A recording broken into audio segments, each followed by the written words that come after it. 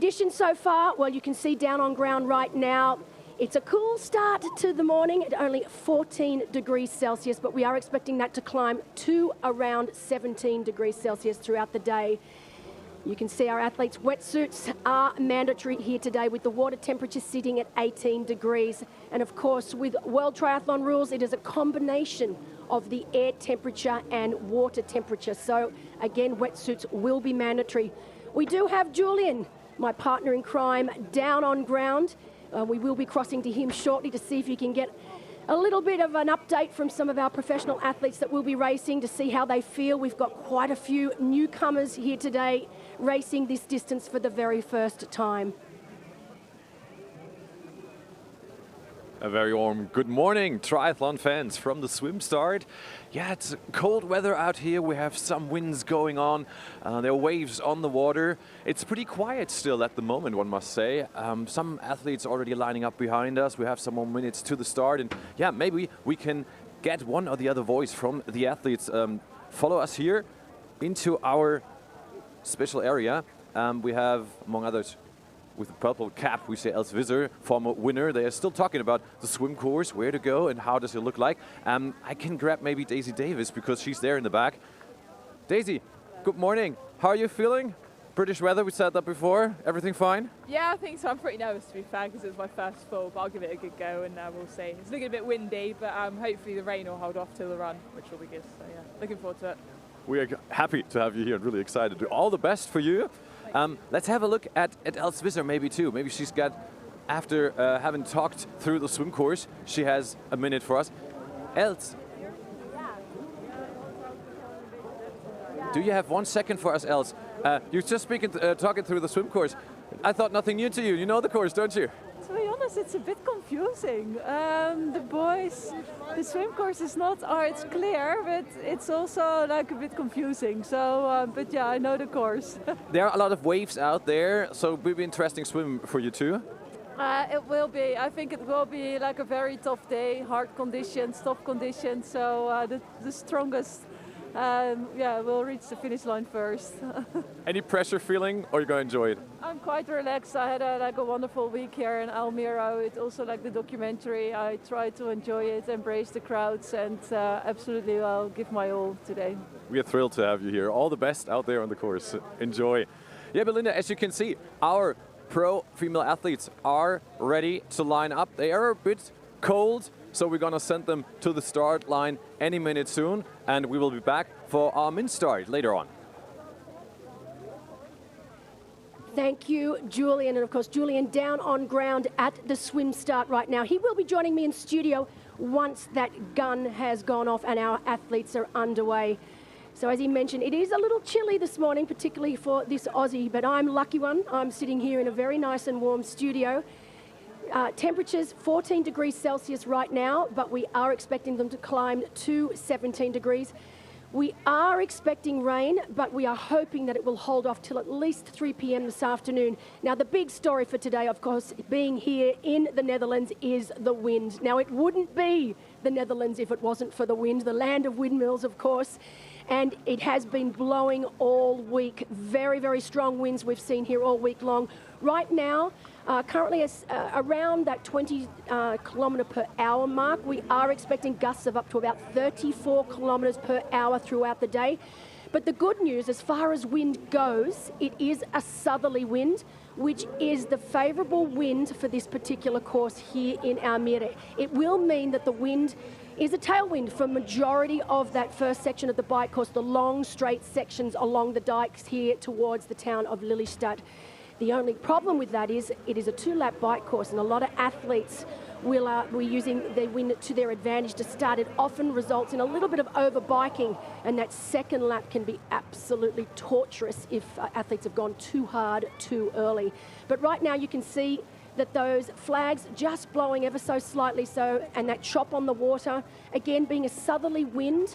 For majority of the swim, they will have that water chop, that wind chop to their side, which is actually more of an annoyance than anything. It also makes it very, very easy to go off course because you've got that chop pushing you of course, so athletes need to be aware of that issue once the swim start is underway. As I mentioned, our professional women will be starting first this morning at 7:10, with our professional men at 7:25, and our age group athletes at 7:30.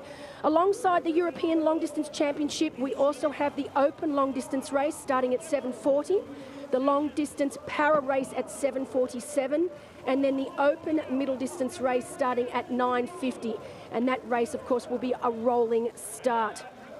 Neither of our champions from last year, both Marleen de Boer from the Netherlands and Jesper Svensson from Sweden, are here this year, so we will be crowning new champs here today.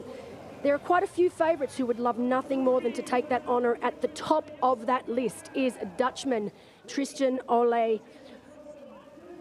With our women, of course, it is this woman that we just saw on screen then. It will be Els Visser from the Netherlands. She is the clear favourite to take the top step today.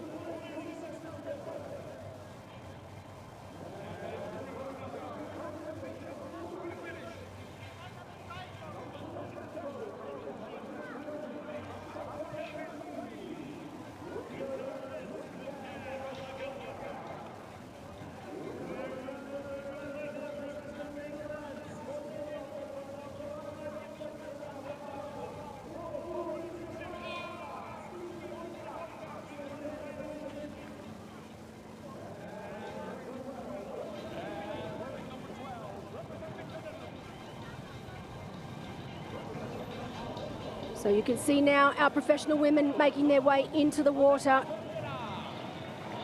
Els Visser from the Netherlands, she won the race here back in 2023. She would love nothing more than to win it again. She mentioned several times this week what it would mean to her to be able to win at home. She has so much support here in Almere.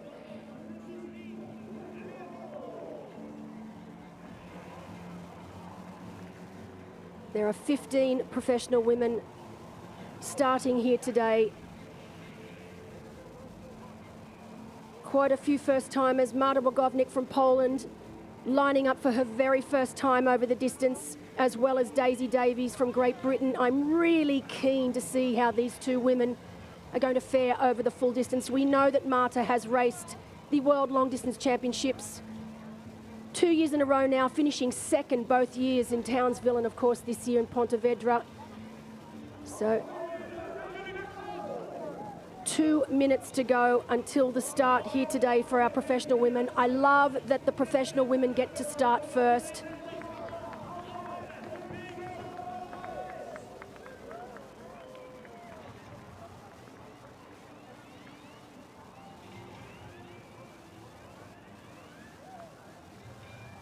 So often here we see this lake, the Vierwater, nice and still today. You can see that chop is already starting to show itself. It's going to be quite a choppy swim. It's been windy all week long. I arrived here on Wednesday and straight away I knew that it was going to be a tough, hard day. And there we have Jort Flam on the right there, the CEO of Challenge Family.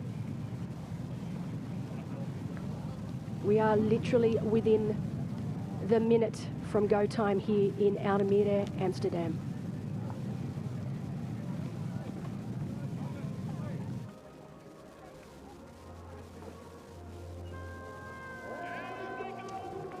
And they are away, our professional women here in Almere-Amsterdam, the 2025 Europe Triathlon Challenge Long Distance Championship.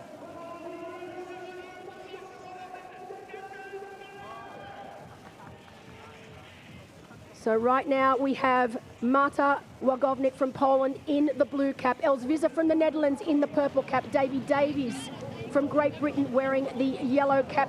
We are expecting Daisy to make her way towards the front of this race. As you can see right now, she is the strongest swimmer on paper. We have Simona Krivonkova from the Czech Republic, Gabrielle Obman from Austria in the green cap, Helene Moos from the Netherlands, Make Voren from the Netherlands, wearing the red cap today, Antonia Malowski from Germany, and in that orange cap, Duwertje Bax from the Netherlands. Now, Duwertje Bax, 14 weeks pregnant and racing here today. Absolutely incredible.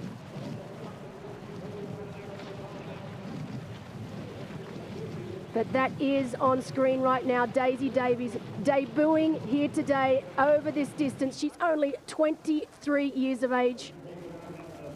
She only just turned 23 back in June. She is the youngest racing today, with our oldest actually being Kristen Leopold from Germany. So fantastic to have Kristen back racing with us here today. Vanessa Pereira from Portugal, Margaret Elfers from Germany, and Lena Bonde from Denmark. Also great to have Lena back racing.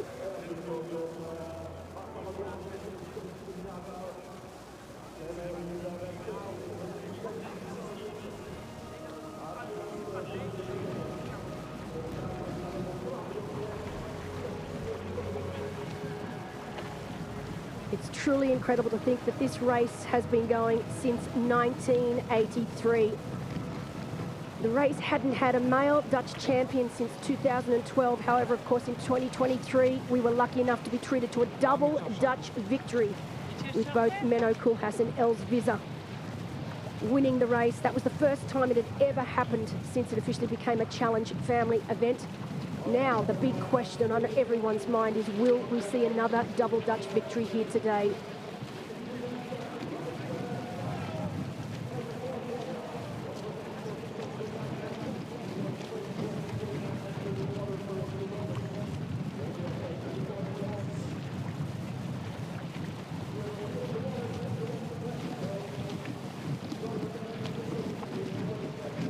So straight away, you can see Daisy Davies taking control of this swim early on. You can see that chop, and it's really going to play a part here in this swim. It's going to make it very difficult for these swimmers to stay on feet, because they're going to be continually pushed off the feet with that southerly, the long straight sections of this 2-lap swim.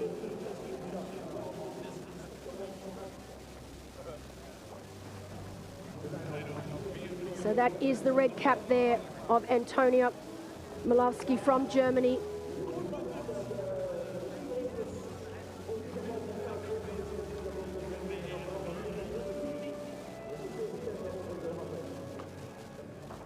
It does look like the purple cap there of Els Visser. So these are the three ladies that we expected to take control of this race from early on.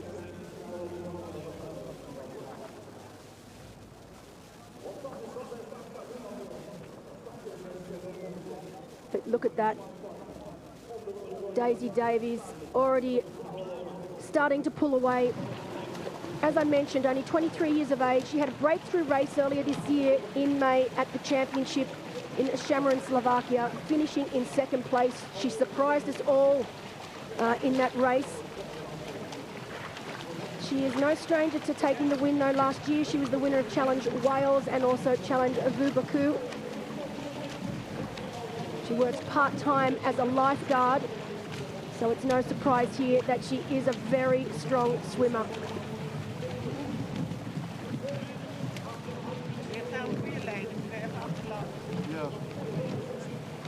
So the Quintanaroo 2-lap swim here today, 3.8 kilometres in total. You can see swimming in an anti-clockwise direction.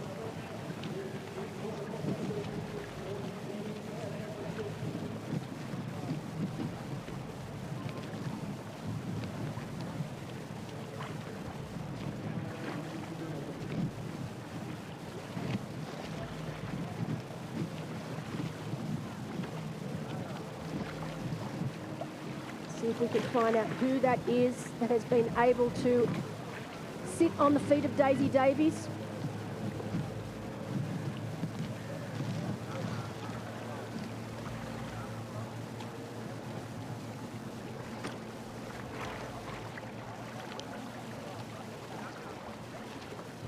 So, fun fact about the swim here today, it's actually in the Weerwater. So the Weerwater in Dutch means again water, which refers to the fact that Almere was all water originally before it became a city, before the Dutch filled it to make it land.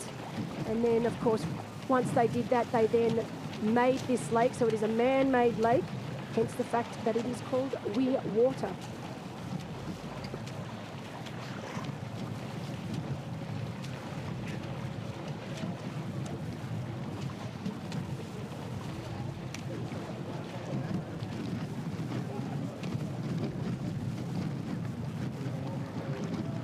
So while our professional women are underway here already in Almere, it will not be long to go before our professional men will also be underway. They will be starting at 7:25 a.m. I love the fact that the race here in Almere allows the professional women to start first. You don't see it very often in the sport of triathlon, so great to have the women here in first with the men following. And we will be going down on ground very shortly, back with Julian to see if he's been able to catch up with some of our professional men racing here today.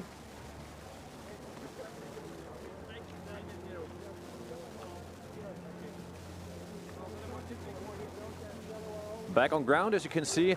Also, our men are talking through the swim one more time.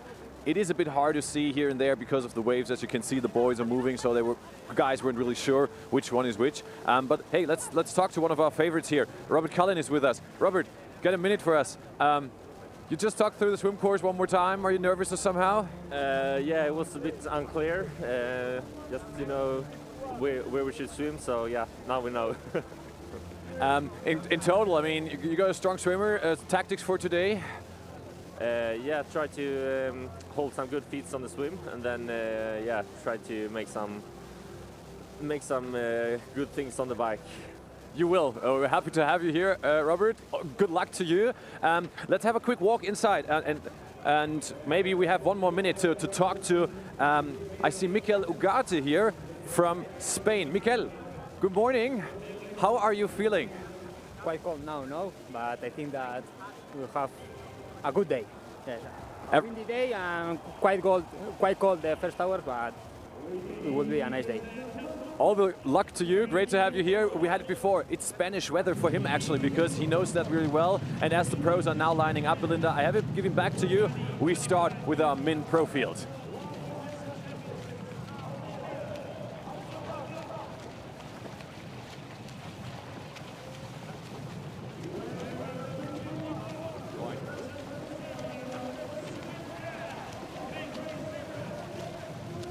So Julian down there with our professional men as they now get announced into the water. As we are back with our professional women here, Daisy Davies from Great Britain, doing exactly what we anticipated that she would do. 23 years of age, the youngest in the field, 41 being the oldest. With Kristen Leopold from Germany. I love the fact that our sport, there aren't too many sports in the world where you have the youngest at 23 and the oldest at 41 racing together.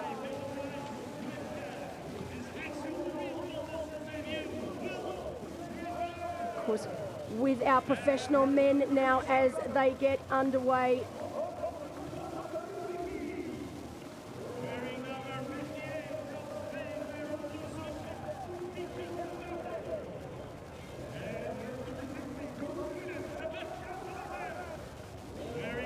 So majority of our men will be in gold caps. Of course, we do have our special coloured caps for our top seeded athletes.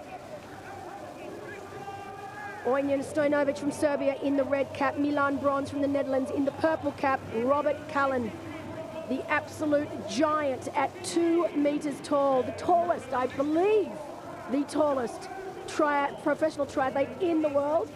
So Robert Cullen wearing the green cap. We've got Mikel Ugarte from España, so from Spain, in the blue, and local favourite from the Netherlands, Tristan Olij, wearing the yellow cap. We've got some pretty good swim power here with our professional men.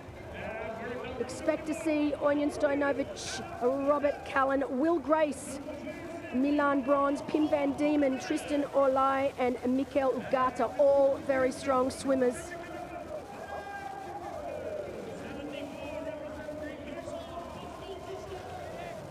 And that is Mikel there on the left in the blue cap. So Mikel Ugata Ramos from Spain. He was 11th at the World Long Distance Champs earlier this year in Pontevedra.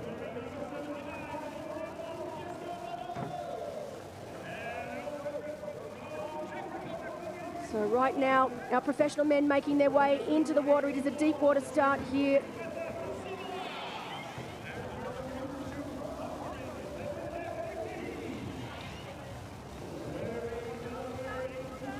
In the white cap, an athlete that I am eager, and there he is on screen right now, folks. I am eager to see how he is going to go today. He is debuting over this distance, Will Draper from Great Britain. He has had a stellar year so far. He is on an absolute roll, coming off a win at Challenge Samarkand. He won his first professional race earlier this year in Gran Canaria.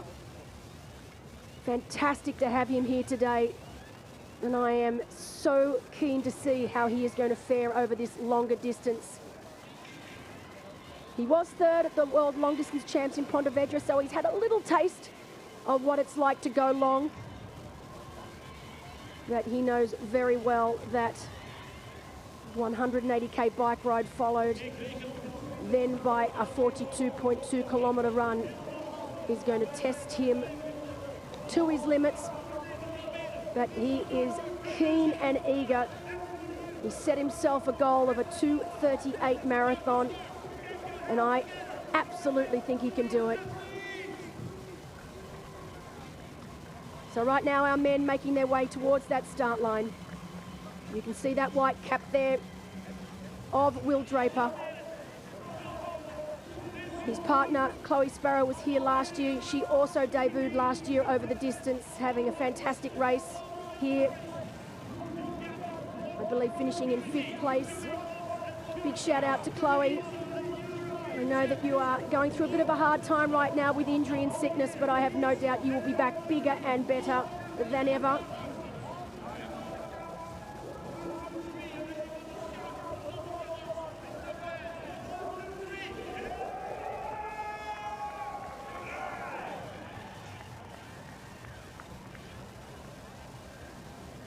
So right now our professional men getting ready to start what is going to be a very long day.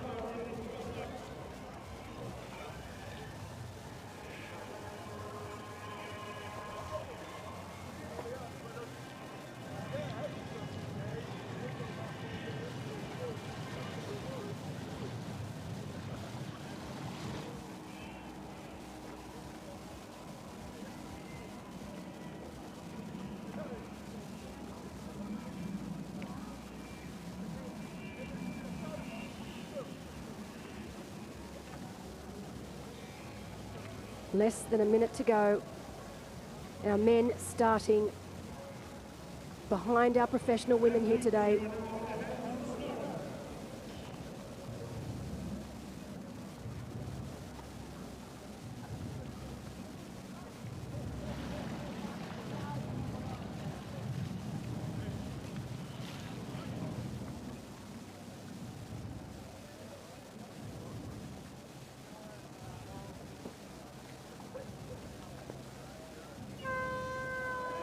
And they are underway here in Almere-Amsterdam. The 2025 Europe Triathlon Challenge Long Distance Championship. Our professional women and our professional men now underway. Look to see Onion Stojanovic from Serbia, Robert Callan from Sweden, and Will Grace from Great Britain take the lead quickly. You can see already that is, in fact, Onion absolutely smashing the first meters of this swim. You can see it is fast and it is furious right now.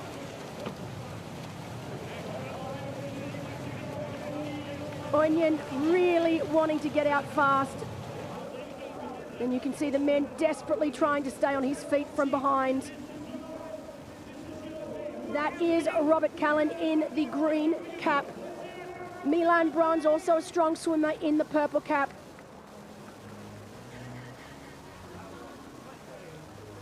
And then that yellow cap of Tristan Olij.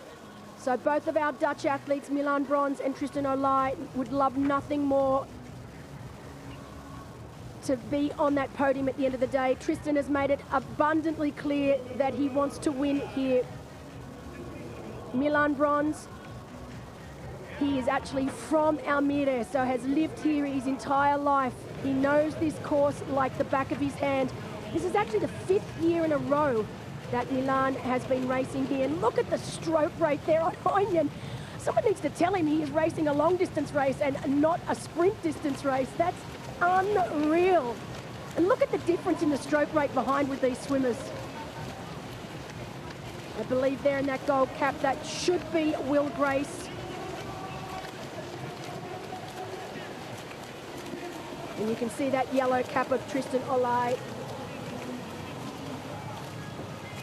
And the blue cap of Mikel Ugarte Ramos from Spain. So Mikel also having a strong swim, but wow. I've got to take my hat off to Onion here. He is really giving it everything. He was 4th here in Almere last year in a time of 7 hours 50. He was 3rd this year at Challenge Gran Canaria, 2nd at Challenge Cesenatico. Unfortunately had a DNF at Roth. He crashed out at the 65-kilometre mark. So plenty of podiums for this man on screen, but no top spot. And I know he really wants to try and get that top spot here today. Look at that. Look at the distance that he's already created between himself and the rest of these professional men. These guys look like they're swimming in slow-mo compared to Onion right now.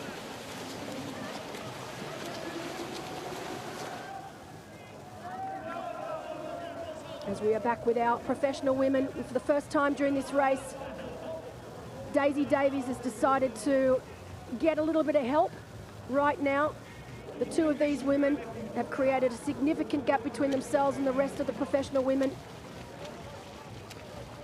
But I'm sure Daisy is very happy to have some company up front there.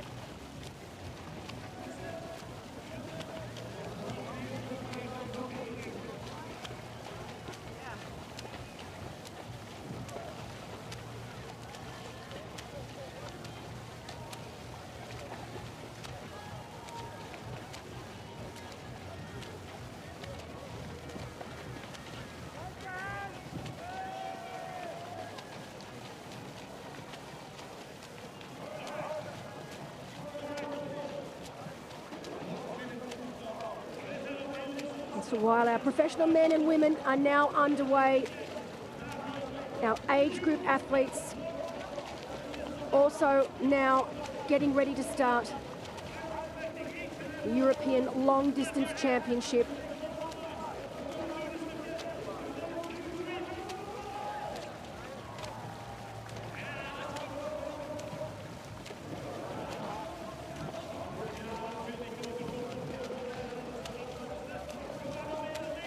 We have over 3,000 athletes in total competing over the course of this weekend.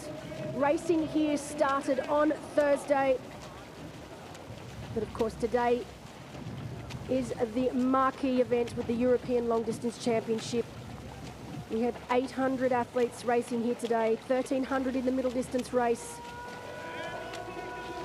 So a total of 2,500 athletes racing here in Almere. For those listening in that are wondering where Almere is, well, it's about a 25-minute drive from Amsterdam here in the Netherlands. And actually, Amsterdam celebrated its 750th birthday just last week.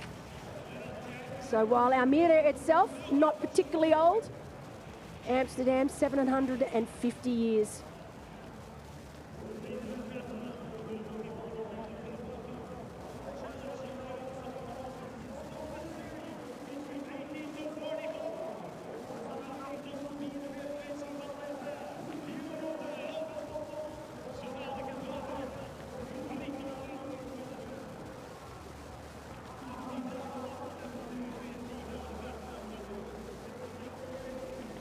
like it's going to be a very lonely swim for Onion. Out in front, he's managed to really put a significant gap between himself and the rest of the professional men. He's not mucking around here.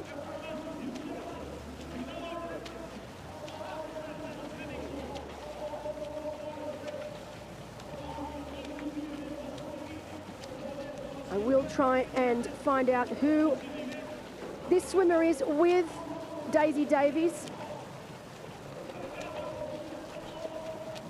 As soon as they exit the water, it is a 2-lap swim here today.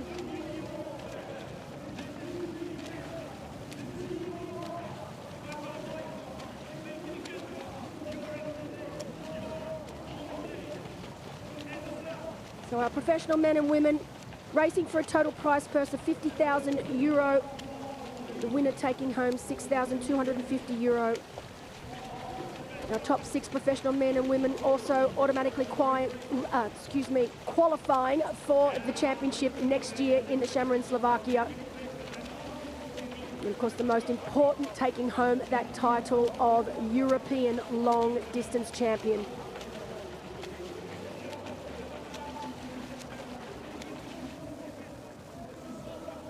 It's going to be interesting to see if any records are able to be broken today. It is windy. That southerly is starting to pick up. We know it is going to continue to pick up throughout the day. Right now, that race record for the men held by Menno Koolhaas from the Netherlands. He set it back in 2023 for our women. It is Marleen de Boer. She set it last year, 8:22:30. Unbelievable. This course is renowned for being lightning fast.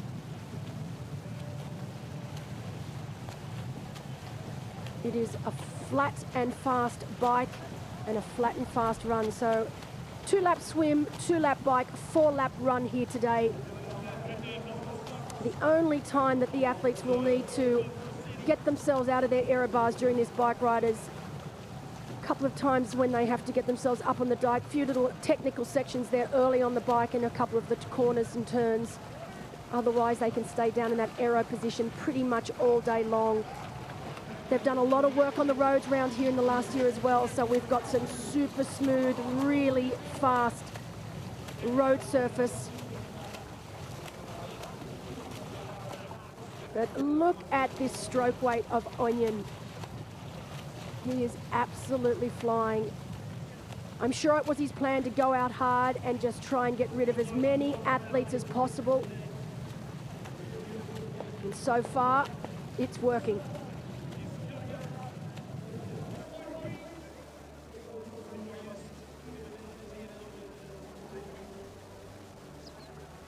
And any moment now, I will have Julian back in studio with me. He's been down on ground. He'll be able to give us an update of just what the atmosphere was like down there today, the conditions. It's very easy for me to sit here and watching a screen in a nice warm studio. A little different when you're down on ground amongst it all.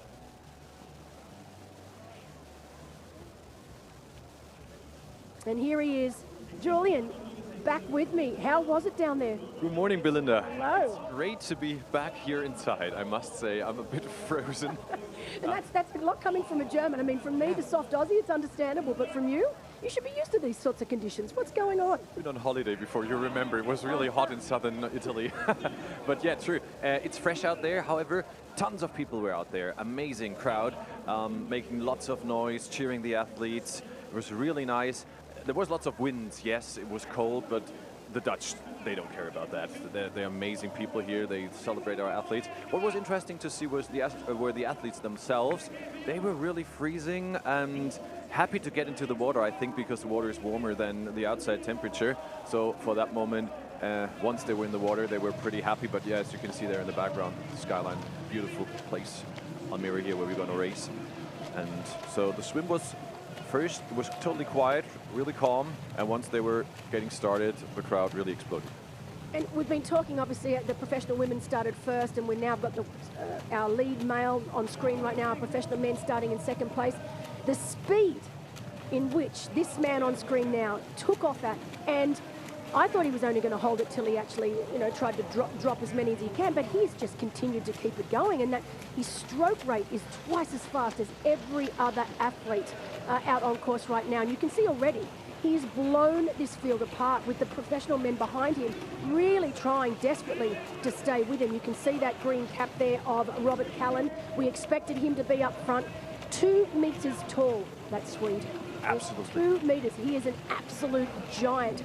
But you can see, look at that gap already between Robert Callan. I believe that should be Will Grace there in front of him. Between those 2 athletes and Onion up in front, it's incredible. Maybe that has to do with the fact that Onion was a little late to the start. We all lined up the athletes, and that's why with the interviews I just was able to talk to Mikkel and to Robert, because Onion was still not there. And the moment the speaker called up his name, he came running from behind, just directly into the water. So I think he was already on fire when entering the water. Honestly, and we know that Onion, he's one of our most experienced athletes here today. He's raced over this distance many times. He loves to race. He's not an athlete that shies away from racing. Already this year, he's raced pretty much every race I've been to this year. Onions has been there, so I loved his attitude. He's always ready to give it some, and he's doing that exactly today. So great to see Onion out there. And as I said, had a bit of bad luck. He had a bit of a nasty crash leading into Challenge Roth. He wasn't fully recovered by the time Roth came around, and then of course crashed again at the 65-kilometre mark of Roth, and had to call it a day. So a little bit of bad luck there for Onion, but right now really racing well at the early stages of this race. It's interesting to see because like last year he had great races in Frankfurt among others. He did 3 long distances last year, finished them all really well. This year it's completely opposite. He has only that DNF in Roth, so nothing has really worked for him on the long distance. So he said it to me before the race. He's not feeling pressure, but he wants to prove himself now on the long distance here in Almere. Yeah, it's interesting. I said he's a very consistent athlete, Julian. He's always, or nearly always, on the podium or thereabouts. But that top step has just eluded him this season, and I know that he really would like to pull off a win. And again, over this distance, he's proven himself over the middle distance. He comes from a short course background, and he has definitely proven himself over the middle distance racing, but he knows that he's never really pulled off what he believes he's capable of over this full distance. Absolutely, and yeah, like you say, he's aiming for the podium spot or even the win, because he comes here to win, of course. He's wearing big number 51. He's one of the highest ranked athletes out there, so he knows what chance he has today to take the European champion title or to win this race. Absolutely, and a crazy stat for Onion, which I didn't realize until I did a little bit of deeper research this time. He actually has around 150 World Triathlon races listed on his World Triathlon profile. 150. I'm pretty sure he would have to be in the top 10 most starts of any athlete in the history of our sport. Wow, I just want to say, how many have you done back then? Well, this is short course, so this is Olympic distance racing, but no, I finished my career with 50 full distance races. That is nothing on Onion. So, and he's only 35 years of age, plenty of racing left for this man, so it's going to be very interesting to see what his stats are by the time he hangs his boots up at the end of his career.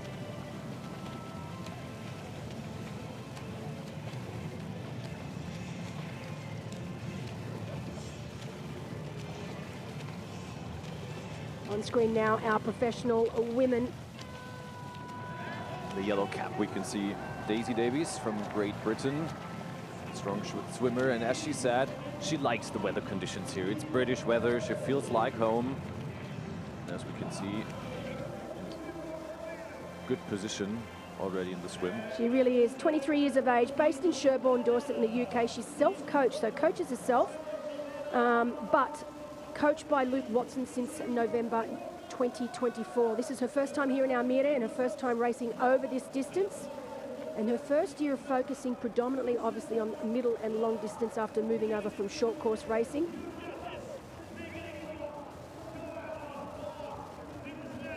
She is here with her dad, so great to have Daisy's dad here to support her.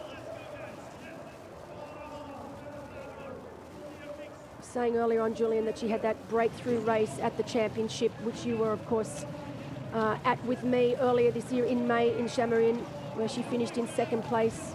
I think she surprised herself as well as all of us. We weren't expecting to see a podium from Daisy, but she raced very, very well. She's a very strong athlete and still so young. So I'm going to be really interested to see how Daisy progresses over the next few years.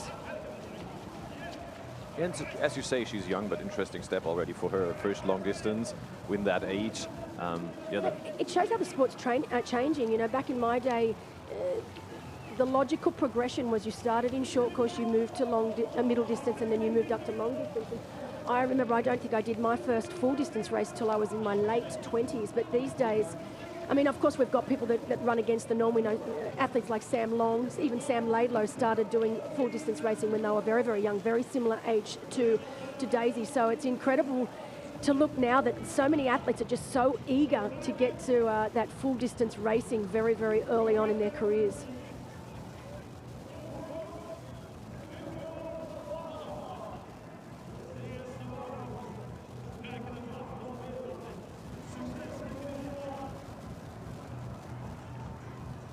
We spoke a little bit about conditions while you were down at the swim start, Julian, and you were saying the athletes actually eager to get in the water because the water warmer than the air temperature. I think the air temperature currently sitting at around that 14, 15 degrees Celsius mark, while the water temperature up at 18 degrees. Mandatory wetsuits, so no choice in the matter today, mandatory wetsuits, and that's because of the combination of the air temperature with the water temperature, and of course that wind chill factor as well. So even though it's sitting at about 14, 15 degrees Celsius, that wind chill factor making it seem a little cooler right now. From the outside position, I can say, yeah, not only a little after 20 minutes. One was pretty frozen out there. So yeah, it was interesting also to see before the start, as an athlete, on the one side you jump into your swimsuit, and then you have to find a way not to cool down until you're into the water, and yeah, just get some wind shade, or if possible. Well, to be honest, Julian, looking at the conditions right now on screen, from when we started the professional women's race, it actually looks like that wind has even dropped just ever so slightly. The scenes we were getting, much more wind chop than we're right now, and our spotters down on course are confirming what I can see on screen, and that is that the wind does seem to have dropped just ever so slightly, and the swim conditions now much more favourable than they were when our professional women started at that 7:10 this morning. Yeah, we are close to the seaside, so yeah, weather conditions always, changing quite often. As in the back, we can see the bridge. This will later be a part of the run course, actually, where the athletes will come from the right side, and then, right on the left side, we'll take a turn back onto the island. There's a little island there in the back, as we can see, and yeah, this is a place of the run course where they're going to make a turn back. Well, it's interesting, Julian. I arrived here on Wednesday, and I knew that there'd been some slight changes to the run course from previous years, so I was eager to get out there and just see what those changes were, and if it was going to affect the race in any capacity. And of course, the changes are very, very minimal. It's a 4-lap run course, but great run course. I love this new run course that they've got. It's like you said, they're going over bridges, a little bit of a U-turn to come back over again. A little bit of a slight incline up and over these bridges, but other than that, it is a deadpan flat run. So really, really fast run times. However, a couple of the times that I did run it, it was very, very windy, and my gosh, did that make a difference. Holy, yeah. I did some running yesterday morning, and wow, on two sides of the lake, yeah, you run against the wall, you were feeling like. So that will be an interesting factor, and we will see how the weather will develop. Yesterday I heard some athletes, pro athletes, talking about it, and yeah, they have some respect of that run course. Still, as you say, it's flat, but the wind will play a role later on. Absolutely. Now, professional lead male. He's led since the gun went off at 7:25 this morning. That stroke rate still absolutely flying. So Onion here really giving it his all. He loves to race.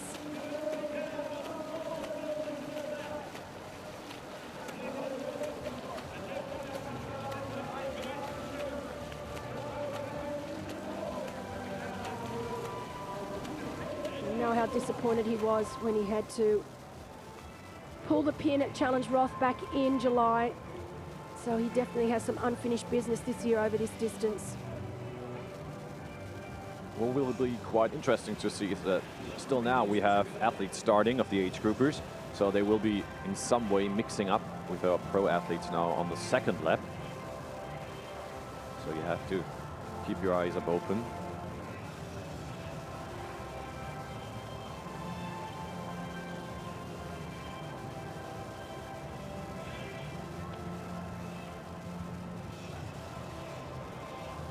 I did mention earlier that while the main event here today is the European Long Distance Championship, right now the open long distance race starting at 7:40, so it is also underway.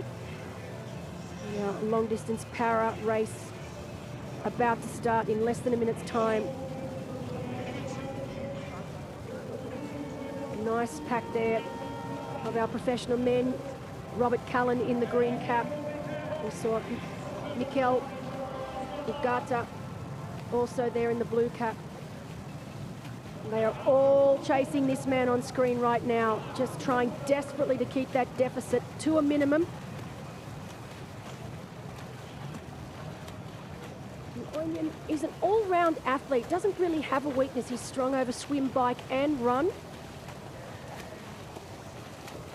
And coming out of the swim with a lead just allows him that nice clean transition as he enters T1.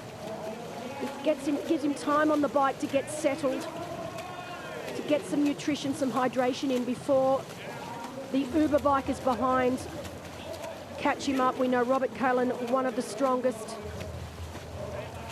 very, very strong swim bike combination for Robert Cullen. And it's no surprise, I didn't realise, talking to Robert earlier this week, he's coached by no other than Bjorn Andersen. Now, anyone that's been in the sport as long as I have, you'll know who Bjorn Andersen is. He was the greatest swim biker that the sport has seen for a long time. He was a giant himself, just like Robert. But incredible swim bike combination.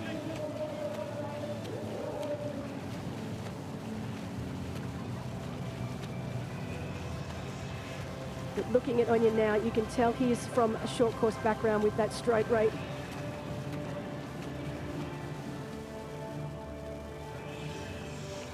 Look at the difference there, Julian. I was saying earlier, it almost looks like these men are swimming in slow-mo compared to Onion. Absolutely right. Amazing, the difference. And of course the energy, it'll be interesting because this is what we're used to seeing. Long distance racing, full distance racing, this is the sort of stroke rate that you would normally see in a full distance race.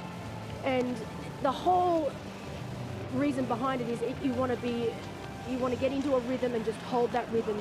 You don't want to expend too much energy. It's a long day ahead, 180 kilometre bike ride, 42.2 kilometre run. The swim is just the start. Now, yes, it's important to set yourself up. This is where you set yourself up for the day, but you don't want to be expending that much energy that you're leaving yourself short for the bike and the run. And it's all about rhythm and technique and just using as little energy as possible. And when I look at Onion, I mean, I get anxious watching him because of that stroke rate. He just looks like he is absolutely pushing the limits. But, that's just the way that Onion swims. I've watched him many times this season already, and it is just the way he swims. It's his technique, and it works for him. Absolutely, and he is long distance experienced, so it's not like he's doing his first long distance. We're afraid that he might blow up now. So he knows what he's doing, as we have now seen in the women's race already, that they are overtaking age groupers, so field is now mixing up. And that's correct. While our age group athletes are on lap 1 of a 2-lap swim course, our professional women are now on lap 2, so 2 lots of 1.9 kilometre swim loops here.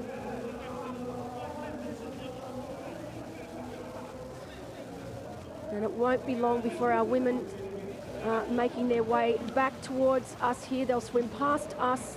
Transition is a little past the finish line here where we are based, down on ground.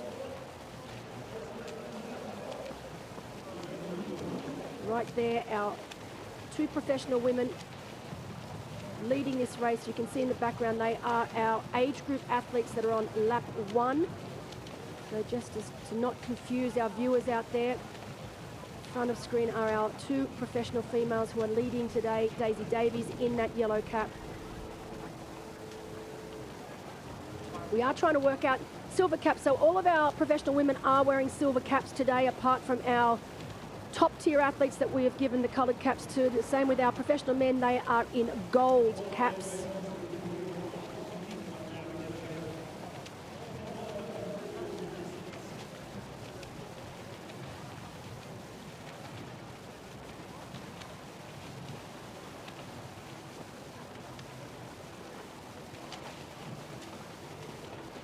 So we know one of our swimmers that it could be Margaret Ilfers.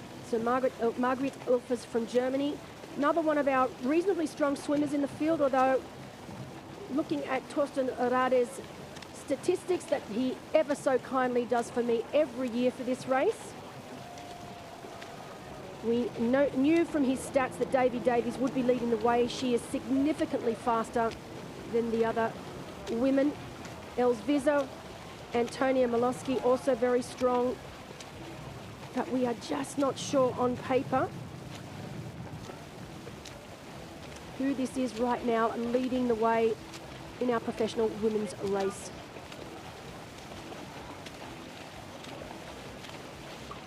However, clever tactics of Daisy Davies. She's not overdoing it, following other athletes on her very first long distance race. She seemed quite nervous too. Yesterday she played a little down, though before the race started, I think she was here with the family, standing there. She seemed pretty nervous or unsure about what to come.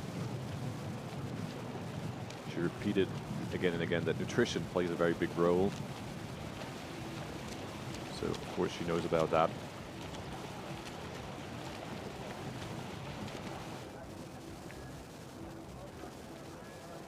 Beautiful picture now.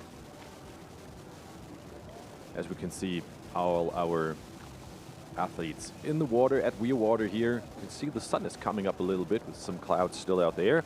We haven't seen a lot of sun so far this week, Julian, so I'm very happy. On my run yesterday, I must say, it was quite sunny, when then afterwards the heavy rain came. That was interesting too. Within seconds, there was nothing said it will be raining. Then all of a sudden, we had a 5-minute heavy rain. So that's the interesting part also maybe for the race today. It should not rain, but you never know. Well, I've been in absolute shock since I arrived Wednesday. Just the difference in temperature, the difference in the weather from 10 minutes difference. Like you said, we had the sun out at one point yesterday, then it was absolutely pouring with rain 10 minutes later to then have the sun come out again. So, you know, all 4 seasons in one day, every day since I arrived on Wednesday. And you can see now, this is when it gets really quite tricky for the swimmers, because our professional athletes, our men, are making their way through all of our age group athletes. Really makes it quite difficult to sight. Also a really nice position for Onion to get in, because now makes it very, very difficult for the chasers, so the likes of Robert Callan, Mikkel, Tristan, for these athletes behind to actually get eyes, to have eyes on our leader, because he just will disappear in between all of these age group athletes. And, you know, they want to try and make sure that this deficit doesn't blow out to something, you know, too hard to manage. And just being able to see exactly where he is in the water becomes increasingly difficult now that he's starting to make his way through all of these age group athletes.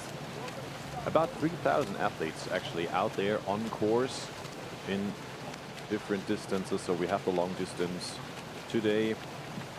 There's also the long distance aqua bike later on. The 3 together. Our relays as well. And then I think at 9:50, so not quite a ways after all of our athletes should be out of the water, at 9:50 our middle distance race, which is our biggest race of the day. Our middle distance open race also starts. It will be a rolling start. No professional field in the middle distance race here in Almere, so it is age group only, but it is a very popular race.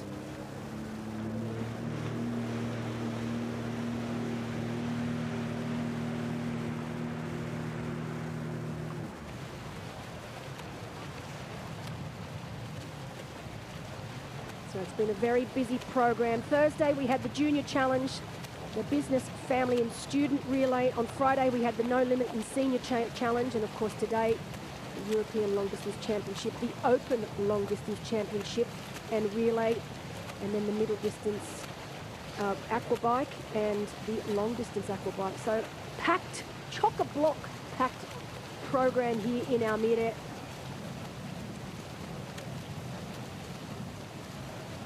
And it's well known for all the program and for the race. Almere is one of the oldest triathlon races on the globe. Definitely the oldest in Europe. Of course that. And you have the community in the background here. There are lots of clubs supporting the event, setting up the event. More than 800 volunteers are out there today for the athletes. And lots of spectators, as we said. We hope it stays dry, and then on the run you will see how many people are celebrating triathlon here in Almere.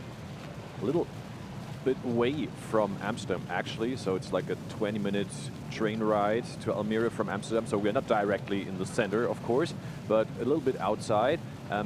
It's always interesting when we talk about Almere.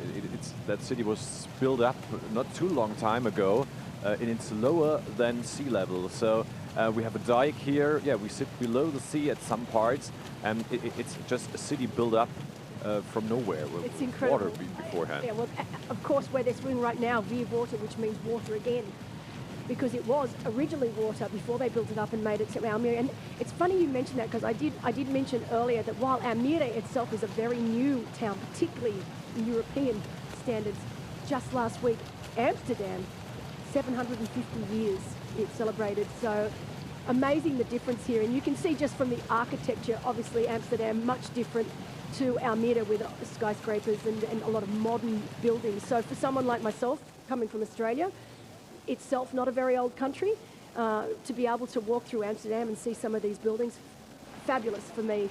But you can see right now, my case in point, it is a very new city, and the architecture really quite different to Amsterdam. Yes, and then the background, you can see the island where we had the big expo some years ago. That's a nice thing that they still kept it and built it into the city. And also when you get along the city, we see it later on the bike course, but also on the run course. It's perfectly set up for the people too. You have lanes for bikers, tons of, perfectly set up with lanes front and back. And next to that, there's lanes for runners and for walkers around the lake.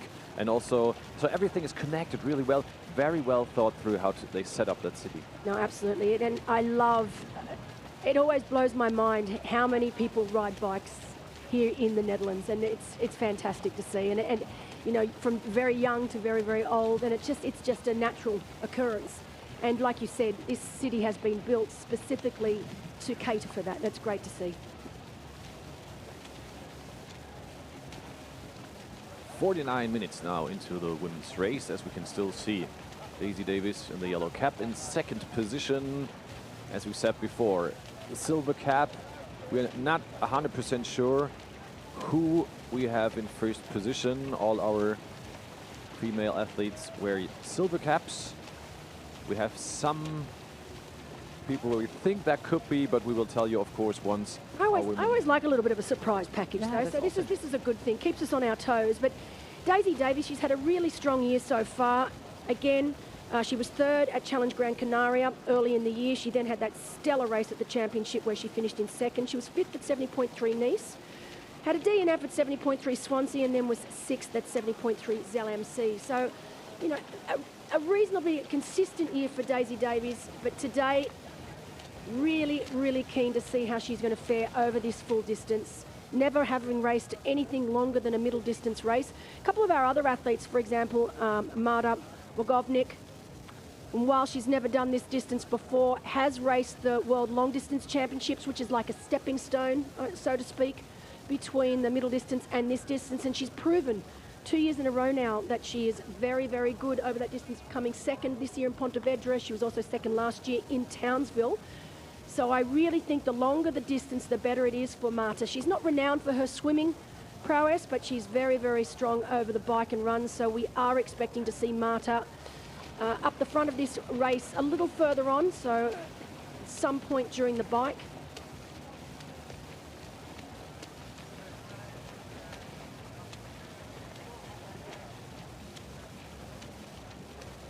And our spotters told us that our pro female athletes are close to the swim exit. And then we can solve the riddle of who is in leading position.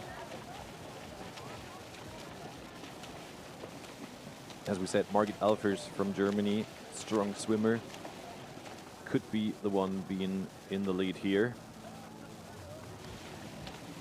I know spotters also told us that there's a big gap on the third. We do know that our professional women on screen right now are heading towards that swim exit. So when they get close, there will be two large buoys that they will need to make their way through.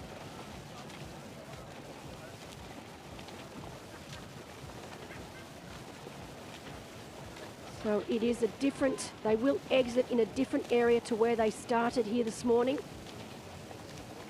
So you can see right now, they are only moments away from making that swim exit. 52 minutes on the clock for our professional women as they make their way now towards that swim exit. You can see the two yellow buoys marking where they will exit straight into transition. And then they will begin the Quintana Roo 180-kilometre bike ride. 2 laps here today. You can see conditions quite tough for our women. 52 minutes. Not a slow swim, but also not a particularly fast swim either. So somewhere in between. So our spotters say it could be Mikey Voren. There you go. I'm not 100% sure, so still a riddle, but getting closer to the swim exit. And first woman out of the water now. Great transition so far. She is up and she is out, leaving Daisy Davies behind. But also great swim from Daisy, and on her first long distance, second out of the water. So it is indeed Micah Voren. So well done to Micah. Beautiful swim from Micah Voren. She is from the Netherlands. So the Dutch spectators will be very happy to see a Dutch woman first out here today. And she had some good results this year. 7th at West Friesland 70.3. Challenge Shamrin, she was 10th. So But this definitely a very strong swim for her. Great to see her out in front. it's also her very first long distance race. And hence why we didn't have any stats for her, because it is her first race. Very difficult to have stats for that. But yeah, very strong swim, very happy. And you can see, look at that, already out on, that is Davy Davies out onto their bike. So great transition here. Of course, being the European Championship, we have very strict uniform rules in place. The athletes must be in their team colours, as well as have their name on the front and back. Makes our job nice and easy. Of course, once the wetsuits are off, not so easy when the wetsuits are on, but I was at the pro briefing yesterday, and of course, being the European Championship, very strict rules in play. The athletes needed to bring their uniforms with them to the briefing. Before the briefing, their race kits were checked, as well as a running shoe check as well. And interesting to see now who will come in third, as we can now see. Wow, look at Voren. the difference there in the time. Now, Micah Voren was first out of the swim, but look at the time that Daisy Davies has already put into her with that lightning fast transition. But this is a significant gap, Julian, between these two women and the rest of the professional women's field. They have really opened up some time. We are expecting the next of our swimmers in. It should be Els Visser. So we know that Els Visser, while swimming isn't exactly her strength, she's still a solid swimmer, so we are expecting to see Els Visser out next, along with Antonia Malowski from Germany. One last word to Micah Voren. So she has a swim background and started triathlon in 2018, but before she was a swimmer, so not too new that she was in that position. As we can now see our third woman, and that is from Germany. Here's Antonia. Antonia Milowski. So also a strong swimmer. Would have expected her a little bit closer to the others. Very lonely swim for Antonia as well. And look at that, you can see that elastic band hasn't quite broken yet. I was wondering if, or what the goal now is of the two girls in front, if they would work together, or if, what it looks like now, Daisy wants to get away from Maike. Well, and look at the results. Daisy's already put 52 seconds into Maike just out of transition. 52 seconds. So, you know, I don't think Daisy's waiting around for anything right now. And what I love about Daisy Davies, she's young, she's super keen, and sometimes ignorance is bliss when it comes to long distance racing. You know, she's never done it before. She doesn't really know what to expect. There's no anticipation. It's just she's got everything to gain and nothing to lose right now. And I always love watching athletes racing over this full distance for the first time, because they really don't know what to expect. And because of that, you see them doing incredible things like we're seeing right now with Daisy. She is out of sight, out of mind. Absolutely. Yeah, here you can see the lanes I was talking about. Bike lanes on the left in red. For the people on the right, you have lines for running, actually, and then also for people walking around the lake. So it's really great setup. And on the right side, that's also the run course later on. So everything is really close together at Almere. Great for the spectators too. And the bike course in the beginning is really interesting because it's quite technical. You have some heavy curves in it. That's a longer distance now here along the lake, but then later on, heading towards the dike, we have some 90 degrees curves in there, so you cannot stay in this position for very long. Afterwards, then yes, when you're on the dike, once you're on the dike, you just let it fly. It's interesting you spoke about that, because it is a, you know, people look at this course and they look at the results and they think, wow, you know, this is a course you can do and get a PB, race really, really fast. And there's no doubt it is a super fast course, but that does not mean it's an easy course, Julian. I think there's a misconception there at times that these flat courses equate to being, flat and fast courses equate to being easy courses. And you've hit it on the head. This particular bike course can be a very dangerous game, because you can pretty much stay down in that aero position for the entire time. This first section right now, as you can see, while they make their way up towards the dike, it is quite technical, this first section, with a few twists and turns. But once they get onto the bike course proper, they actually need to consciously think about getting up and out of the saddle every now and again, just to give their hip flexors, their glutes, their lower back a break. And if they don't do that, well, they pay the ultimate price coming into transition. And I've seen the results, and it ain't pretty.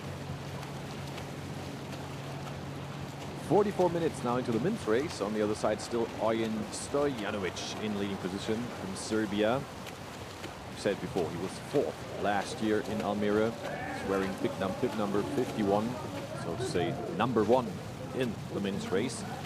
He's leading from the gun. Fast strokes that he's taken. It really hasn't slowed down at all. Incredible pace right now. Not wasting any time as he makes his way towards that finish. We know that our professional women started 15 minutes before our professional men here today. Looks like he's already aiming for the swim exit. Looking a lot head up, knowing where to go. They had some discussion out there on ground before the start in the men's and women's race. The question was which boy exactly where to go, where to turn, because there had been some waves. The boys were in position but had been moving a little, as we can now see. Els Visser from the Netherlands, she has arrived in T1-2 and will now start chasing Daisy Davies, Maike Voren and Antonia Milowski, who was 3rd out of the water. And of course, Els Visser, by far the favourite here today. She is the most experienced. She is the highest ranked. Actually, the highest ranked, because we have two different ranking systems here. Because of the European Championships, we have the World Triathlon ranking, long distance ranking system, which actually has a Marta Wagavnik in front. But we know obviously that Els Visser on paper, particularly when it comes to full distance racing, is by far the highest ranked athlete. Incredible athlete. Great to have her here. I was fortunate enough to be here on the Wednesday night when she had the premiere of that incredible and insanely moving documentary on Elzvisa, going back to her time in Indonesia. For those that don't know her story, she was in Indonesia on a dive when the boat that she was on hit a reef and sank, and had to make the decision on whether they stayed with the boat that was sinking or whether they try and make their way towards land. If you haven't seen this documentary that Red Bull put together, please go and watch it, because it is the most inspiring. It's called Resilience, and it is the most inspiring, incredible documentary, and it'll give you a better understanding of Elzvisa and what makes her tick and why she is so good over these long distance races. Because at the end of the day, if I could use one word to describe what is needed to get through these racing, whether you be a professional athlete or an age group athlete, it is the word resilience, and Elzvisa has got resilience by the bucket loads. As now, Onion Stojanovic, first out of the water in 47 minutes. We said it's a fast swim. Compared to his last year's swim, he had 44 minutes, 46 seconds. So 2.5 minutes slower roundabout than last year.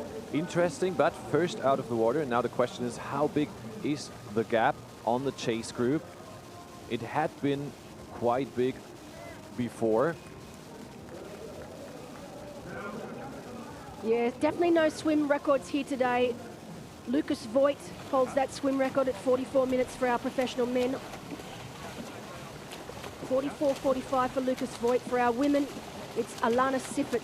She set the record here last year at 51.05, so neither of those records being broken here today.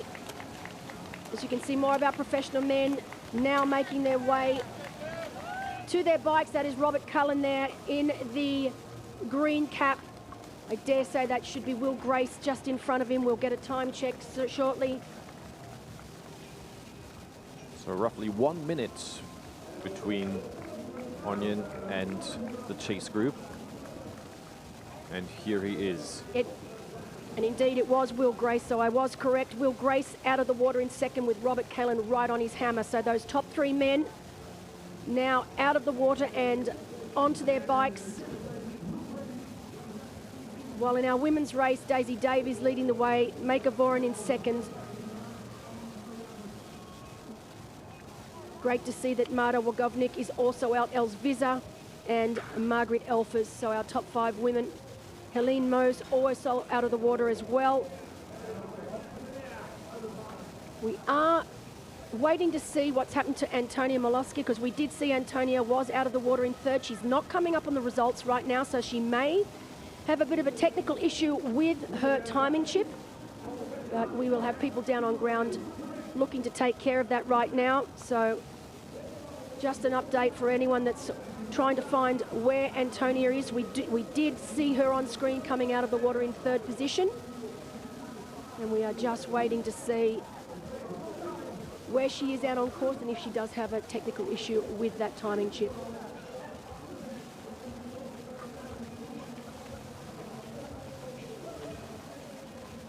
Not sure if we've mentioned it, Antonia Wawowski also out of the water, as we now have seen Robert Cullen exiting T1, heading onto the bike. He's also that sort of Uber biker with its 2 meters, so interesting to see how fast he can get closer to Onion. Maybe not until the dike, as said, it's pretty technical there. We'll see if that will already play a role. And now we are on the dike. We will see how the wind, or what role the wind will play. Maika Voren here in the picture to see. It said the wind comes from south, so that is, Belinda, a positive update. Well, look, I mean, we're in the Netherlands. Anyone that comes to race in the Netherlands and isn't expecting wind, it has not done their research because we know it is the land of the windmills. It is always windy here, and you come to expect that there will be wind at some point throughout this race. We know that it is blowing southerly here today, and a southerly wind is a favourable wind for this bike course, because it basically means that when they're on the long straight sections that we can see them on right now, the wind will be at their rear, so they will be a nice, strong tailwind. The only thing they need to be careful about, Julian, is often when you get a tailwind, you think that you are able to push a little harder, and we often see that a lot of these athletes will overbike that first lap, and come the second lap, they pay the ultimate price. But right now, on screen, Maika Voren looking really, really good, nice and comfortable, down on those error bars.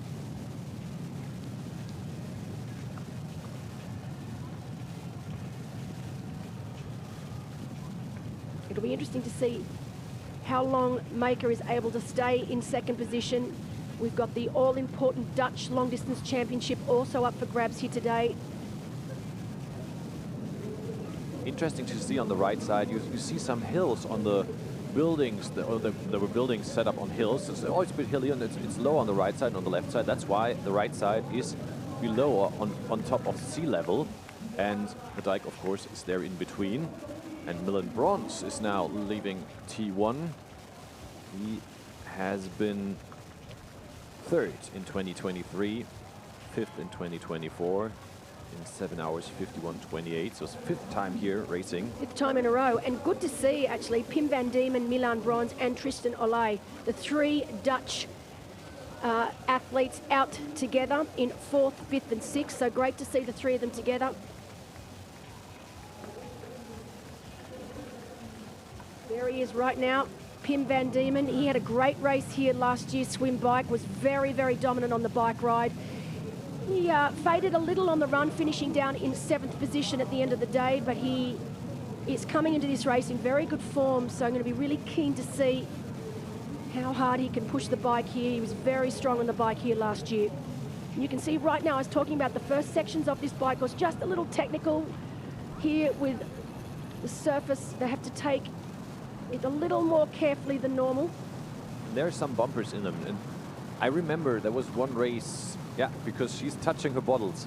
We had some athletes losing their nutrition here and there on these bumpers, so it's better to be safe than sorry, because you're going to regret that loss later on. That was an athlete that's had experience on this course before. She knew exactly what she needed to do. Just take it easy, because I mean, really, the time gained going quickly through these sections, if you lose all your nutrition, you pay the ultimate price. So very smart racing so far from Maika here in the early stages of this bike ride. But little tricky as they come on and off the dikes.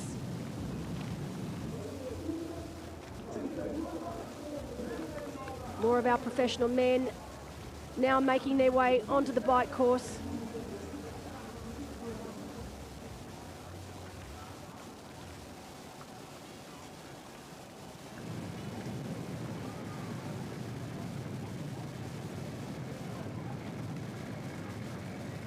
But Will Grace and Robert Cullen just under that 1 minute mark down on our leader. It will be interesting to see just how quickly Robert Cullen is able to swallow that time up.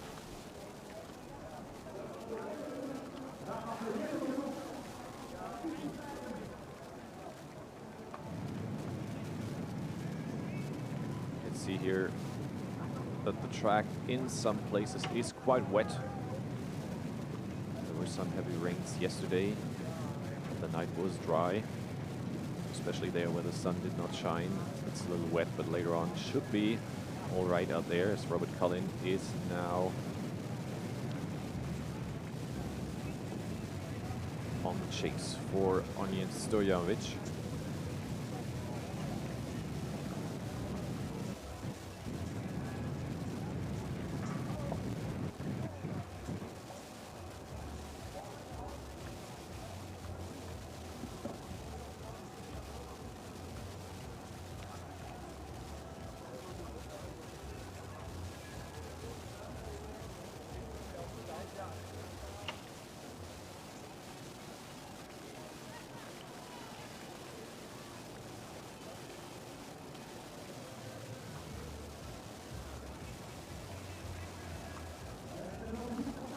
So that looked like Duercher backs there. So our professional men and professional women now mixing it up. As mentioned earlier, 15-minute gap between our professional women and men this morning. So we've got some of our professional men coming out of transition along with our professional women. I mentioned it earlier on when you were down the swim start. Duertje Baks, 14 weeks pregnant and racing here today. Oh, you mentioned it. Yeah, we've talked about it yesterday. Are we allowed to tell? Yeah. Well, this is what I mean. I'd heard whispers about it, and of course, I actually at the pro briefing, I went up to Duertje and I said, "Is this public knowledge? Are we allowed to speak about it?" She said, "Absolutely, no problem." So, yeah, incredible to see Duertje out there today, and I'm sure she won't be racing at her absolute best. She'll be sensible about it, but yeah, great to see her out racing. And of course, being Dutch championship up for grabs. We've got some incredible Dutch athletes in both the men's and women's race here. We are expecting the likes of Els Visser and Tristan Olay to take that top step today in the Dutch championship, but you know as well as I do, Julian, long distance racing, full distance racing, it is a crazy thing, and it's not over till it's over, so we've got a long day ahead of us. But look now, the conditions look really great, and this is a section of the bike where it is quite protected from the wind, but you can see really quite skinny roads. The athletes need to be really wary just to concentrate, know what they're doing before they get out onto this onto the course proper. But right now, beautiful conditions, blue sky above. Really couldn't ask more. Oh, and what happened here? Oh. That is from Germany, Matthias Türk. Oh no, and look at that, he's lost his bottles, his shoes come off. So, even the most experienced of racers, sometimes it all gets, you just don't use your head properly. Sometimes you just want to rush out. He probably saw some athletes up the road and he's just made a really silly but costly mistake.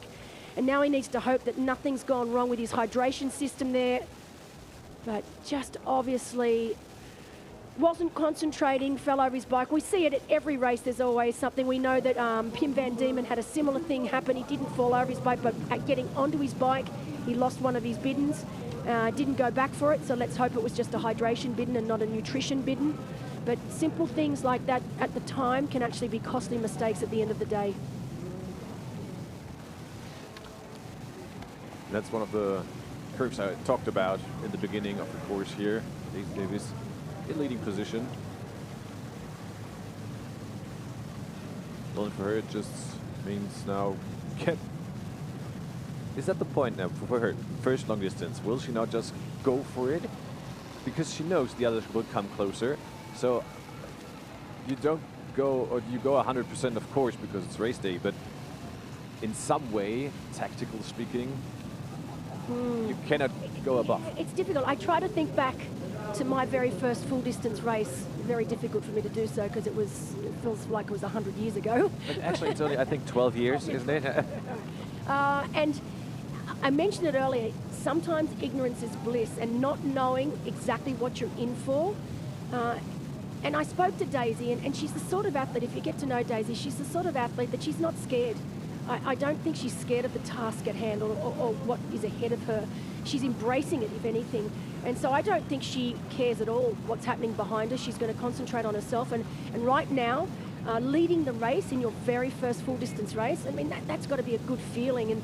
And I think even at only 23 years of age, she's mature beyond those young years.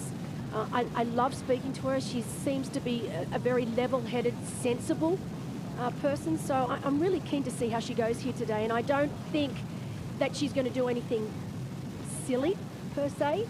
But that's not to say that she's not going to give it everything. But I think she'll have a controlled start to this race, and she will slowly but surely work her way into it.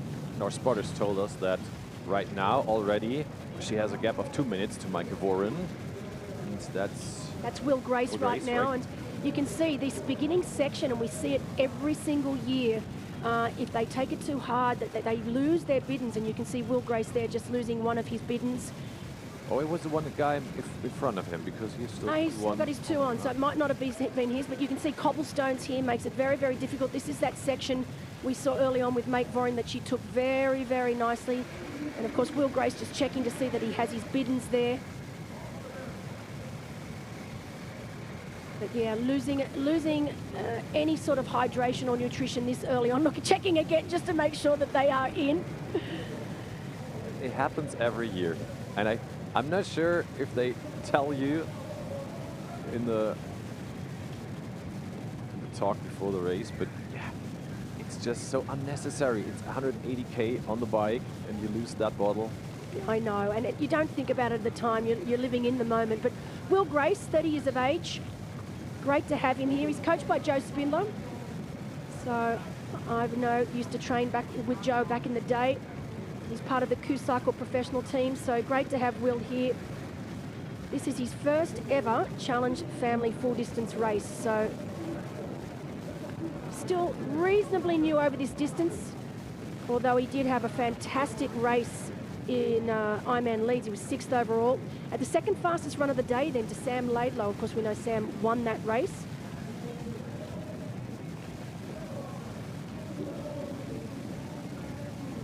And he has got a goal here today of finishing in the top 5. But he definitely very strong over that marathon. I'm going to be very keen to see what sort of run time he's going to be able to produce here today.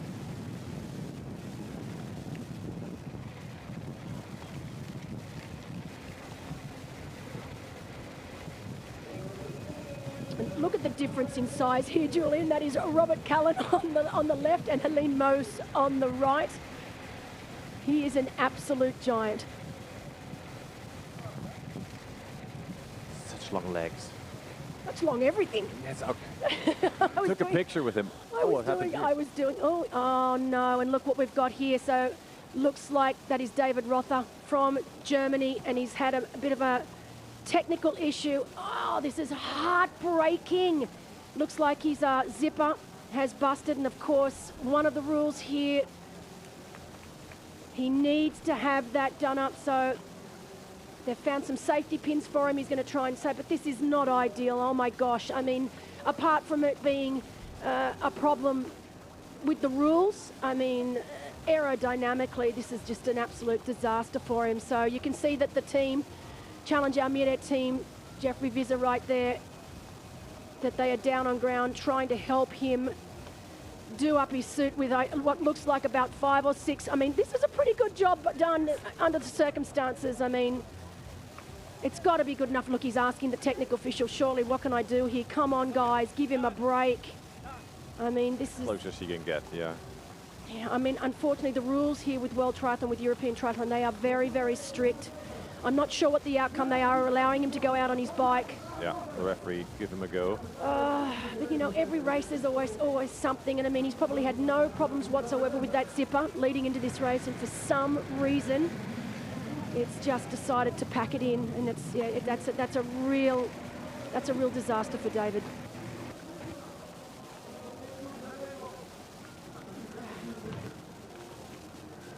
And you know, mentally now, Julian, you know, he's onto his bike, but mentally now being able to put that to the back of the mind, because at the end of the day, they've done what they can do. There's nothing more that can be done about it. And as easy as it is for me to sit here and say, you know, he's got to forget that now, he's got to push on, mentally very, very difficult to do, because you already feel like you're behind the 8 ball on the rest of your competition. Right. And it's something that's, especially on a 180k bike course, will dig into your head, into your mind. Absolutely. But this is racing, and this is, you know, it's one of the things I love about, particularly about long distance racing. It's more a mental game than it is a physical game. And at the end of the day, it is always the athlete that mentally is able to cope with the conditions, with the day ahead, that ultimately comes out on top. And we see it time and time again, particularly at the pointy end of the field, where everyone lining up is in incredibly good physical condition. And it's just those athletes that mentally are just that little bit better. But Robert Callan, we mentioned before, 30 years of age. He's based in Trollhättan in Sweden, about 90 kilometres north of Gothenburg. He's coached by Bjorn Andersson, who also lives there as well, so great to have his coach in the same town as him. And like his coach, Robert's renowned for his swim biking prowess.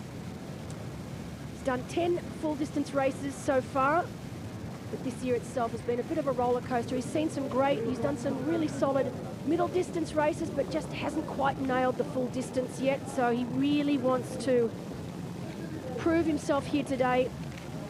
He's taken some time off his regular 9-to-5 job, so he's training full time right now, really focusing on his training. It's spends most of his time in Sweden, so he hasn't done any training camps. Like many of our other professional athletes, we see them doing training camps at altitude, the likes of Font-Romeu, Andorra and Majorca, but he stayed home.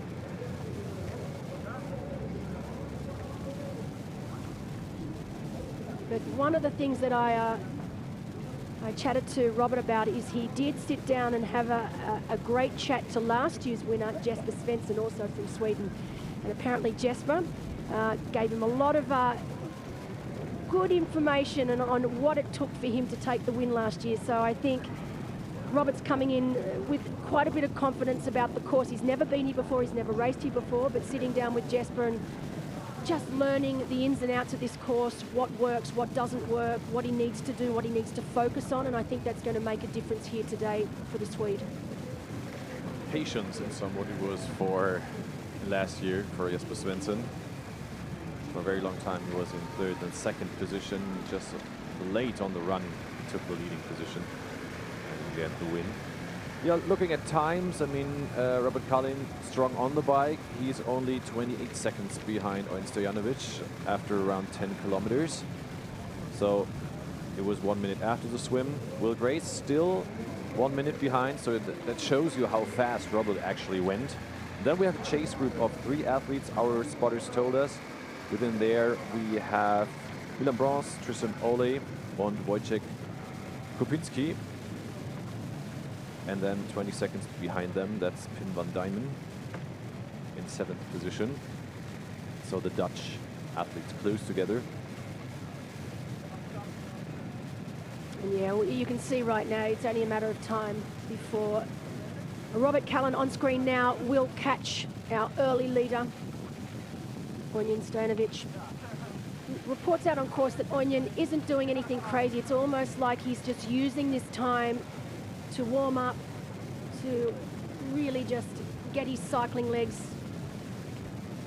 intact. I think Oin, he knows that he's going to be chased down by the likes of Kalin and Will Grace, and it's almost like our spotter's saying he's expecting it. It's just a matter of time now. Question is, can he follow them later on? Will he want to follow them later on? Lots of twists and turns while they make their way onto the dike. We know that while our men are making their way up there now, Daisy Davies is already onto the dike towards Lillestad, averaging around 45 kilometres an hour.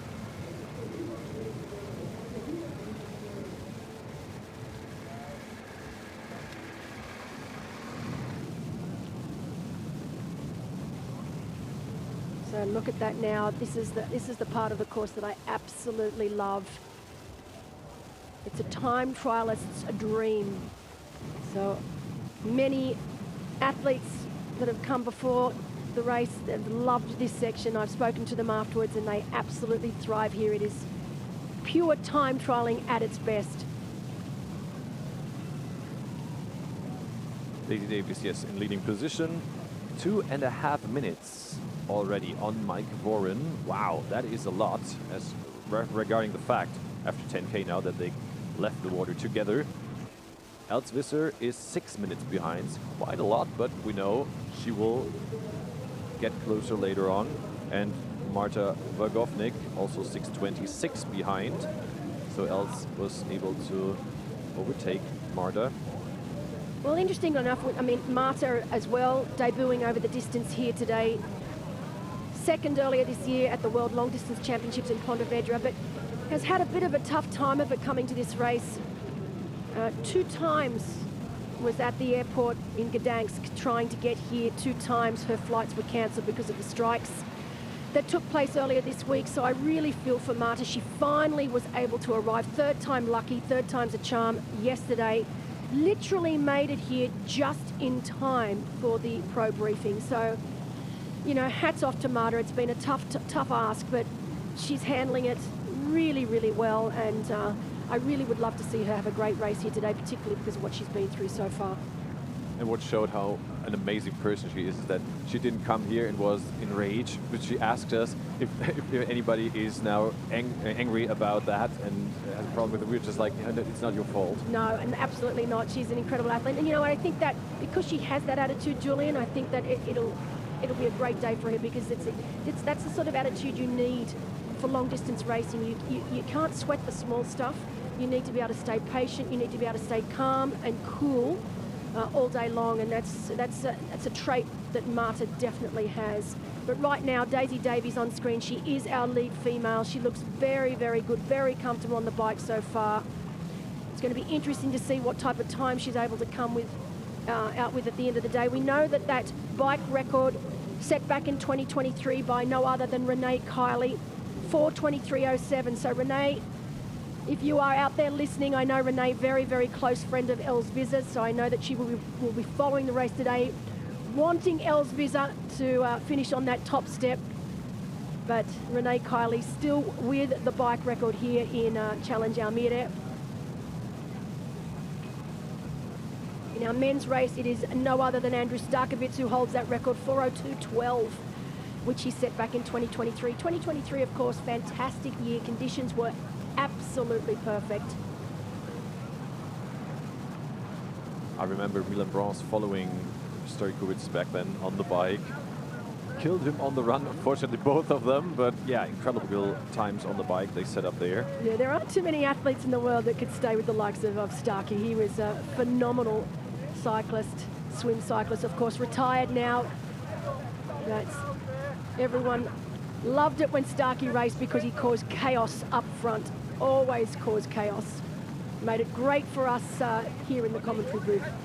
Well, the year when Menno Koolhaas set the course record, that is still there, 7 hours 36:36. Tough to beat today because the weather conditions have been almost perfect back there. Today still, we said, windy, wind from the south is not too bad, some crosswinds maybe. But already on the swim, we were a bit behind schedule, so to say. Yeah, the conditions on the water were not ideal. You could see that chop, while it did seem to get a little better as the swim progressed, it was still not great swim conditions, or certainly not swim conditions conducive to fast times. Look at that though, look at the long straight sections.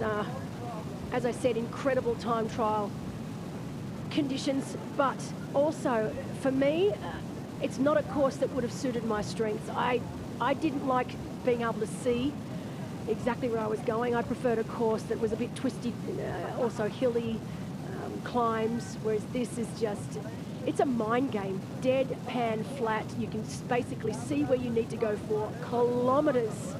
And yeah, that would do my head in after a while. But for any athletes that love being down in that time trial position, the likes of Daisy Davies right here on screen, I know Robert Cullen is going to thrive on this particular course. He loves this sort of riding.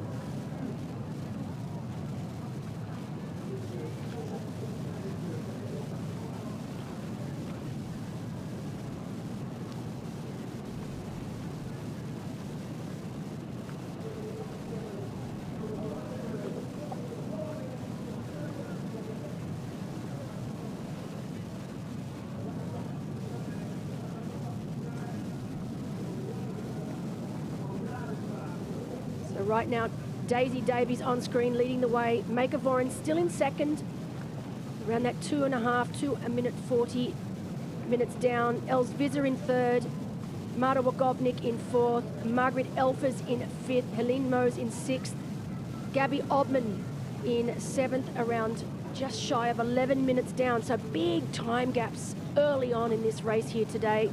Lena Bonde about 11 minutes down, just over. Vanessa Pereira in ninth, and then rounding out our top 10, Simona Krivenkova in 10th place, but 18.5 minutes behind this woman on screen. So huge gaps early on in this bike ride.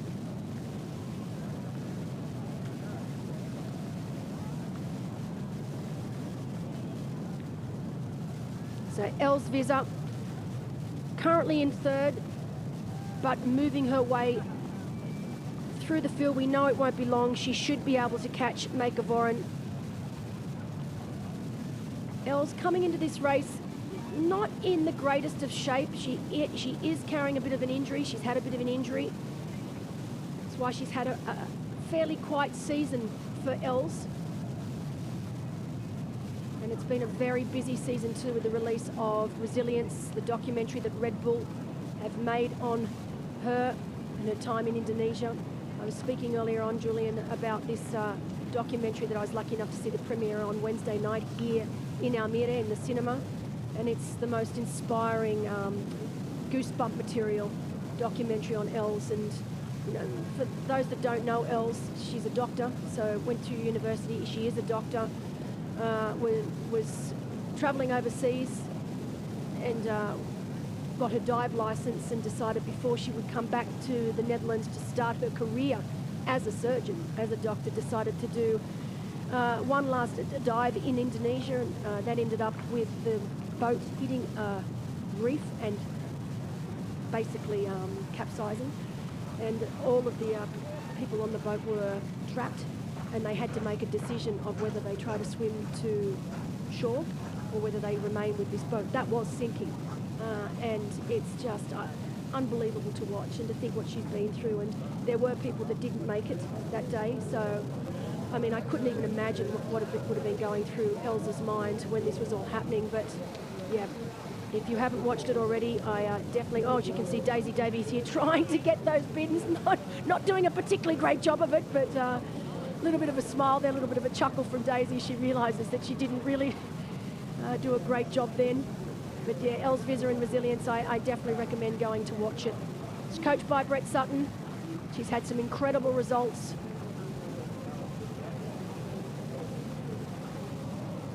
Yeah, you can watch it online on the Red Bull page. You said that before, I guess. And Daisy Davies still leading. Yeah, we saw her in the 8th station. Did not perfectly work out for her. Which worked out for her was Challenge Morgan Gran Canaria. She was 3rd this year, 2nd in Chamarin Championship.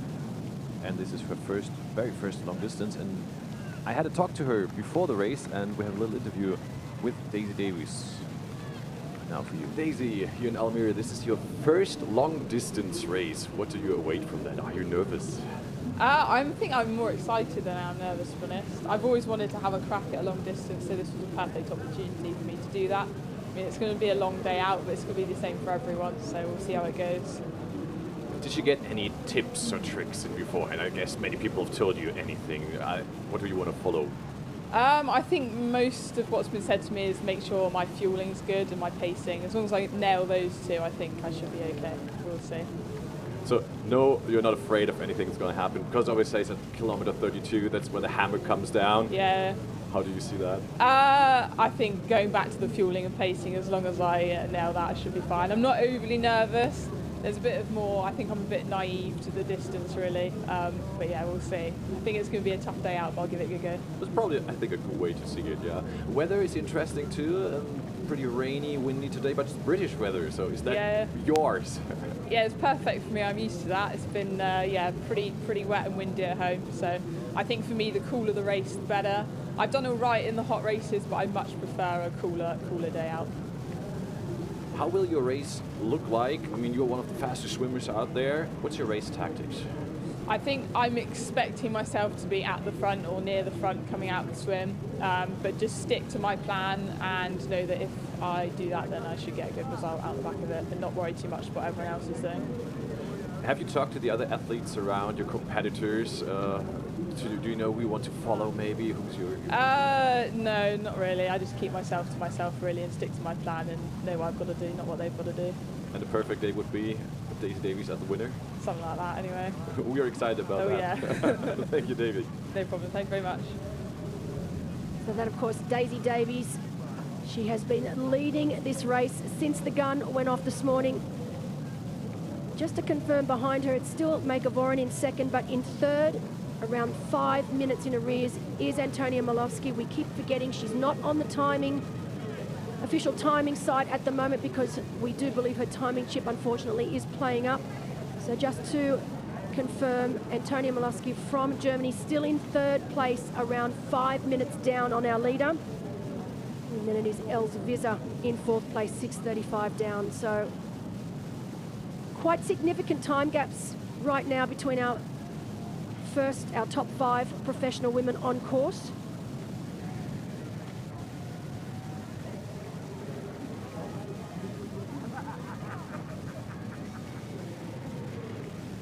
As we now head to the leader of our men's race. Great to see Onion still up front. We know that he's being chased behind by Robert Cullen.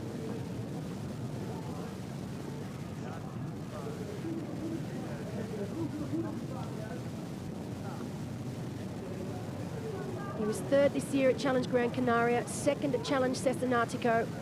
He was also the winner of the inaugural Challenge Xiamen last year in China.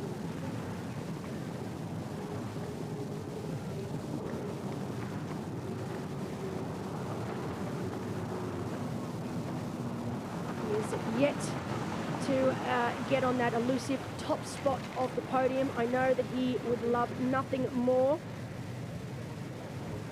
He was most recently third at Challenge Samarkand. So again, very consistent racing from Onion. Loves the podium, but just would love to hit that top spot here today over the full distance.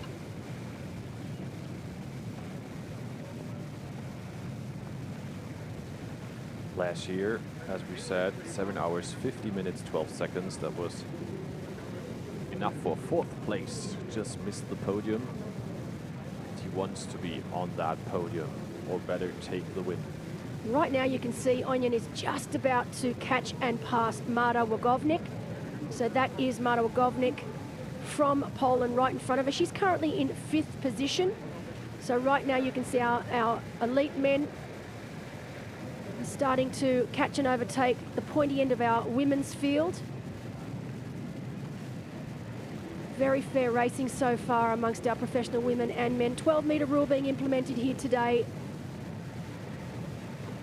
But you can see Onion now straight past.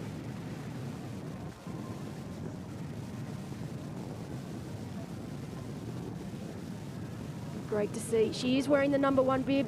She is the highest rank on the European ranking list for long distance racing. Marta is ranked #1.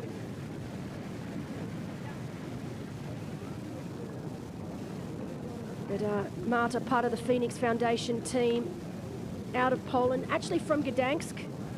So really great to have Marta here today, taking on her very first full distance race. She's 30 years of age and she does spend most of the year in Gdansk.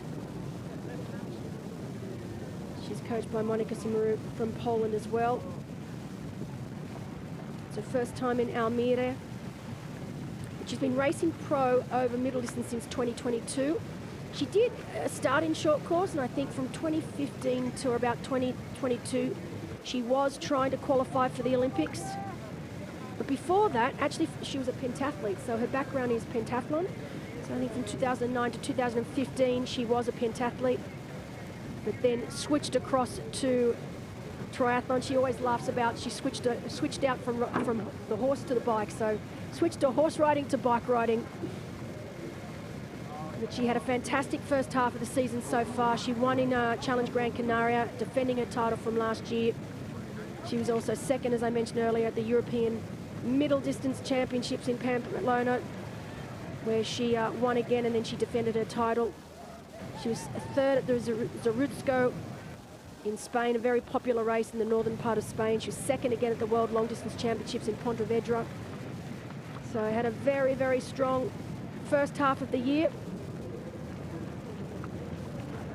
Interesting fact about Marta, she actually has 7 siblings, so 8 in the family. Incredible, like 1 sister and 6 brothers. That is a big family. But she actually decided to give up her job earlier this year, so she's now a full-time athlete. She's got some great sponsors behind her that's allowed her to now become a full-time athlete.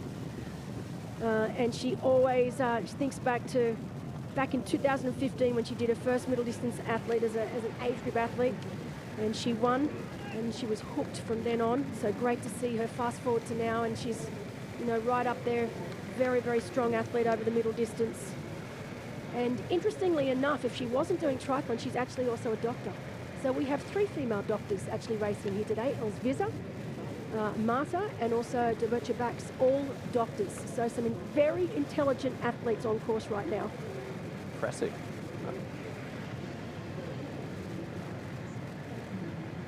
Well, Onion's still on a lonely ride here in front. We said before, Robert Cullen is heading closer towards him.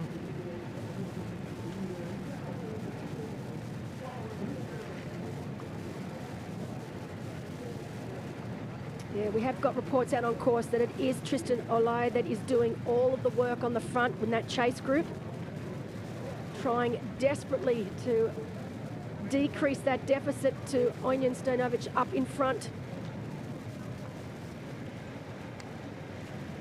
It's a pretty big chase group according to our numbers. So yeah, as we said, Wojciech Kopinski, Milan Brons, Tristan Olai, Pim van Diemen tries to get into that one. And there in between then we have Robert Cullen in 2nd position and Will Grace in 3rd.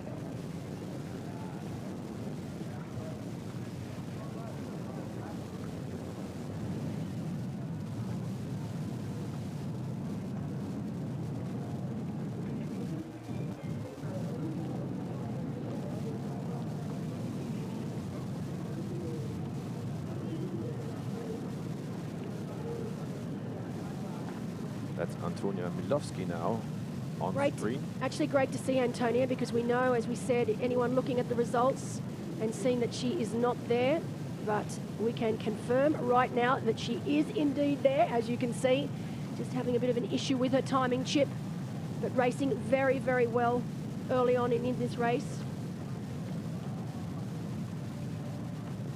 So currently in 3rd position. Didn't know too much, I'll be honest. I didn't know too much about Antonia before I got the start list here, so great to have her here.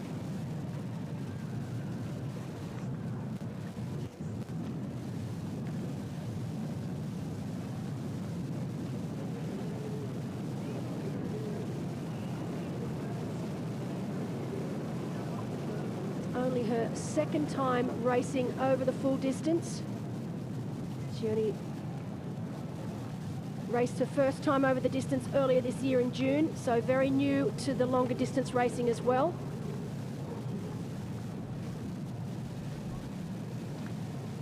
Makavorin still looking very comfortable.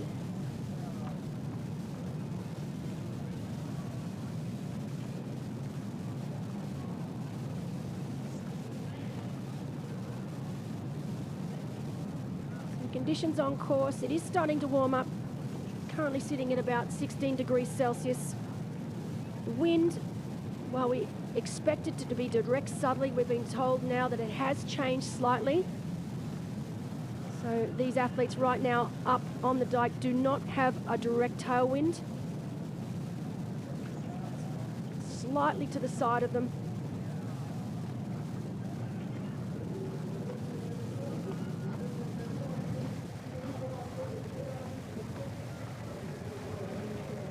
So south-southeasterly right now. You can see from the water though, the wind not as strong as we actually first anticipated. We've had really strong wind all week long. We know that this man on screen now was hoping and praying that that wind stayed. The windier the conditions, the better for the tall Swede. He's very, very powerful on the bike.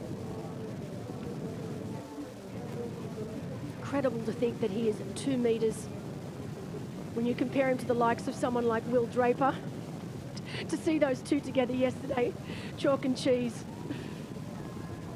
We haven't spoken much about Will Draper yet, but of course, we know that swimming is not his strength. It doesn't faze him whatsoever. He's used to being in this predicament. In fact, I think it actually is an advantage for him in a way, because he gets to work into this race on his own. He's mentally prepared for it. So while we might not be seeing much of Will Draper early on, I do believe that by the time we get to lap 2 of this bike here today, we will be talking about him. He's very, very strong on the bike. He has a great bike-run combination.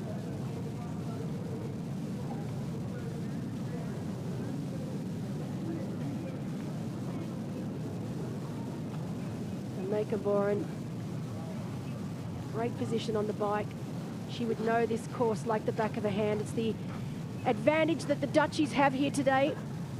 Someone like Milan Bronze, he was telling me, he basically has been training on this course for 20 plus years. He's born and bred here in Almere. He doesn't live here now, of course. He moved to Girona, and that is now home for him. But still, he's been here, back here now for 3 weeks training on the course, but he really has been training on and around this course since he started in triathlon over 20 years ago. So massive advantage when you know every corner, every part of this swim, bike and run.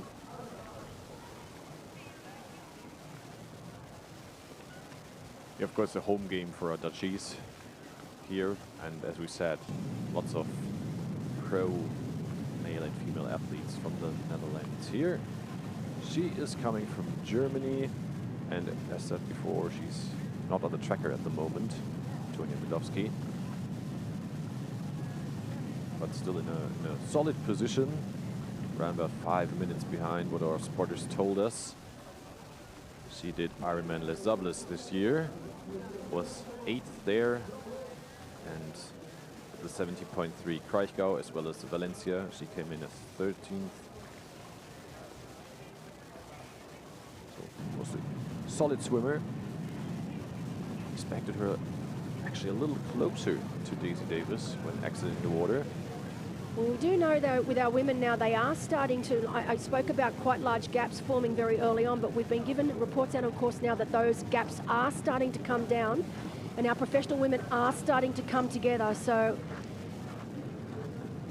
bit of a change there starting to happen with our professional women's race. Huge change in our men's race. We have been told by our spotters out on course that Robert Cullen now leads the race. So while we have Onion Stojanovic on screen, we do know that it is Robert Cullen from Sweden that is leading this race. We knew that last time check it was only at around 28 seconds and that it would only be a matter of time before Robert Cullen took the lead of this race.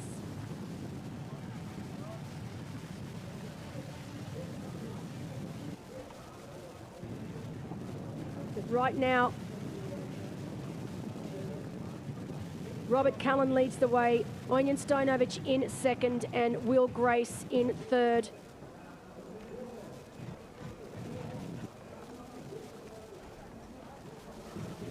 So Onion Stojanovic, as we said, he was 4th here and now in 2nd position, has to find his way back on track, and we've talked to him yesterday before the race.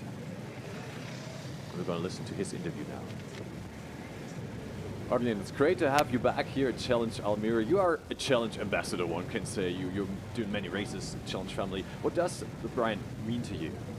Yeah, it's really great to come here for the 3rd consecutive year. I really like this race, and as you said, it's obvious that I also like all challenge events. It's just I think the treatment of professional athletes, also the events, the locations. Like there is really 4, 5, 6 challenge races which I really target per year. Not always I can do them, but there are some which I really enjoy. So like you said, you have been here before. You came in 4th last year.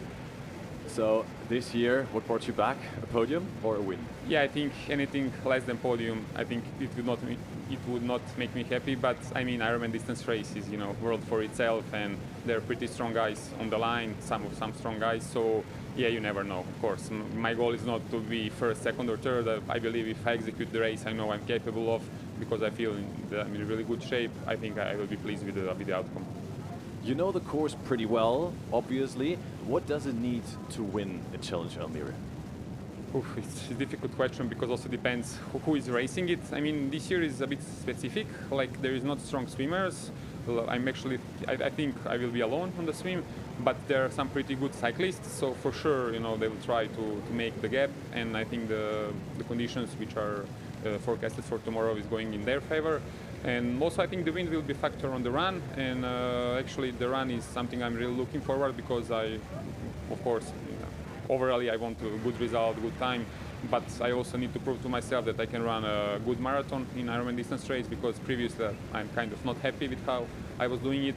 So yeah, if I manage to, as I said, to do the race I believe I'm capable of, I think I should be happy. You're wearing bib number 51, so the first number, so to say, of the Pro Men's race. You came in 4th last year. You had 3 really good long distance races last year and beforehand. This year, DNF. So where do you see yourself? Do you feel pressure? No, I don't feel pressure. Actually, I really wanted to do a good time this year on Ironman distance race, and I started trot with the goal to do like really good time. But I DNF'd because I crashed before the race 1 week, so I was not in a good state starting the race, but I also crashed during the race. So unfortunately, it was not realistic for me to finish the race. So immediately after the road, so it was pretty clear to me that Challenge Almere is my next full distance race, because I think it will be pity to not do good Ironman distance race in this season. So yeah, it's kind of all my eggs are in this basket. So if I don't do well, that means that 2025 is not very good for Ironman distance, and obviously if I do it well, I will be happy. We are excited to have you back. We wish you all the best. Thank you very much. Onion Stojanovic from Serbia, who is what our spotters told us now in 2nd position, being overtaken by Robert Cullen. We will inform you as quickly as possible if we have any information, if there is even Will Grace in front of him. But yeah, we have to wait until the 30-kilometer mark for our next splits. But told from our spotters, it's Robert Cullen, Onion Stojanovic, and Will Grace. And then a huge gap to the chase group, with the likes of Olaj, Van Diemen, Bronze, and Kapinski. So it's quite a significant gap to that chase group.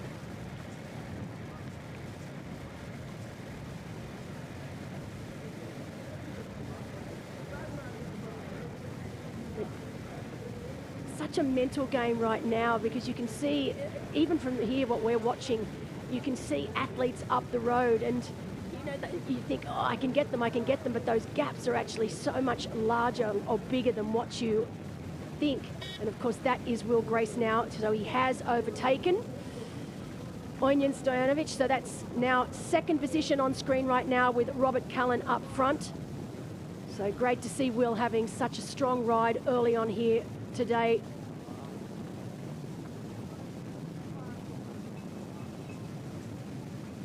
So quite a few changes in our men's race. But these 3 men right now, with a huge gap back to that chase group, with our Dutch legends, so to speak, so Milan Bronze and Tristan Olaj. Of course, Pim Van Diemen. They're all racing for that illustrious top Dutchman. So the Dutch Championships here today. But look at that, look at the speed. Robert Cullen is making sure that he's trying to pull away. He does not want Grace to have a sniff at all, as he just passes Antonia Malowski. So Robert Cullen actually making his way towards the front of this race. And while he leads the men's race, we still have 2 women in front of him. So Maika Voron and of course Daisy Davies, but it won't be long before Robert is actually leading this race. And this is now our 2nd position. Antonia Milowski she has overtaken Maika Voron, is what our spotters just told us. Daisy Davies has a lead of around 5.5 minutes. Wow. Now, towards Antonia Milowski, then Maika Voron, and in 4th position, Els Visser, 6 minutes 40 behind. Yes. So a good race so far for the German athlete. Now, spotters actually had a little bit of a conversation with Els Visser. Els knows exactly where she is on course, and they asked, are you worried about the time gap right now? And Els is like, no, it's early days. And the great thing about Els is she's the most experienced here for sure over this distance, and she knows that we're literally not even halfway through lap 1 of the 2-lap bike course, and we will see Els just get stronger and stronger throughout the day.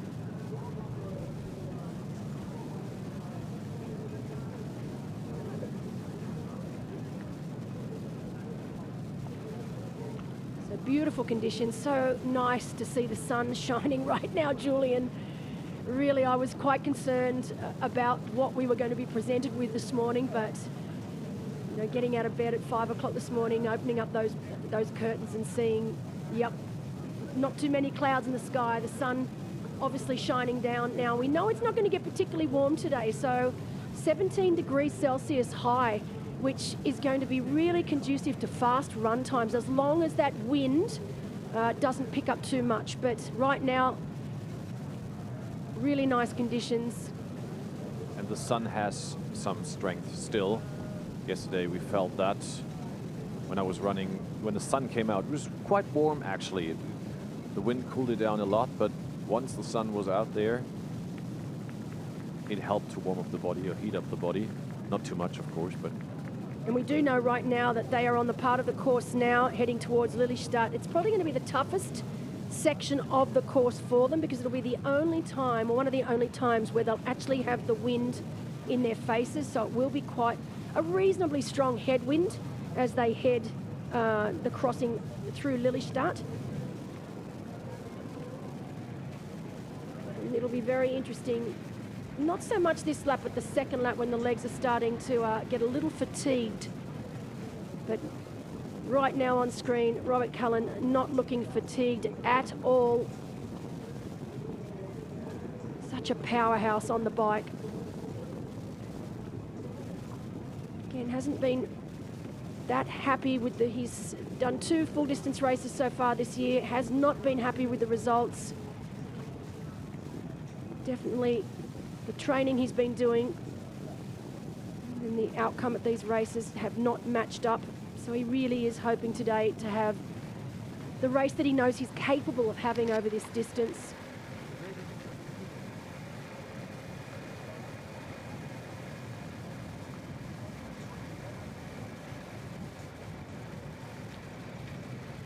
So Robert Cullen also making his way now towards Lelystad. So you can see right now, a little tricky here where they go on and off the bike paths. Just to keep it interesting. This bike course, we know it's had quite a bit of resurfacing done, so really, some really nice, fresh and fast asphalt. I think about 15% of each loop has been resurfaced. But we do have these sections, around 5 to 7 kilometres in total, these quite narrow bike paths, which take the athletes up onto the dike. But it is pretty much pancake flat. And like you said, the elevation, it's actually below, this section's below sea level, which is crazy to think.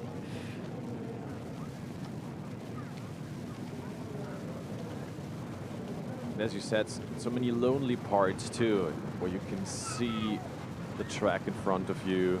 You also, like here, have animals in front of you. Birds to contend with what's going on here.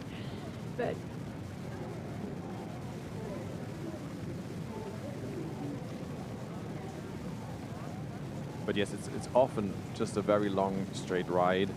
In before we had winds from behind. Now you can see our weather conditions, yeah, 13 degrees.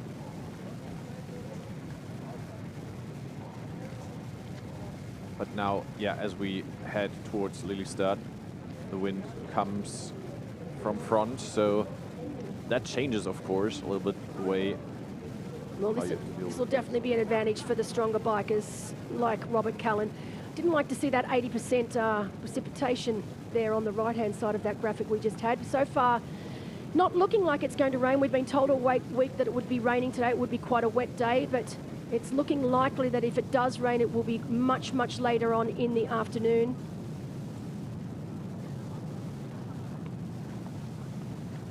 But Robert Cullen, as I said, a little bit disappointed with his results this year over the full distance. He was 18th at Ironman Texas and then Lake Placid 14th. Definitely not what he wanted there.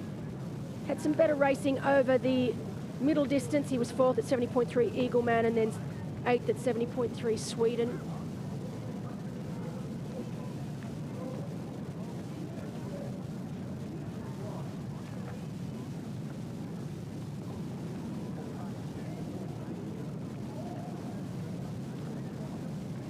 has ridden a sub 4 before at Ironman Vitoria-Gasteiz. 3:54 is the fastest bike time for Robert. We know this course 4:02 is the fastest right now. Not sure if he's going to be able to give that one a nudge here today, but it'll be interesting to see.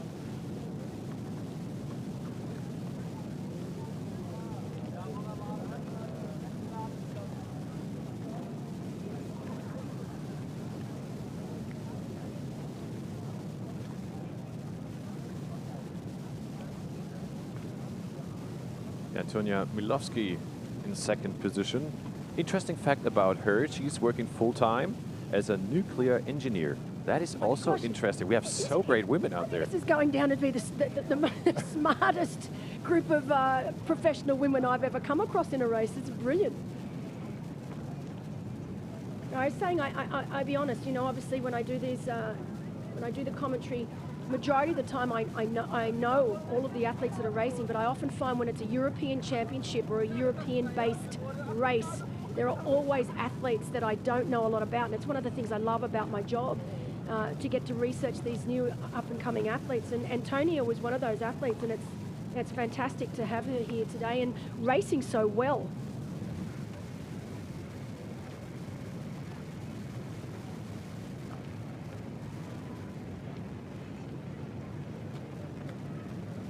But this is only her second time over the distance. She was 8th place at Ironman Les Sables d'Olonne.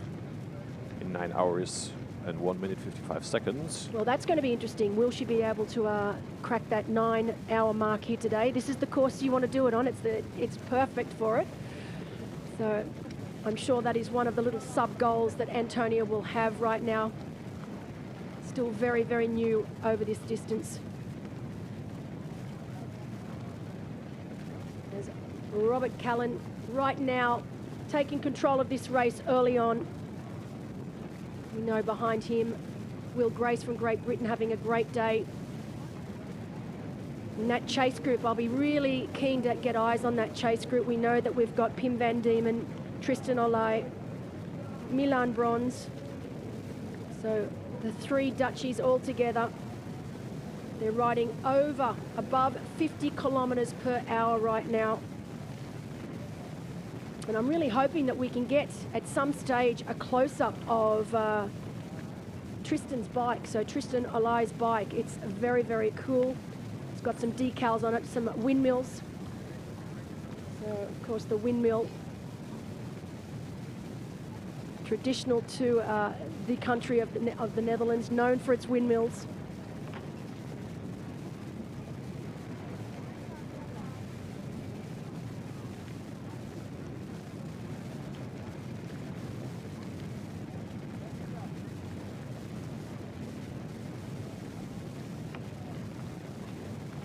Robert Cullen, so still in the lead.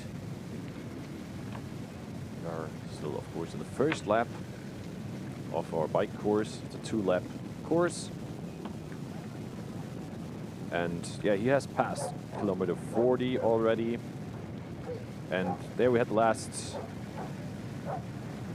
timing. Robert Cullen in leading position. Will Grace 1 minute 10 seconds behind Onyen Stojanovic, 1 minute 11. And then we have the chase group, 2 minutes, 10 seconds behind Tristan Olay, Milan Bronze, Wojciech Kupinski, and also Pim van Diemen made it to this group. So I love that we've got the 3 top Dutchmen in this group. Right. I mean, even though they're obviously competing against each other for that Dutch championship, right now, I'm pretty sure that they will be working well together, legally working well together to try and chase down this man, or at least to try and limit that deficit. They all know that Robert Callan's not renowned for his running speed, but they also know that they can't afford to let that time gap blow out too much. Right now, it's doable. It's in control. But you know as well as I do, that second lap, it's crazy how much things can change. So they really want to keep Robert well and truly within that 5-minute range coming off the bike. Tristan is definitely one of the fastest runners. Milan is also a great runner. We know he's had that injury, and Paul Milan, first half of the year, a sacral stress fracture. It's taken him a very long time to get himself back into peak fitness, but great to have him back racing again. I know he spent some time in Font-Romeu. He's based in Girona, but spent some time in Font-Romeu with the likes of Vincent Louis, getting Vincent Louis ready for Challenge Roth. So they've done some great training together. What a great training partner. So we know that Milan Bron's coming into this race. Obviously, there's a little bit of a question mark with the lack of racing that he's done, and race fitness is very, very different to general fitness. So it'll be interesting to see, but I know that Milan Bronze will be the crowd favourite. He's from here.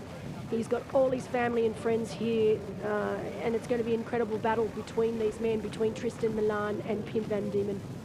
Speaking of strong runners, yeah, in 8th position we have Will Draper. He's 2 minutes 54 behind, so solid position for him on his first long distance. And we know that swimming, you know, he knew straight away that he was going to be giving up a big chunk of time in the swim. It's a position he's used to being in. It doesn't faze him whatsoever. And this is what I love about Will. And he's got such momentum coming into this race. He's had an incredible year, the best career, the best year ever of his career. Fresh off that win in Samarkand, where he was able to chase down Max Stapley. That was brilliant to watch. I was there for that race. Yeah. And yeah, just such a strong bike runner. So again, untested over this distance, which, you know, that's another little piece of the puzzle for today's race. But look, I have no doubt. He's here with his dad, so great to have, mum and dad, great to have them here. The last time they were at his race was at Challenge Gran Canaria at the beginning of the year. That was his first pro win and his mum's birthday. So I think his mum and dad are actually good luck charms. So it's good to have them here. And I think I'll be interested to see what Will's able to produce today. To round up top 10, we have Thomas Renk from Czech Republic in 9th position, 4 minutes 16 behind, and Mikel Ramos from Spain, 4 minutes 37 behind. We'll see which role he can maybe play later on. Also solid bike and good runner. You said those are weather conditions he'll note from Victoria from Spain, where he comes from. So still an open race, but this guy here, number 53, Robert Cullen from Sweden, in leading position, 1 minute ahead of Will Grace and Onion Stojanovic. Now, I'm not sure, I mean, you've been in triathlon for a while, but certainly not as long as I have. And do you remember the athlete Bjorn Andersen? I mean, obviously I know him very well because he was my era. And Bjorn Andersen was a giant as well, very, very tall Swede, and a brilliant swim biker. He was, in his day, the best in the business. And I didn't realise till I had a chat with Robert Cullen yesterday, or the day before, that he was actually the coach of Robert. So it all started to make sense why Robert is such a great swim biker, because being coached by one of the best in the business. So it's great to see. Like you say, it's interesting maybe that both been pretty huge or big, that they work together and just know how to deal with that. Yeah, and they're both from the same town, so nice, definitely a nice coach-athlete situation right now. Oh, and here we go, our lead female. So back with our lead female, Daisy Davies from Great Britain. I think she has one of the coolest names in the sport, I have to say. I love it. It's sometimes tricky to not mess it up because it sounds a bit of a tongue similar, twister. Yeah.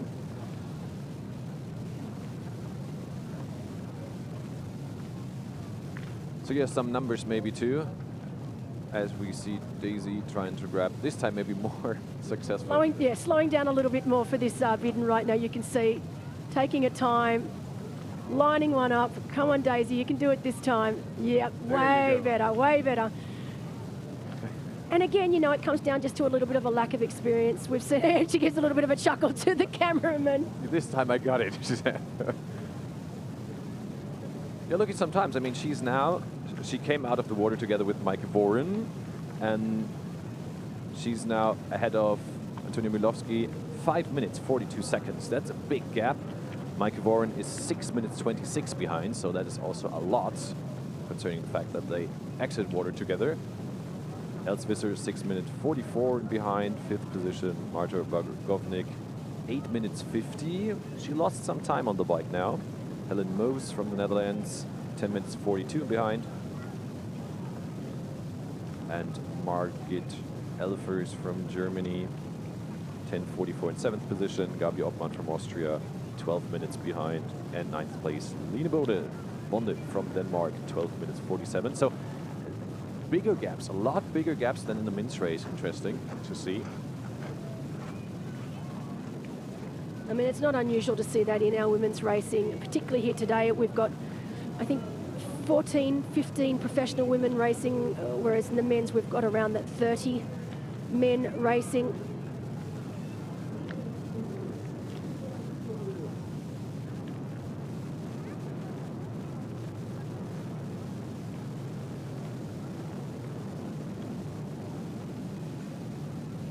While we're on our women's race here right now with Daisy Davies leading the way, we know that chase group that we would love to get eyes on. So that chase group of men behind, it looks like Pim van Diemen doing exactly what he did last year, just a lap earlier, and he's come to the front of that group. And he is really starting to put the pressure on that group, and they are starting to splinter just ever so slightly. So Tristan Olai definitely feeling the heat a little bit right now as Pim van Diemen is starting to really push the pace. He wants to attempt to catch those men up front. He knows that there are 3 men up front. And really, if that chase group's got any chance of catching the likes of Will Grace or Onion Stojanovic, they really need to work together.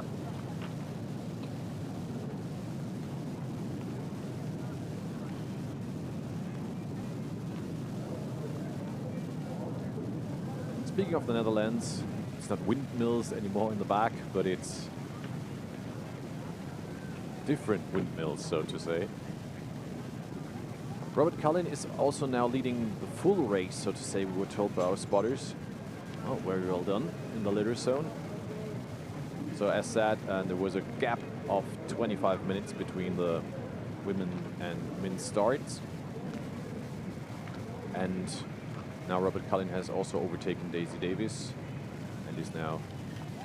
Well, she's just still behind. I think she's that was the aid station that Daisy just went through before. Yeah, our spotters told us that. But now they have. Sure, so yeah. But you're okay. right. With that pictures, actually, it looks like he's... Well, we know that it's pretty close, and it was only we knew it was only a matter of minutes before Robert Cullen would take the lead overall here today. So for our viewers that have just joined in, our professional women, our elite women, were the first to start this morning at 7:10, with our elite men starting 15 minutes after our women. And we are now in the situation where our lead men are starting to catch and overtake the lead women here in the race. It's great to see the women actually getting to be first here. So starting first, they've got the lower numbers. We know that Marta Wagovnik wearing bib number 1.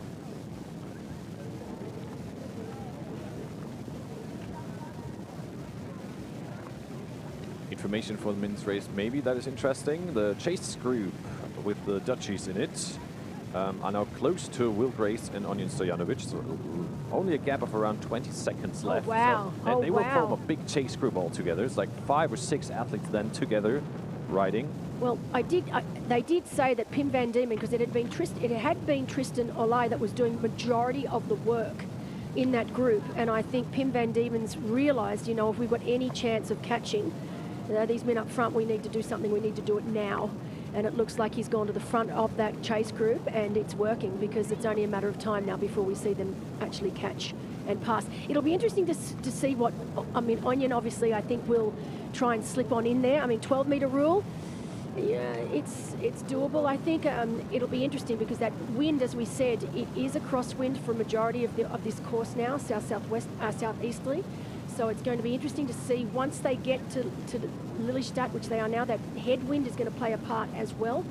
But that's going to be quite a significant group if they are able to then also catch the likes of Will Grace and then see if they can then work together to catch our leader, Robert Cullen.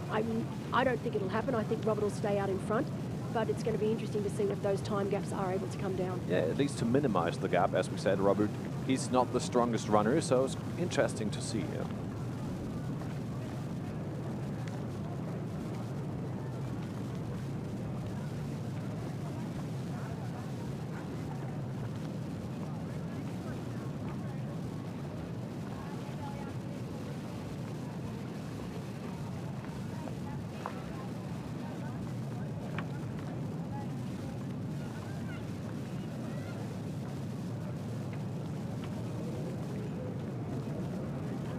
mentioned earlier that Daisy Davies works part-time as a lifeguard, so she's not a full-time athlete quite yet. She's based in Sherborne in Dorset. It's funny, I always ask these athletes to give me some interesting information about themselves, and of course Daisy came back to me with she's got 2 dogs, Louie and Murphy, and of course Louie is her a running partner.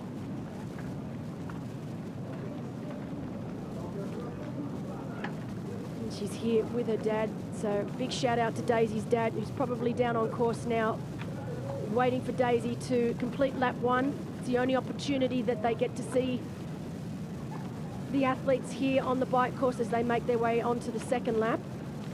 But the greatest thing about this course here in Almere is the run course. 4 laps, ample opportunity for spectators, family, friends to cheer on their athletes. It's one of my favorite runs to watch because there's just so much opportunity for the athletes to be seen, to get support. Right now, windmills everywhere, just as you expect here in the Netherlands.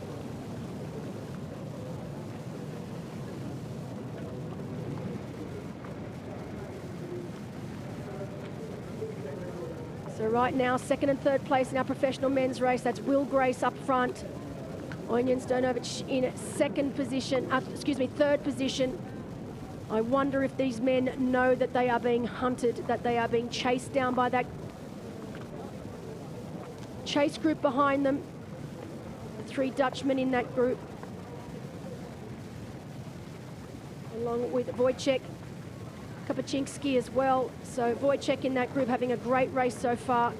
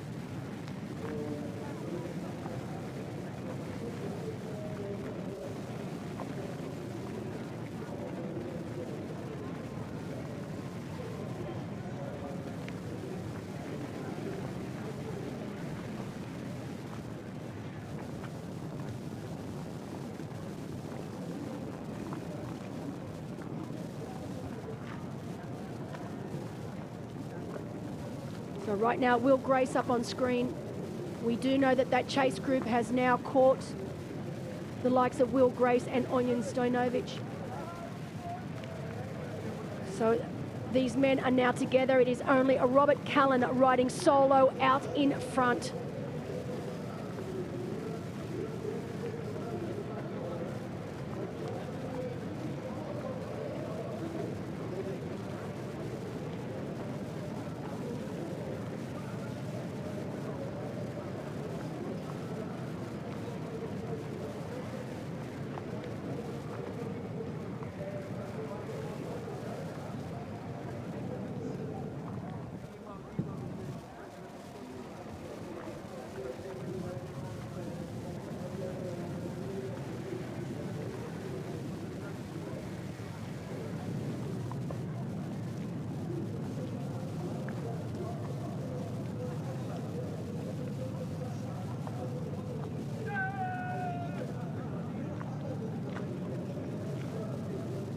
So right now,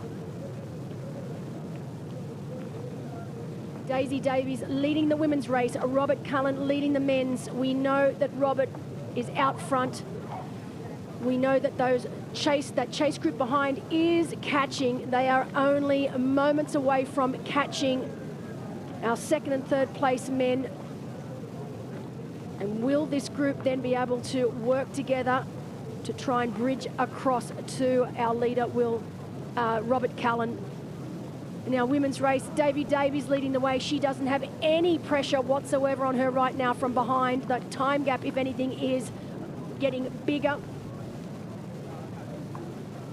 And as I said, this bike course here today, 2 laps, 180 kilometres in total, 2 lots of 90-kilometre loops. It's about as flat as you can get. And you can see right now Daisy taking that opportunity to get up and out of the bike course. And we will go over the bike course here in Almere. You can see it starts here in the city of Almere, makes its way out of town on several different bike paths before it makes its way up onto the dike. Great course, you can see right now up onto the dike here, long, straight, flat sections. A few technical sections as they make their way off and back onto the dike again. But you can see right now, barely any elevation in this course at all. That's why we continually see so many fast times being posted here. Back onto the dikes again. Look at that, it is a time trialist's dream course.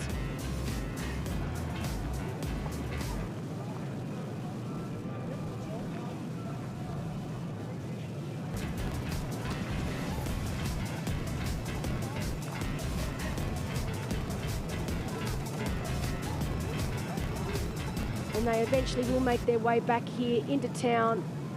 The Quintana Roo 2-lap bike course. And once they make it back here into town, they then start lap 2, identical laps here.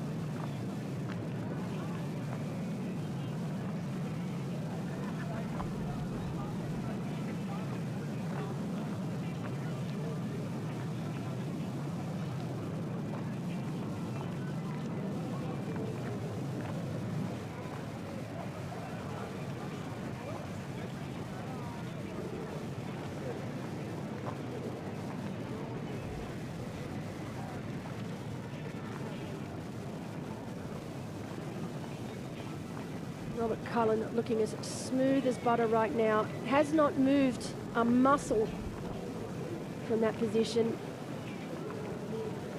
Not long now before we see him catch our lead female, Daisy Davies.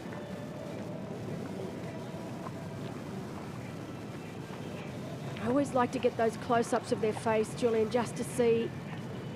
You can see it, you can read a lot into an athlete's face, and he looks very, very controlled, relaxed. Does not look like he is overexerting himself at all. Whereas I believe it is a different story from behind, where those men are really desperately trying to limit that gap between themselves and Cullen right now. We know it was less than 20 seconds between Will Grace, Onion Stojanovic and that chase group. Only a matter of time before it all comes together.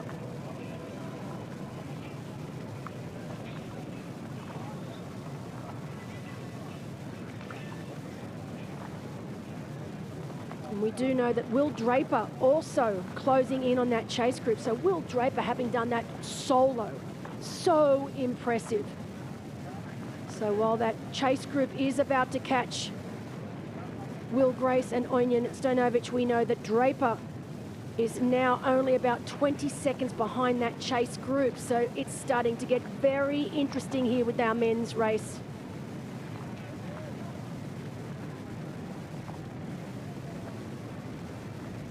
One of our reports out on course from one of our spotters has said that Cullen is as tall as the windmills on course and looks like he's out on a coffee ride because he looks so smooth and in control. And now, while I'm sure he doesn't feel like he's out on a coffee ride, It's just saying just how in control and good this young man looks so far. You can see right now that close-up really does look totally in control.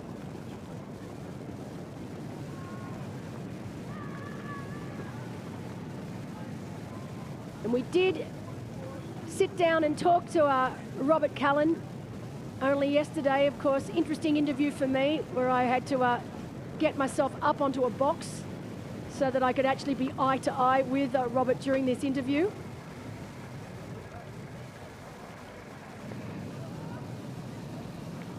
But we will get that interview to you shortly.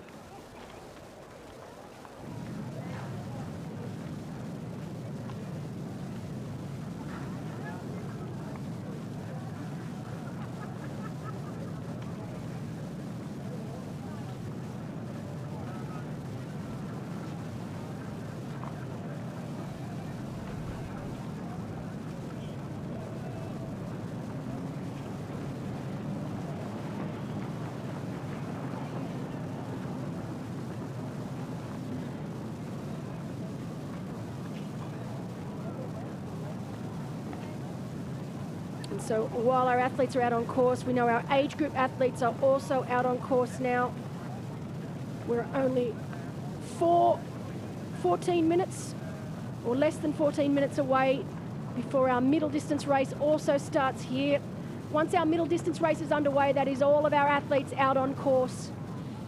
It's starting to really heat up here at the finish line area. Lots of people around. It's a great setup here, the race venue here in Almere. Incredible scenes out there now with so many people starting to make their way down towards this finish line area. We've got food trucks, there's entertainment, the music is blasting. It's just a really great atmosphere.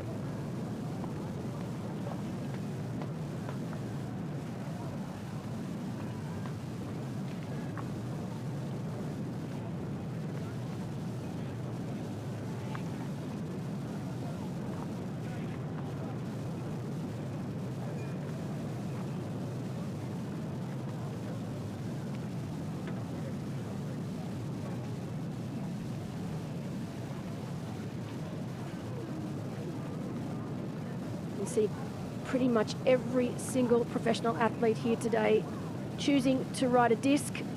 You'd be an absolute crazy person not to. So deep dish front, disc on the back. It is the only way to go for this particular bike course here in Almere. I was gone for a second. Did you mention that we have a change in the lead and in the chasing position? Els is now in second. As I anticipated, the thing with Els is, you know, she was in no rush to try and bridge gaps. This is the sign. This is the athlete that is experienced, that knows that you don't need to push these gaps up in minutes. You've got such a long day ahead of you. It's important that you take your time. Els is very, very confident of her abilities. She's one of the most experienced, if not the most experienced, in the women's field here today. And yeah, it does not surprise me at all that you've told me that. Interesting to see that the roads are quite wet here now. So it looks like there has been some rain, and this is exactly what we've seen all week, that we've had pockets of rain in different areas. And while it's completely dry here at the race venue, you can see that it has just rained out there on course. And look, not so much of a problem, just that the athletes just need to be aware. I mean, it can be quite slippery, so you just don't want to be taking some of those corners at speed, because the last thing that these athletes want now is to come down. But again, just like Robert Cullen, that close-up then of Daisy Davies, and really under control. And here we go. This is what we wanted to see. That chase group has now indeed caught the likes of Onion Stonovic. That's him on the front, on the back right now. We can see in that red suit, that is Wojciech Kopachinski. So Wojtek also there, Tristan Olaj also there, Milan Bronze up there. And of course, Pim van Diemen, another of our Dutch athletes in that chase group. And they have now caught Will Grace and Onion Onion there on the back. It's going to be very interesting to see if Onion, I mean, the last thing Onion wants is to be dropped from this group. So really needs to concentrate right now. Doesn't need to do anything silly. He just needs to sit off the back of this group and just pace off them. Wojciech Kopyczynski, only 22 years of age, also quite high with 1.86 m. Not racing for too long. He was third at Challenge Israman, 9th at Challenge Sir Banias, 16th at Challenge Moment Gran Canaria, and 11th at Challenge Gdansk. Also his very first long distance race. I love how many debutants we've got here today at the European Long Distance Championship. Just going to make the race very, very interesting, particularly once we get to the latter stages of the marathon.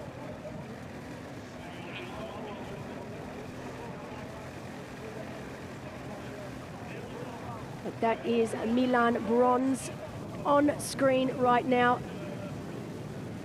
He is from Almere, so he is the one and only true local. Doesn't live here right now. He moved to Girona, so he's based in Girona in Spain, but great to see Milan having such a great race. And interesting now to see that I think Milan saw that the guys, Pim van Diemen in front, that they are starting to push away. Yeah, and then good of him, yeah, well done. He's awake, he sees that, and now tries to stay with them. This is when the dynamic gets quite interesting, Julian, because you can see now also Onion also a little worried. That's Will Grace on the back there. And there was a little bit of looking around because it's just that shuffling of positions. And when you've got a group of this size now, if you're not concentrating, you know, you put your head down for a minute or two, and before you know it, when you've got athletes like Pim van Diemen, who is very, very strong on the bike, we know from his race last year, he caused a lot of destruction in that second lap. Right now, them boys having to take it quite easy around that corner. It's very, very wet. But these men also need to make sure that they stick to that 12-meter rule. It's very difficult. Whenever you have an athlete or a group catch another group, it takes a little bit of time just for everyone to sort out where they fit in, where they need to be. And this is when mistakes can get made as well, Julian, because before you know it, that 12 metres turns into 10 metres, turns into 5 metres. You have a technical official out on course that they see that they will allow a little bit of time for these men to sort themselves out. But if it looks like they are not and that they are taking advantage of this situation, we will start seeing some penalties being given. And we know that that blue card, that drafting card, 3 minutes in the sin bin, they need to do that in the next penalty tent that they come to. And if they don't, then it's an automatic DQ. So this is it's a tricky situation. They really need to keep control. You can see already they're starting to really pull out to that 12-meter mark again. So doing all the right things right now. And as we've seen, Pim van Diemen, he was not in that chase group first, and this is Tristan Olli, also really huge. This is a really cool close-up. If you can just see his bike right now, right above his forks, you can see the really cool decal of the windmill. So very cool Dutch bike for Tristan Olli right now, and I love it. I love it when they're able to do it. It's so cool. And so many of the bike companies these days are able to do so many amazing paint jobs for the individual athletes. And Tristan, 1.95 m, so really huge. He was 12th Challenge Roth in overall 7 hours 49.59 and had 2 DNFs in Texas and Suri-Banyas. Yeah, but you can see the weather really good here. On the one side, on the left, you can see it's quite windy on the one side. On the other side, through the clouds, sun came through, heating up everything a little more. And our middle distance athletes are soon about to start. This is why the start is packed again. Lots of athletes out there. Over 800 volunteers, as we said. Of course, without them, this race wouldn't be possible. And in total, in middle distance, in long distance, all our other events today, 3,000 athletes altogether in Almere at that wonderful venue here.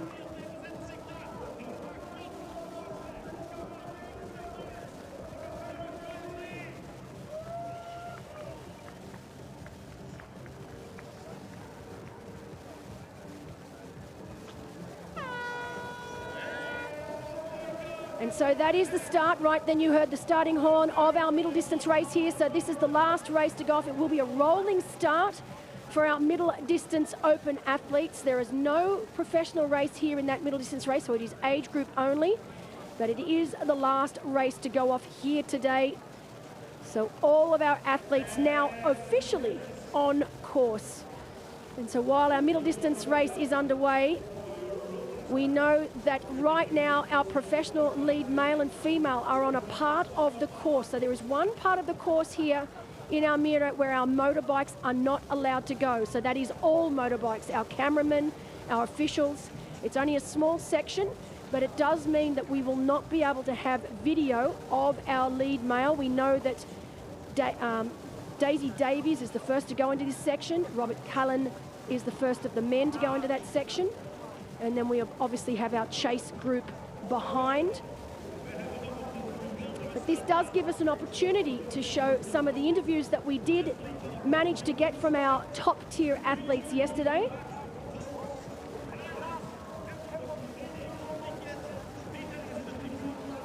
Robert, so great to have you here in Almere for the first time. Now, you're renowned for your swim bike speed.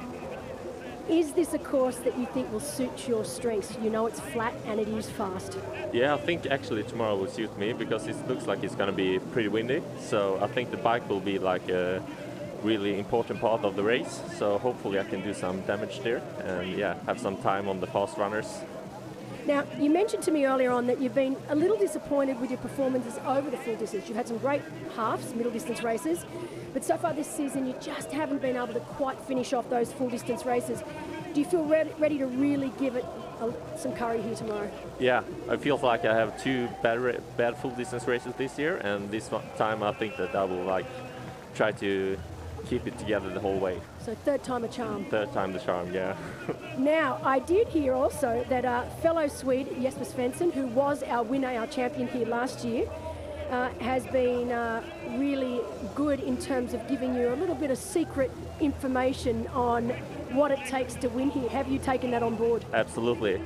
I can't tell you them, but yeah, he's giving me all the secrets that he had last year. So yeah, hopefully I'm prepared. Now, I'd forgotten just how tall you are. Can you tell me, how tall are you exactly? I'm almost 2 meters, so 198. You have to be one of the tallest triathletes pro triathletes on the circuit right now. I think I'm the tallest, you actually. Are the tallest. You take that award. Yeah. Well, look, we're really, really happy to have you here, and I can't wait to see if you can get that bike record tomorrow. I'm not sure. I don't think the conditions are going to be conducive to fast times, but I'm pretty sure we'll have Andrew Starkovitz watching, hoping that you don't get his record.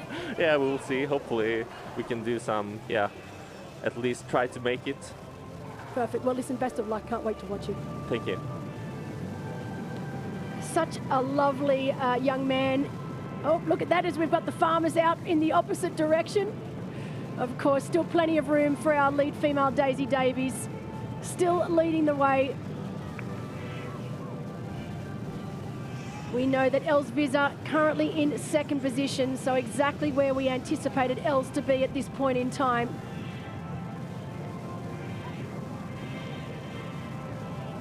So Daisy Davies at around that 65-kilometre mark right now.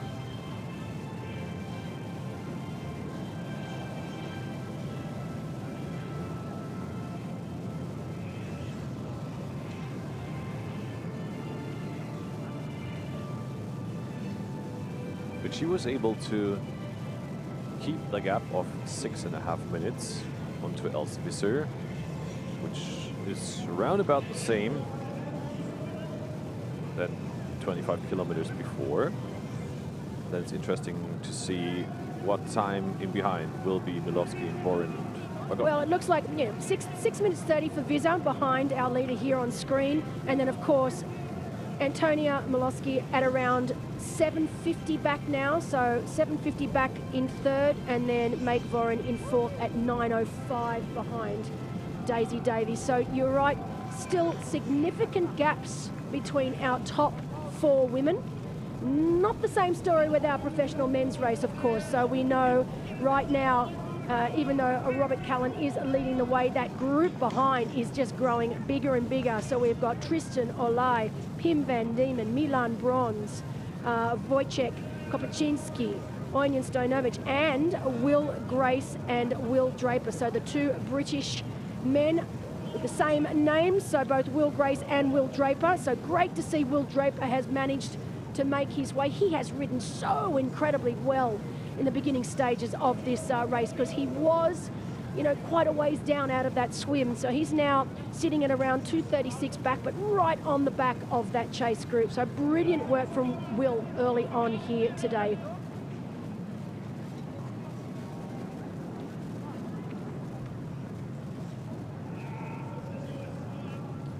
And right now, we have got the pass. So Daisy Davies being overtaken now by our lead male, Robert Callan. So the first time today that Robert Callan is technically leading the race overall. Of course, our professional women starting first, 15 minutes in front of our men. But Robert sitting up out of the error bars. Great opportunity when they come through these aid stations to get themselves up and out of the error bars. Missed that first bid and got that one. Perfect, thank you very much. Has a little check behind. But you can see now, taking this opportunity in and out of the aid station to get up out of those error bars, to get out of that saddle, to give that lower back a much needed break, just to stretch out those hip flexors. Same with Daisy Davies. So this is smart racing from both of these athletes right now. As I mentioned earlier, on this course, it is so easy to just stay down in that aero bar position all day long. And before you know it, you come into T2 and you try to stand up straight and your hip flexors are literally screaming at you. So great to see. Look at this. I love Will Draper's position on the bike. Beautiful. He's a great bike rider. He's done a lot of bike racing in the past, but great position for Will on the bike. Complete opposite to Robert Callan when it comes to his height. He's much, much shorter, much more compact athlete, but just as lethal on the bike, I have to say. And as said, 2 challenge wins already this year. Challenge Morgan Gran Canaria and in Samarkand recently. 2nd at St. Pölten and 4th in Samarine and Challenge Subon. Yes. And it's interesting, you know, he's recently moved back home to the Isle of Man, so he's here with his parents, but he's had quite a major change. He was definitely, it's been a big move. His partner, Chloe Sparrow, also moved back there with him.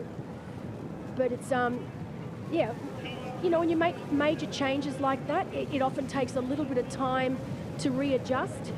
He coaches himself, so he's self-coached, and it does take time. But, you know, I look at Will and I look at the results that he's had this year, and he's just on such a roll right now. So great to see him racing so very well. I got to meet Dad actually yesterday, and it's great to have him here too. I think they're big supporters of Will and his partner Chloe. Would love to see Chloe here this weekend, but unfortunately wasn't able to come. But big shout out to Chloe back home, because I'm sure she is watching, and she's probably very, very happy right now with what she's seeing and where Will is placed in this race so early on.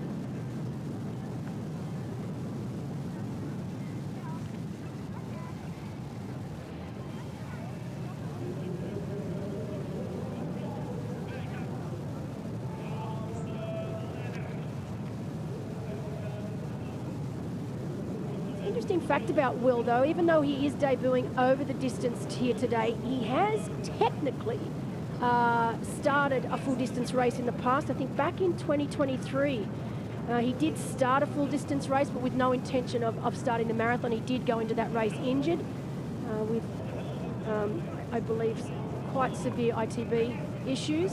So the plan was only ever to do the swim and bike. So at least he has had some experience. He knows what he's in for right now as far as the distance is involved. But anyone that's done a full distance race knows that the marathon is where it's all at. and particularly once we get to that 30 to 32 kilometre mark of that marathon.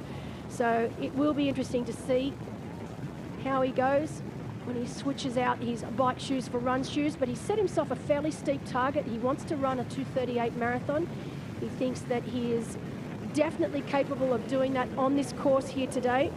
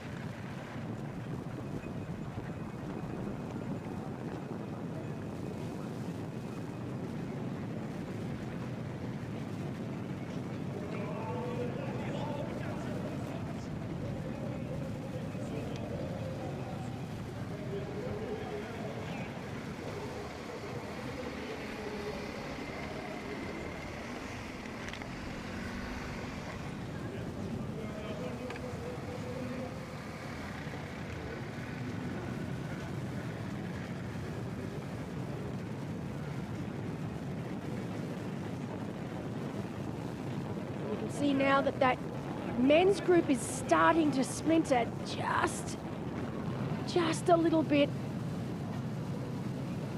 Some of the men trying to make moves early. It's going to be very interesting to see what happens over this next 20 or so kilometres. Won't be too long before we see them make their way back here, where they will have completed 90 kilometres and will only have 90k to go.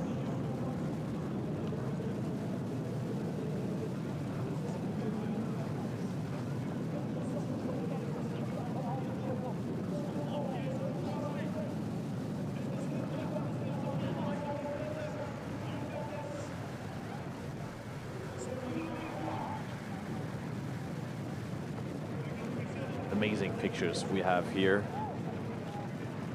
Almere and surrounding. Windmills, long roads, lots of wind, and we see the Dutchies.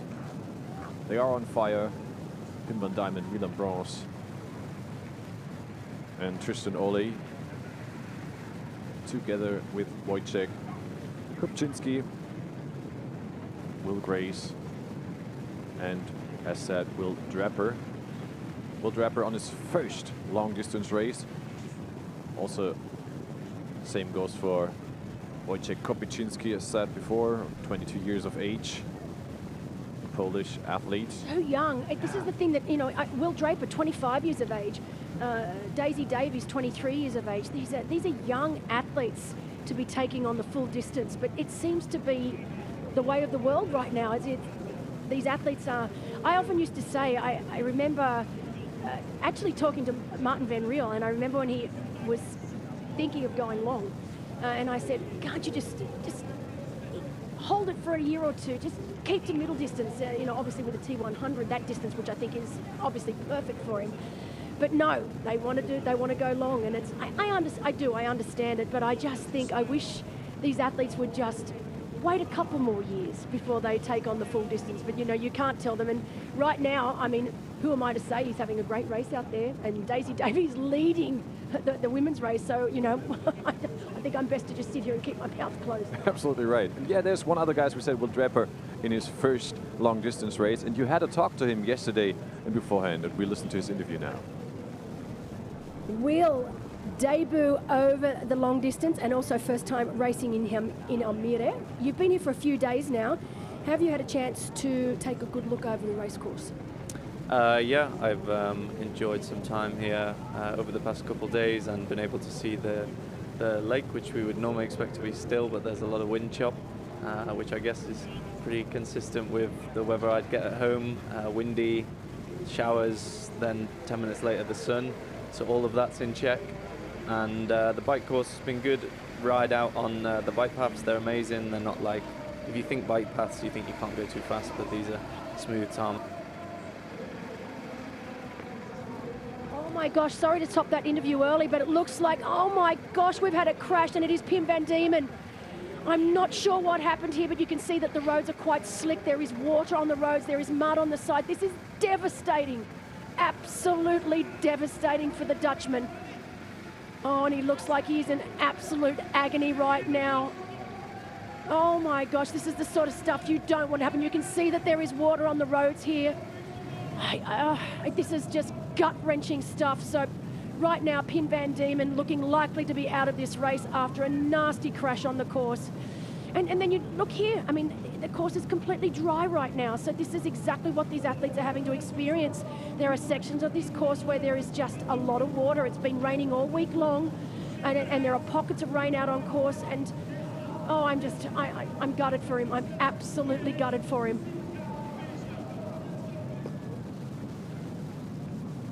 It was actually a pretty straight course section, as it looked like. But yeah, as you said, there was mud on the course. There are some winds maybe out there.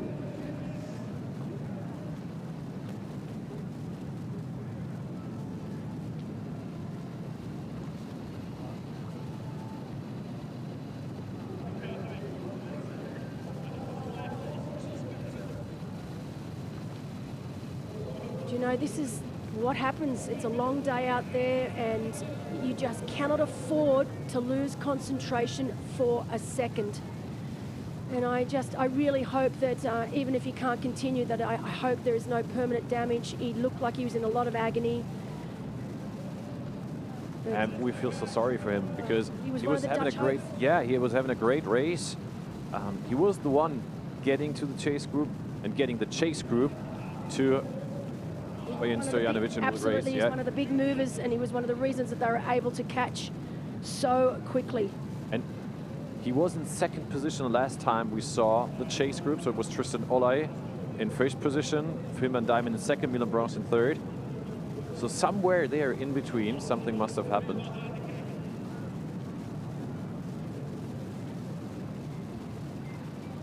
And we've been told that out on course, while it's difficult for us to see it here on screen, that there's parts of this course where there's just really, really heavy winds up front, and then the winds are starting to dissipate.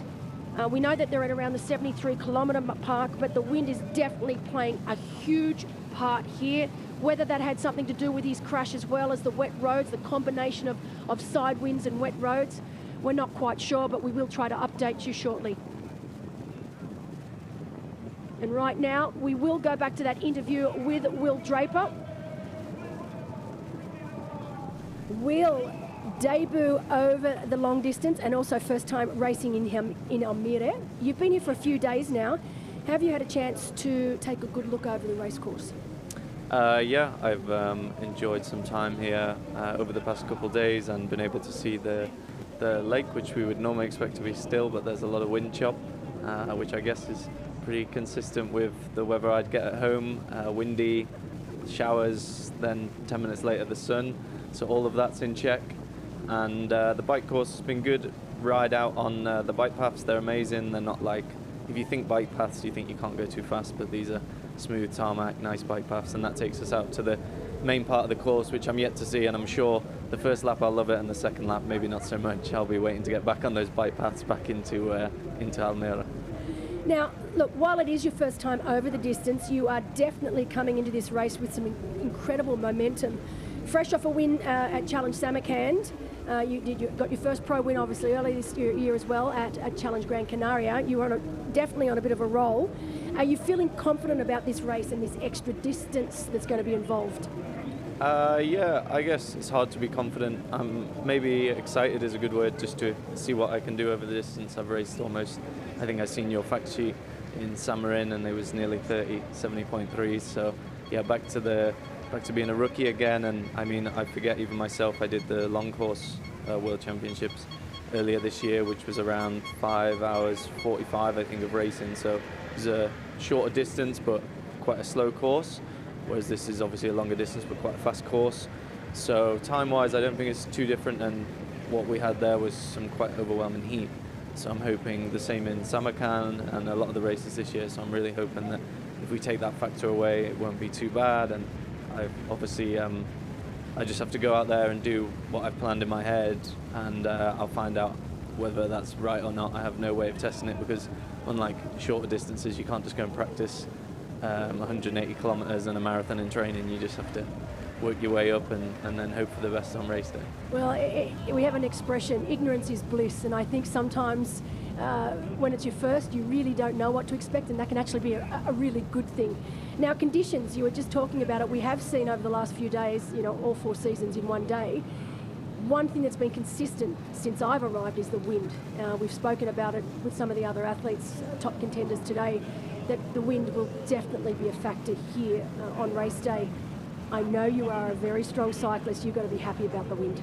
Yeah, it's perfect. It's we actually can plug in the route into some software, and it tells you the distribution of the wind, and it's very in favour of a stronger rider, because a lot of it's crosswind, so it's either coming diagonally from the front or diagonally from behind.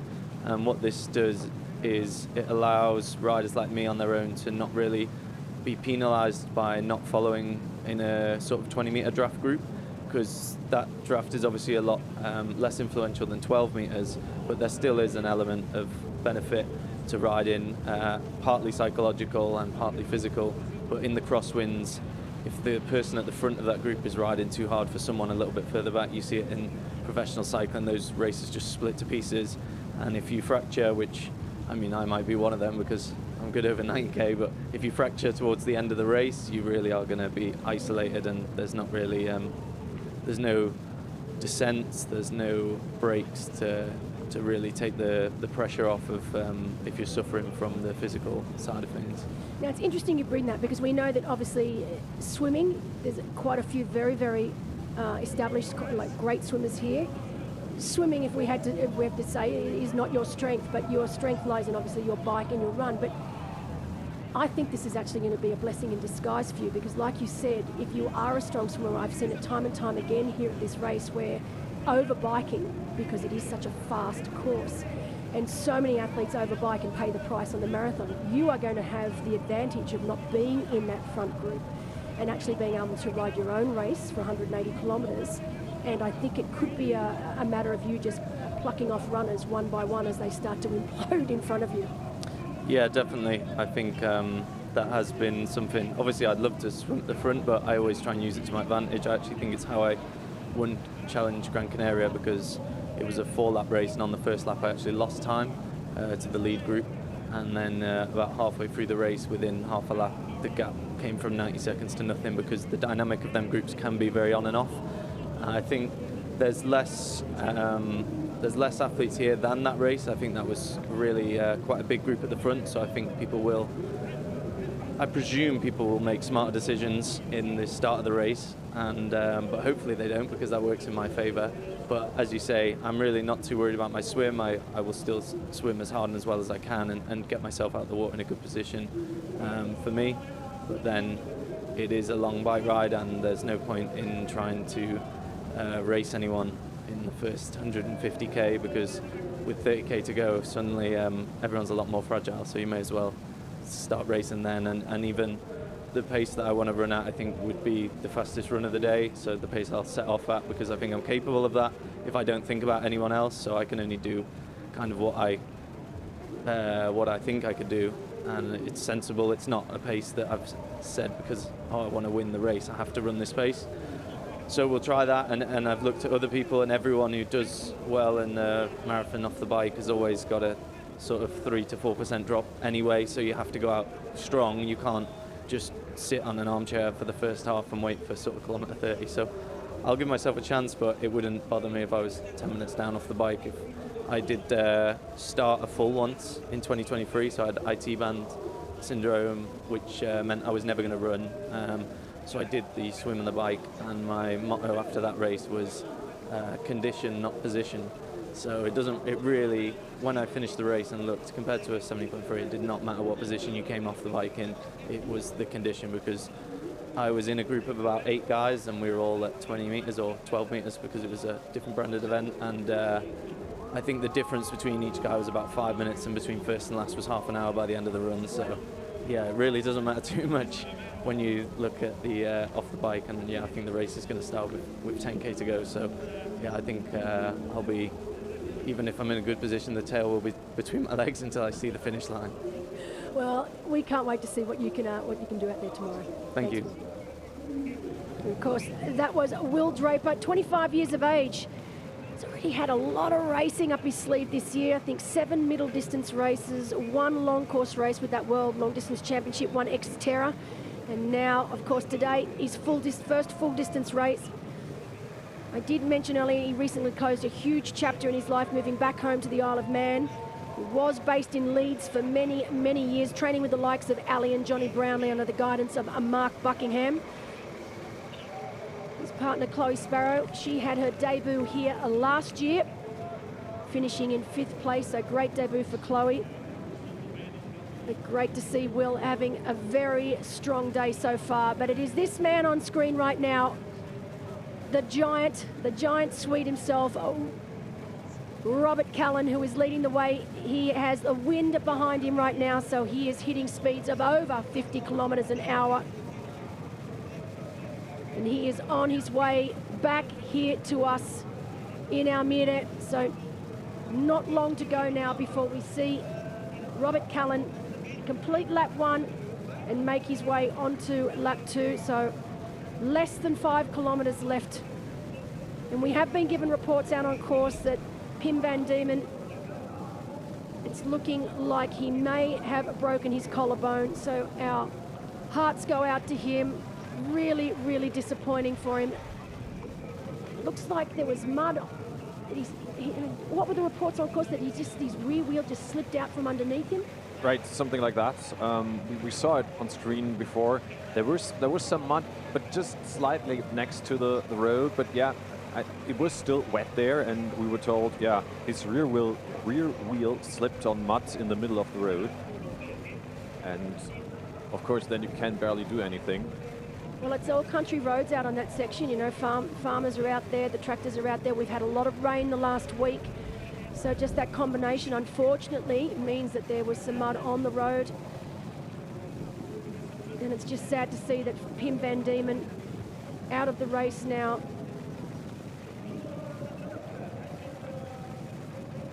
And really unfortunate for him.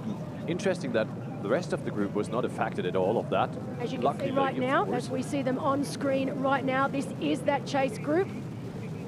And I think it's interesting, what does that maybe do to one or the other hat there now in the chase group, because you see someone crash in front of you or behind you? Oh, it definitely, it's not something that you want to see. I mean, even though these athletes are all racing against each other, they all want the best for each other as well, and so they would be really disappointed for Pim van Diemen. He was doing the lion's share of the work here in this chase group, and no one wants to see that, regardless of whether it's your competition or not. No one wants to see someone have to go out of a race because of a crash, and it's disappointing. But now, you know, these men, they're experienced men. They know that they have a job at hand. They need to make sure that they put their heads back in the game and continue doing. As you can see, that they've just all overtaken Daisy Davies. So that is Daisy, our lead female on screen right now. And that chase group of men has been able to go around Daisy. They are now all heading back. You can see getting ever so close to Almere. But Daisy just not looking phased whatsoever right now. She has led this race since the gun went off this morning at 7:10. And really still looking very much in control. We know Els Visser is currently sitting in 2nd place behind her. Of the two, obviously you would have to choose Els Visser as the faster on the marathon. We don't know how Daisy Davies is going to fare over the 42.2 kilometres. She's never done it before. So it will be interesting to see. But I love the fact that Daisy has said, you know what, catch me if you can.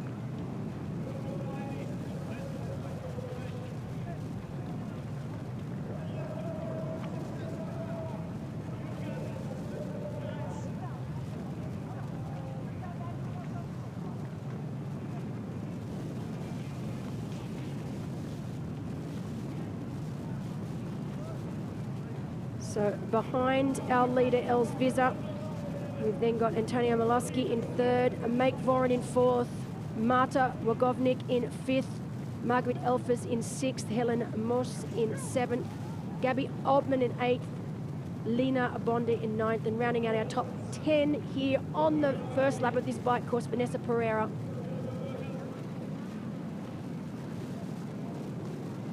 Great to have Lena Bonde back racing.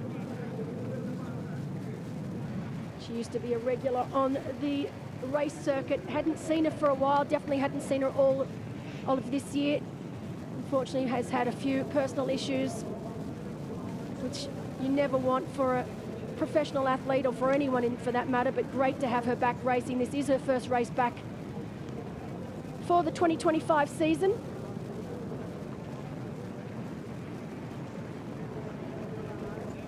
We also have Kristen Leopold. She used to also be a regular.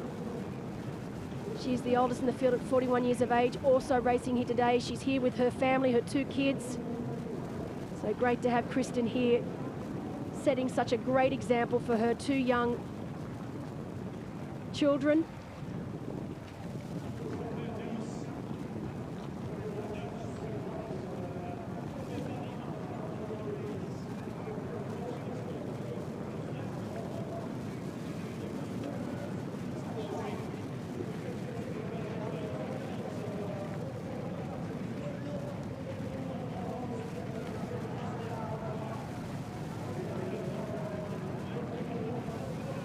Interestingly enough, if I look back through the men's results, we know we've got that chase group. I did expect Mikel Ugata to be in that group, and I find him now quite a ways down in 10th position, over 7 minutes down on this chase group. So interestingly enough, I really thought that he would be part of this chase group. I was looking for him too, yeah, you're right. Well, at least he can right now work together with Mathieu Merlon, who's together with him, 9th position. But yes, still, it's almost 5 minutes to the chase group. That is quite a lot. And yeah, I had hoped, or saw Mikel actually somehow getting closer to the chase group, which did not happen. And even right now, or at kilometer 65, which was the last tracking point, they were riding 2 to 3 kilometers slower than the chase group.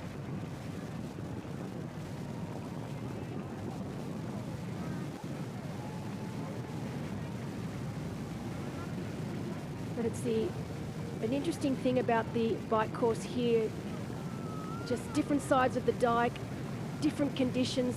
These men and women have had the wind at their side, they've had the wind in their faces, they've had the wind behind. Right now, our leader, Robert Cullen, with the wind behind as he makes his way here into Almere. The sun is shining here, but we've seen in other sections it's been quite wet on the roads. We've had mud, and it is something that they're going to have to really concentrate on, Julian, in this second lap. This is when you start to lose concentration. You know, now they've been racing for just over 3 hours for the men and just, for the women, sorry, and just under 3 hours for the men.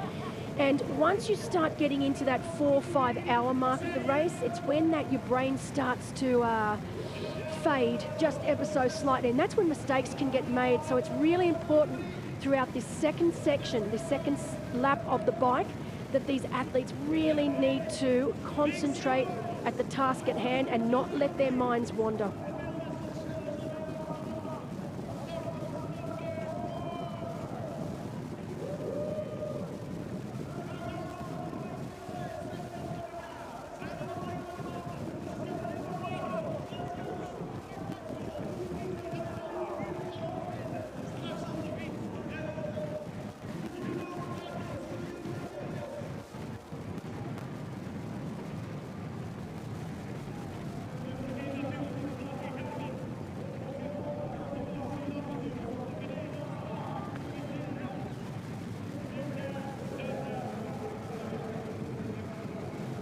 But yes, as warm as it might look out there, with the sun out, you see on the left side the flags, how windy it is, how the winds come from the left side. All the clothes that our volunteers are wearing. So definitely not the warmest place to be. And again, we have the section where you have to be focused, concentrated, mustn't do any mistake, and also be aware of your nutrition on the bike, as there are some cobblestones sections again.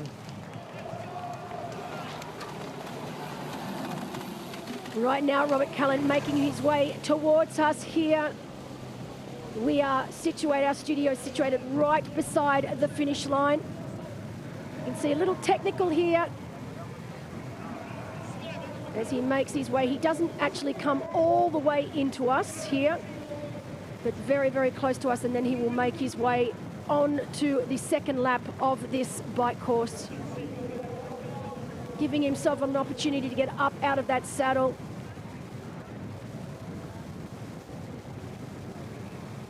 As now our chase group has entered lap 2 either. So Tristan Olej, Will Draper, Wojciech Kopyczynski, Milan Brons, and Onion Stojanovic, who was out of the water first this morning.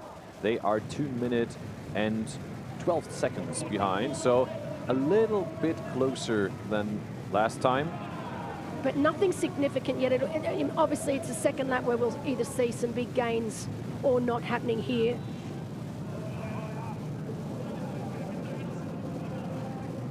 So it's said to be that the wind is pretty the same, but heavy for sure, and the temperature's solid as well. I like Dutch saying the temperatures are solid. And we need to define the word solid, because I still think it's freezing. But as we can see, Will Grace ahead of Daisy Davies, I guess. So because Will Grace did not appear now, he appeared in the second lap. So he's 3 minutes 14 behind, around about 1 minute behind the chase group. So he lost. Wow, that is interesting. So he's lost that minute in a reasonably quick amount of time there, because the last check we got, Will Grace was definitely still in that chase group. And now already it shows you just what happens when you lose that group. 1 minute deficit already. It's crazy. So big changes here in the men's race. I thought Will Grace would be able to stay with this group. As you can see them coming through now. They are about to complete lap 1. This is the chase group. We know Robert Cullen has already gone through this section. Looks like Will Draper is now in leading position. The Dutchies were for a very long time. There's Milan Brons on the back of that group. We know we've lost Pim Van Diemen due to a bike crash, and Will Grace is no longer in that group, is now 1 minute in arrears of that chase group. Daisy Davies better.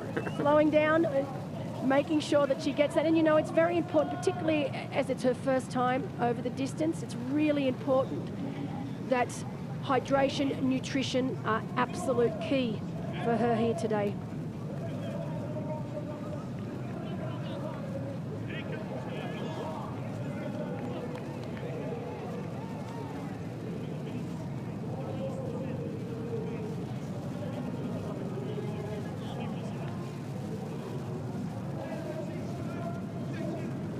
Right now, Daisy Davies also now 90 kilometres into this bike ride. She has made her way through town as Will Grace goes past there.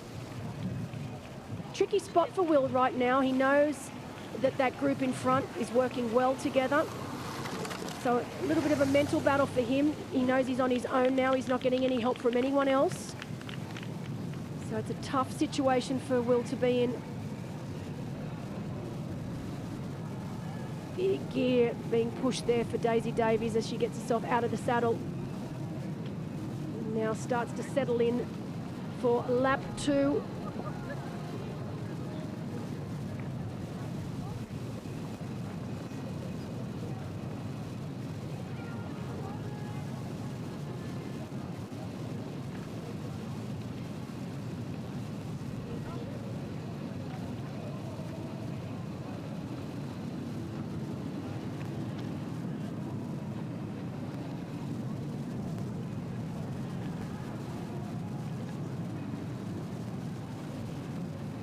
So reports out on course that the conditions haven't really changed too much from that first lap. Temperatures have risen a couple of degrees, but that wind is on the side. So it's the only tough part. It has switched just slightly. So originally when it was a pure southerly blowing, They did have the wind behind them for the long straight sections along the dike, but that has changed, and now it's almost predominantly a side wind, which doesn't offer as much help.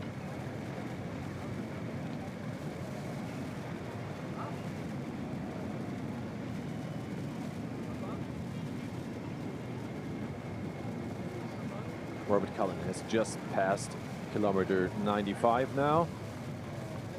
We are almost exactly 3 hours into the men's race. Started this morning at 7:25.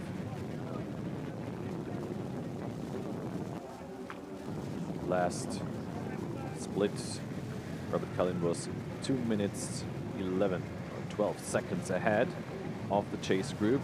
It's going to be interesting how much closer they might have gotten. And now we can see for the very first time, I think so, that one or the other age group athletes is of course on the course too now, as we are in the second lap on the bike course of pro athletes. Well, that's an interesting fact to bring up, Julian, and it's just that little bit of another extra thing that the athletes have to think about now is that there are going to be other athletes on course. So all of our age group athletes from our long distance race, also the open long distance race, as well as the European Championship. So with our professional athletes now starting lap 2, they're going to have to make sure that they stay alert and that they make their way through all of these age group athletes as well. Just makes that race, it just adds to the complexity right now of having to deal with the conditions. And you can see off to the right there, look at the water, that chop is still definitely well and truly up. We've even got some white caps now. So that tells me that that wind is definitely well and truly still with us. Look, even that seagull looks like it's having a hard time trying to fly with the wind. So that wind is definitely going to play a part here as the athletes' legs start to fatigue. And then you've got that wind just starting to pick up ever so slightly as well, that combination. And then you throw in the age group athletes that the professional athletes need to make their way through as well. It just adds to the complexity of the race here.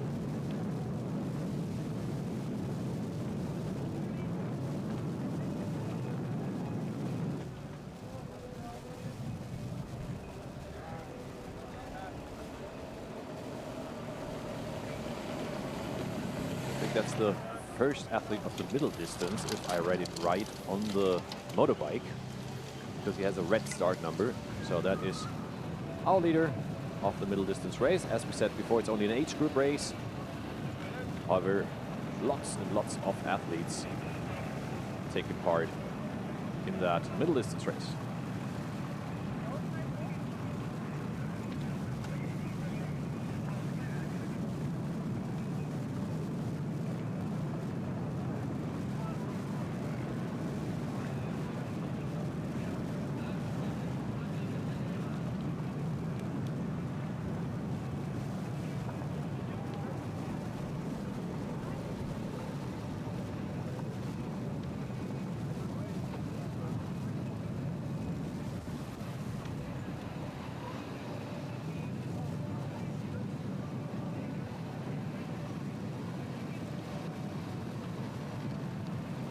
See how sunny it is again. It's really switching moment by moment.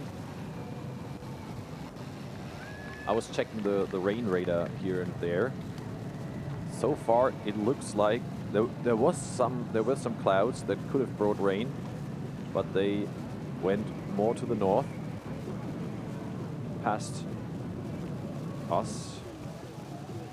Now we are actually waiting for Els Visser to get through town. We know that Els is currently at around 6 minutes 40 down on our first place Daisy Davies. So Els Visser in second place. We know it's only a matter of time now before we see her make her way through town to start lap 2. So far, she didn't appear in lap 2. Now, right now, she has started lap 2. Just now, Els Visser appeared. We've missed her going through there, but we can now report that Els Visser is on her way around the second lap of this course. 6:40 down on our leader on screen right now, give or take. 6:49. Oh, there you go. 6:49 to be directly, specific. I and like it is her, yeah. And yeah, those are more middle distance athletes. Oh, that could be, no, that's Michael Ugarte. Yeah, that's Michael Ugarte. This is the second chase group in our professional men's race. So Michael Ugarte, who I thought would be in that first group. Yeah, so we've missed, in 8th position now, he moved up 6th position, is Sebastian Norberg. He is now 8:50 behind, and Miguel Ramos together with Pascal Tischler in position 9 and 10. Pascal Tischler, he's actually the Partner thank you. I was of Antonio, that is correct. want to bring that up earlier, but You've done your homework, I like it. Yeah, thank you. I started to use your tactics of doing research and using Instagram. That I tell you, people always say, you know, how do you research athletes? I said I'd become an Instagram stalker. Yeah, she's the biggest stalker on the planet. Believe me, you cannot hide anything from Belinda. It's the best way. But yes, that was the second chase group of our professional men here today. Interesting dynamic occurring behind this man. Of course, Robert Callan leading the way. We had Will Draper take the front of that chase group, and he really pushed the pace there, and it started to splinter the rest of the group. We heard that Milan Bronze and also Onyan Stojanovic were gapped just for a little bit, around 10 to 15 seconds off the back, but have managed to claw their way back on. Milan Bronze looking comfortable again now in that chase group, but Stojanovic not looking so good, and he is starting to struggle just a little bit with the pace that Will Draper is setting on the front. So definitely very impressed with Draper's race so far, taking control of this chase group.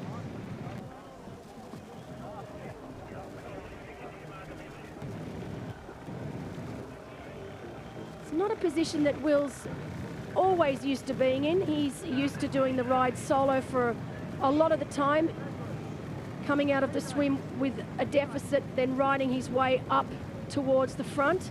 I'm not sure if he would have even anticipated catching this chase group so early on. I think it was always the plan to try and get them at some point during the second lap, but to get them this early, it really has put him in the box seat now. But he does need to make sure that he is not left doing all the work in this group. Difficult situation, because he also doesn't want to play the game where he's sitting behind either and that pace starts to drop off. He knows that Robert Callan is up front. He doesn't want that lead blowing out too much. One of the things I love about Will is he's very strategic with his racing. He will know exactly what's going on around him, in front of him, behind him.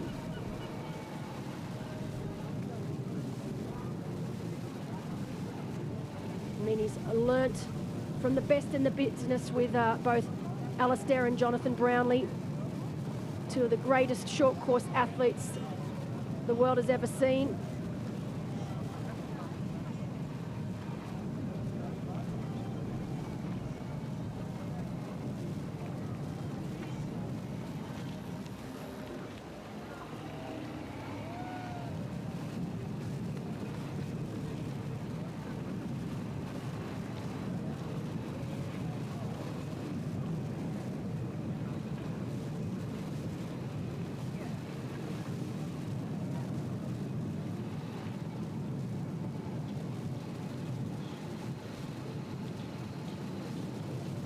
Those gaps starting to open up behind our leader, Daisy Davies.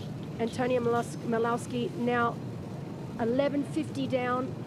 So still holding third position here in our women's race, but 11 minutes, 50 seconds down on our leader.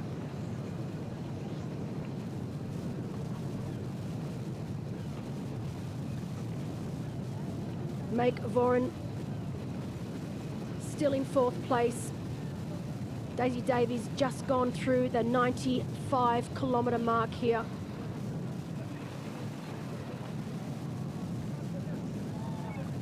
And going past one of our middle distance athletes.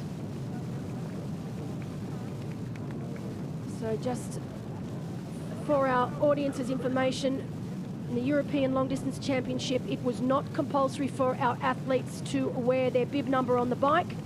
So that race bib number only compulsory for the run.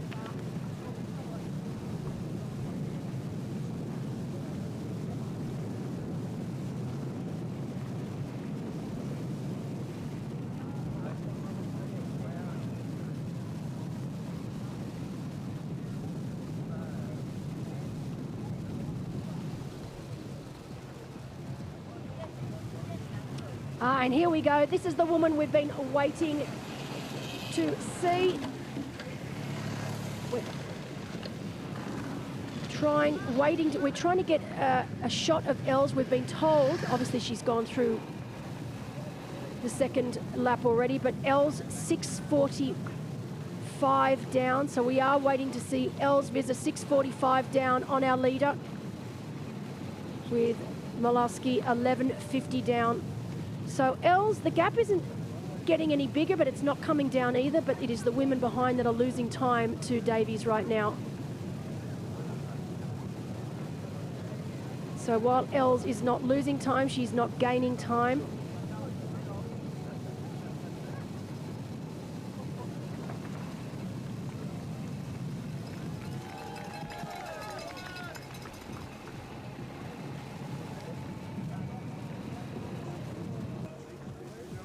So at the end of lap 1, Daisy Davies leading the way. Els Visser at 6:48 down. Antonia Malowski at 11:43 down. Marta Wagovnik now up into 4th place. She's managed to overtake Make Voren. So great to see Marta up 13:21 down in 4th position. Make Voren in 5th position, 13:34 down. Margaret Elfers at 15:18 down in 6th, and Helene Morse at 15:37 down in 7th. So that's our top 7 professional women out on course right now at the end of lap 1.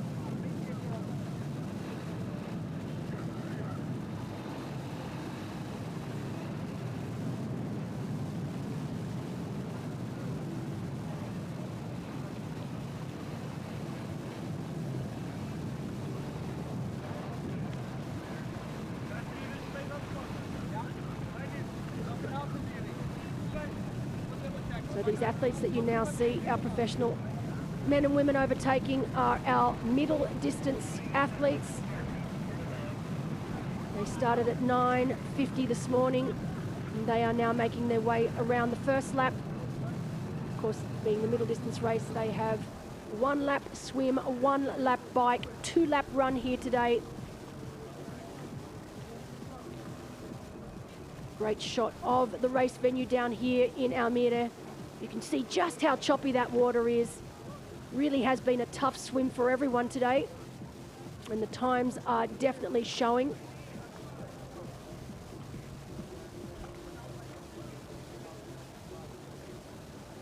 And while we know that Els Visser currently in 2nd place, I did get an opportunity to speak to her yesterday to get her thoughts on what her expectations are for today.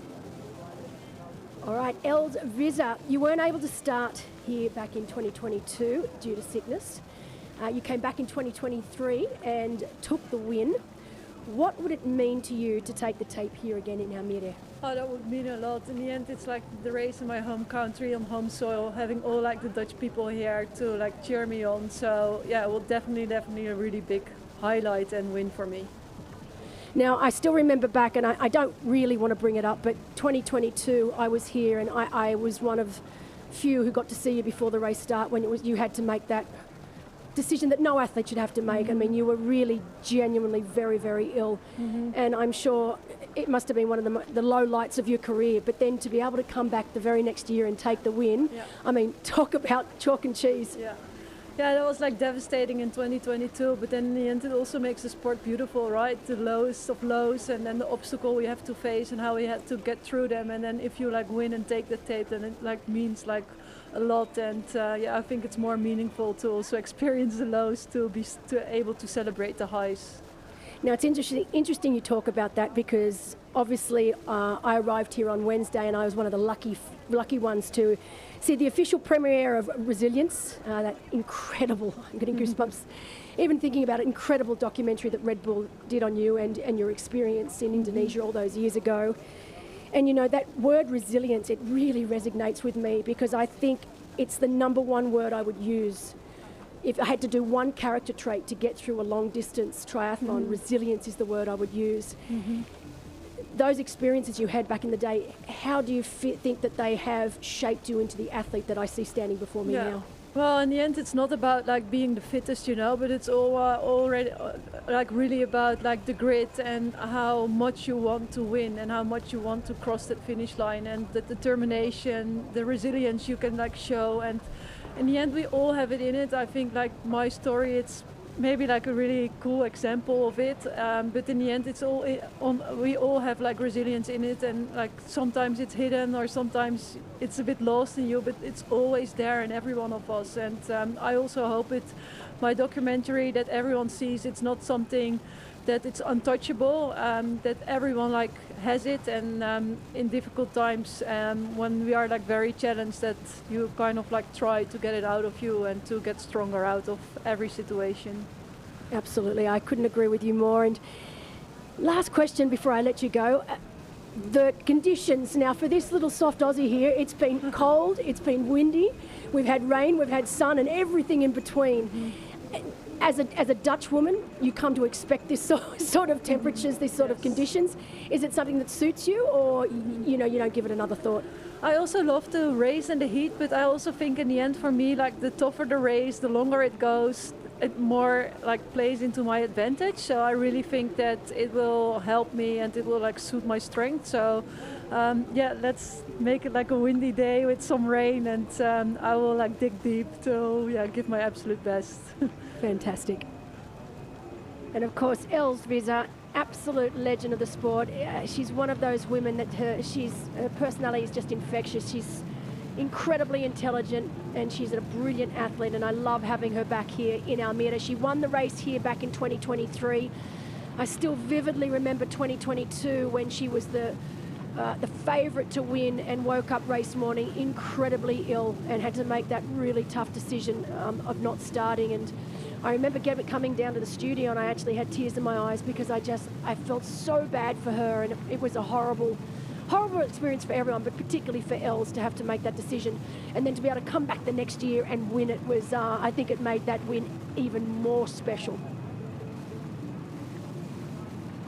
Yeah, she was here with us in the studio back that time when she couldn't race, and yeah, in tears. It was really dramatic. So this year, yeah, she was second in the Ironman Les Sables, got the Kona qualification there, 8 hours 44:35. A DNF in South Africa, unfortunately, but 3 T100 races in Singapore, London, and recently at the French Riviera. Yeah, it's been a bit of a mixed bag, a bit of a mixed bucket for Els this year, and she'll be the first to admit that.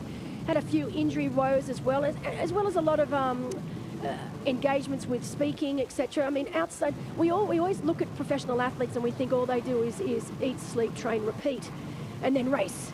But there's so much more that goes with being a professional athlete. You know, they've got so many responsibilities with sponsorship, with their sponsors, with things that they do outside. And I know Els is very big on wanting to give back to the triathlon community and to give back to a community that's given her so much.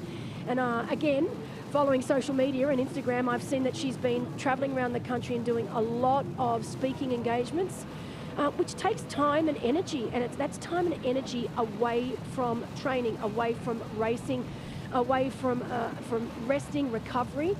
But it is part and parcel of being a professional athlete, and it's knowing how to manage it well enough that you're still getting the recovery, that you're still getting the training in that you need to compete at the highest level possible. And so, speaking to Els, she was very upfront, very, very honest with me, and said, you know, I'm coming into this race with a little bit of an injury issue. I haven't been able to probably do the training that I would have liked to have done, but I think what she lacks in that department, she more than makes up for in her years of experience, and also just, as we said, I keep using this word, but her resilience when it comes to long distance racing. So I'm expecting big things, and saying that, looking at this latest update, this time split, she's actually brought that time down just by a few seconds, so now only 6:28, I believe, behind Daisy Davies on screen. So Els Visser actually starting to put some time back into our leader.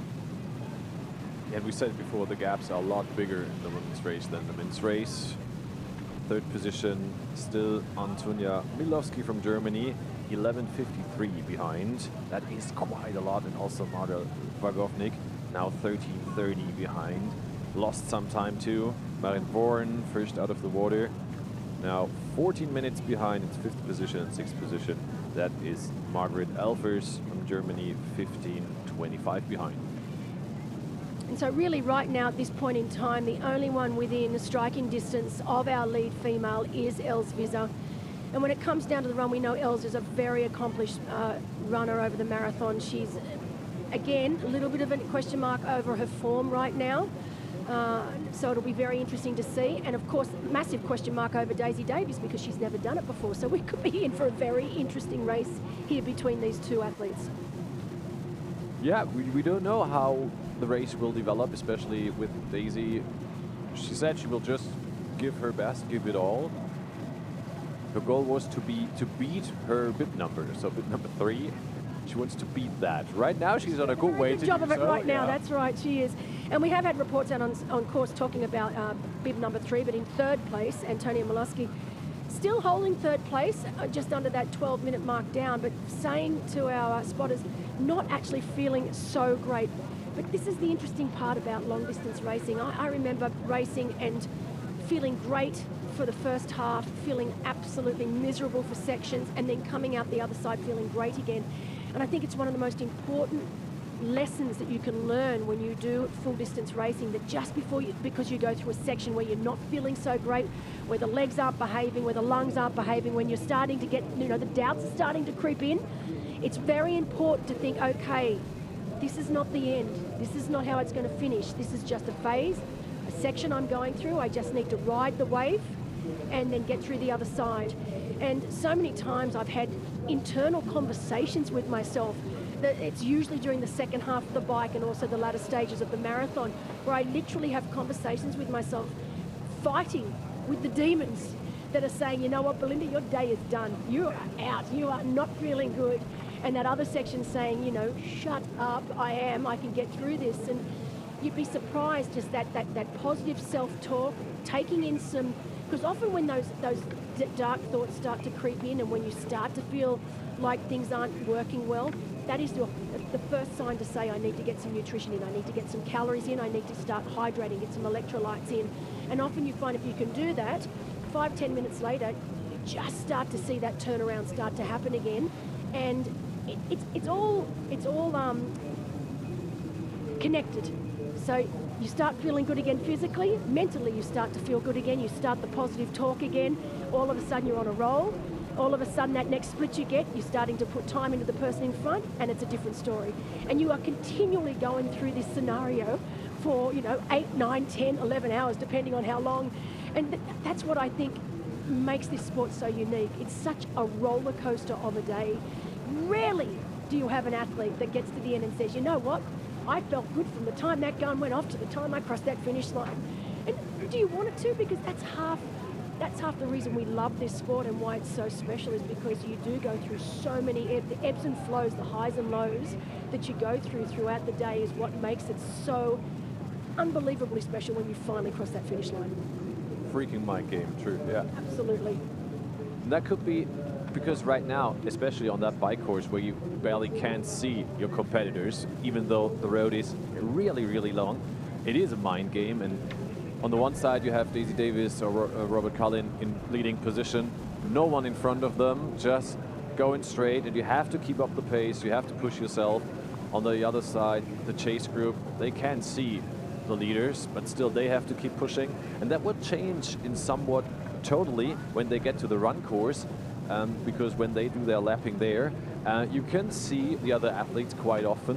You can watch across the lake, or maybe when you get closer. There's also a couple of out and back sections that they do this in, which is not normal. I mean, the run course, and we will talk about it a little bit more once we are on the marathon course, it is 4 laps. Slight changes this year to in the past years, and there are more sections where they will actually get to see each other, which makes a big difference. It really does make a difference. Right now, though, of course, Davy Davies just needs to concentrate on what she's doing, looking forward, not looking back at all. The same with our lead male, Robert Cullen.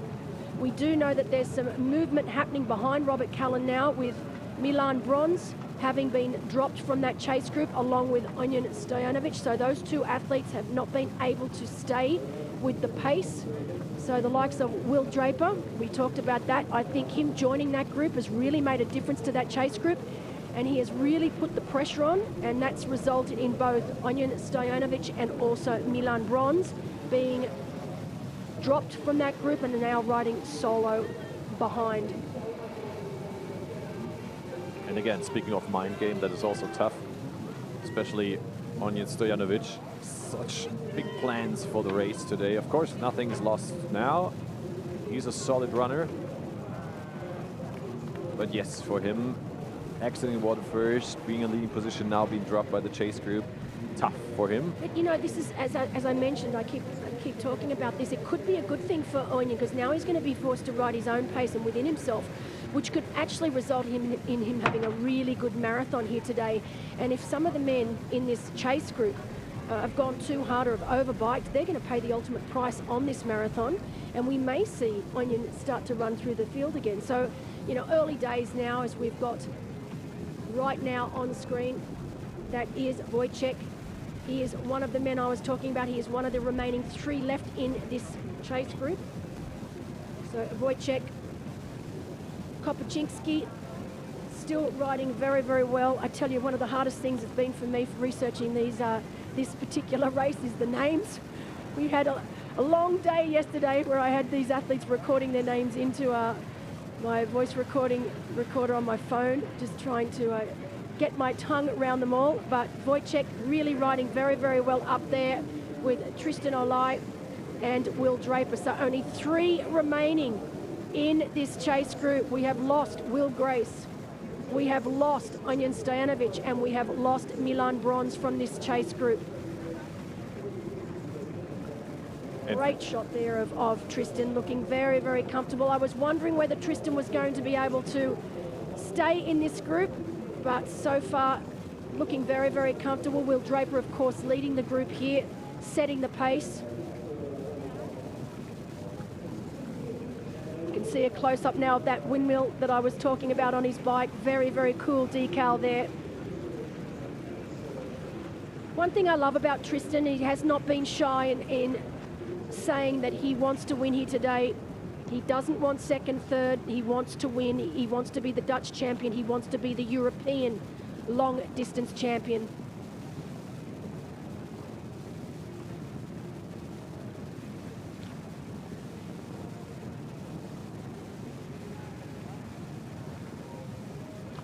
He did race a couple of weekends ago. There was a new race, new middle distance race just down the road, about 40 minutes down the road from Almere. He did it as a little bit of a warm-up race for today. He did win that race. Milan Bronze finishing 4th that day. So we know that Tristan is in good form. No injuries to speak of. But really great to see Will Draper looking nice and comfortable there, setting the pace in this chase group.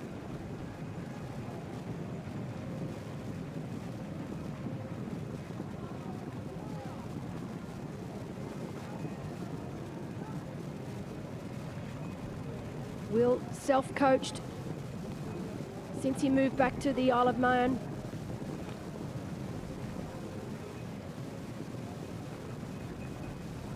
He's definitely one athlete that has raced a lot this year, probably more than any other professional male athlete that I know of. I think this is race number 8 here today for Will.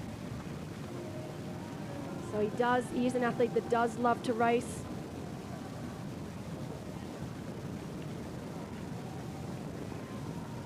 It's been a defining year for the young Brit, or I should say Isle of Man. Very proud Isle of Man. So, of course, today racing for Great Britain. But look at that shot, fantastic. Tristan Olai, Wojciech.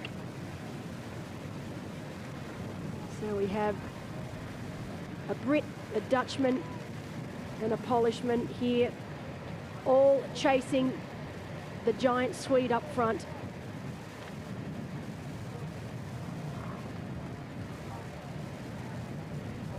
did we mention the special motivation Tristan Ole has because he got married on Tuesday? Oh, that's right. Didn't talk about that. How did I miss that? Yes. He got married on a Tuesday. That's not really typical. I remember when he told me, I Race thought, week. have I got this wrong? Have I read it incorrectly? But yes, you're correct. That's right. Did get married, and that is definitely extra motivation. So He was so happy yesterday when we had the interviews, and I wasn't sure someone of the others on, so asked him, hey, didn't you get married? And his face lightened up of happiness. So he was really, just happy about being here. And with that whole week, he said it was just perfect setup. it's and another, of course, one of the other athletes, we haven't mentioned him yet, but Piotr Wawicki from Poland as well, getting married next weekend. So of course he said to me he would love nothing more than to try and get a podium position so he can take home the bouquet of flowers for his to-be wife next week. And he said, oh yes, I'm treating this weekend like my bachelor party. I'm like, well, it's not exactly the bachelor party I would want, but incredible to think that racing a full distance race this weekend, getting married next weekend. So congrats. Piotr Lewicki right now in 17th position, maybe not so close to the podium like he was hoping for, Well, 15 minutes behind. We might be able to convince one of the podium getters to give the flowers to Piotr to give to his to-be wife next week. But right now, on screen, Daisy Davies. We keep mentioning her name because she has been basically leading this race since the very beginning. 3 hours, 46 minutes and 48 seconds on our clock.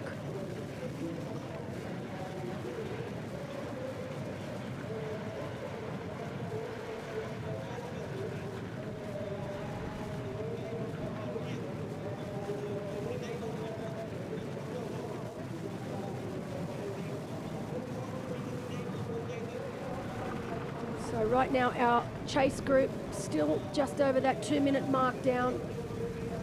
2:13.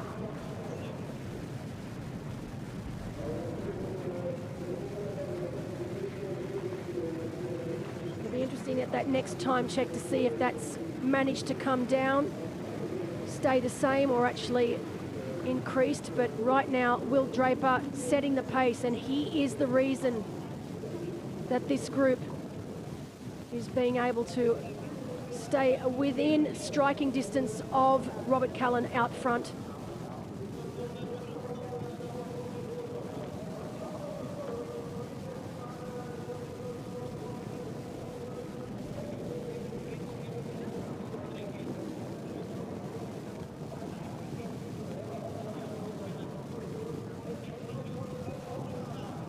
Will Draper, he got the chance also as a wildcard to race T100 races in London and Vancouver. We finished 11th and 15th. Actually, it was a great, I'm not sure if you watched London, but he had a fantastic sprint finish with Sam Long. It was very cool. Of course, he was the victor there. Yeah, I think they asked each other, you want to go for it? And then they went. Yeah, third in the World Triathlon Long Distance Championships in Pontevedra. So kind of used to longer distances, also with the T100, which isn't kind of a... I think the World Long Course, when I saw that he was third there, it gave me... I felt good about today. I thought that this is really going to be... he was in good form. We know he's coming off great momentum. He's had some fantastic races under his belt. He's dabbled in the longer distance there. We also know that in 2023, I think it was, he actually started a full distance race with no intention of actually doing the run. He was injured. So he has had a taste of what it feels like to do a 3.8 kilometre swim and a 180k bike ride, which is huge when it comes to today. So he knows exactly what he's doing right now, and it's just the marathon. Obviously, with the world long distance champs, they're 30 kilometres. We have 42 here today. You ask most people, the race, the marathon doesn't really start until around that 30 to 32 kilometre mark. It's that last 10 to 12 kilometres where the wheels can really fall off if you haven't looked after yourself. So that's when we need to pay attention to see how Will is feeling right at that point. But right now, doing everything right. Yeah, how the legs are going to feel. I mean, also looking at Wojciech Kopinski. I mean, also, we said it, he's 22 years of age, first long distance. So he is technically the youngest in the field. I thought it was actually Daisy Davies at 23. But yeah, it looks like Wojciech is our youngest athlete racing today in our elite field. Probably stronger on the bike than on the run, but we never know how that will end up. As we see now, Daisy Davies still leading position, overtaking here or there one or the other age group athlete on the course. But that is also nice about the course. Lots of space, and with the long views, you see the athletes ahead of you. Right now it doesn't look so windy anymore, but we don't know how it is actually out there.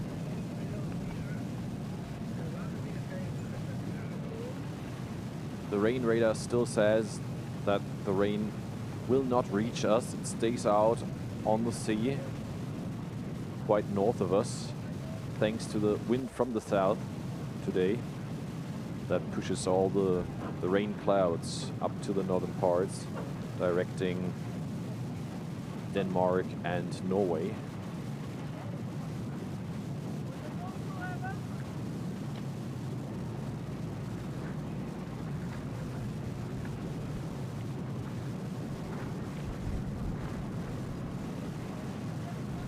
But yeah, that's Dutch weather. You never know how it can change. Can be in 2 hours that there will be some rain, but we never know if winds change, or right now we have some sun left.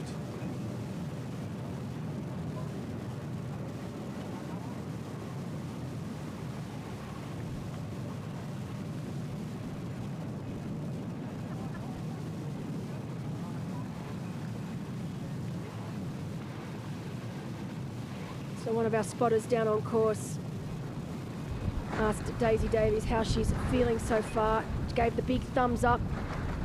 So looking very positive for Daisy right now.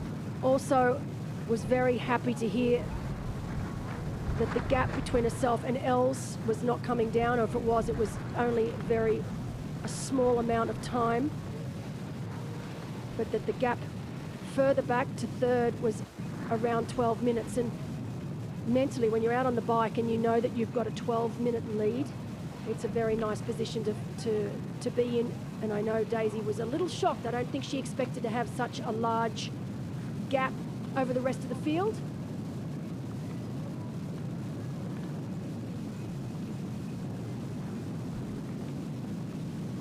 You all know the second half of this bike, so once they get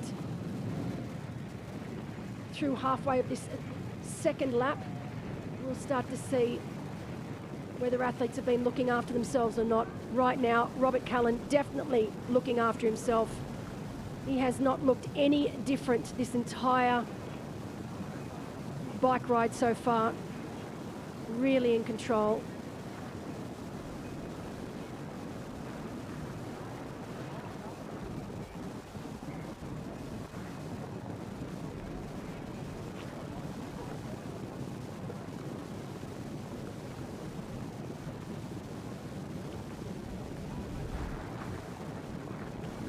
So we know that chasing group behind has reached Lelystad. So right now on the course, Robert Callan is riding into a headwind, so pretty strong headwind. So one of the tougher sections of the course right now.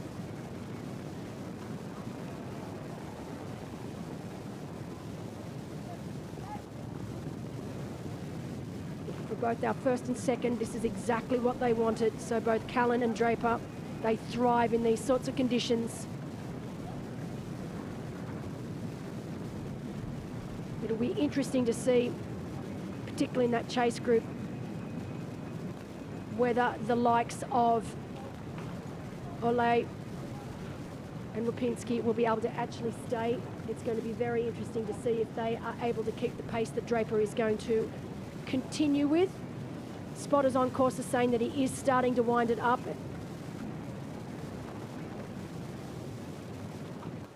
So kilometer 125. Will Draper, Tristan Ole and Wojciech Kopyczynski are now 1 minute 55 behind. So they got closer. Around 20 seconds, one can say. So they are cycling a little faster than Robert Cullen at the moment. And Milan Bronze in 5th position.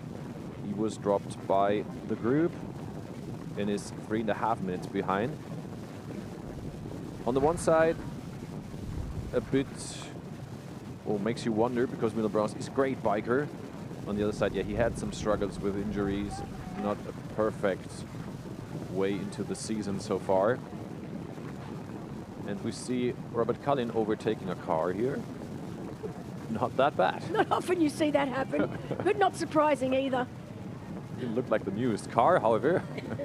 I think the bike is more worth than the car, probably. But yeah, still going strong there. Robert Cullen, he knows he has to get away as far as possible from the chase group, or better say, keep the distance as well as possible, because they are getting closer. And looking at the runs, he is maybe the most experienced athlete of the top 5.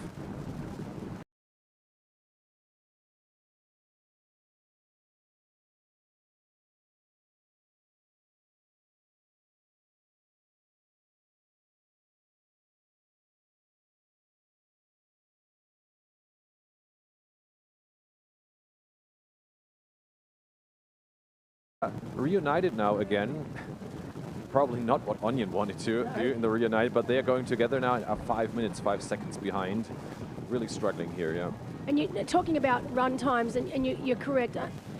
Cullen obviously is the most experienced here right now, but his fastest run time over the distance is 2:53. And we know for this, from past results here, that's just not going to cut it. You're not going to win the race here if you run a 2:53. He will have to significantly improve that run time if he has any chance of holding on to that top spot. Especially now with the winds, conditions are not easy to even go faster like that. So yeah, he has to put up a personal best. We don't know how much energy the bike course would have costed him in the end. He's racing strong, but the gap is not as big as he might have hoped for, I guess.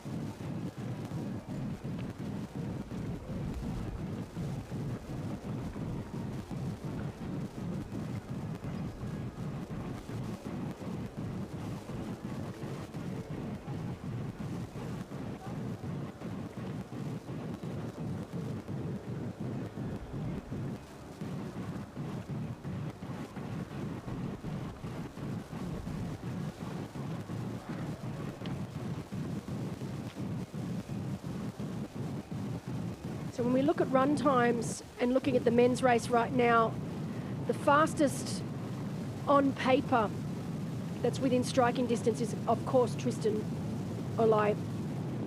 2:42. He ran this year at Challenge Roth, so back in July this year, 2:42, which is definitely the sort of run time that he will need to produce here today if he is to take the win.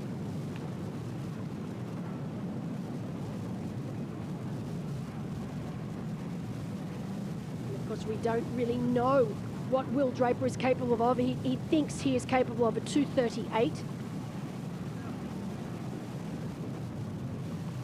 which again is what he will need to run thereabouts to take the win here today. Run record here, Victor Arua Bagalo, 2:38.48 is the run record for the race here in Almere.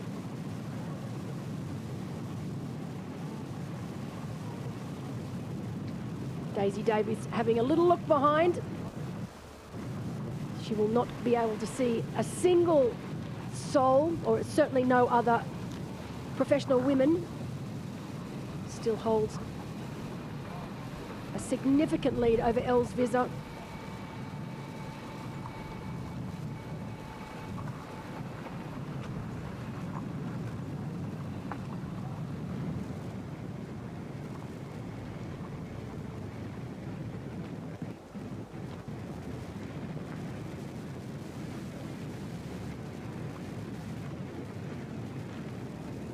Whereas Robert Cullen, we know that that gap is just slowly but surely coming down. So right now, for the first time, it is under 2 minutes. So Will Draper now 1:54 down.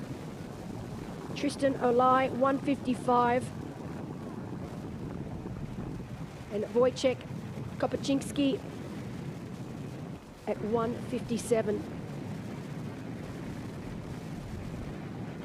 So this chase group of three really doing a great job, slowly but surely starting to eat into the lead of Robert Cullen.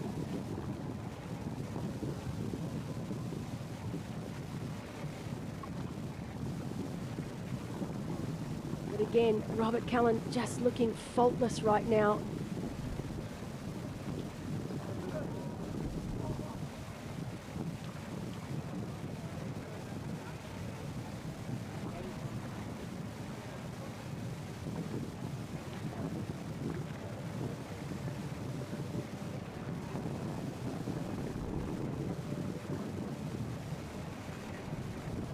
It's amazing how quickly those time gaps, when you lose that group. So we've got Milan Bronze now in 5th place, 3:27 down.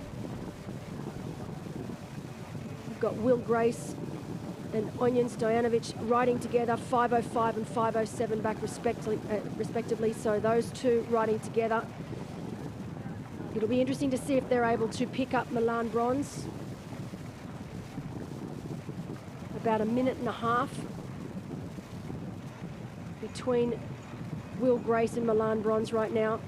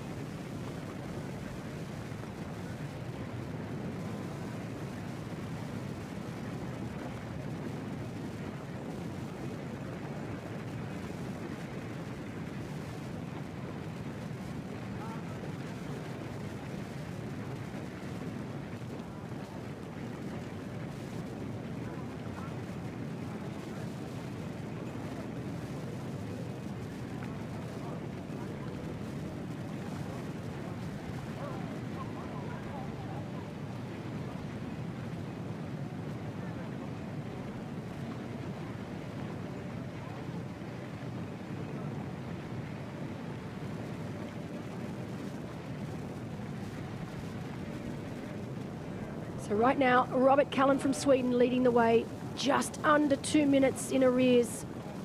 We have Will Draper. Our spotters out on course have told us that Tristan Olai has just taken the lead of this group. So Tristan deciding he needs to take some time on the front as they continue to make moves on the man leading the race here today, this giant Swede. We did get an opportunity to catch up with Tristan earlier this week and talk to him about the race that he is expecting to have here today. Tristan, you are coming into this race as the favourite to take the top step, according to Torsten Rade's tri-rating predictions. Do you thrive on this sort of pressure, or do you put it to the back of your mind and you don't think about it again? No, I drive about it, yeah. I'm looking forward to tomorrow, and yeah, for me it's new to be a little bit of the favorite of the race, but yeah, I like it. And you were 6th here back in 2022, and I believe that's when I first met you, and it was your very first full distance race. Yeah. Roll forward to now, you've done quite a few full distance races since your first back then. Is it a distance that you now really like and embrace and want to keep doing, or do you still prefer the shorter distance, the middle distance racing? No, for sure, the full distance is now my main focus, and yesterday I was counting, and I think this will be my 10th full distance. So yeah, it's funny, 3 years ago I did my first one here, and it was a special one, and now I think it's even more special to come 3 years later back to be here again and to be the favorite, yeah. Now, what would it mean to you as a proud Dutchman to actually take that top step here at this race? We know Menno Koolhaas won it back in 2023, but before that we hadn't seen a Dutch men's winner since 2012, I believe. So I think it's time that we keep the Dutch winning streak going. Last year it was Jesper Svensson from Sweden, who's not here this year. What would it mean to you? Yeah, a lot. I'm racing all over the world, and sometimes my father, my mother, my girlfriend travel with me, and this is the only race where 20 or 30 people, friends, family can watch the race, and it will be very special to win in front of them, of course, yeah. And I think particularly with this full distance, we know that the race doesn't really start till around that 30 to 32 kilometre mark, and that's when I think you're really going to be relying heavily on home crowd support, of which you're going to have plenty of. Yeah, I hope so, yeah. It's a long day, and I think the race tomorrow will be deciding the second half of the marathon, so now, all the crowd will support me. Oh, I have a feeling between yourself and Milan Bronze, it'll be interesting to see who gets the most support. Yeah, it's going to be crazy. For sure. Now, lastly, it's been the talk for the last few days. I arrived here from Australia on Wednesday. Conditions. We always know here in the Netherlands, it's always going to be a mixed bag. It's 4 seasons in one day. We've seen that here today. We are predicting that there could be a little bit of rain tomorrow, but most definitely there will be wind. Is this something that you are looking forward to, or would you prefer it to be hot and still? No, I love the wind, and I love the rain as well. I'm a big guy, and I sweat a lot, and lose a lot of sodium. So cool conditions and a lot of wind is in my favor, for sure. I'm pretty sure they're the conditions that we're going to be presented with tomorrow, so it looks like your luck's going to go your way. I hope so, yeah. Thanks a lot. And that, of course, is the great hope. He was predicted to take the win here today. Torsten Radev, our stats guru, has him down as leading the race. As you can see him on screen now, he is leading that chase group, having a quick look behind to see if they're still with him. Of course, we know Will Draper is there, as well as Wojciech. So the young man from Poland, 22 years of age. But right now, Tristan will be really happy. That gap is under 2 minutes. It's continuing to come down slowly but surely. And we have had a report out on course right now that Robert Cullen, leading our race, is afraid that he is losing air, that he may have a puncture, but he cannot tell if this is correct.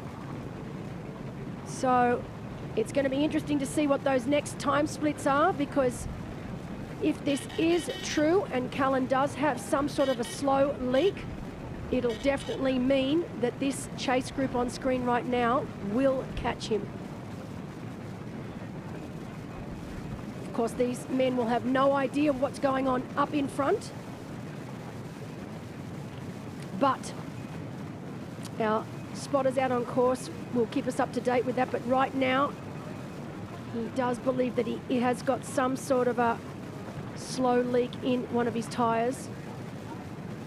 In our women's race, right now too, a bit of an update. Els Visser now only 5 minutes 40 down. So again, like our chase group and the men, Els Visser slowly but surely starting now to take time out of our leader. You often find this is the time when it happens. So they are into their second lap here. And this is when you start to see changes take place. So now only 5 minutes 40 down for Els Visser in second. And that's a great shot there of Tristan Olay, currently in second position.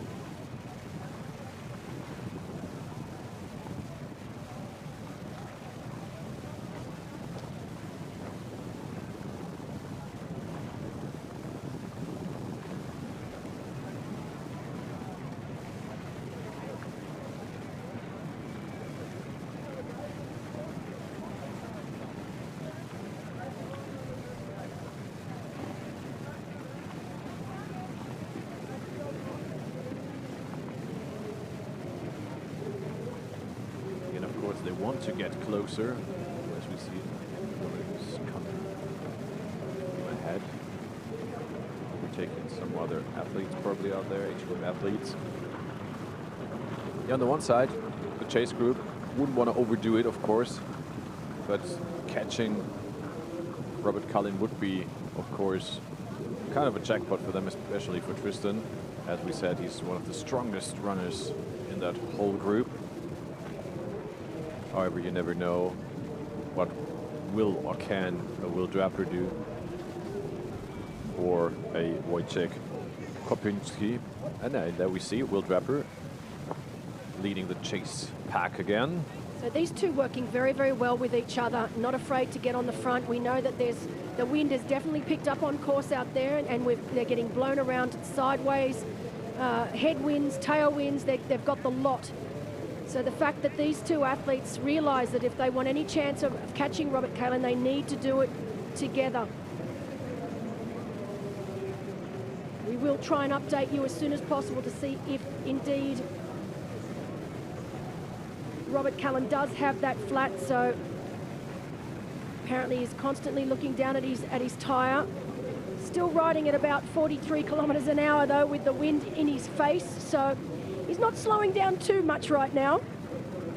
But let's hope that he really does not have a flat tyre, as that would be devastating for Cullen. He's done so much work here today. You can see as the athletes have a little bit of trouble there making their way around some of our middle distance athletes on course. They know this is something that they need to navigate, that they need to negotiate during this second lap of the ride, excuse me. And again, you saw some mud puddles on the side again. Not sure if we have passed the section where Pim van Diemen early in the race has crashed. For the ones who came in later, for you to know, Pim van Diemen was part of that chase group once, played a big role in that chase group actually, helped the group to get closer to Robert Cullen. And then unfortunately his rear bike slipped, and yeah, he might have broken his collarbone. At least he's out of the race. Unfortunately, he was in very big pain.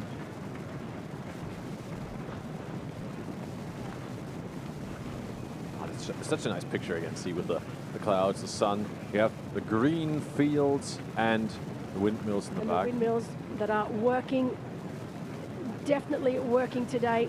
Right now, this chase group, I'm trying to see, obviously we can't pan back, but we've got Tristan O'Lai and Will Draper here. I'm trying to see whether Wojciech Kopinski is still there with them, or whether that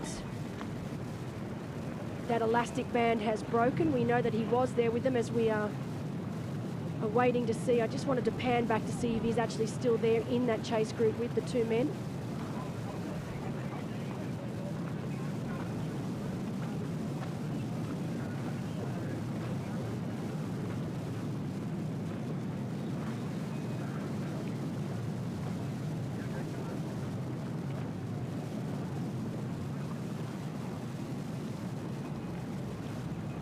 Well, after now almost 4 hours and 14 minutes, it's still a lonely race for Daisy Davis. It's been a very lonely race, of course. She's led from the gun, had a great swim, out of the swim in second place here this morning. We know that Els Visser now only 5:40 down in second, and they're at around that 130 kilometre mark on the bike. There, while third position Antonia Milowski has reached kilometer 125. She is 13.5 minutes still behind. So that's a huge gap. Yeah.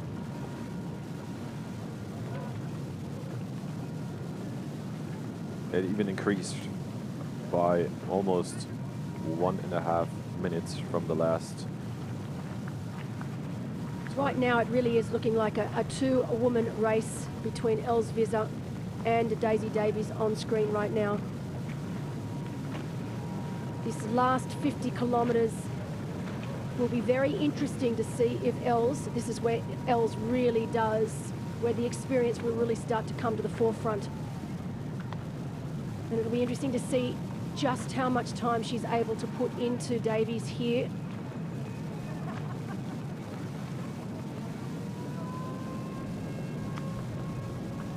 Yeah, we expected maybe Marta Vagovnik to be a bit closer to the group. She was, last time we had a time 13.5 minutes behind. Yeah, we thought it would be a bit closer. She is a great runner, one must say. She can run really well, but I mean, 13 minutes on an Elsvisser is still a lot. Yeah. No, absolutely. I mean, I didn't have the smoothest of travel plans coming here to Almere. It's certainly not the way I would want to turn up for my first full distance race. Obviously turned up to the airport on Wednesday to try and travel here. Plane was cancelled. She then obviously tried to come again on Thursday. That flight was also cancelled. I mean, by that stage you'd start to think, am I supposed to even be coming to this race? And then of course was able to get a flight on Friday morning very early. So the disruption, not just from the travel, but the mental game that plays on you too. She finally got here to Almere yesterday, right before the interviews that were taking place here and the pro briefing. So certainly not ideal, but she's handled it like a pro so far. But yeah, I thought that Marta might be a little closer up the front. She's even lost another minute now. She's 14.5 minutes behind. I mean, on Els, it's of course 6 minutes less, so to say. It's so to say only 8.5 minutes, but still a lot. There, while Margaret Alfers has overtaken Maike Voren and has moved in 5th position. Actually, yeah, got 20 seconds closer to Marta and the others. And then we have Line Bonde from Denmark in 7th position, 60 minutes behind. That's the top 7. The women's race at kilometer 25. Of course, Stacey Davis and the others are further ahead. Actually a really great race for Margaret so far. So I think 9 full distance races, so she's quite experienced over this distance. 31 years of age.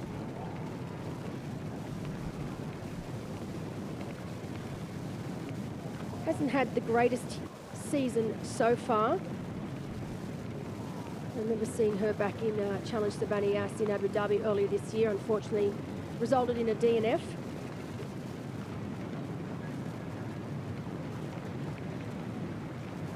But today might be her day. She'll be very happy with where she's positioned. It is a long way behind, obviously 1st and 2nd, but still up there in that podium position, definitely within her grasps.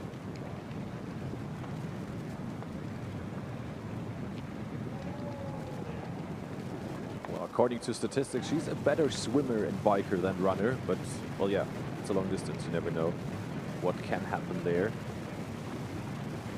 2024, she did 3 long distance races in Cozumel, Hamburg, and South Africa. So she's not completely new to this distance. And right now, reports out on course in our men's races. We're back with Robert Cullen. Let's see if we can get a close-up, or at least see if that flat tyre that he thinks that he's having. Our spotters have tried to get a closer look, but they just can't tell if there is a slow leak in either his rear or front wheel. But we know Will Draper and Tristan Orlai are definitely putting a little bit of time into him. They have managed to drop Wojciech Kopachinski, so I was correct. I didn't think I'd seen Wojciech in that last shot. So Wojciech now unable to match the pace of Will Draper and Tristan. And so that chase group now down to 2. From 7 in beforehand, yes. It's crazy to think, and that's all happened in this second lap of the bike. This is what happens. And I think it'll be interesting once we get to around that 30 kilometers to go mark. See if any more destruction has taken place. But right now, it's looking okay for Robert Cullen and that potential flat tyre.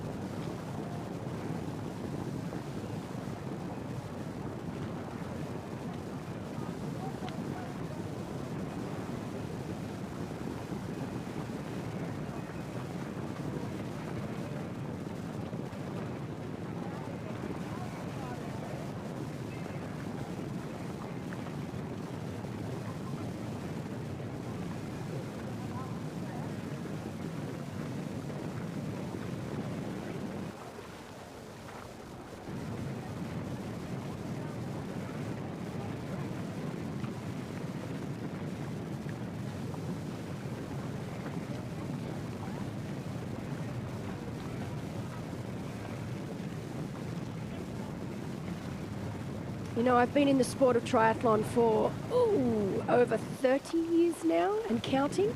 We don't need to get too technical there, but I'm going to say like almost my age. Huh? give or take, shush, you're not allowed to say that. But it is incredible for me to be sitting here and to think that this race has been going since 1983. I mean, it's the oldest race in Europe, second oldest in the world behind Kona. It's, yeah, the history in this race is just unbelievable. So it's, are we going to see a Dutch champion here today?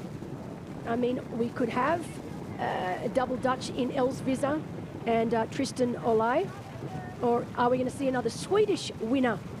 Last year it was Jesper Svensson. Right now leading the way we've got Robert Callan. Or are we going to see a double British, which we've never seen here before, ever before. So with Will Draper and Daisy Davies. So, yeah. Yeah, we had a British coming in second last year. Joshua Lewis was that. Yeah, and we had British winner. You remember? Kieran Linders in 2022. Yes. Not a double. Not a double. No, of course. About the yeah, double, sure. The double winner. I just, yeah, but at least a British winner we had before. Yeah. And I thought about. I don't think we've had a British female winner here. Let me see. No. Not so far. No. 2 Dutch wins in a row. Elsvizza and Malin de Boer. We had from Germany Katarina Wolf, Sarissa de Vries back then in 2021. One from Flaken 3 times, yeah. 1 French, but yeah, so far no British. That would be something new. Could be. But I know for the Dutch out there, obviously they would love to see another double Dutch win here today. And definitely looking at the way that this race is presenting itself right now, definitely doable. You told her a lot of times to take in enough nutrition on the bike. We hope she did that.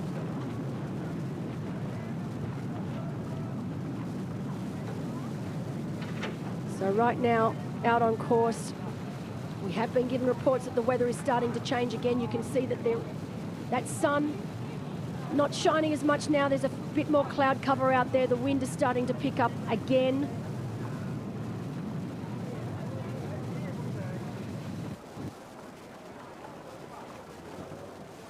But we will stay dry, first of all, for the moment. The weather radar tells us there could be some rain around 12:30, so in around an hour, but we never know here close to the sea. But there will be slight rain. There could be bigger rains around 2 o'clock. That would be on the run course, but yeah, as said, hardly to predict.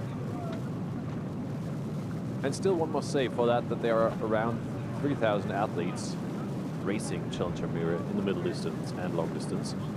It is not too crowded on that second lap on the bike right now.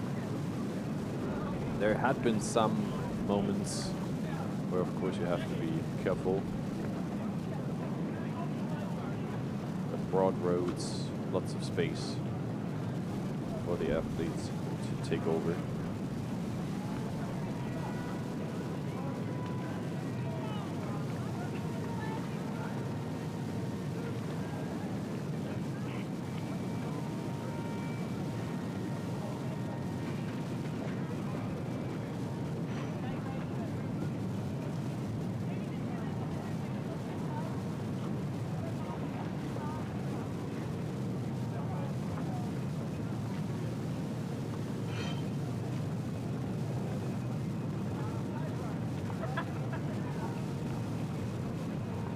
As you can see, there are some middle distance athletes even overtaking Daisy Davies, which of course doesn't play a very big role for her, but you can see there's some puddles still on the road. So there had been rain in some parts around Almere, on much drier roads.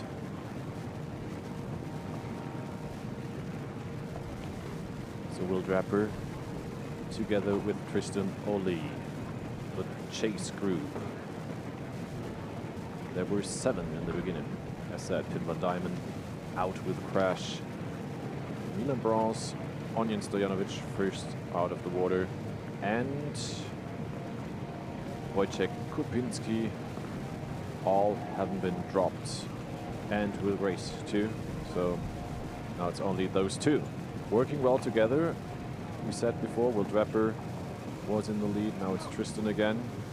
Just have to be careful, Will, here not to get too far away from Tristan. Yeah, these two men definitely riding very, very well together. Both taking turns on the front. Tristan, 27 years of age. He doesn't live too far away, actually, about 45-minute drive from here in Almere, coached by Guido Vroomen. And this is his second time racing Almere. He raced back in 2022. Actually, that was when he did his very first race over the full distance. I do believe he finished in 6th place back then, a time of 8:03. But this is actually today his 10th time over the full distance. So his second time here in Almere, but he started back in 2022 and is about to complete 10 full distance races. So he's done a lot in a very small amount of time.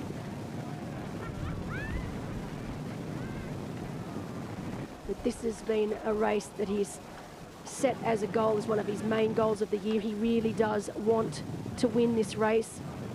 He mentioned in his interview he has a lot of family and friends coming to watch, a lot of pressure, but it's also a lot of support that he is going to get on the run, especially when he needs it towards the latter stages of the marathon.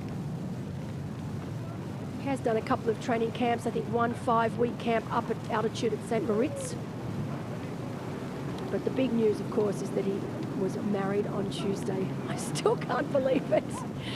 I'm like, what about the honeymoon? This is not a honeymoon, but I suppose if he wins here today, then he gets to celebrate a really good honeymoon. Absolutely. But yeah, big news on the course, and so far that Daisy Davis has now found the rain out there. So earlier than thought, we have at least some clouds coming through. Yeah, it looks a lot more uncomfortable out there, I must say. Isn't it crazy? I literally was watching and it was sunny, blue skies, dry roads, and now we've got wet roads, no sun. This is exactly what we've been experiencing all week long. But it's incredible, the changes. And it's, you could look in another 5 minutes and it'll be sunshine and dry roads again. So, yeah, incredible. But this is what the athletes come to expect here in the Netherlands. And I don't think it's going to do them any harm. And especially, as she said before, she knows the British weather, and that is quite similar to the Dutch weather here. So for her, it wouldn't play a very big role, I'm sure.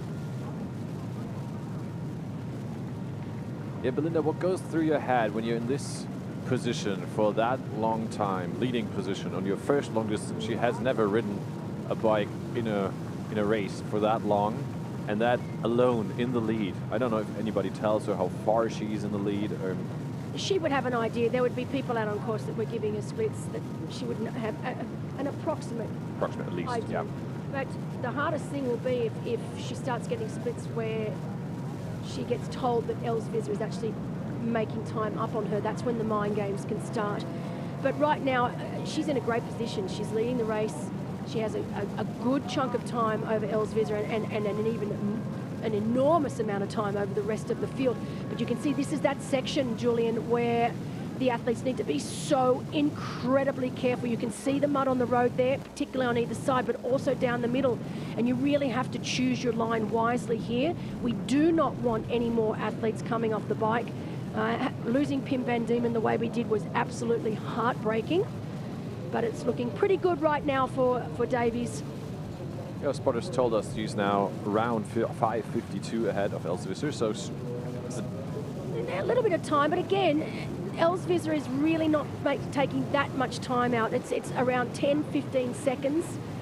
So if Daisy's able to find out those sort of splits, she'll be very, very happy, because really they're not significant enough right now.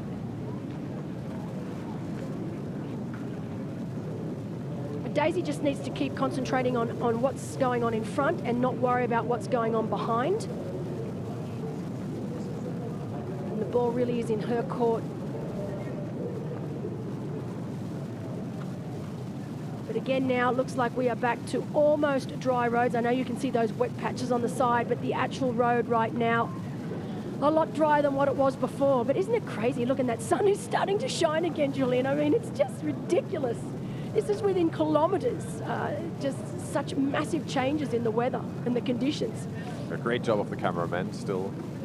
Wiping down that screen, making it nice and dry for us again. Thank you very much. And right now, it just feels a lot better to watch that. Some sun, it looks does. dry. Yeah, we were just told, so yeah, we've got to stay a little longer with Daisy Davies because the men's race is in the section where our bikes cannot, or where all the motorbikes cannot stay with the athletes, also not the referees. So for that moment, we're going to stay with our leader here.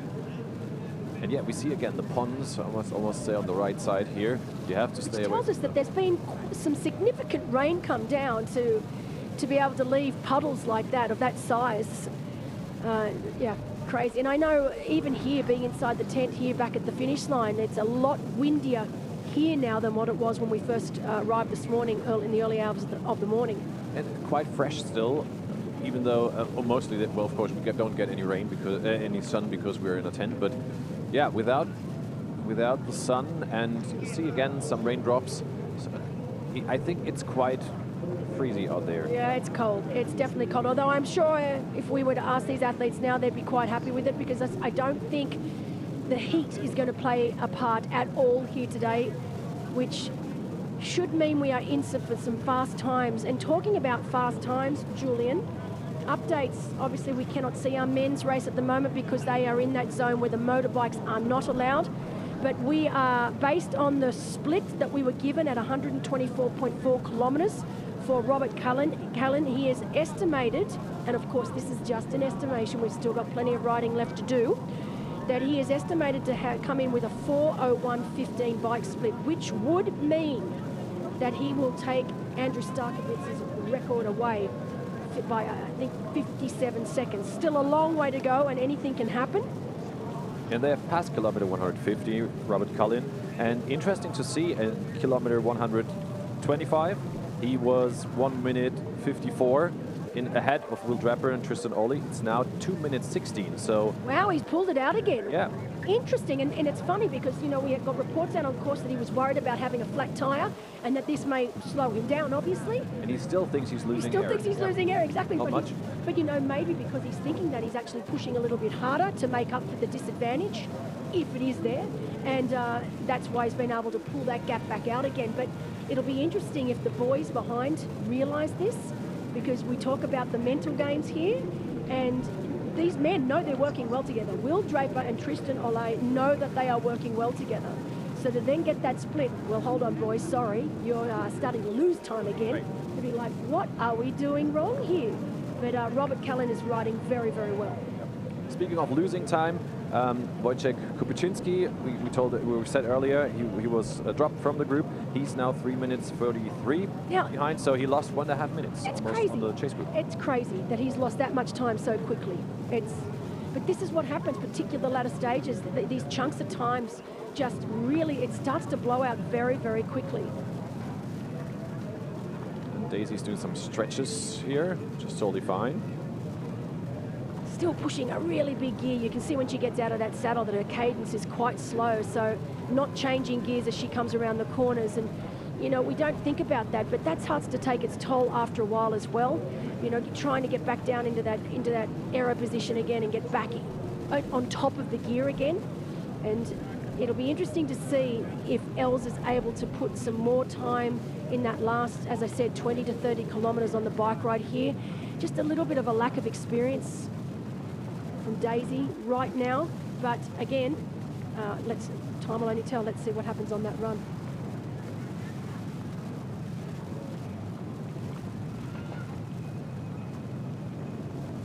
Wow, Milan Bronze now has passed kilometer 150. He's now 7 minutes behind. Wow, he's lost quite a lot of time. Onion Stojanovic and Will Grace aren't even at that point right now, so they are even further back. Yeah, 8 to 9 minutes behind. So in the second lap, there has happened a lot in the men's race. Funny-wise, we said before, the gaps in the women's race are a lot bigger, still they are, than in the men's race. However, now also the men's race has put up some big gaps, which are from time to time growing. And here he is, our leader, Robert Cullen. Still looks brilliant. I mean, I've seen zero change from kilometre 1 to now kilometre 150 you said they're at now, so still looking very, very strong. And as we mentioned, putting time back in to those two chasing him behind. Is this going to be the day that Robert Cullen is finally able to have the full distance race that he knows he is capable of? Is he going to be able to put together the marathon that he knows he is capable of? We know one thing is for sure, he is going to have to run a PB here today if he wants any chance of taking the win.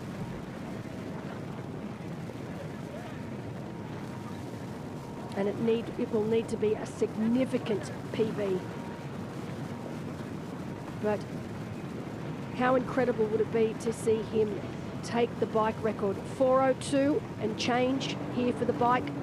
Record set by Andrew Starkowitz.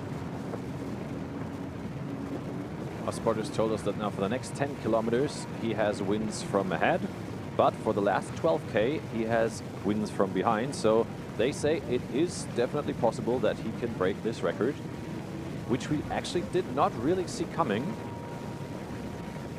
I would not have woken up today and said we're going to see some new records being set today. I just thought the conditions were just too unpredictable.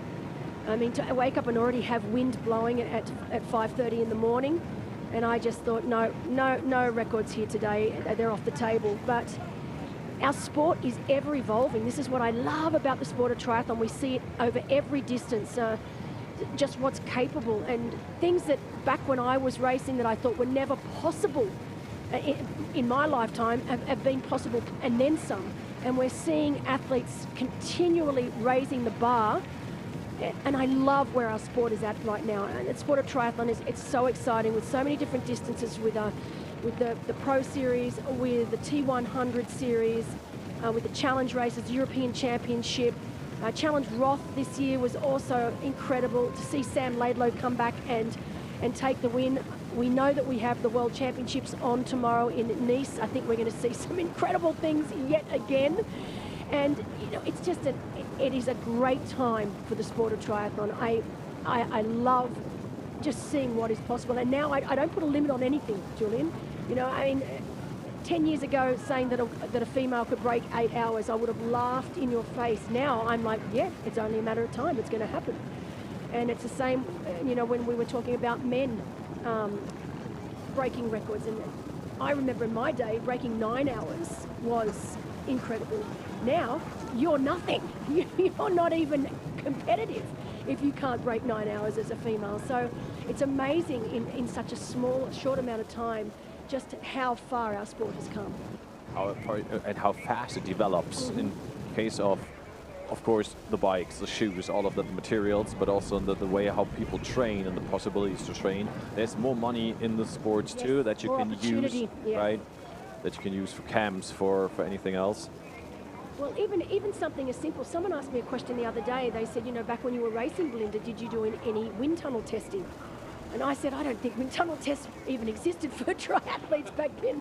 I mean, of course they did. I was being facetious, but it was certainly not something that you did as standard. It was something that was very expensive, very difficult to get to. I would have had to travel to Europe for it to happen, and it was just not something that you did. Now, if you are an athlete that is serious about being at the pointy end of the field, you're doing wind tunnel testing a couple of times a year.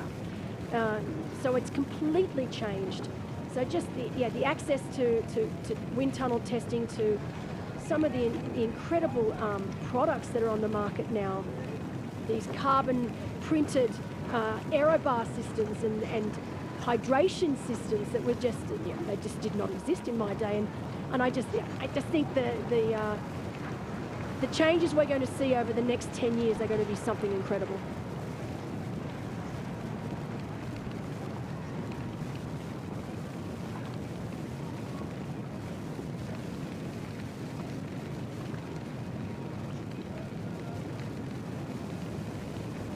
yeah, still we cannot really say or see from here if there is a puncture at Robert Collins' bike. For now, many kilometers, he said he thinks he's losing air. You see a lot of mud on the left side of the road. Just look at that. It's not completely clear there. That can be tricky. Well, one thing's for sure, if it is some sort of a puncher, it's an incredibly slow lead, because it's certainly not slowing him down. If it was a true puncher, there would be no way possible that he could be riding the speeds that he's riding now. And again, it could just be a mind game right now as he's getting to the latter stages of this bike ride. Maybe he feels like his pace is dropping, and we may get to the end and he may have a very, very slow leak. But right now, he needs to just focus on what he's doing, put that in the back half of his brain, and because he's putting time into these men behind him. That's a good thing.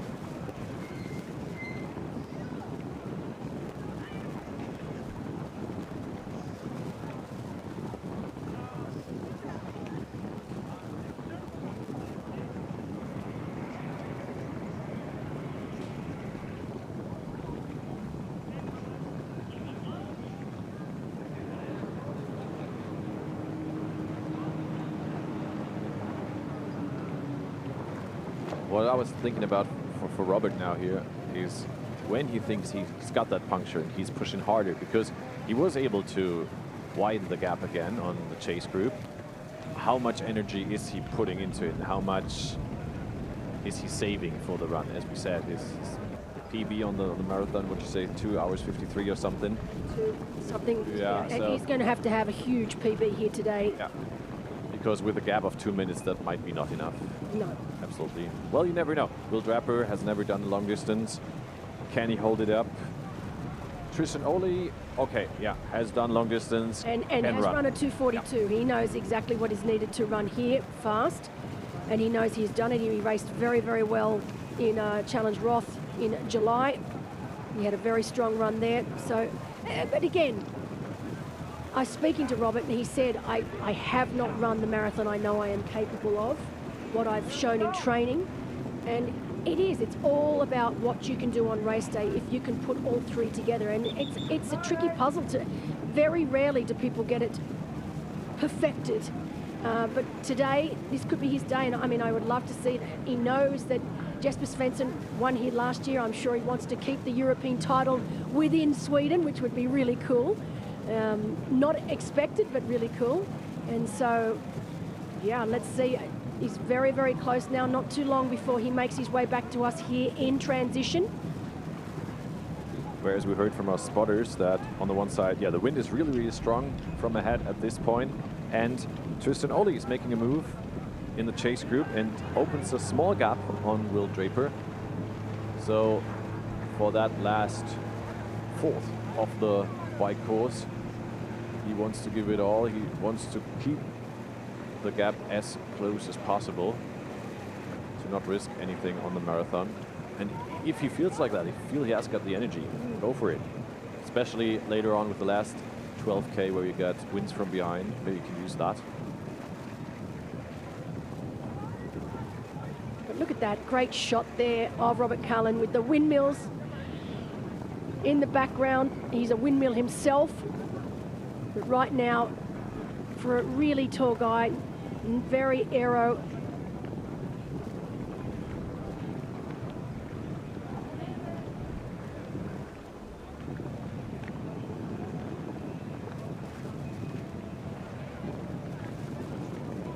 So 4 hours 30 on the clock for our professional men, 4:45 for our professional women.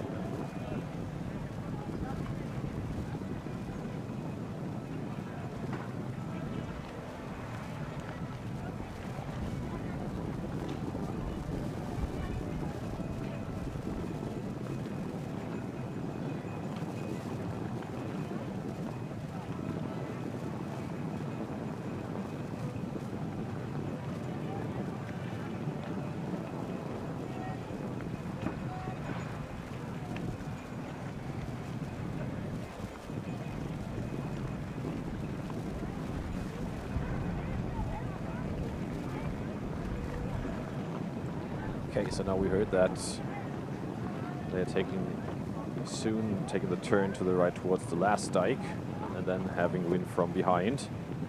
The prediction now is 4 hours and 4 minutes for Robert Cullen.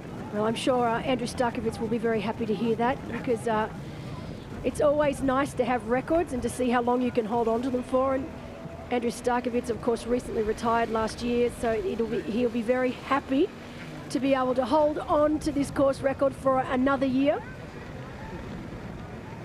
I mean, yes, Stark, he always gave it all, and also on the last kilometers of the bike. So I think Robert has to go fast. However, now, yeah, with that turn to the right, now wind from behind on the 12K, that can play a role.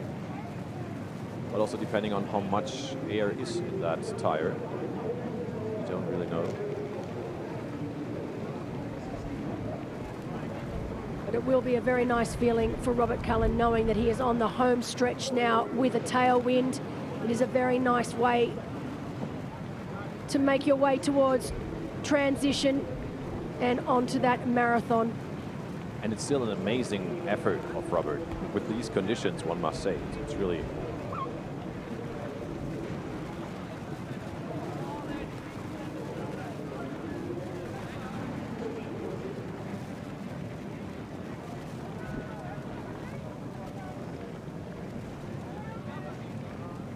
Yeah, because we were wondering in beforehand of the race if, yeah, of course, a course record with these conditions, we said, will be really, really hard. But what will be the times about in the years before? You needed to win this race. You needed a 7:40 in total. But we also had 1 year, I think, where Kieran Linders won with not so well conditions. When you needed 7:55, it was Kieran Linders 3 years ago, 7:55. But else, it was always around 7:37 to 7:41 to win this race. So interesting to see, yeah. Onion yesterday said, oh, I feel like it's more going to the 7:50. However, right now I would say we can go a little faster. Not, of course, course record, but yeah, the race is a bit faster than I expected it to be. No, it is. And of course, last year's results, Jesper Svensson from Sweden taking the win, Joshua Lewis from Great Britain in second, and Lars Lomholt from Denmark in third. For the women, we had Marlene de Boer from the Netherlands. She was a very popular winner here last year.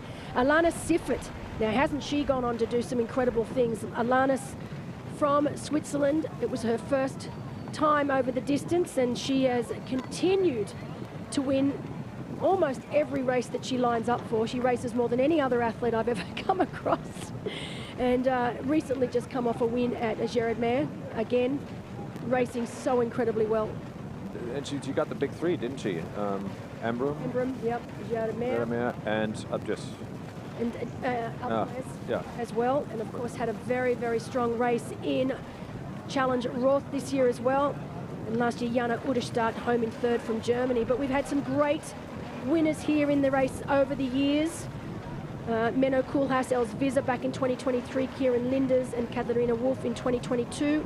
Christian Huggenhaug and Sarissa de Vries back in 2021. Maddie Troutman and Yvonne van Vlerken back in 2019. Jaroslav Kovacic and Yvonne again. Of course, Yvonne's won it 3 times in a row here. Joe Skipper back in 2017. We've had some great Germans, Marcus Fackback, Jan Raphael. So some fabulous champions over the years here in Almere.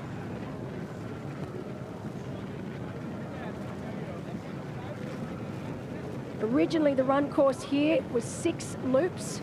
Back in 2023 they changed it to 4. I'm not sure 6 loops, that would do my head in. That's too many loops. But 2023 they changed it to 4 loops. Because they could use the expo space, right? Yeah. Correct. Back then, the island, what we've talked about before, we will show you later the run course in the graphics. But yeah, there was, for 2 or 3 years, there was the big expo here, why they all set up the whole place on that little island. And of course, we couldn't run there because of that, the expo. And when that was over, I think they have created really an intelligent way. We will look at it later. There are spots where you can even see at one point where you're standing, see the athlete 3 times. That is really, really cool. For that, yeah, and not too long to go until we get there. Robert Cullen is pushing hard to move closer to T2.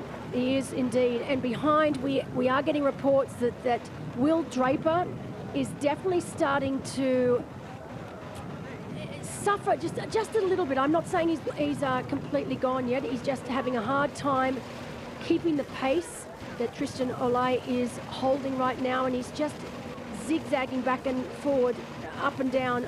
We heard that he'd been dropped at one point but made his way back on.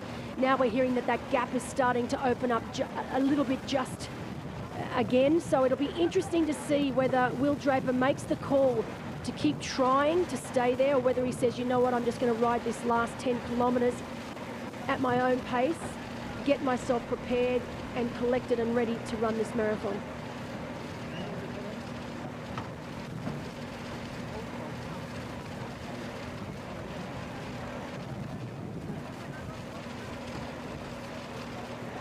So while we know Will Draper is probably just starting to feel the effects, and again, we know he has very, very little experience over this distance. And whereas Tristan, on the other hand, has 10. This is his 10th time over the distance. And just the difference in their facial expressions right now, you know, Tristan's giving the thumbs up, saying, yes, I feel really good, I'm in control, I'm loving this. Whereas Will's probably, you know what, I'm starting to feel the effects. It's just starting to grate ever so slightly on me. Daisy Davis, of course, still in first position. Interesting to say, kilometer 150. We have a new time of Els Visser, and she is 6 minutes 2 seconds behind. So that means the gap also grew at this point between the first and the second. So Daisy Davis is not giving up there in front. She's holding up the pace. Hats off. This is incredible racing from this young woman right now. I mean, zero experience over this distance.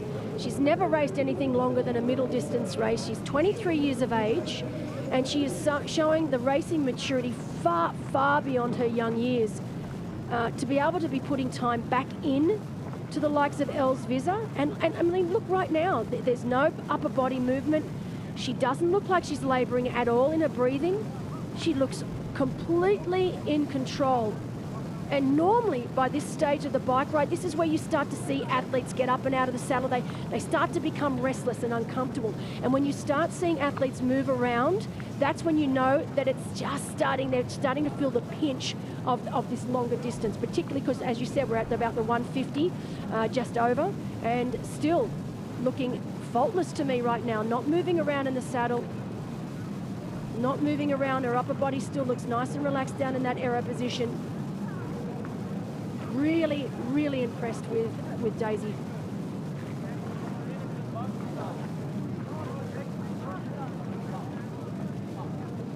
And you can see, I can hear the music out front here. They're getting ready for the return of these athletes right now. We can't see it, but we can hear it. It's a real party scene down on the finish line.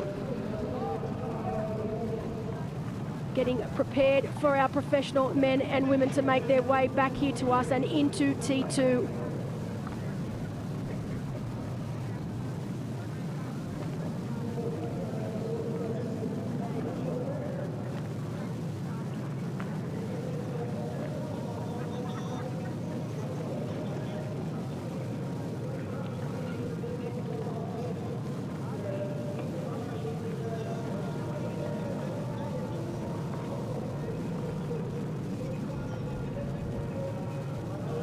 Behind Davies, Els Visser, we know that that's just over the 6 minute mark now. It just keeps teetering just over that 6 minute mark.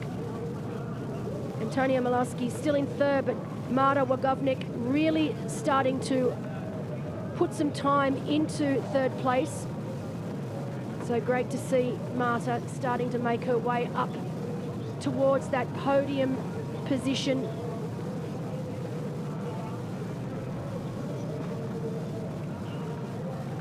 And she is, I would say, the best runner of the 3 to 6 position at the moment. Of course, you never know, but Antonia Milowski, strong, great race of her so far.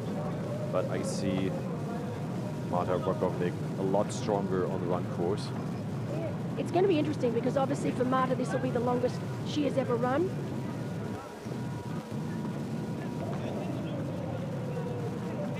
So So predicted to run a sub-3.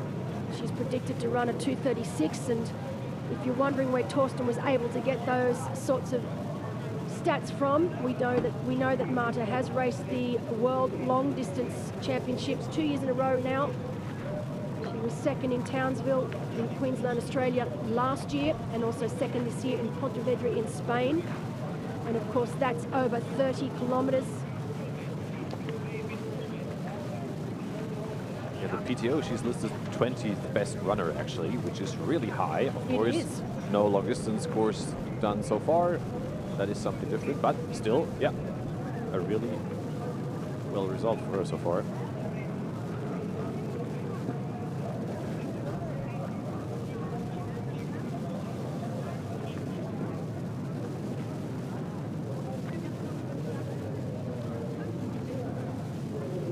Of course, we talk today about the European Long Distance Championship. It is the main event for the weekend here.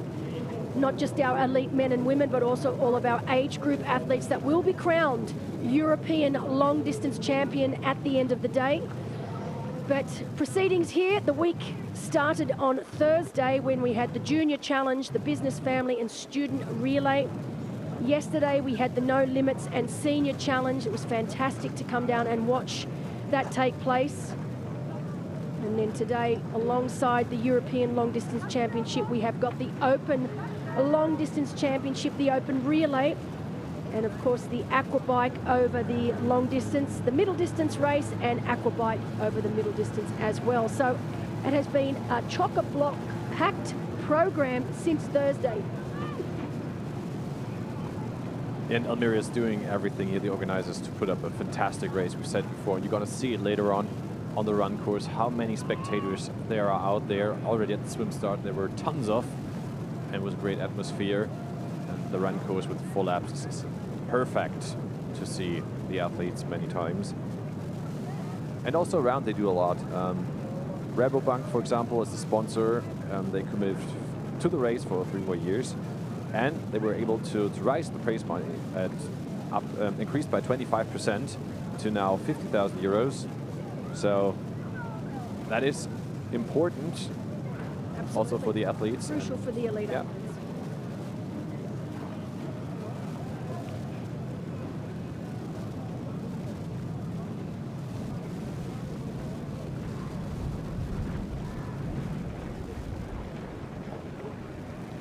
Robert Cullen on the dike. He has winds from behind and is pushing hard. Look at that. If you look at that, you can actually see Almere in the distance. So we are You're on the left side where you see absolutely the high house. the left side. You can see that high building. That is us here. So I'm waving. Hello. And 5 kilometres, I believe, or thereabouts, left for the big Swede Robert Cullen as he makes his way back here towards us.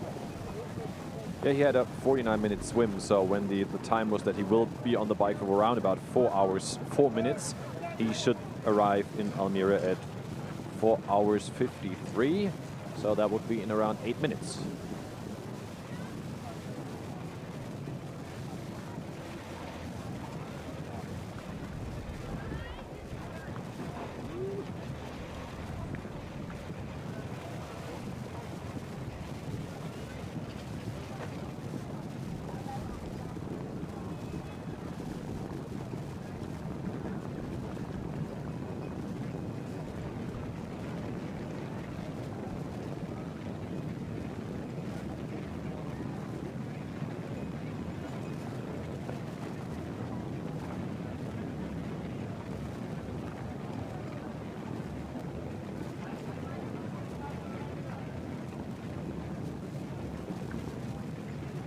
So you can see right now he's on the outskirts of Almere.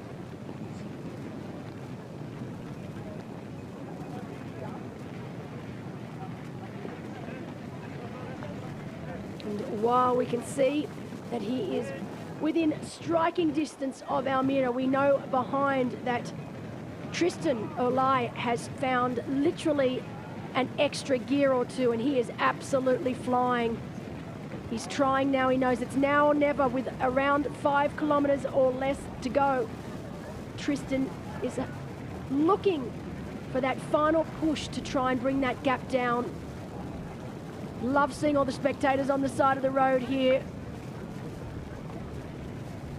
But we have definitely got a race on our hands between Robert Cullen, Tristan Olai and Will Draper.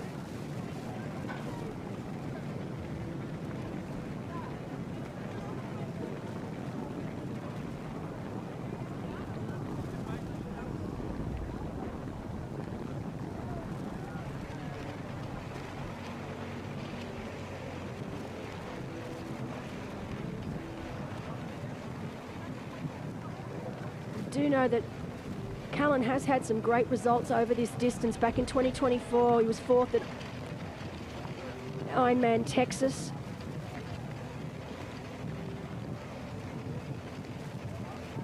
So he just needs to really put together a smart marathon here today.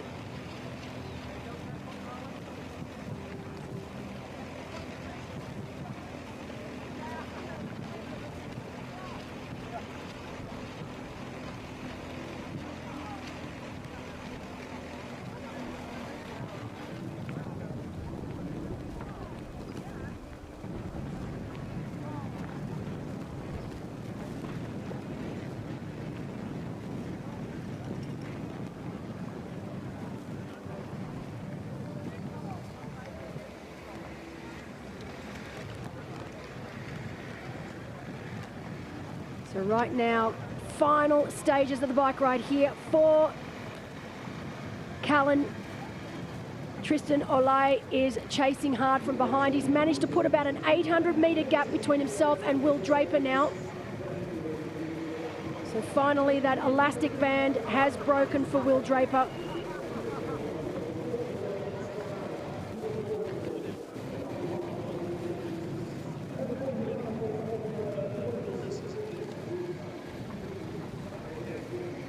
It's a little tricky here towards the end.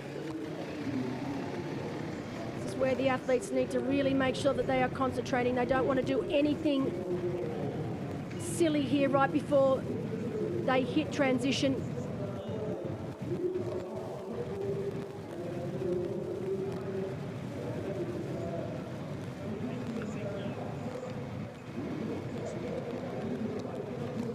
One of the great things about this race for all of our leaders, it looks like it's been a very clean race. There's been no penalties given amongst our top athletes.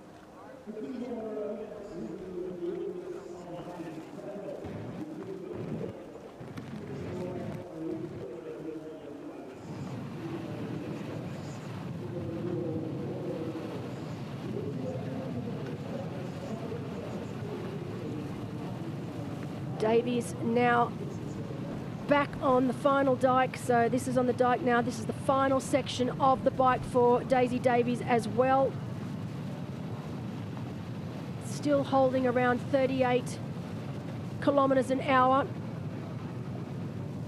So she really has not faltered at all. There's been not one section of this bike where she's gone through a bad patch and her speed's actually dropped significantly. She's been holding around that 38 to 40 kilometres per hour all day long.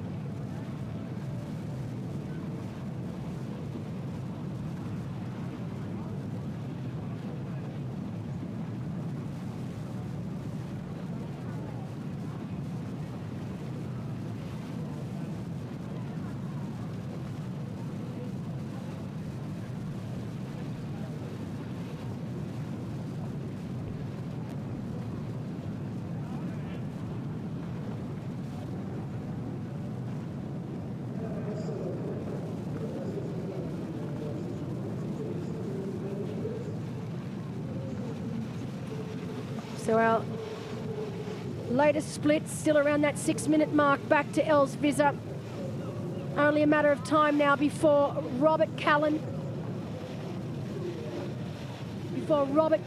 makes his way into transition.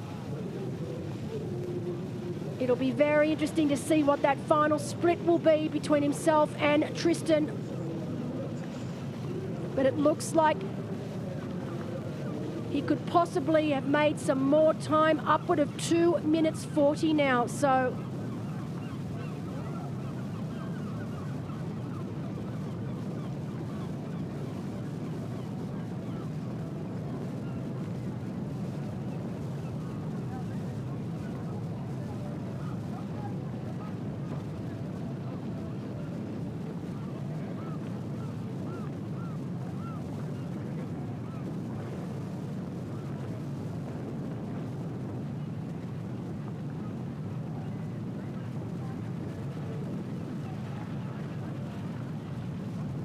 but that is one of our middle distance athletes going past our lead female. So we've got our middle distance athletes on course as well.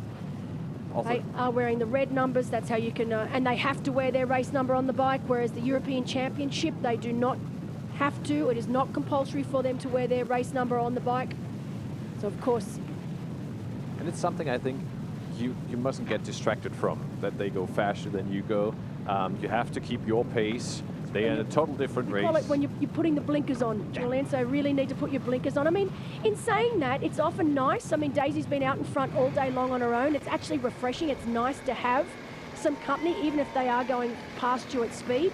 You still get a little bit of a push from it. As we are back with our lead male, he is almost here in Almere. Great to see.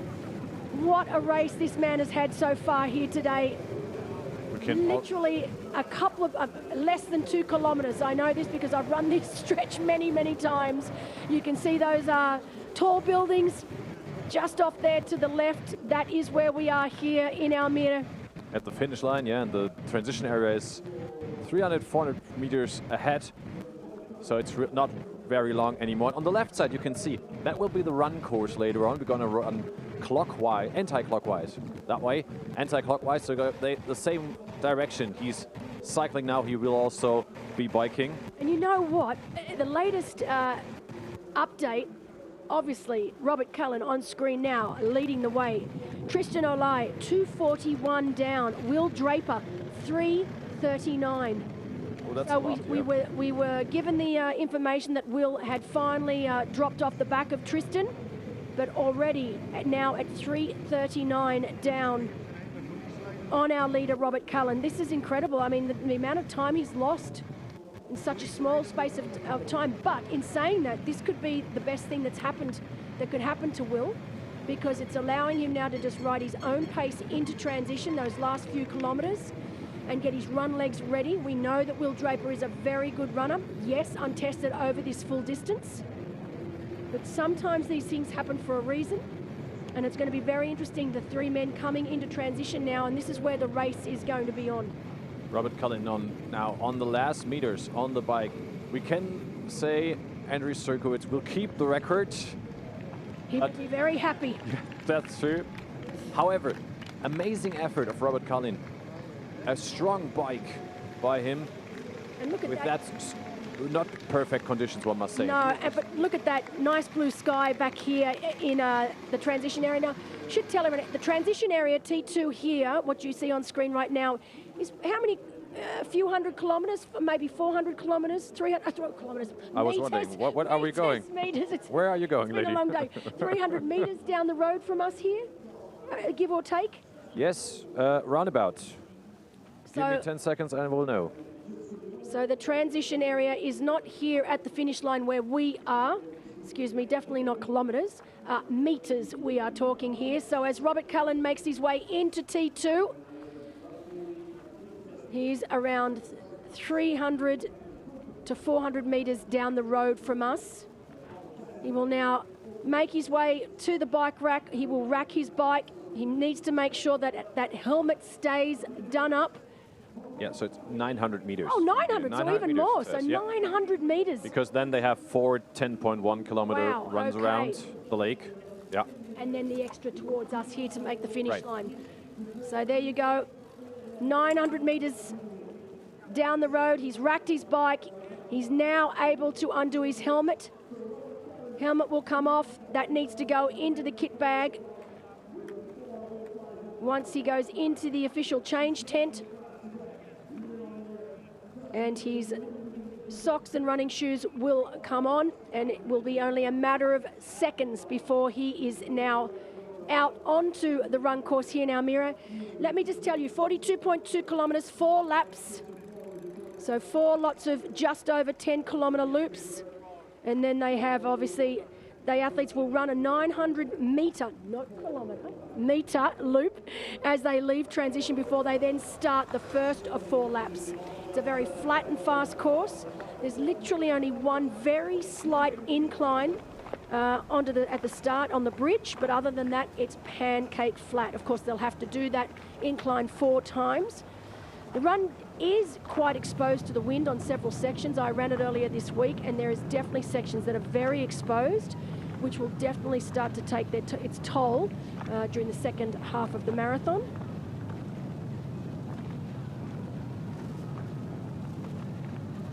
So great to have the first of our professional men now into transition and making their way shortly out onto this run course.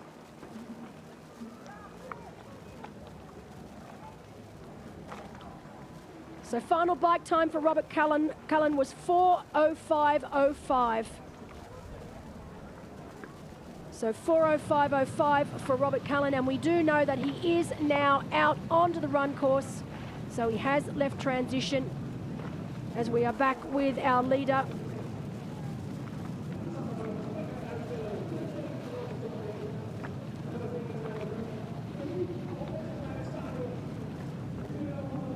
So Daisy Davies now also onto her way towards us here in Almere.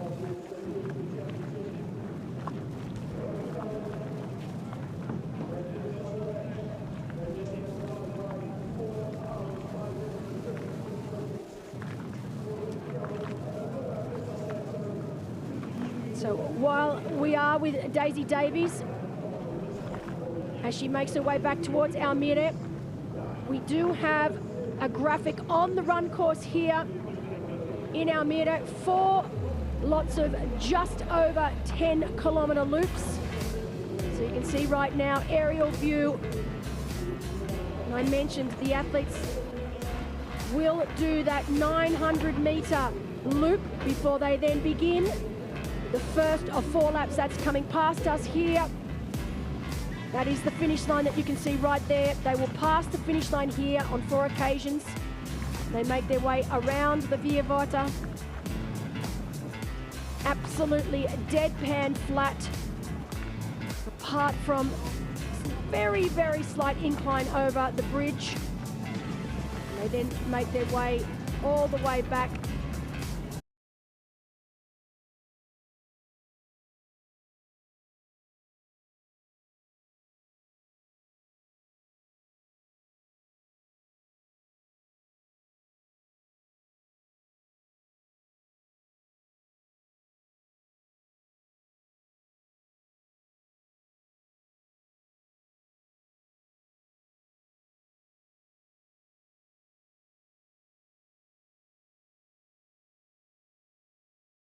Long legs, they've got that really long, slow stride. Magnus Ditlev, whenever I see Magnus Ditlev running, I always think, this guy's just going for an afternoon jog. But then you see the pace that he's actually running and you're like, no, he's not. Just want to say, with all the winds in Roth, every time I saw him there, he looked so slow, but he was He's cruising. incredibly. Yes, exactly, and I think that's just what happens with these longer, taller athletes. They often look like they're running a lot slower than they actually are. But it will be interesting to see just the difference in the turnover between the likes of Cullen and, of course, Tristan Ole, who will know that he's only 240 down on the Swede, and he will want to catch him as quickly as possible. But this is the issue. He doesn't want to do it too quickly. He has got 4 laps, and he needs to really make sure that he doesn't go out too fast, too early on this marathon. Right.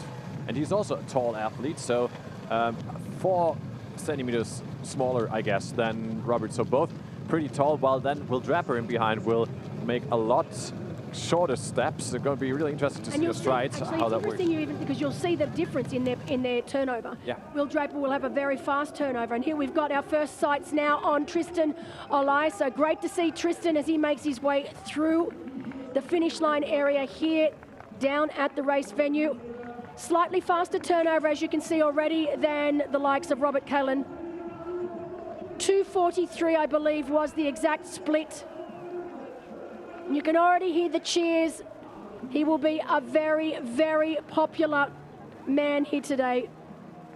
And we've seen it before when the camera maybe turns again, that the stands are already packed with spectators. So yeah, beginning of the run, it was 2 minutes 27 seconds, and for Will Draper 4 minutes 47. So that's going to be interesting. That part 2 yesterday was heavily windy, I must say. That's the longer straight part where you have the water on the left side. No trees that much on the left that could stop the wind, and yeah, you can see it. Look at the wind there, Julian. And then it also goes up a little onto that bridge. That was running. I was like, that hurt a lot to go up there.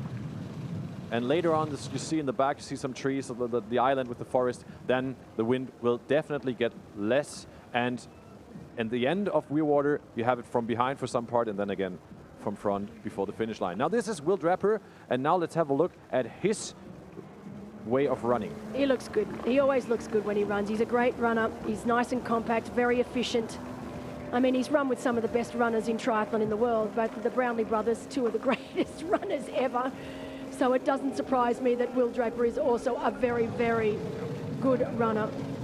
But again, he's going to be in uncharted territory once we hit the 30-kilometre mark. He's never run or raced, I should say, over 30 kilometres before.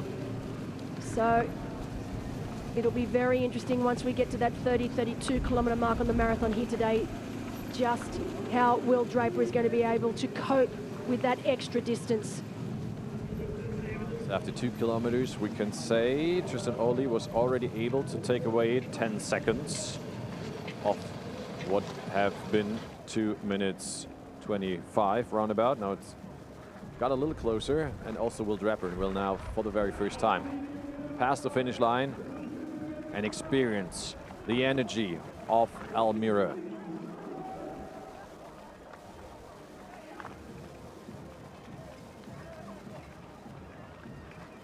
Having a quick check of the watch. He has set himself a fairly hefty goal here. He knows what he wants to run here today. Sub 240, 238 to be exact. I definitely think he is capable of running those sorts of speeds, but it's just if he is able to pull it off here today. As we go back to our professional women, so more of our age group middle distance athletes making their way towards the finish line. You can see Daisy Davies taking a little bit of time just to give that back a bit of a stretch. This is smart racing from her, getting up and out of the saddle. She knows that it is only a short amount of time before she will be making her way towards us here. She wants to make sure that her body is prepared for the marathon. Definitely around this time that the body really is just saying, you know what, I've had enough of the bike, I want off. I just want to get my feet on the ground, I want to get my running shoes on, and I want to start this marathon. We know that Elsviza, again, it just keeps going up and down, up and over that 6 minute mark, then down under, but it looks like it's down to around that 5 minute 40 mark. Was the latest update I was given from out on course. So Elsviza really riding this last 10 to 15 kilometres. So that last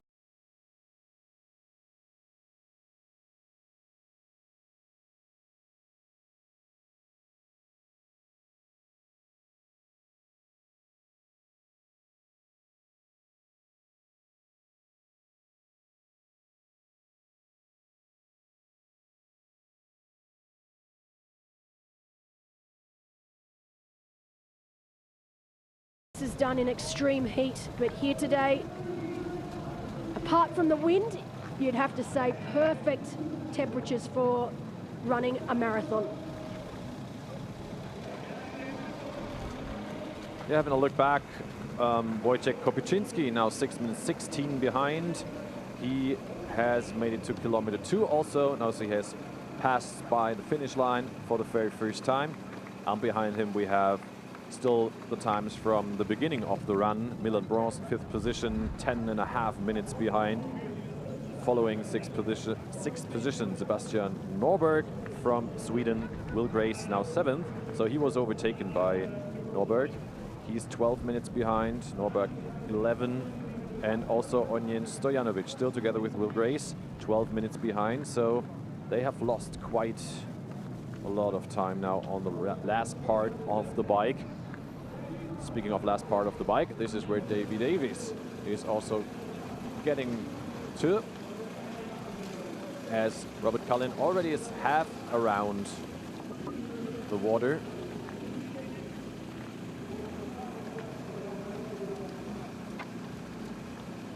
And getting closer to the island we spoke of.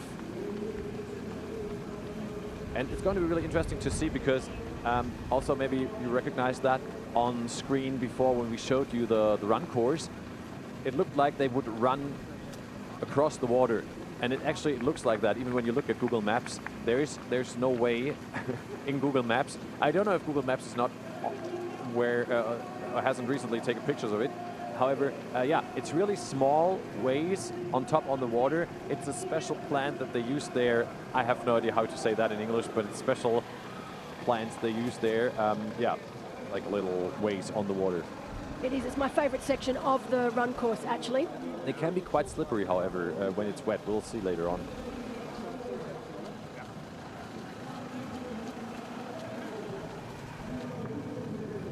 But we definitely have a race on our hands right now. All 3 of these men in 1st, 2nd and 3rd, definitely all capable of taking the win here today. As you can see, Daisy Davies on her way back towards us right now. For a young woman, 23 years of age, lining up for her first time ever over this distance to have led the swim and the bike. She will come into transition as our leader. She will have a significant lead over Els Visser.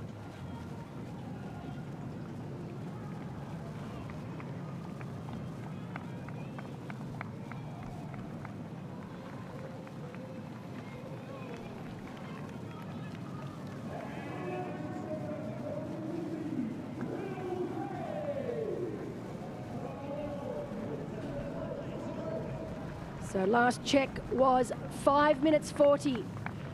The gap between Davies and Visser. Even if it has come down slightly once we hit transition, this is still an incredible lead for this young lady. Shoes are off.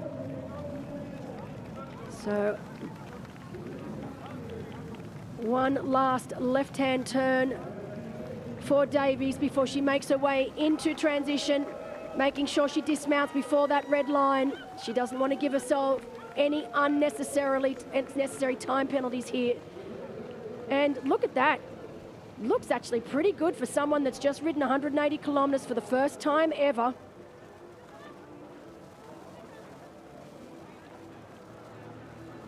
And Els Visser was at the end of the bike lap 5 minutes 42 behind, so yes, like our spotters said. So she was able to get a little closer, but not that much, so it was interesting to see that. Daisy Davies was able to keep up the pace. And now to take a more than 5 minute lead onto a run course is not that bad.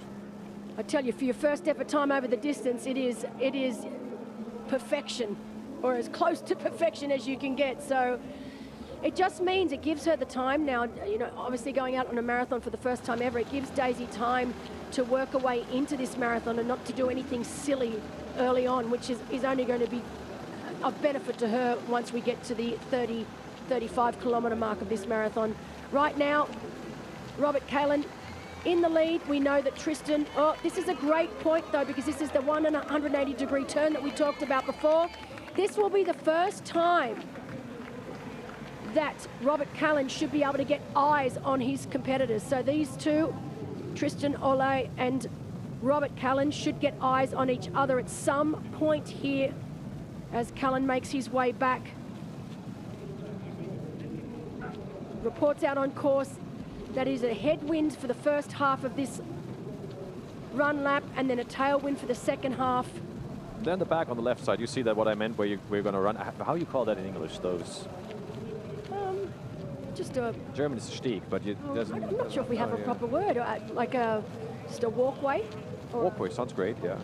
I would use walkway now. A walkway on water? Yeah. Oh my God, look at the guy here on the left. Here we go, now this is it. Yeah. This is it. This is a really important part. First time, zero acknowledgement from either of these men. As it should be, they are racing here for the win. They don't need to acknowledge each other.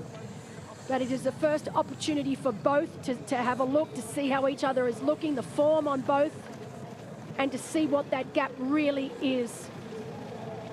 And I would imagine, Julian, that for Tristan, this is only going to make him hungrier to hunt Robert down. Definitely. If we're a bit lucky, they can see each other again, because just the point where Robert took a turn to the left, he will pass by that part again, where he's going to do a big loop to the right side now, coming back to the spot where he just was, and then, yeah, get back from the island again. So that's the point where we said you can see the competitors 3 times in one spot. But that was the first time that they were able to see each other. Now we get onto that walkway, so to say. A bit more windy there, but the whole area there on the island, at least yesterday, was pretty without wind. Now I can see on the bike, on the leading bike, the flag is moving a little bit. See on the water there's some waves. I thought that was a cool feeling running on that way. It is. It's one of my favorite sections. I really do love this run course. I think it's got a little bit of everything. Through some beautiful garden areas, and then this area, obviously this exposed area, but right on the water. Yeah, it's a great run, and you think, oh, 4 laps, I'm going to go crazy after 2 laps. But it's got so much of everything that there's always something different to look at, and the 4 laps goes actually really quickly. So while we are on our men's race, we know that Els Visser is making her way towards transition as well. Just to give you an update on our women's race. So yeah, we're supposed to see her entering T2 any minute.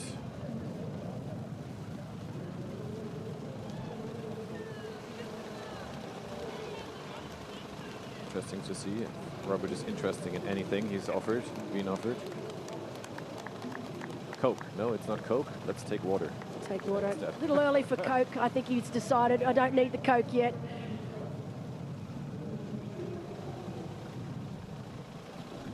So we know that gap back to second is coming down slowly but surely. On paper, Tristan Olay is definitely the stronger of the two. Now he's going to take a turn to the right. Also interesting, we see the cars in the back. That's where they're going to come from the right side later on again and go on to the left. So everything is really close together, and you have more and more spots to see your competitors.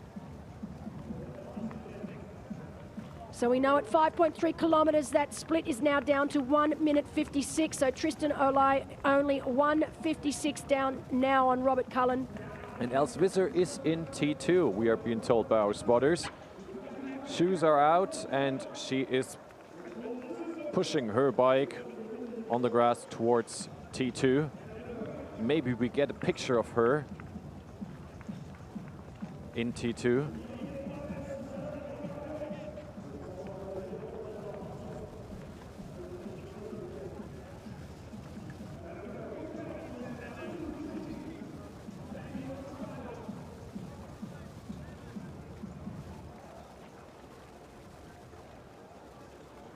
So more and more of our professional men making their way into transition as well.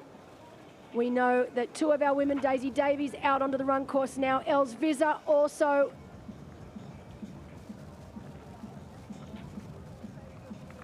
about to make her way in.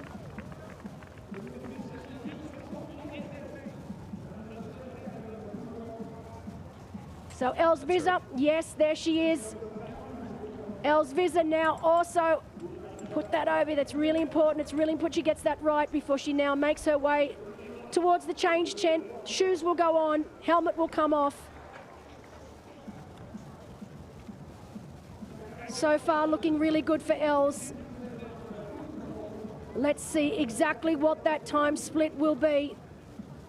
So when she entered T1, it was 5 minutes 14 when she got off the bike, one must say.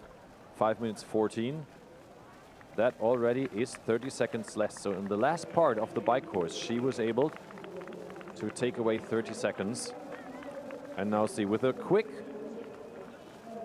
change, she can maybe put that down to 5 minutes. To Daisy Davies, who we can now see here, getting closer to the finish line for the very first time. So 5:14, the gap between our leader here on screen right now, Daisy Davies from Great Britain, Els Visser from the Netherlands. I know Els desperately wants to win here again today. She won the race back in 2023. Daisy, of course, racing over this distance for the very first time, 23 years of age, so young, but definitely showing the maturity and experience well beyond her young years right now. Running very, very well so far. Very early stages, of course, in this marathon, the first of 4 laps. But great to see this young woman doing so well.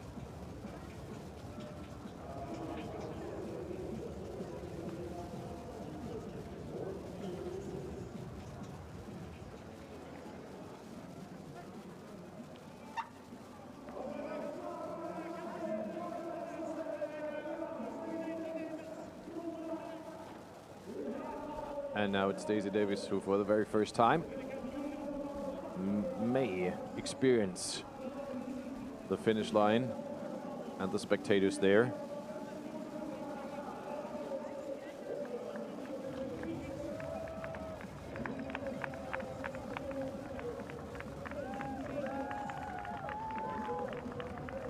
Getting lots of cheers as she makes her way past the finish line. Yeah, standing ovation for Daisy out there. She's here with her father. I'm sure he's absolutely as proud as punch right now, watching his young daughter make her way out onto this marathon course. Just over 5 minutes, 5 minutes and 14 second lead. More of our professional men make their way in. You can see quite a few bikes in here now. So majority of our professional men have now made their way into transition. Levente Berikmeri from Hungary was that. I'm glad I left that name for you and not for me. You're so kind. I'm very kind. I like to share. Oh, yeah. The question now is, of course, when will Els Visser for the very first time? Oh, look at that, trying to get the crowd going. Running really, really well too, wow. So you can see more of our professional men now making their way.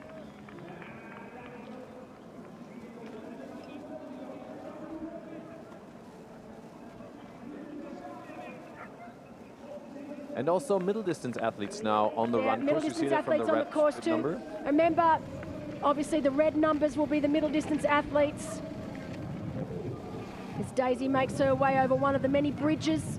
It's the only time there's any sort of elevation here on this run course.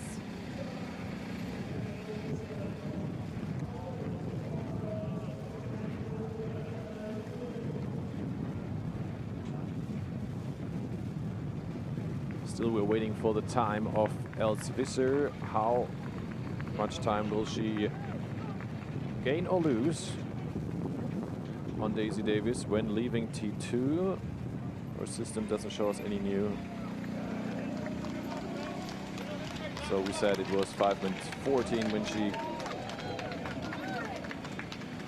stopped her bike. In T2 it was 5 minutes 20. Now she started the run. It's 5 minutes 28. So, different than I thought. She lost 14 seconds in T2 on Daisy Davis. Shows how quick Daisy was able to transition, to do the transition. That's correct. You say that like that, yeah. No, so you're right, it was 5:14 coming into transition and coming out the other side. So obviously at the start of the run-up, it's now at 5:28.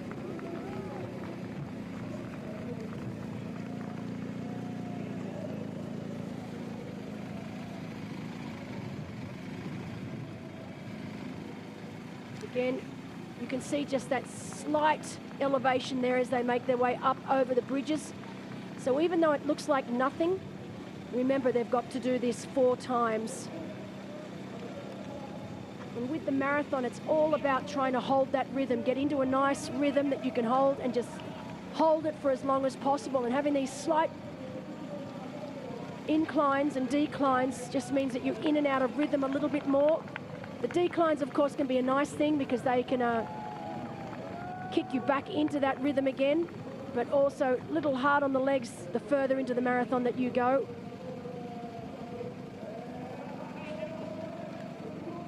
Yeah, it's set to be 18 degrees now out there, but winds up to, well, our weather app says up to 50k, but I think there, as I said, the 2 positions right after the finish line, right before the finish line, where there are heavy winds, and yeah, we will see how that will affect, yeah, especially in that part. Look at the hair flying from the woman behind. You can see just how windy it is. Yeah.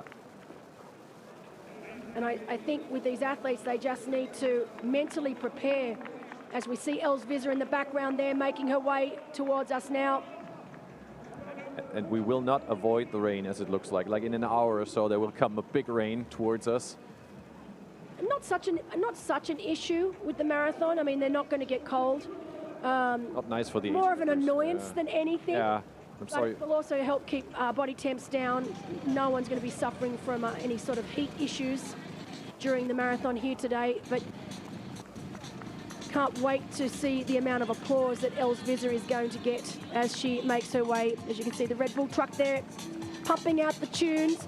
Of course, we should talk about the special edition of the Red Bull Kilometre. So we do have a competition today. True. The Red Bull Kilometre, where athletes get to test their run speed over 1 kilometre. I remember Robert Cullen actually saying to me if things weren't going well, if things were starting to go south, that he would have a crack at that 1 kilometre Red Bull. So it'll be interesting to see who gets the fastest K today. Just in the last lap, of course, yeah. So it just counts the last lap and the fastest one. Of course, well, I mean, you can't have it in the first lap when the legs are fresh. Yeah. What fun is there in that? So Els was saying something maybe to people on the side on the track.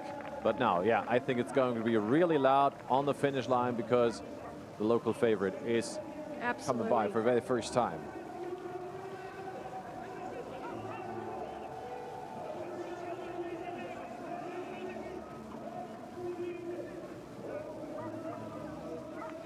It is going to be interesting to see just how Els decides to do this marathon here today. We know that she's had a bit of an injury. Ooh, and she has lost 12 seconds. Yeah. That's 5 minutes 40 now. We do know that she's been, not that she's been secretive about it, but well, we didn't discuss it in detail, but we know that she did tell me that she has had a few injury issues. I think she's on the other side of that injury now. I don't think it's completely out of the woods for her, but it's also meant limited run training coming into this race. So it might be just a matter of that she's going to take the conservative approach to begin with, simply because she doesn't have the run mileage that she would normally have for this type of racing. So maybe she's just going to play it safe to start with, and then we're going to see her coming home strong.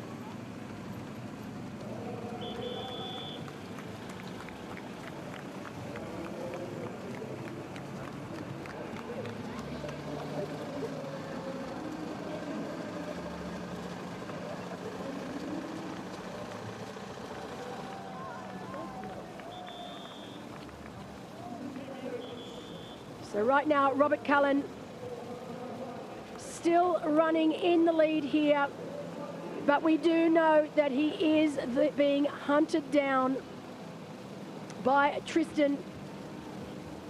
So Tristan Olai, the Dutchman, the favourite on paper to take out the win today.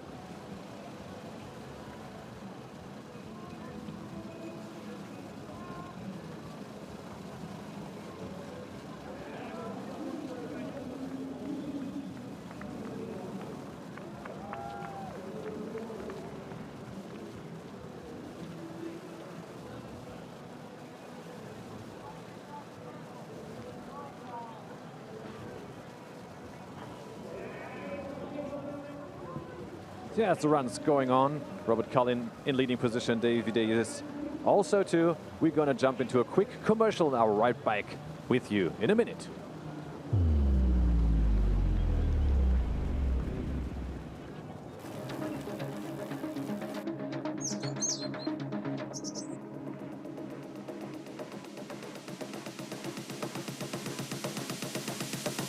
Activate.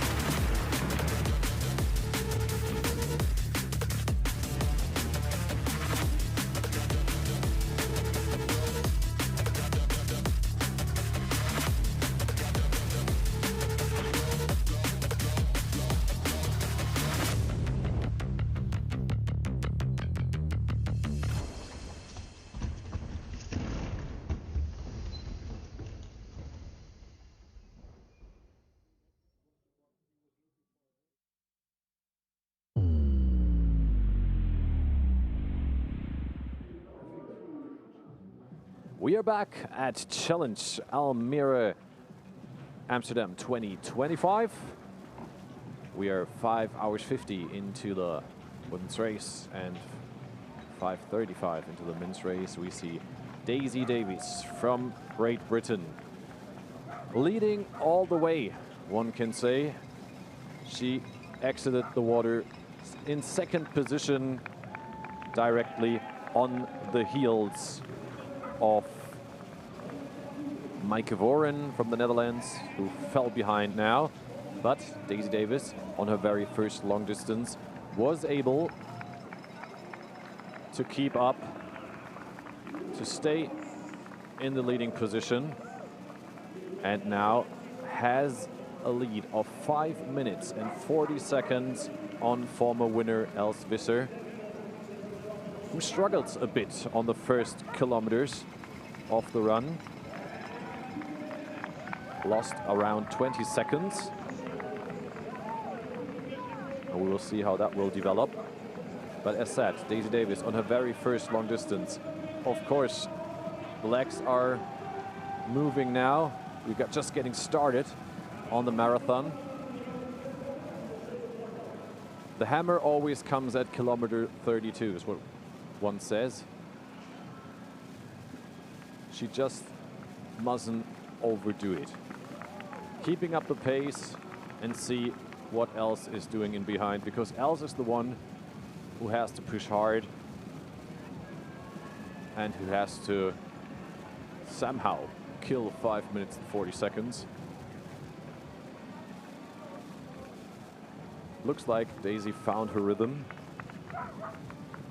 And also after, oh yeah, we now got the time from kilometer 3, and it's now 5:58. So another almost 20 seconds lost by Els Visser. 6 minutes now on Daisy Davis. Wow. We did not 100% see that coming. We thought Els will, at least for a longer time, hold the distance or get at least slightly closer. We didn't think her to lose 40 seconds on the first 3 kilometers. However, that is not even 1/10 of the marathon. So a lot can happen. There can be cramps and struggles. The marathon is a long way of up and down. But for now, she is looking strong.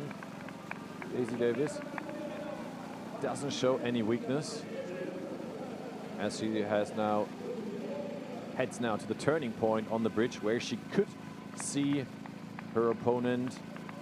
Here that won't happen because you would need like a minute or 2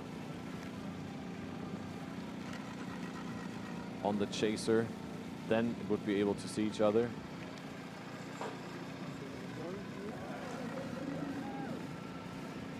Could only happen maybe when she comes back. As I said, after that bridge, there's a point where you can see your opponent 3 times. So maybe then they can see each other. But so far, yeah, Daisy Davis 6 minutes ahead of Els Visser.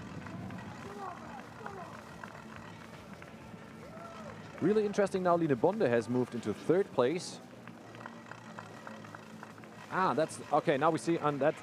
We have again some troubles with the timing chip, but it looks like, yeah, we see having a little chat and laughing at each other. Line Bonde and Antonia Milowski are now running shoulder by shoulder. Line Bonde in T2 has overtaken Antonia Milowski. However, now Antonia is back in 3rd place. Both are 17 minutes behind. Interesting little chat they had to each other. Just a bit of support as they go back and forth. But Line Bonde, obviously from Denmark, really impressed with her ride here today. She's had a little bit of time out of the sport. She raced Almere here back in 2021, which was actually her very first time over this distance. And she always says to me, she said to me, she's remembered it as an incredible experience. So today, Challenge Almere here, so the European Long Distance Championship, her 10th full distance race. So yeah, it's been a tough time for Lena. Went through a divorce earlier this year, which really obviously affected her mentally and physically. So hasn't raced at all. So great to see her back here today. And she said her goal for today is to really get back into the sport that she loves and that's given her so much. So I know that we are all very, very happy to have Lena back on a start line. Her mum is here with her. She always comes to all of her races and gives her, she said, a great sense of calm. And mothers have a tendency to be able to do that. So incredible to have Lena back racing. So interesting to see how they're going to work together. And much more interesting is that behind them we have Marta Wagovnik, only 40 seconds behind. So, and she is a very, very strong runner. And I think anytime soon she can get really close to those two. Is that her? No, that's not her. That's her. Right there in the red suit, just looking at her to watch. And she's flying. And you can see Robert Cullen in the background. Look at that. So Robert Cullen still leading our men's race here in Almere. And right in front of her, we've got Marta Wagovnik. So great to see Marta running well. I think she'll actually start to overtake a couple of the women up front. That's what we said before. Yes, she is the strongest runner out of the maybe even top 6, but actually stronger than Antonia, stronger than Lina, and just 35 seconds behind. Normally, that is something she is able to do to get a 3rd place here. Great shot there of Antonia making her way past us here. Looks very comfortable early on now in the marathon.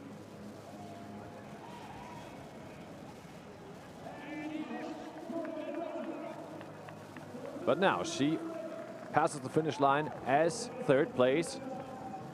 Gets lots of cheers. And that's now a nice close race for the podium now. Now we have Robert Cullen and also Lina Bonde and Marta Wagovnik all running together. So lots going on now on the finish line.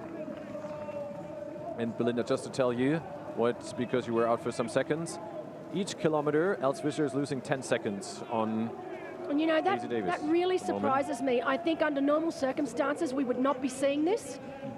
But as I said, Elsvisser coming in with a bit of an injury cloud.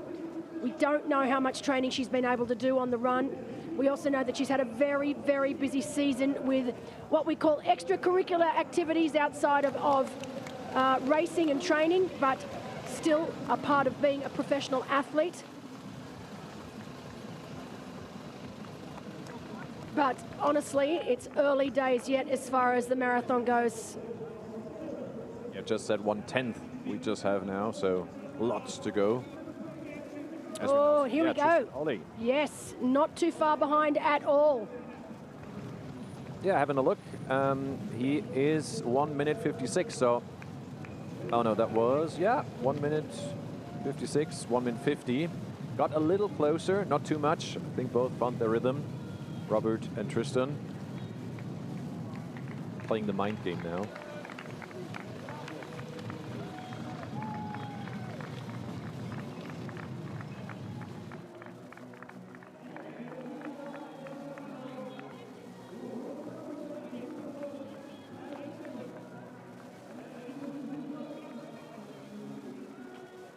So it was great to actually get out there and have a look around, to get a feel for the temperatures out there. Obviously, we don't get to know exactly what's going on in our little room here. So I got to go out and experience the crowds out there are really starting to get bigger and bigger. You can see down right now, it's really nice conditions. It's not cold at all. And it's certainly not warm either, so it's not too hot. I don't think it'll be an issue at all. I mentioned that earlier today about the heat not playing a part here today in the marathon.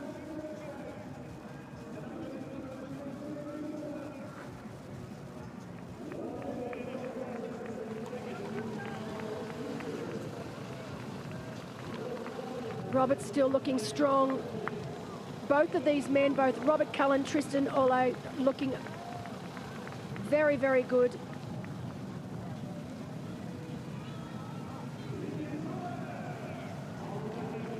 Tell you what though, this women's race, obviously first and second are way out in front, but the race for the final podium with our professional women is going to be an absolute ripper. Hopefully, yeah. I'm a bit afraid that Marta at some moments starts the rocket, keeps going away from both. Puts the afterburners on. I can learn so much English from you. Here comes Will Draper too. He's not losing any time to the men out front, which is good to see. Still sitting at around that 4-minute mark, but he's also not making any forward progress on them either.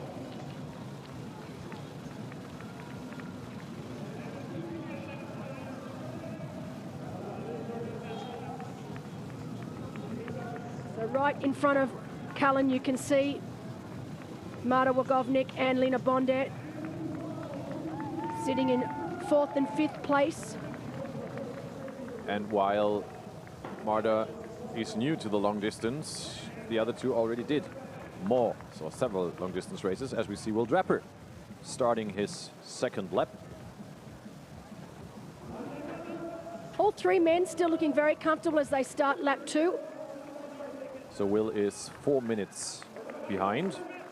Exactly, so not losing time to our front two, but certainly not making up 30 seconds from too the much last time, one. yeah, which is not bad. I mean, honestly, it'll be very interesting to see. As I said, I think Will's going to be I don't like to use the word conservative because he said there is a time he wants to run, which is 2:38. You can't be conservative if you want to run at 2:38. But I think he's definitely going to go by feel as well. His goal won't be to try and chase those men down in the first lap or two.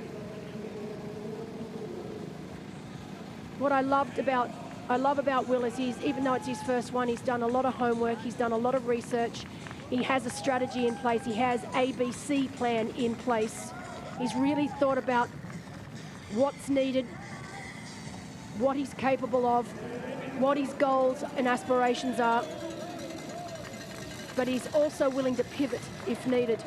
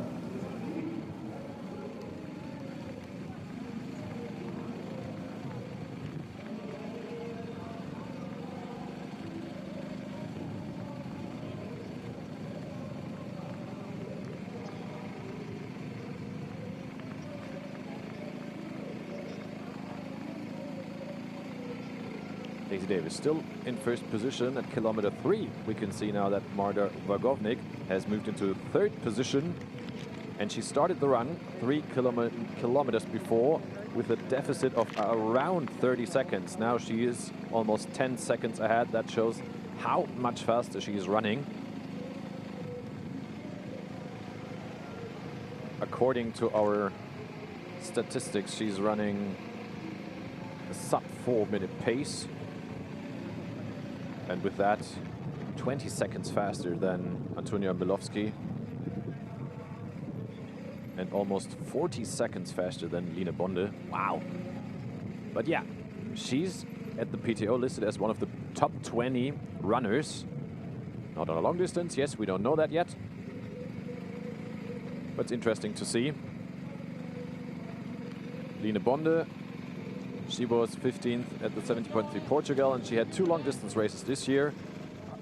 Long distance races are in Sweden and Hamburg. In Sweden she had a 3:40 marathon, Hamburg 3:18. Not that bad. We'll see what's going to happen today.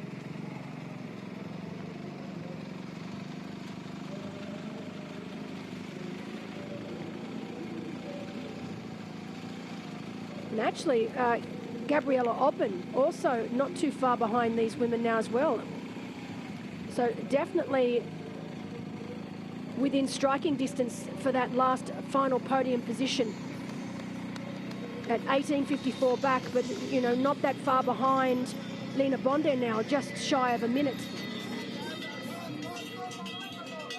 Gabby Obman here also for the first time racing in Almere.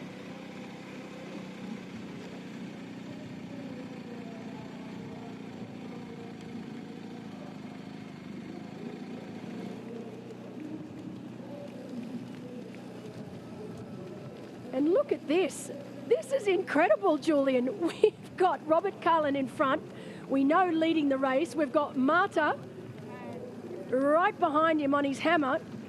And it almost looks like she's trying to pace off him. This is crazy.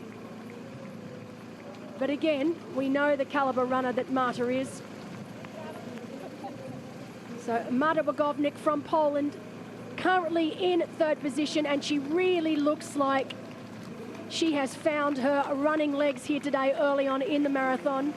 Running very, very well right now. She was disappointed with her last race in Samarkand. She came out and race challenged Samarkand. I was there for that race. And she really just didn't fire on the bike and particularly on the run. Just wasn't able to find her run legs. But I think that's given her so much fire in the belly to come back here today and really put on a show for us all.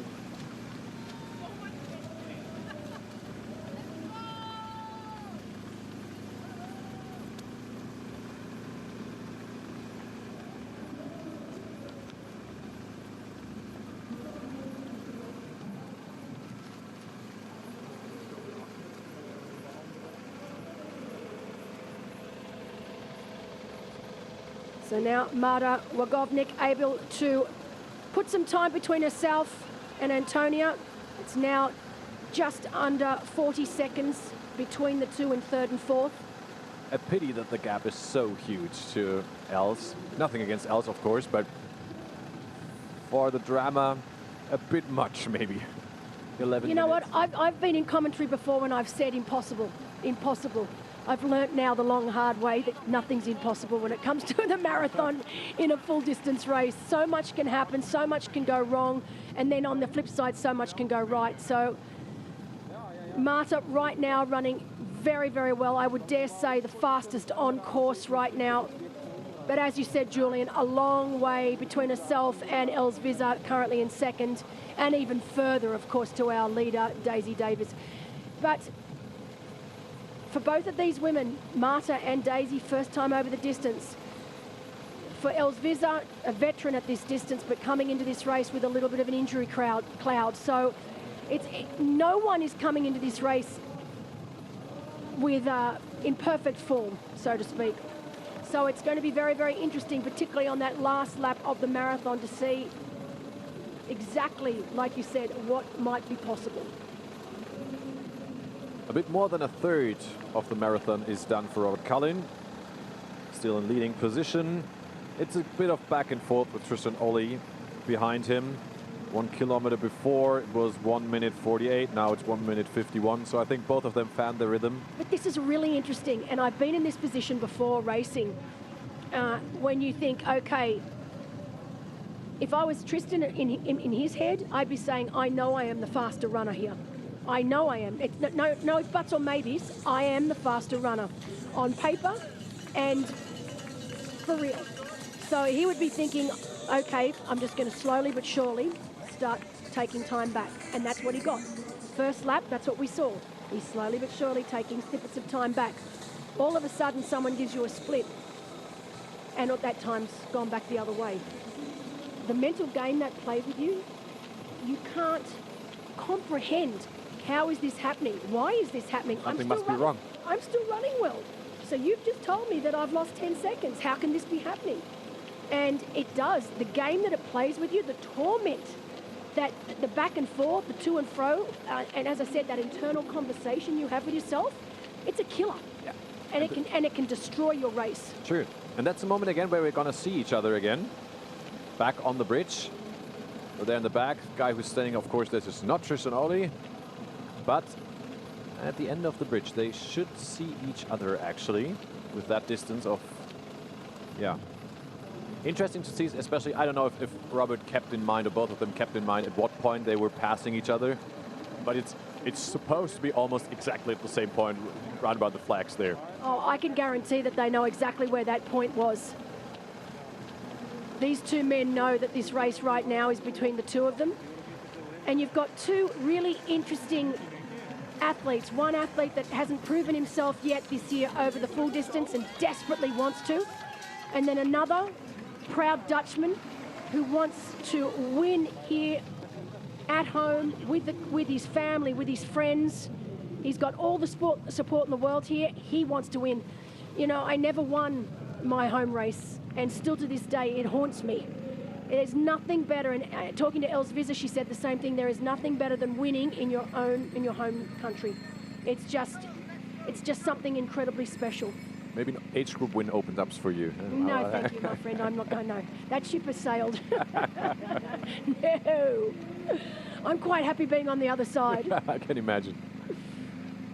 But it is interesting, you know. Both athletes want this win badly. Both athletes want to be European long distance champion, and then you've got the added pressure or added bonus for Tristan. He wants to be the Dutch champion. And it's looking likely he will get to be the Dutch champion. I think that's almost a done deal. But I know he has the chance for more, and then he knows he wants to go for more. He wants more. And that in his wedding week. But yeah, as we said, he wants to take away time slowly but steady. That had been 3 kilometers or so. It's still a long way to go. As said, 2/3 of the marathon still ahead of them. And then if you look at this, of around, I don't know, 30, 28 kilometers, 2 minutes is not that much. No, it's not. So right now, at that 14.2 kilometre mark, 1:51 the gap between Robert Cullen and Tristan Olai. Will Draper at 3:52, so that time is coming down with Will Draper. So slowly but surely that time is coming down. I tell you, this race for the top spot is absolutely not over yet. Yeah, and when you measure it, it's only 2 minutes to Tristan for Will, and that is something I think really you could feel it. The same 2 minutes that Tristan has on Robert has now Will on Tristan. While, yeah, Wojciech Kopyczynski, we said it before, he's a good biker, but only solid runner, so we didn't see him to do any crazy on the run course. Maybe he tries to defend his 4th place against Milan Brons, who was the last one in 5th position. But he has already lost some time. Oh no, something has done. Will Grace is now in 5th position. I have to correct myself. Will Grace, 9 minutes behind runabout, running together with Sebastian Norberg from Sweden, 5th and 6th. Then Milan Brons and Onion Stojanovic, 11 minutes behind, 8th place. Absolutely not what he had planned for. Last year 4th, he wanted to go for the podium. Did not work out today. But yes, so to sum that up, 2 minutes each between 1st, 2nd and 3rd place in the men's race. Then there's a bigger gap. Well, it's only 2.5, but Kopyczynski slowing down. Maybe Will Grace and Sebastian Norberg, I'm pretty sure that they can catch Wojciech Kopyczynski and go for 4th place. And in the women's race, as we can see, Daisy Davis still running her own race, kilometer 5.3. There, her lead now 6.5 minutes. So she was able in the first 5K to win a minute on Els Visser. That is not that bad. It's something that we didn't actually anticipate or expect to see. And reports out on courses that Els isn't looking particularly comfortable right now. But again, very early stages here in the marathon. As Daisy takes on some much needed hydration. There aren't too many sections on this course where they won't be seeing either aid stations or volunteers or supporters. There are crowds virtually the entire, or people I should say, virtually the entire way round this run course. Which is good in a way, but also bad. There's sometimes when you just want to have a moment and you don't get that opportunity, but then it's also great because it holds you accountable. And just when you think, you know, I just want to slow down, someone will give you a cheer or give you a yell, and it just gives you that little added motivation. See in the background that there's some green lying around, and I heard that there was some strong winds the last days, also at night. The expo was hit from some winds too. But the weather looks like it's more stable now. Doesn't look too windy, but at least that part wasn't too windy actually. Later on, where there in the back you can see the towers, that's the finish line area. When they on the right side now get closer to the finish line, then they take a turn to the left on across a little bridge. There we have heavy rain, as we can see. Piotr Lewicki from Poland overtaking Daisy Davis here.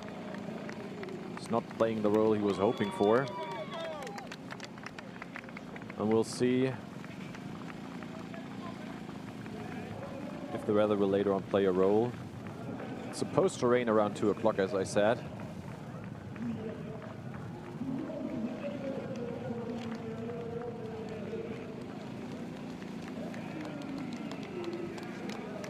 course, Davies now coming round to almost complete her first lap here. So not too far away now before Daisy Davies makes her way in towards us. Lap 1 of 4 completed.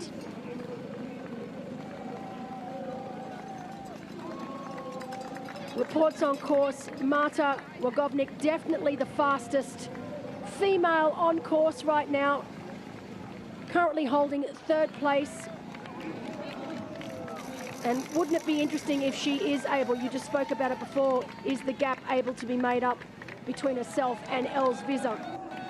And reports on course is that Els isn't looking so comfortable, while Marta is really flying.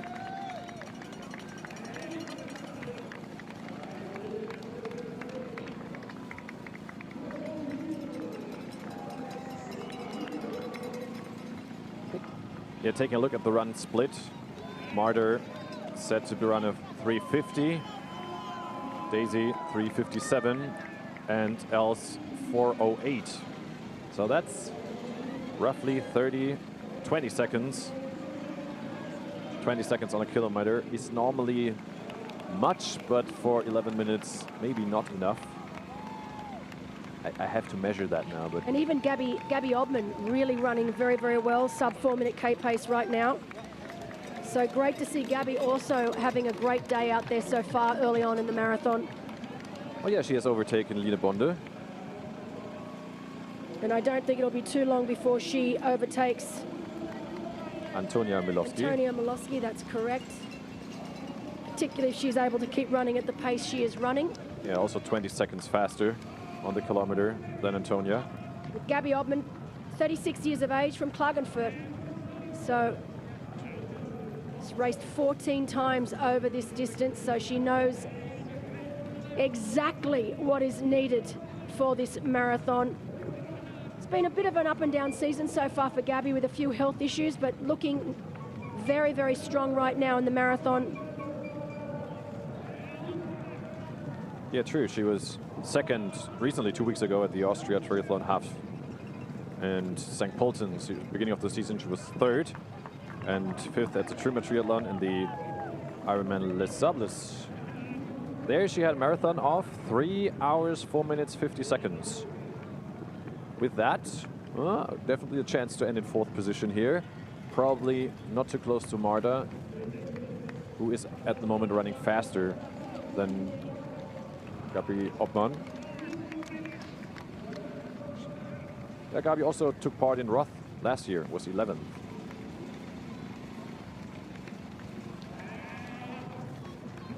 And Daisy Davies is about to start her second lap. I always get confused with that. Second lap. There were times when I wrote down who was in which lap, but I keep forgetting it. It does, it gets a little... Would have been a bit quick, a 3rd lap already. So second lap about to begin, and she looks really good. Look, even looks like she's picked up the pace just a little as she makes her way in towards the crowds here in town, in the race venue. Truly remarkable effort from this young woman so far. First time over the distance.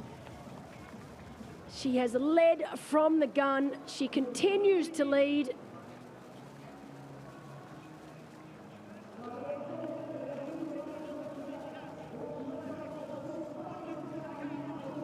Still completely poker-faced as well, not giving us any indication of what's going on inside that head of hers right now.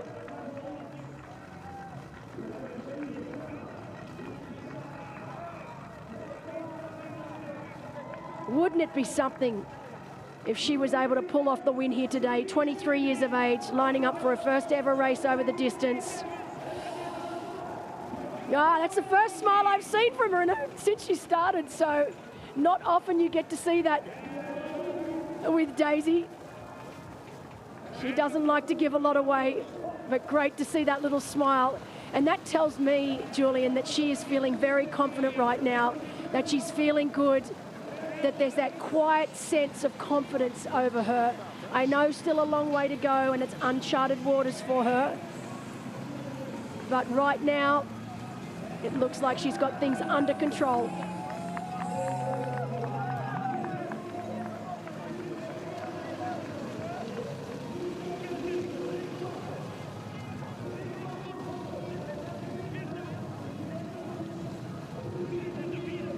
Back with our men's race.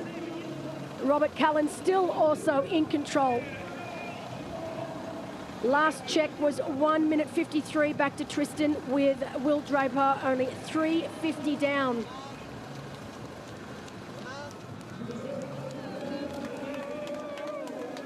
So he thankfully grabbed the gel, what I saw. Some water.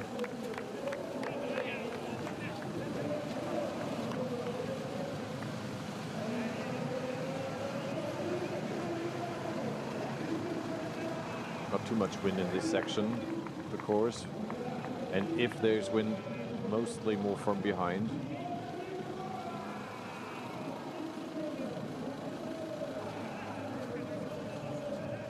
So while our professional female leader, Daisy Davies, is at 12 kilometres into the run, for our professional men, they are at around the 16-kilometre mark.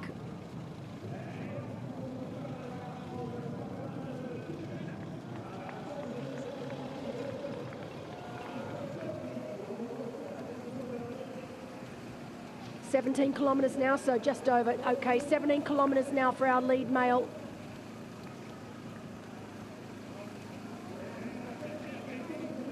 Yeah, on the other side of Wee Water right now.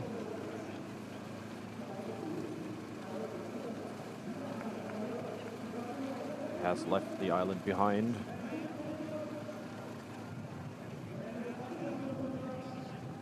Interestingly enough, fastest runner out on course is actually Norberg right now. So Together with Will Grace, yeah. But running faster, so 3:35 per kilometre so far for him.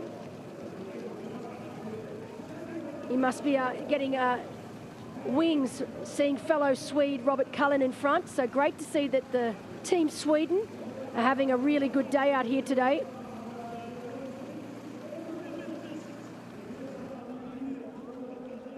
And here we go. This is the first shots that we've had. We've been given reports that Els wasn't looking so good out there, but well, I think she looks fine. So it's interesting, you know, right now maybe she's just having a slight bad patch when she went past some of our spotters on course. We've got spotters all around the run course today doing a tremendous job for us here in the studio. I think the main point is that she constantly runs a pace of 4:08, while Daisy constantly runs a pace of sub-4. And that's why the gap increased. I don't know if Els is playing on going faster afterwards, because like you said, she was injured. First test it, see 10 kilometers, does it work, does it not work, and then go harder probably. Now she has some back winds here.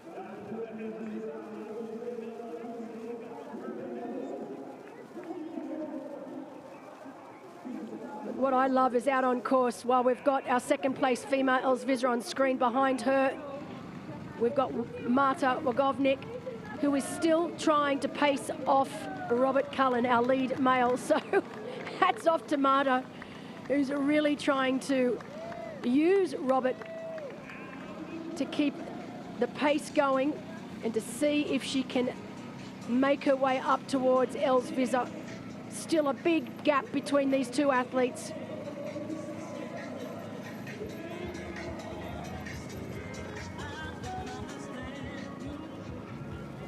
But it's an interesting dynamic.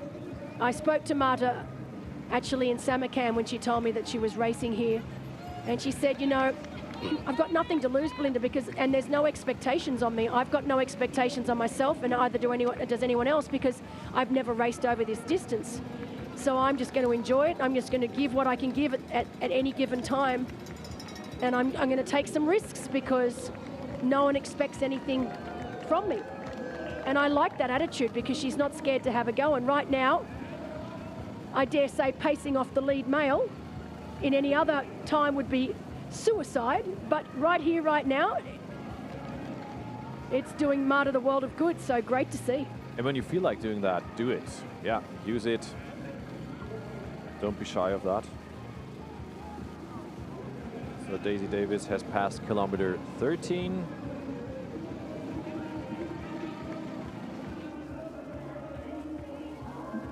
While Els Visser is just now has started lap 2. Oof. 7 minutes 23, almost another minute she's lost here. That's significant time losses very early on in this marathon. Well, she constantly runs so far until the end of within the first 2 laps, she constantly ran around about 20 seconds slower than Daisy. Daisy has slowed down a little now, it says. She's now running, at the end of lap 1, she ran a 4:05, now 4:10, so she's slowing down a bit. And here is the fastest female runner on course right now. Yep, hey, she looks like she's enjoying it. 3:50. Wow. I would love nothing more than to see this young woman have the race of her career here today. I've really gotten to know her very well after we spent some time together in Samarkand, and she is an absolute class act. Sponsored by the Phoenix Foundation. They've been a great support for her. And they've also allowed her to go full-time, so she is not working anymore. She's now officially a full-time professional athlete, which is great to see. As Els Visser now making her way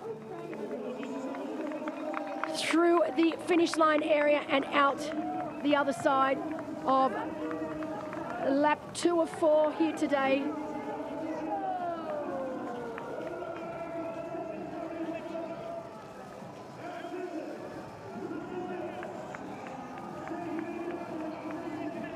You can hear those cheers down on ground. She definitely would be one of, if not the most popular athlete racing here today, along with the likes of Tristan, of course, and Milan Bronze. But I would say Daisy looks a little more relaxed in her running style compared to Els. Els looks a lot more focused.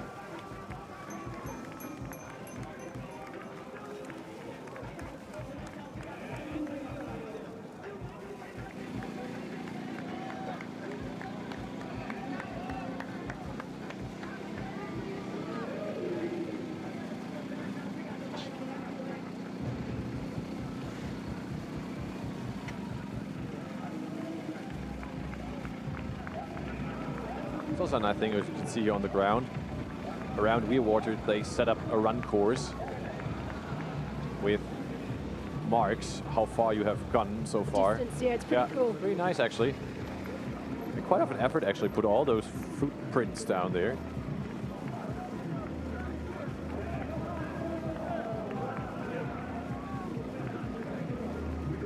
So Els Visser has now just passed kilometer 12, and there she has. Well, she has lost another 10 seconds, 7:33. So yeah, while Daisy has now slowed down to 4:10, Els has slowed down to 4:20. So the difference is only 10 seconds, but it's still 10 seconds from Els Visser's perspective in the wrong direction. And I'm really interested at kilometer 12, for example, we can take that one, when Marta will pass by. Absolutely, I'm dying to see what that gap is. Yeah. And how fast she's going. When she can keep up 3:50, she runs 30 seconds faster than Els. Then at the end of the race, that can be really interesting. Just imagine she would run down 12 minutes, so it was, wow. Well, I've seen crazier things happen, that's for sure. It's definitely doable, particularly if you've got a runner up front that's continually slowing down.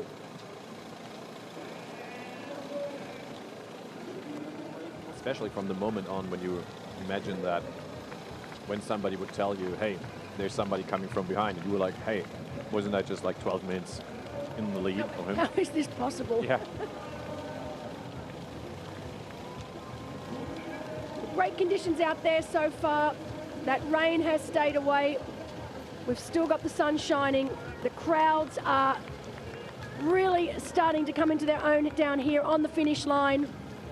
You can see in the distance there that really dark cloud It's been with us all week long. Look at that, Julian, the dark clouds behind Almere. But I think, like you were saying before with that wind, I think that southerly is starting to blow it away. Yeah. But let's see, only time will tell. There are definitely some ominous clouds still lurking in the background there. But so far right now, Cullen is leading. He continues to lead, running around the same pace now as Tristan Olai at around that 150 mark back. But we do have Will Draper in third, who is definitely running faster than them both.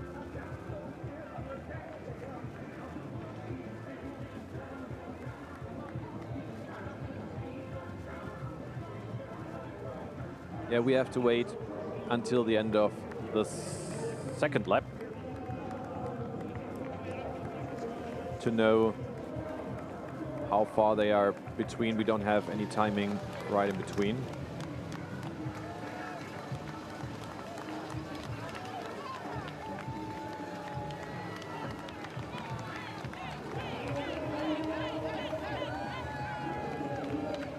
So yeah, he now started lap 3.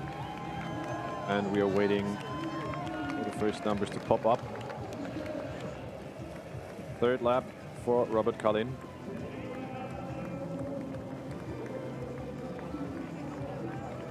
So there she goes. You can see Marta not that far behind Robert Cullen. So she's still looking at using him as a bit of a pacer right now. And seriously, just to think about what Marta's been through to get here, was due to fly here on Wednesday, flight gets cancelled. Rescheduled to Thursday, gets cancelled again. Finally, Friday, gets to the airport, delayed for more than an hour. And then finally, makes it here just in time for the uniform check and race briefing. There's no way that that didn't take a toll on her mentally. Doesn't matter how strong you are as an athlete, that's just too much for an athlete to handle. But right now, running extremely well, enjoying herself. From our spotters down on ground, she's alert, she's smiling, she's enjoying the experience. And most importantly, she is making inroads on Elsviza up front. It's lots of time or kilometers to go for her. That is the other good thing. Yeah, we see it's getting darker and darker from there and behind, and there is a little bit of rain coming in around the next 10 minutes. Supposed to, according to the weather radar, it's supposed to rain within 10 minutes, but only for around 10 minutes, so a short phase of rain. However, hope for the spectators that they're not getting too wet. It's the same amount of rain like it was yesterday. It was, I think, 5 minutes, and we thought we'd get flooded.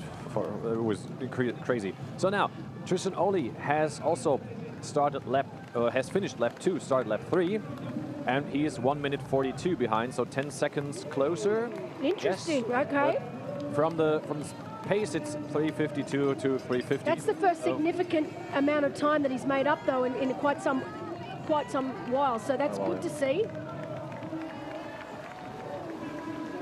And it's going to be interesting to see how far is Will Draper behind. But we really do have a men's race on our hands here. Oh, look at that shot, Julian. That does not look pretty. That's almost a little scary, isn't it? But right above us, isn't it crazy? I mean, look now, right above us, the sun is shining as Cullen makes his way towards us again, heading out for lap 3 of 4. So half marathon done and dusted for the Swede. That's got to be a good feeling to make it through.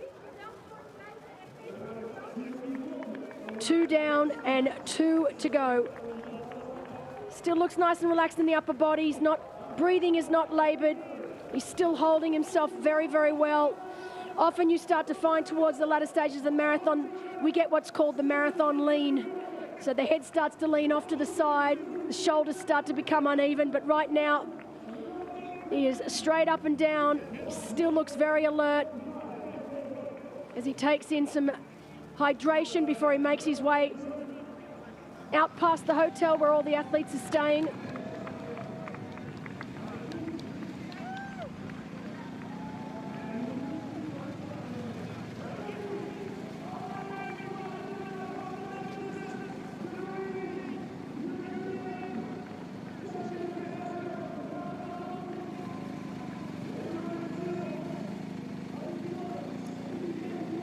And what we hear from the speakers outside, that Marta Wagovnik is still pretty close behind Robert Cullen. So she was trying still to keep up the pace. Looks like she's only 16 minutes and 7 seconds. No, I shouldn't say only. She is 16 minutes and 7 seconds down on our leader, Daisy Davies. But remember, Elsviser is 7:23 down. To heat up the party a little bit in the men's race, by the way, Will Draper starts lap 3 and is 3 minutes behind. And it was, wow. It was 3:50 before at kilometer 15. Now kilometer round about 20. It is 5 kilometers later, so to say, 50 seconds. So fantastic running. He runs 10 seconds faster than the two in front of him on the kilometer. Wow, we're going to get ourselves a pretty cool race later on. It's already a great race, but I think there's lots to happen as Tristan Oli is now halfway through the marathon.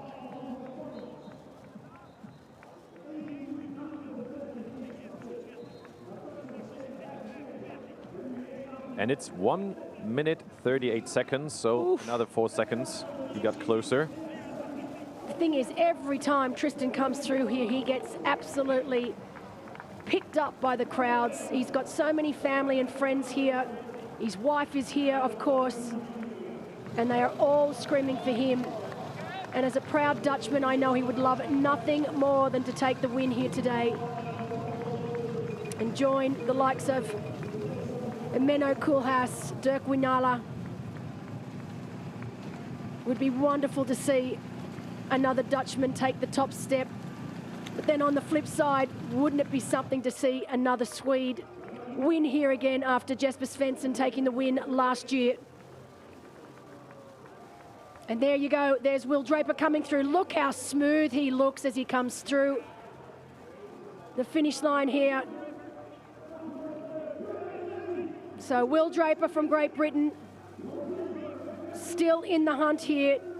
Definitely not going to be satisfied with just holding on for third place. He's going to take it all the way in this marathon.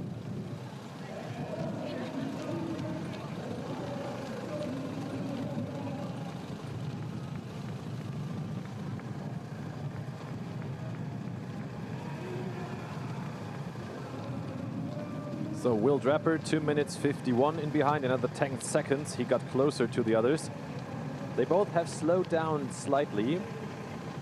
He was able to keep it up or go even a little faster. So yeah, when you can keep that up. And I mean, we are only half through the marathon. Question will be in 10 kilometers. Kilometer 32, that's always the one that hits most of the people.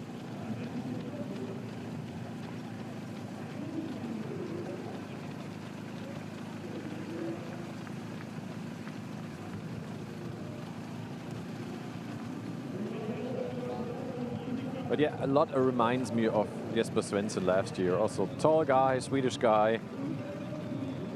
Steady, straight. Only last year, Jesper was the chaser. Now Cullen is the one being chased. Interesting the difference in their ages too. Of course, we've got Robert Cullen at 30 years of age. Tristan Olai at 27 years of age, and then Will Draper at 25.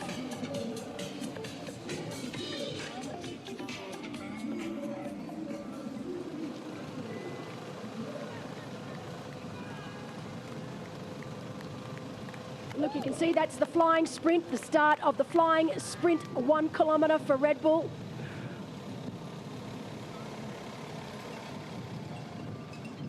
And I don't think, even though he told me he might have a crack at it on the last lap, he might not have a choice. He might have to do, he might have to do right. it. Because it is around about kilometer 40. No, earlier. But It's going to be interesting to see whether he indeed is forced to sprint because he has the likes of Tristan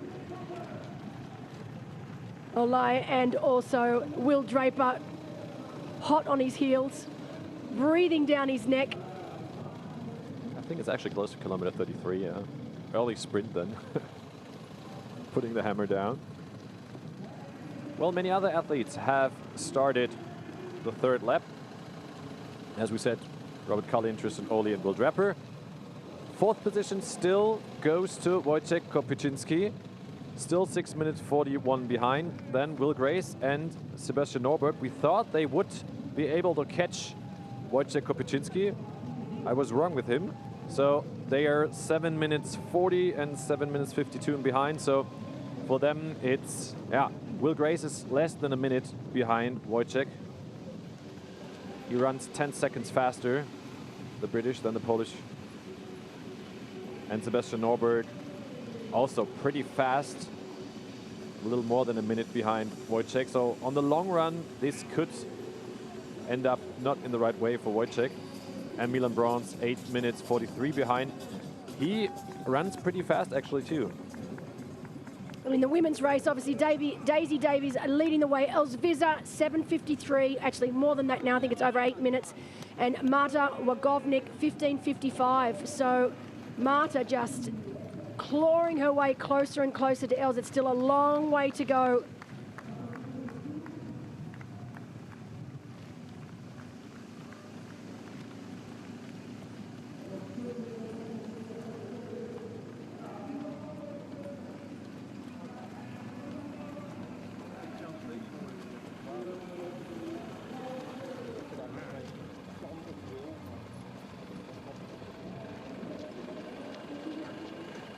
So long way ahead in this race. Oh, how cool is this? Yeah. I know where I'd rather be. Well, it could be quite fresh out there. I'd rather be. Well, that's correct. But yes, Robert Cullen, more than half through the marathon, and in a women's race also pretty close together. We come back to you in a minute as we now head into a short commercial break.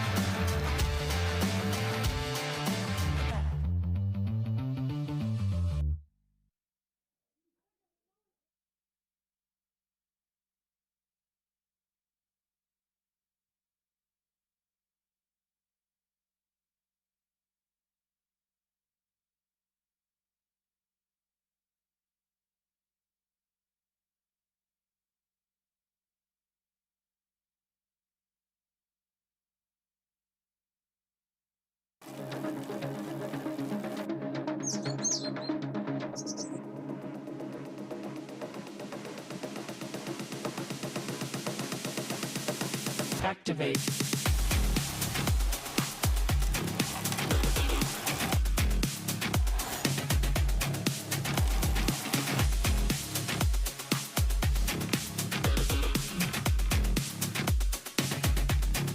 Activate.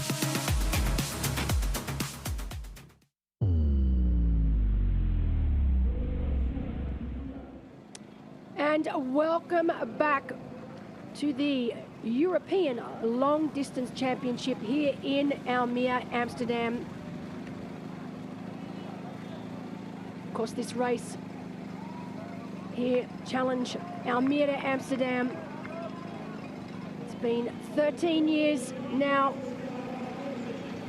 The race itself has been going since 1984, steeped in tradition. As we see our lead female, only 23 years of age, Daisy Davies, doing a phenomenal job here today.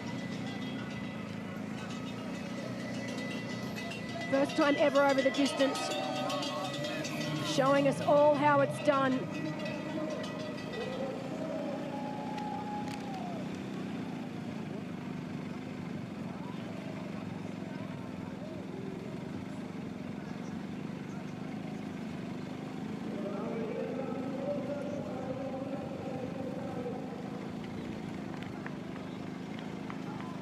Right now, with the way that Els Visser continues to slow, and while we have Marta Wagovnik really flying right now, I just cannot see this woman being overtaken.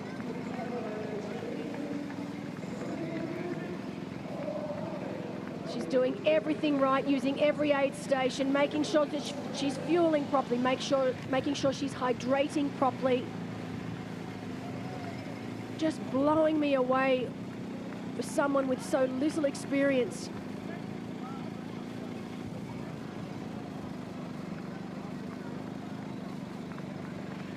Definitely has a great team around her. I know she's here with her father, who'll be out on course.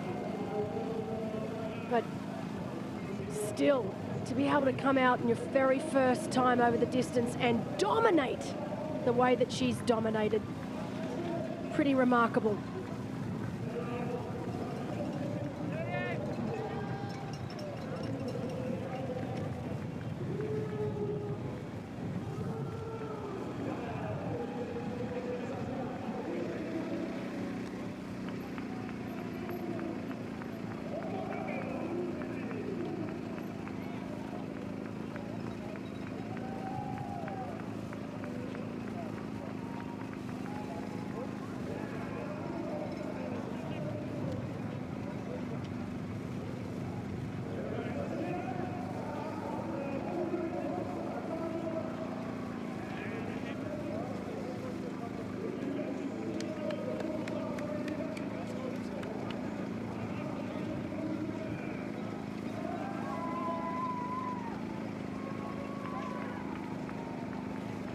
Oh, 8 minutes 37 now, Els Visser behind Daisy Davis.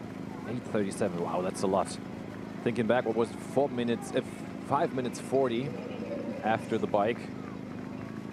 So it's now 3 minutes that Els has lost within 15K. So slowly but steady, her view has to go back, not front. Daisy Davis, she got back to a pace sub 4. Wow, that is really, really great. And Marta Wagovnik now still, she slowed down a little. Pace of 4 minutes. Still 20 seconds faster on the kilometer than Els. But at the same time still roughly 7.5 minutes behind. Lots on the other side. And the big mover, of course, Gabby Obman now up into 4th place. So Gabby really running very well. Of course, 18:44 back on our leader. But still a great race from Gabby to move away through the field up into 4th place. You can see there in the back, this is us at the finish line, and it looks like we have some rain above us. Still dry here on the other side where Daisy Davis is running.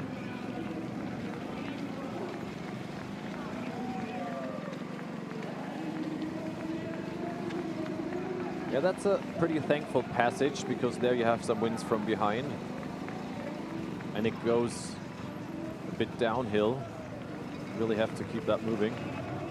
Well, we still see athletes on the right side coming into Almere. They are heading towards transition area 2.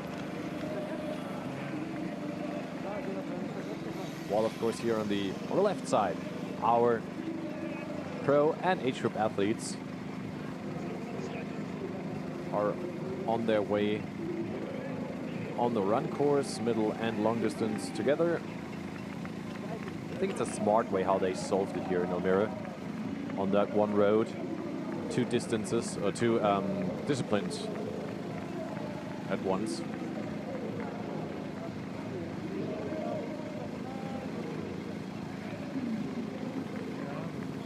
Yeah, and Daisy Davis actually has no need to worry.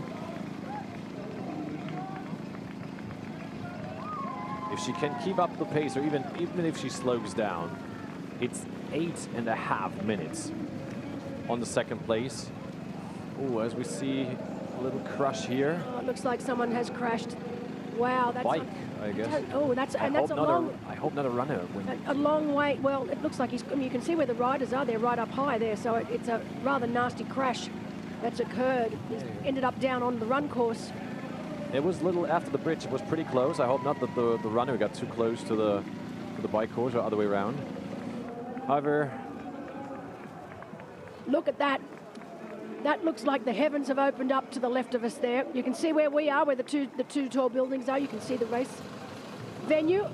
And off to the left, it looked like a very strong rain coming down. But so far, it's stayed dry for us all here today.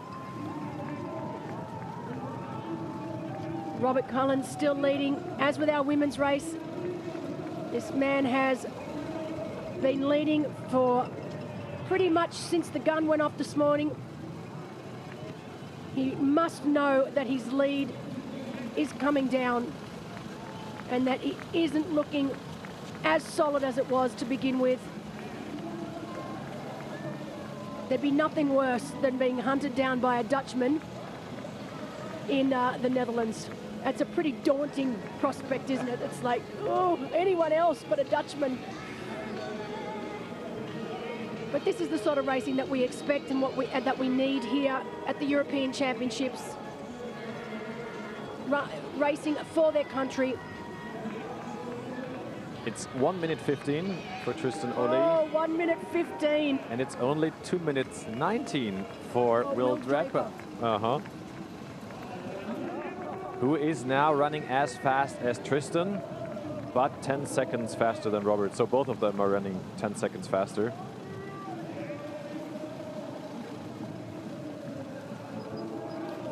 Often I ask the question to athletes, do you prefer to be the hunted or to be the hunter?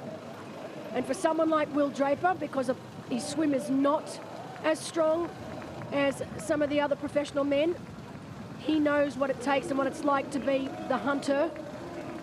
Someone like Robert Cullen, of course, being such a strong swim biker, would be very used to being the hunted. So both these men in positions that they have been in before. Robert's just got to continue to look forward. He took a look back, you saw that on the turn. Just to get a quick glimpse. But he can't be worried about what's going on behind him, because it's all about controlling the controllables, and he cannot control what those two men are doing behind him. He can only control what he can do, and that's why it's just so important for him to just focus on that, to focus on looking forward, to making his way round, ticking this next lap off, and then knowing I've got 1 lap left. And don't give them hope. When they see you looking back. Stealth bomber, you've got to poker face, don't show a thing. That's correct. It gets more and more crowded on the track, as we can see, so. Which is not a bad thing, particularly for Robert, because as I said the same thing on the bike, he gets to hide. So when the boys behind are looking up on those long straight sections, trying to see exactly where he is. He is 2 meters tall. Come on, where should he hide? Compare him to the guy in front of him. I know who's who. You make a valid point there, Julian. I know what you mean. But it is a little bit more difficult to make him out, although, that theory is sort of put to bed, isn't it, with these heights? Maybe behind a tree or so, yeah. Funny. But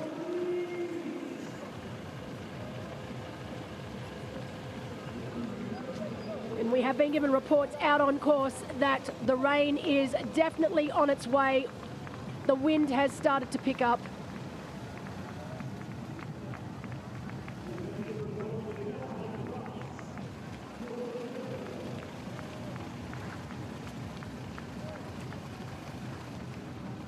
So right now,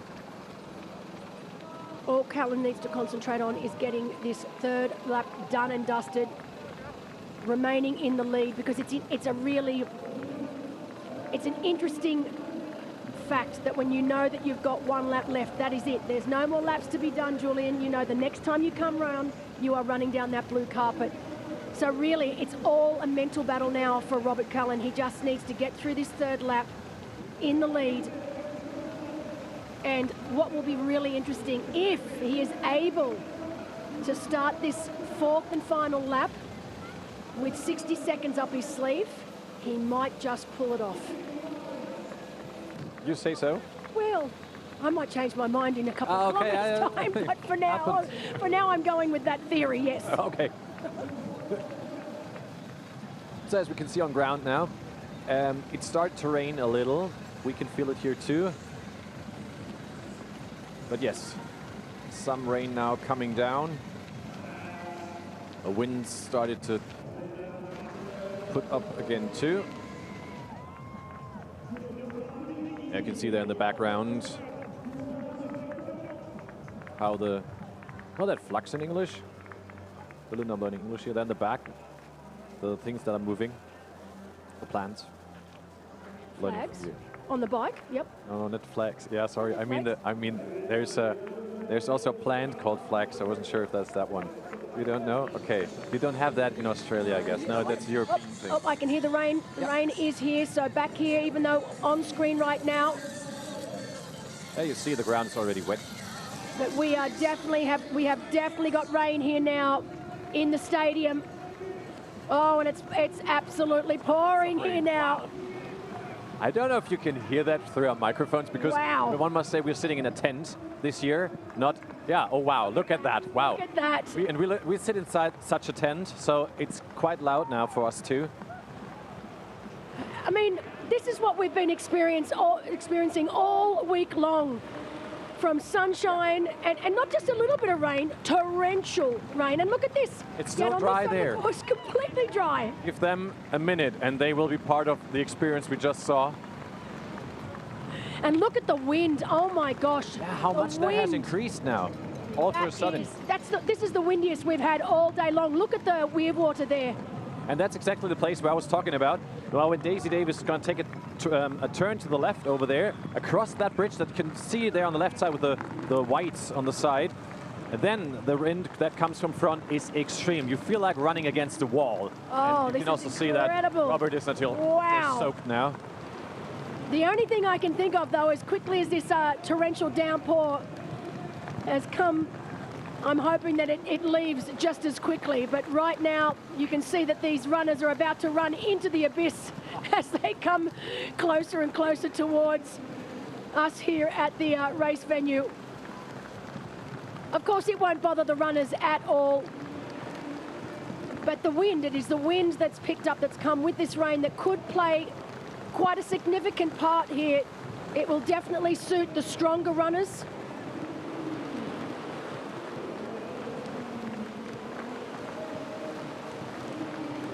Wow. So yesterday we had the similar rain and I was on my way to the venue from the hotel. It's like a 200-meter walk, 300-meter walk. I was soaked. It's like, yeah, you can see it here. Look at the people on the side. It's like you're standing under a shower. On the left side, you see the water, how much that is moving. And this is exactly the place where I said, where there's so much wind coming from front, really heavy, getting a little slippery too in that moment. Well, that's another thing you have to think about, because they are predominantly on pathways, but there are a couple of areas where they are on pavers and they are quite slippery.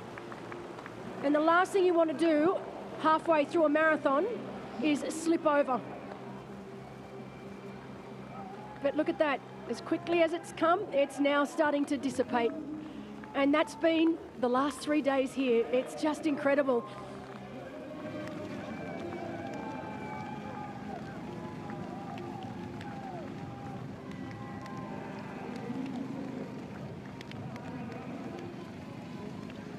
So there, it's still raining out there. We are a bit further in the back. There already, we can say the rain has stopped almost completely. So right now, Daisy Davies is coming in to complete her second lap. So it will be halfway through the marathon for Daisy. Not long to go now before we see her pass past us through here. And she'll be on her way out the other side, halfway through the marathon here today.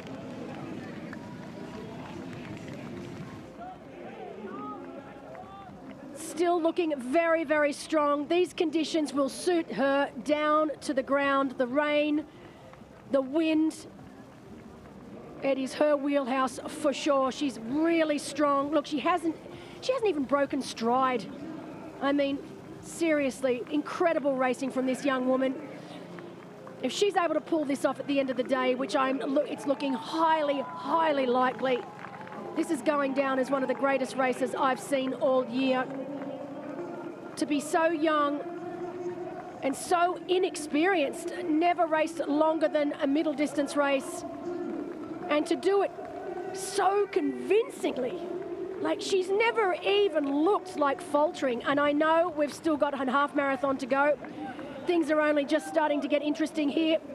Oh, she's going back. Gone back to get her special needs, so that was clever. So here's a woman that knows, you know what, I've got time to do this, I'm not going to make a mistake, and she's gone back to make sure that she gets the calories, the nutrition that she needs to get her through this second half of the marathon.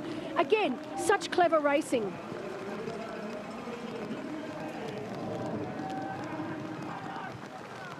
I just want to say it's interesting now that the temperatures have dropped a lot now. With that rain, we feel it here inside our tent. It directly got a lot colder as it was before.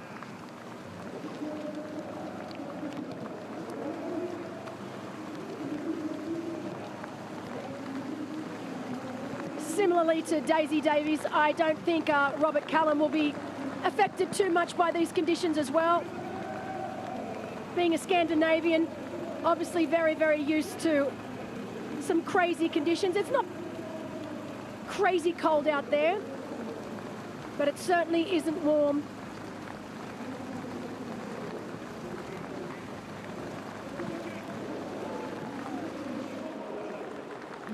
It's currently 17 degrees, but feels like 12. So that shows you the difference that this rainstorm has brought to the athletes right now. So even though it says 17 degrees Celsius, it actually feels like 12. And I tell you, I reckon it feels like 12 right now. Yeah, I can see that from your shaking here.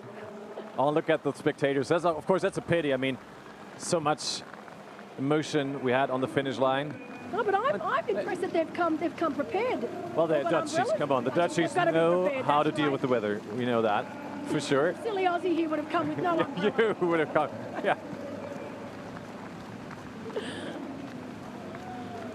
But does that take any effect, the drop of the temperature, on the athletes? No. I mean, when you're struggling, when you're suffering, I mean, and then it's starting to get cold. It's a really interesting question, and definitely, you know, that sort of drop. Now, even though I said it was only 17 degrees, which would not make a difference at all, but feels like 12. And the colder it gets, the more calories you burn. All right, so that's what they need to think about now. He's still got over a lap and a half to go. And you do tend to burn more calories the colder the conditions are. So he needs to factor that in, particularly with, you know, obviously with his nutrition and making sure that he gets enough calories in to get him to this finish line. But for someone like Robert Callan, he's particularly coming from a cold climate. This will not be an issue for him, and he'll have it covered. But yeah, crazy, like you said, the weather.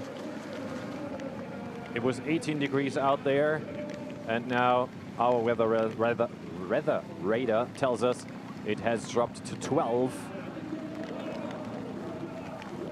And it's not looking like the rain might stop within the next 20 minutes, but it's not supposed to warm up again.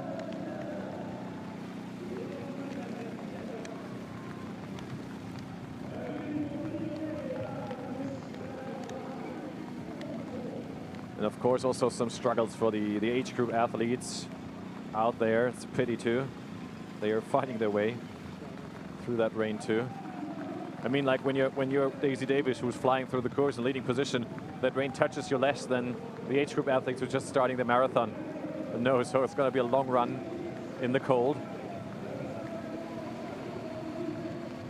Especially now, I don't know how many athletes are still out there on the bike, if there are, but being out on the bike now, that is horrific. It's not much fun. Yeah.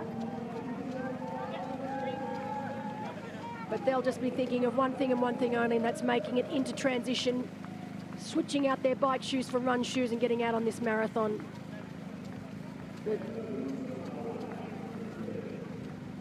it'll be very interesting right now as we see Daisy Davies making her way round on lap 3. We know that Robert Kalin is making his way towards the finish of lap 3 to start lap 4. It's going to be very, very interesting to see what that time gap is back to Tristan, because really he has 1 lap to make his move, and he needs to make it now.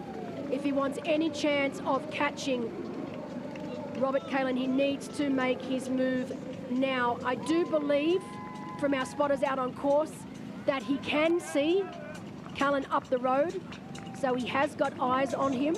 And that will make all the difference, and it'll give him that extra gear that he needs to try to finally see if he's able to catch the giant Swede. He's getting closer to his last lap, and then we have again our timing mats that will tell us how close the 2 or even the 3 are right now.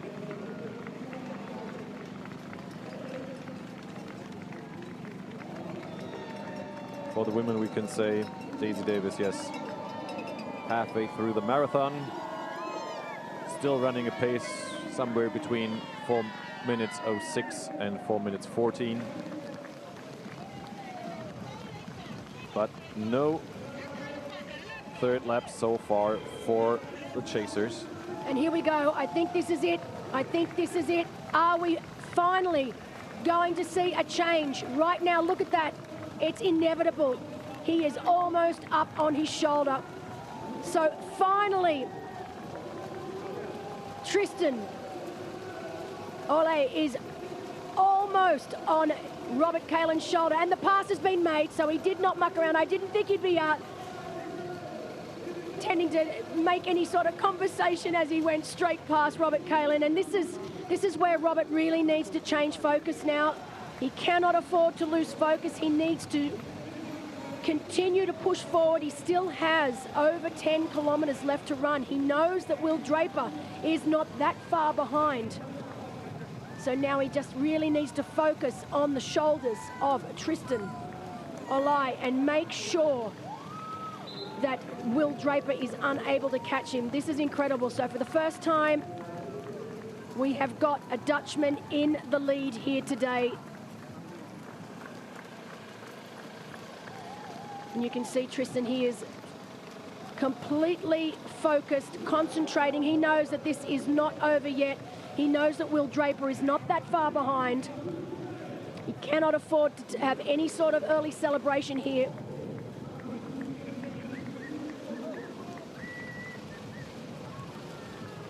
Can he become the first Dutch winner since Menno Koolhaas in 2023?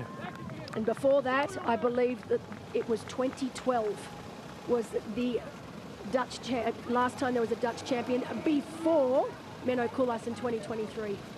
Crazy.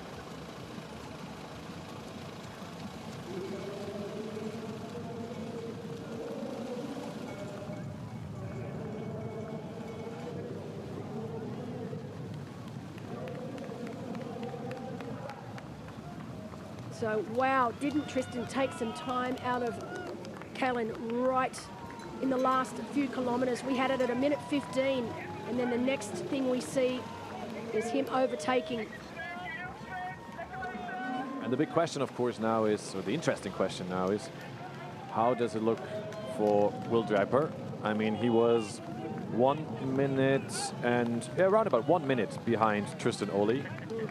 So how much closer did he get? Did he come? He was running around the same pace some kilometers ago, and now we wait for the next timing map when Tristan will enter. Can you imagine the crowds when we see yeah, him now they're come gonna through explode. on this third lap of the run. It's going to be insane, the noise. They will have trouble to clap their hands with their umbrellas on, but They'll use their you're voices right. instead. But it's going to be crazy. And the crowds will definitely go wild to finally see the Dutchman take the lead.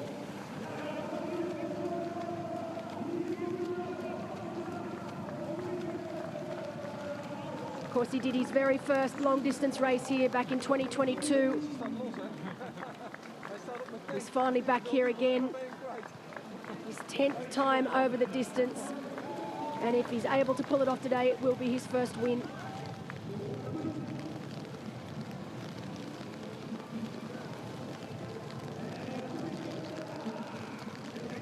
still pretty windy and rainy out there. But I think I can see some sun coming up there behind the towers. You better not be jinxing us. It better happen. I'm just checking the weather forecast all the time. I have my rain radar in front of me. That tells me that in around about 5 to 10 minutes we should be done with that rain. However, in 1.5 hours it should rain again. We'll see. Could hold on the rain for 20 more minutes. We'll see. This weather. Well, it's so many runners now out there on the course. Yeah, and that's sometimes a fourth or fifth discipline, the weather, that also plays a huge role. Well, we are in somewhat, I would say, lucky that we got that rain and the storms now, not on the bike already. One heavy accident was enough, one of Pim van Diemen. When you look at the season that Tristan's had so far, and he had that solid race in Roth back in July, where he set his fastest time, 7:49.59. He was 12th there. He had a DNF earlier in the year at Challenge Sabanias. He had a DNF at Ironman Texas back in April. We know that only 2 weekends ago he was able to take the win at a little independent race down the road. So he knew coming into this race he was in great shape, but to pull off the win here today after the season he's had, which has not been great, and I'm sure he'd be the first to admit that. You know, fantastic effort, Dutch champion. Not too many people get to call themselves a European champion. Of course, the day is not done quite yet. We've still got just over, I'd say around 11 kilometers left of running yet to do, or thereabouts. While our spotters told us that it's likely that Will Draper will catch Robert Cullen before the stadium. Oh, it's so hard, you know, when you see an athlete take the lead of a race and work so hard on their own all day long, and then to get swallowed up. I know this is racing, but the mother hen in me just gets a little sad about it all, and I would have loved Robert to have held on today, but you know, hats off to Tristan and also to Will Draper, who are just running really, really smart races, running so well in less than ideal conditions here right now. But yes, Robert Cullen started his last lap, is now 42 seconds behind Tristan Ole and only 10 seconds ahead of Will Draper. Also interesting, Will Draper is another 10 seconds closer even to Tristan Ole. I'm telling you, this last 10K is going to be very, very interesting. And I love this when you can see the bike riders, see the leaders, the bike riders, you can see exactly where these athletes are on course.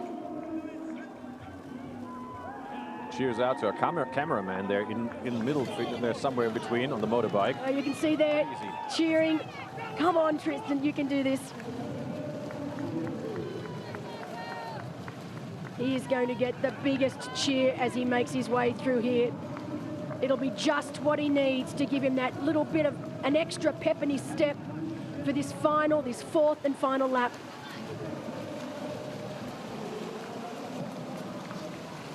Well, we've had just about a little bit of everything here today, haven't we, Julian? We've had the sun, we've had the wind, we've had finally a change of lead in the men's race.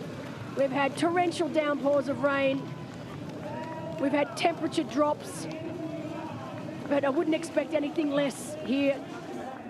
And I think there's lots to come with regards to Will Draper being pretty close to Tristan Olli, running slightly faster than the Dutchman. Well, this is why we didn't see Tristan doing any sort of smile. There was no, once he passed Robert Kalin, he knew that this was just one part of the puzzle, and that the bigger issue was going to be, can I hold off Will Draper, who he obviously knows is coming at him. And now the stadium is about to explode as, for the very first time, Tristan Olli, the Dutchman, passes the stadium as the leader.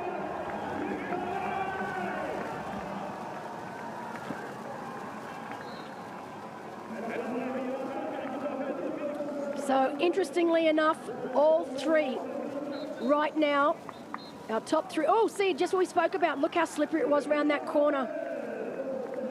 He held himself up well there, but all three of our top three men are now within a minute of each other. He's struggling a lot compared to the athletes around him. This is the thing with these super shoes. Yeah. They're super shoes for a reason, but they don't have great grip. And as I said, those tiles that are there, those pavers are very, very slippery. But it's not going to be long. There's Will Draper. Look at that going through. This race ain't over. This race is definitely not over. That is Will Draper now coming through. He is definitely within the minute behind Tristan. This is incredible. And we're getting close to, we're now past kilometer 32, you know, the hammer This is theory. where the hammer, if the hammer's going to come down, it comes down about now. So right now, Tristan Olli from the Netherlands is leading this race. We know that Will Draper from Great Britain is, oh, so close behind. And then Robert Kalin holding on to third. Kalin needs to really dig deep now. He needs to stay on this podium. He deserves to be on this podium.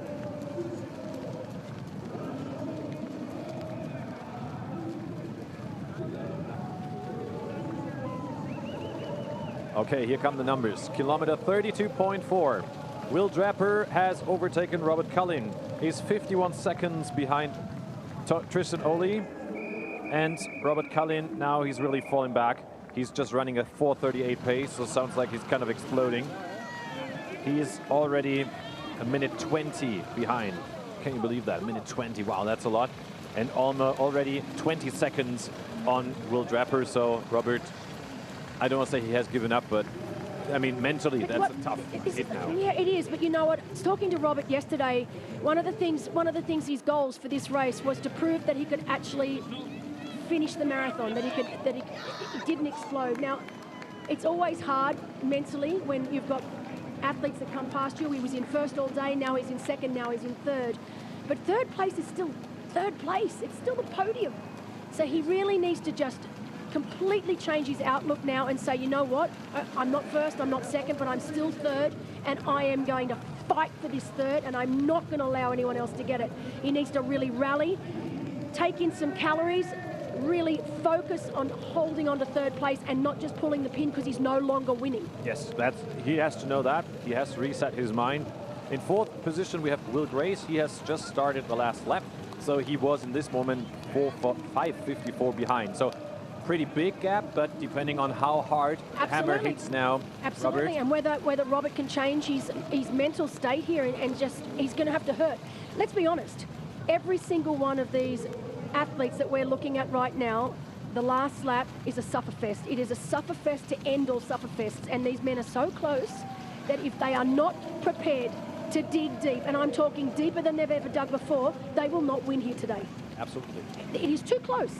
And the same with Robert, if he's not prepared to keep digging as deep as he can, he will lose that final podium position. But this is how racing at this level should be. It should not come easy. And as I say that, we switch to Daisy Davies, who looks like she's done it easy all day.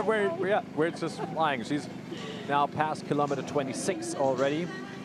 Still in a perfect position, running a pace of 4:08. She's not overdoing it. So but impressed with her. Wow, that's still really fast. Unbelievable.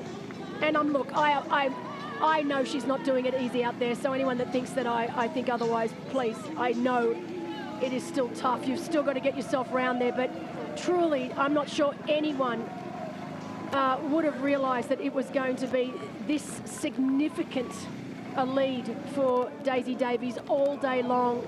She is literally crushing the field here today.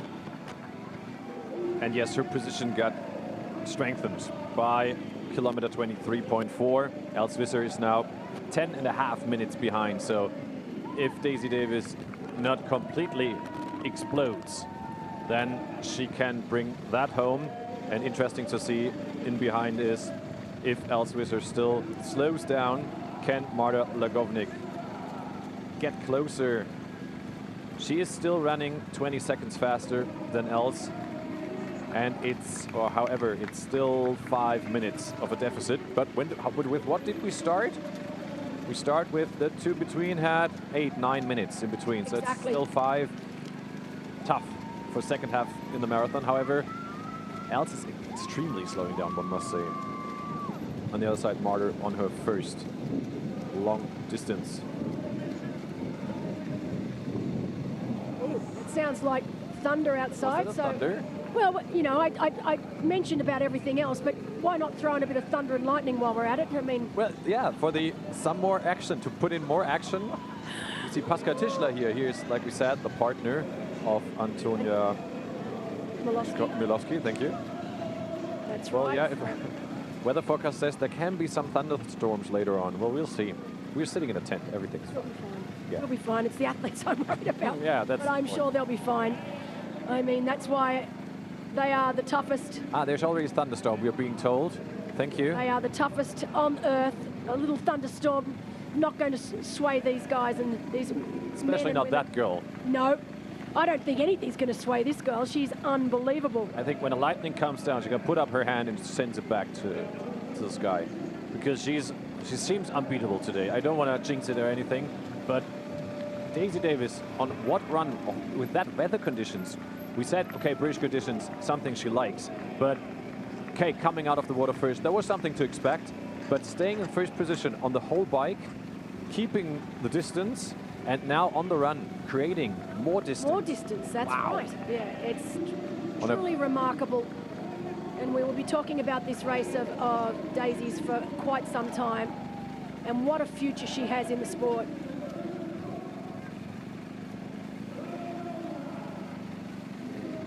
You know, I always love it when every race I've attended this year, there's always been someone, whether it be male, female, but some up-and-coming athlete. I still remember the first time I saw Alana Siffert, another youngster, start racing, and you could tell straight away that this young woman had something special. And I look and see what she's gone on to achieve, and now I see the same sort of thing in Daisy Davies.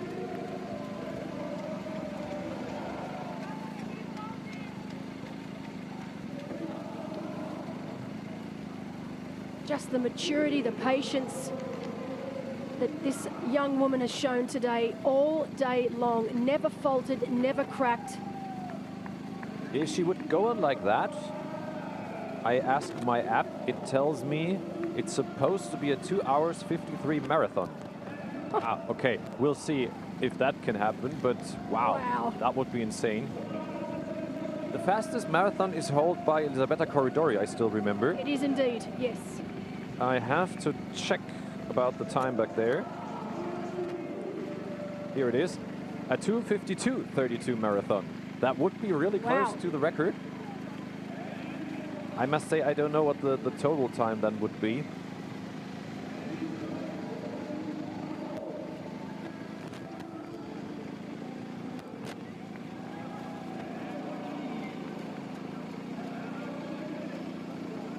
That would mean she would finish in around 60 minutes, 61 minutes. That would be 8 hours 27. Wow, okay, that's really far away, but that would be... Imagine doing that for your first ever why not? full distance Faster race. than Elena Siffert last year, 8:30. Not as fast as Malin de Boer last year, 8:22. However, first long distance, come on. What else do you wish for? Whoa. But, well, let's see. She hasn't slowed down. She's just so consistent this entire marathon. And I obviously realize that the last lap is indeed the hardest, but she's just ticking it over, not looking phased by anything. Shoulders are still nice and relaxed. She doesn't have that awkward lean that you get as soon as the body starts to tighten up. The muscles in the neck and the shoulders start to tighten up. And you start to get that little bit of a lean going. It's a body just starting to tell you this is starting to really leave a mark. But I don't see any of that. I see nothing. I see nothing but a confident young woman having the race of her life.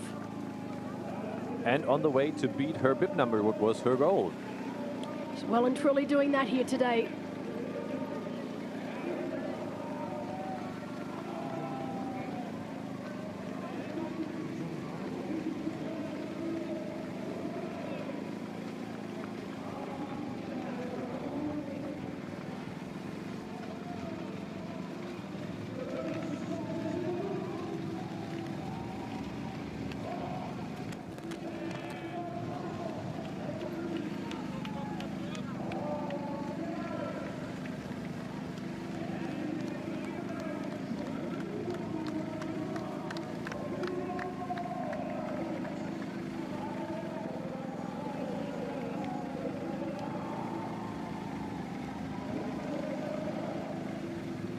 In the men's race, when we believe the predictions, or if the race goes on like now, Tristan Oli would finish at a time of 7 hours 41:45. Will Draper is set to finish at a time of 7 hours 42:26. So that would be 30 seconds apart. Nice and close. Can somebody tell him? Well, that's what I want. Can you put that order in for me now? Because I would love to see a sprint finish. And I tell you what, if it came down to a sprint finish, I think I'd put my money on Will Draper after watching him at T100 London. True. With the slippy ground and the curve in the end, wow, that could be really interesting. You see, sun is back. Just as we anticipated, honestly. Speaking of times, and of course at the end of the day they are secondary to taking the win, but the time that you just predicted for Tristan would make it his fastest race that he's ever done. Of course, so yeah. His fastest was earlier this year in Roth, where he went 7:49.59. So that would be the icing on the cake if you were able to take the win. So European champion, Dutch champion, and a new PB over the distance. I mean, you couldn't ask for much more. Same, by the way, for the women's race. Marta Wagovnik, is how you say that. Marta Wagovnik is set to finish at 8 hours 40:43, while Els Visser is set to finish with 8 hours 41:44, so a minute faster. So if everything goes the way it goes, and Tristan struggling. It's just these shoes. It's the shoes, right? Shoes on the pavers. There's just no traction, no grip for these particular race shoes. These new race shoes, they've got no grip. They're great on the asphalt, no problem, like you can see now. But every time he has to change surface and he goes onto those smooth pavers, and particularly when he has to corner with them, he's got nothing. So he's basically sliding out each time, and that would be so annoying for him because he just wants to stay in that rhythm and hold it for as long as possible. We were just told that in a sequence we couldn't see on screen because we were with Daisy that he fell actually and fell on his He did fall. You know what, it looked, I mean, he was close to falling last time when he went through here and he had that pretty tight corner, and I thought, oof, this is going to be pretty close. He was able to hold himself up because he had the barricades to keep him up. He obviously didn't have anything like that here, but look, he'll be fine. That won't affect him. He's just got to keep on going. And sometimes the adrenaline that you actually push out when you have a fall like that can actually make you go faster. Of course. So it can actually work to your advantage. You don't want that adrenaline happening too early in the race, but at this particular point in time where he is in the race, it's not such a bad thing. They did go past the Red Bull already, right? The mile or the kilometer. I'm not sure Robert had anything left in him to be able to go for that kilometer. Maybe. So or he saved it for that. he could, maybe that's what he was doing. Yeah, not sure. All right, so this is the opportunity, of course. Good, smart, that he held on going around there, that he'll be able to see exactly where Will Draper is. We know it's less than the minute. Let's see if we can see it. Oh, it's looking pretty good so far for Tristan. I think if Will had any chance, here it comes now, I think, yes, here it is now. Not that much. There he is. No, it's not that much. Come on. There he is. There's Will on one side, Tristan on the other. Of course, not giving each other anything. And why would they? But right now, I think the ball is in Tristan's court. He's got the crowds here. He's got the support here.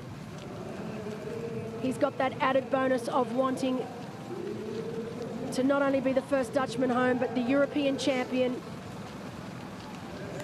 He was married on Tuesday. What a wedding gift to give himself and his wife would be the win here today. And he was able to win. Oh, slip sliding all over the place there. Look at that. He went cross country right then. He was able to gain 5 more seconds. I'm telling you, that slip, that fall would have, that adrenaline would have been absolutely pumping. Oh my gosh, he's having all sorts of problems now though. I'd be interested if Will is struggling in the same way. Or if that's especially his shoes. Yeah, these new super shoes, the carbon shoes, causing all sorts of issues in the last couple of weeks in triathlon, as we know.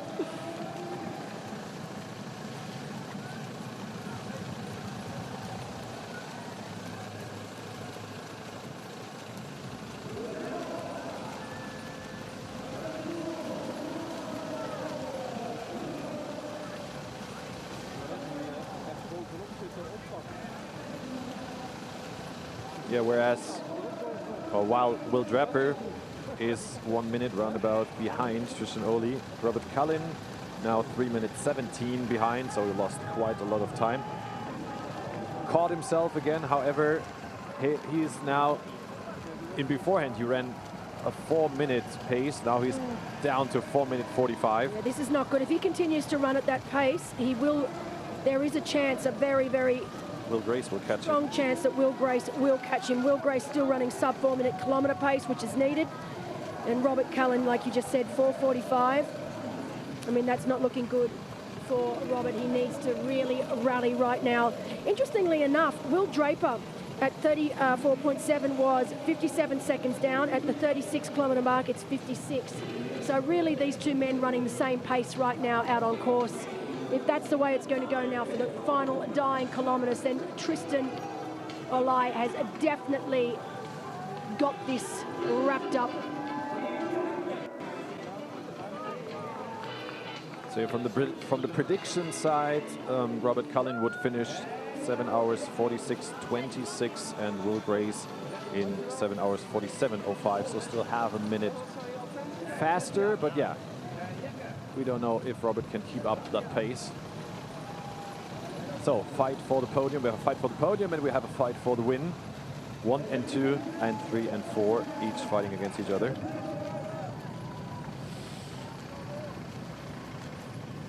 You look unhappy next to me. No, So skeptical. I'm nervous. I'm nervous. You're nervous. These dying kilometres of a full distance race always make me nervous because you just don't know what you're going to get. I mean, we can look at Tristan now and he looks fantastic, and I know he's going to continue looking fantastic, but is he going, I don't want him to fall on these slippery pavers, and then you've got, oh, like we said there, people cramping it, it can come on at any time. Exactly 5K for him left. Give it another kilometre and I'll start breathing properly again, because I think right now he looks very, very good. He'll be rallied by the crowds. They'll be pushing him forward. He's got athletes out on course cheering him on. And there you saw, oh, that was one. I just saw Will Draper on the other side of the course then. Probably the last opportunity that he will get to see exactly where Tristan is on course. It's been an incredible day so far here today in Almere-Amsterdam. We've been racing for 7 hours and 36 minutes for our women, 7:21 for our men.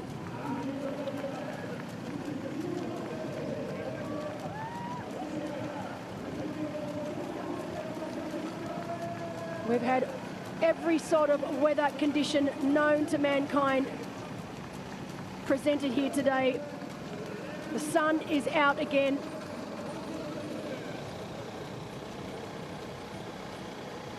Still 56 seconds between Tristan and Will.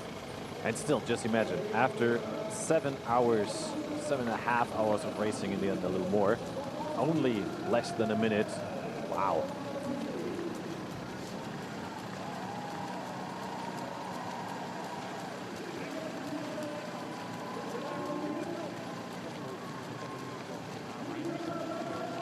Well, in the women's race, Marta Wagovnik still working on the comeback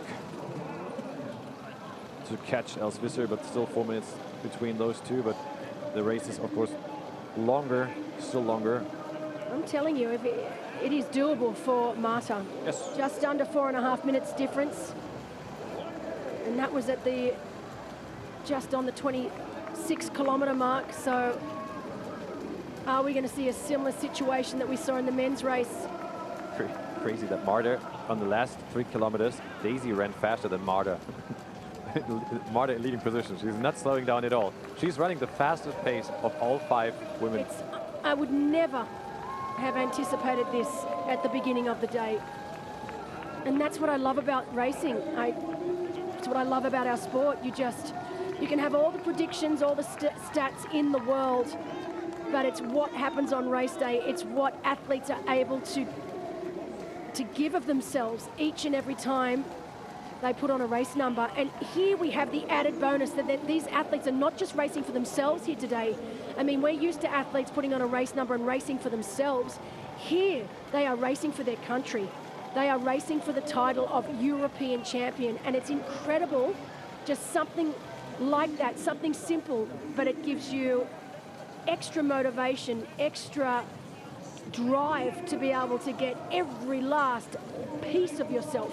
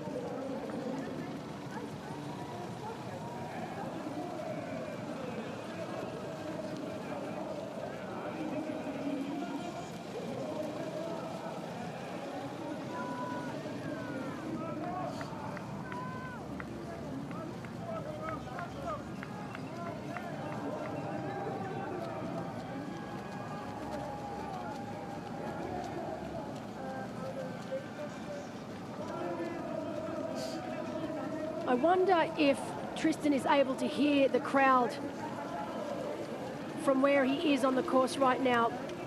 I mean, it is absolutely pumping outside. And I wonder if it's being able to be carried across to where he is. Quick check of the watch just to make sure he's still on track.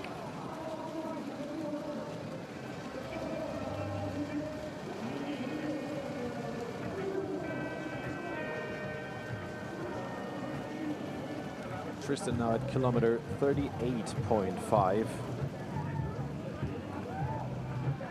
2.5 left for him. 4.5, sorry. 3.5. Oh, my math is really struggling. Too many numbers today. Hey, it's been a long day today. Thank you, yeah.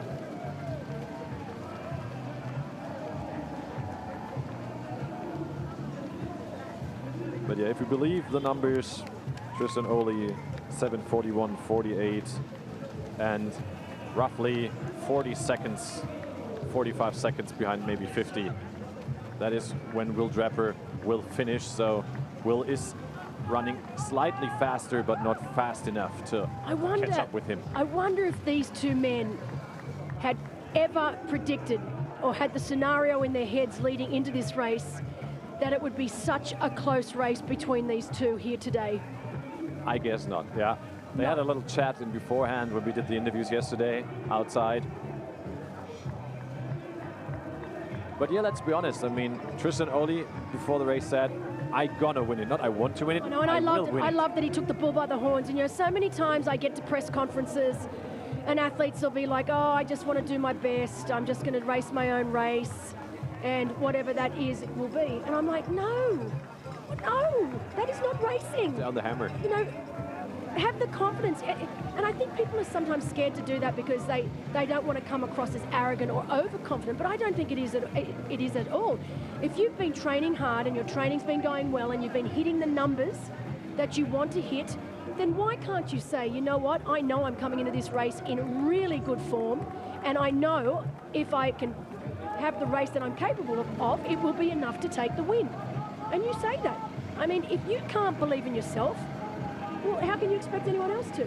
And I always love it when they say, you know what, yep, I'm confident and I can do this. And Tristan was like that from the very first day. He wasn't arrogant about it, he was just matter of fact. And he said, I'm here to win and I'm going to do everything within my power to make sure that that happens. And he has. He's had a very, very intelligent race. And you know, you can't say that he just sat in and let others dictate the pace. He was on the front a lot, making sure that that gap between himself and Robert Cullen didn't blow out to something crazy. And he's gone on to run a really smart marathon. Just as this young woman on screen right now has. Completely different race dynamic and tactics here today between our lead male and lead female, but both just as impressive at the end of the day. Think about it, if you would have told her this morning you're going to run a sub-3 marathon. If that ends like it, of course you can slow down, but right now she's on her way to a 2:53 marathon. Wow. Amazing. Her very first long distance. And of course, almost about to begin lap 4 here. So she'll make a left-hand turn, make her way over the bridge and towards us, and then she will be finally out on her 4th and final lap. And again, if she was going to start to fade, it was going to be around now that we would see it. I'm yet to see it. She definitely has not faded. She's just kept it ticking over beautifully this entire marathon. See how dry it's again. Crazy. We saw water standing on the streets there like 20 minutes, half an hour ago. Now completely dry again. The sun is shining. Through hell and back.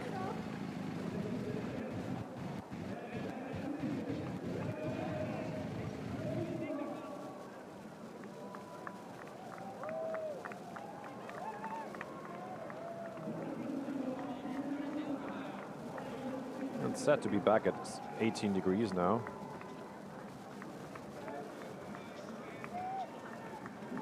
Yeah, I'm happy for the spectators too. Some sun. Some maybe are dry now again.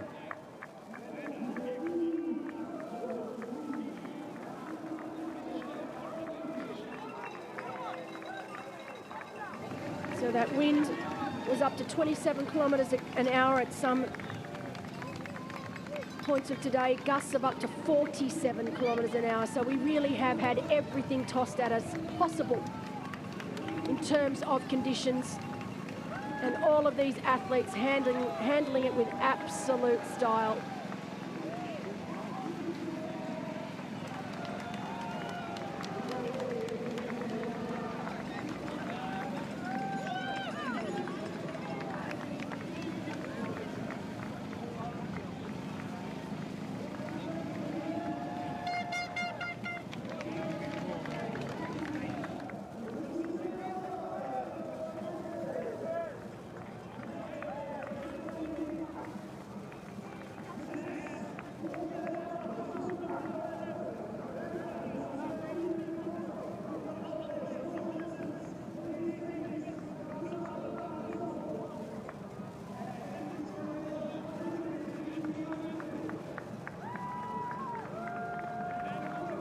So big cheers for Daisy Davies as she makes her way out onto the 4th and final lap of the marathon here in Almere. I love the fact that the crowds are still there. Look at that. We know that it's been less than ideal weather conditions. We just had a torrential downpour of rain, followed by the sun shining again, but that has not deterred the crowds at all. They are out in force. And that's what you get when you've had a race steeped in so much history. It's been here for so many years. The city of Almere loves it. They embrace it. It is theirs. Daisy has slowed down a little, which is totally fine, with a gap of 11 minutes. So now just control the run. You don't have nice to go into the final lap of the run with 11 minutes lead, 11 minutes up your sleeve. I mean, that's crazy, absolutely crazy.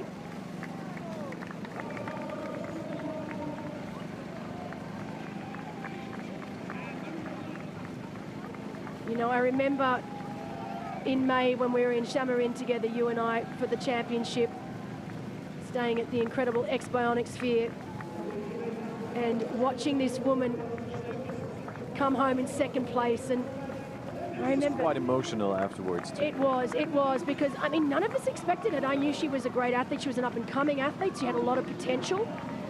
But even I didn't think that she was able to pull off a race like that against the field we had. And now, you know, roll forward to September, and she's about to win her very first full-distance event and will become European champion. As will this man on screen right now, making his way back towards us here, looking as smooth as butter right now.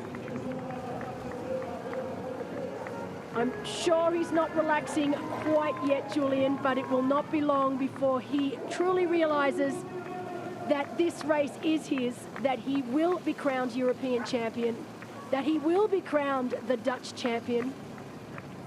Whew, what a day for this man. One last section of headwind he has to survive, and then it's only a few hundred meters to the finish line. You can't wipe the smile off my face. This has been incredible racing from these men here today. And actually similar to last year, Jesper Svensson all the way took his time to overtake Joshua Lewis, and at some point he did, and then got away. This time, well, it's closer because he has Will Draper behind him. But still, yeah, it was about patience, tactical racing, not overtake it at the beginning of the marathon. You knew he can catch him later on, and he did so. And I think now when the sun is coming out, that also gives you a certain more of a push. Interesting to talk about what's going on behind these men, though. Obviously, we know that Will Draper in second place. We can see that first and second place, pretty much a done deal, so to speak, right now. But what's going on behind, we've been told that both Robert Callan and Will Grace are both struggling. So, interesting things going on behind our leader. But our spotters out on course saying that they are struggling. We could see by the pace drop that Callan had. He did manage to put it back down to about 4:30 pace, but still not the pace that he wants to be running. Right, yeah, he was so kilometer 36 is the last time we had numbers, so 4 minutes 12 he was behind, then 6 minutes 13, so 2 minutes behind him was Will Grace. Wojciech Kopyczynski, fifth position, 7 minutes 50. But all of them are too far away from each other to have a big impact on the next one, I would say. Steven Norberg, he's now 8:59 behind Wojciech. Milan Bronze, 9:53, then Ojen Stojanovic, 11:20. So it's a pretty certain 1.5 minute step from each to the next athlete. Quite a lot, actually, for the last part of the race, that there are many changes could happen, but you never know.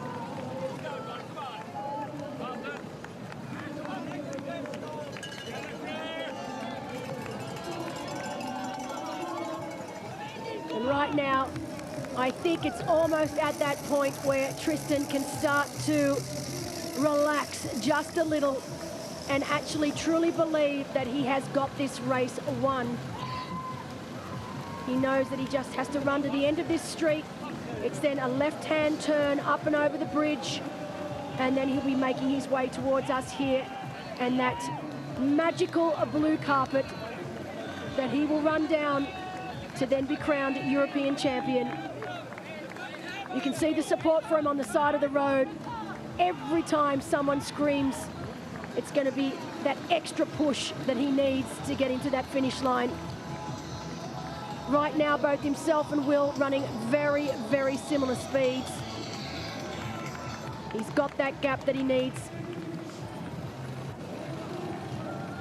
It's crazy right now, Julian. He can see the finish line from here, can't you? I mean, I've been out there running. You can literally see the finish line. I think you can also hear lots of it as the wind comes from ahead. Absolutely.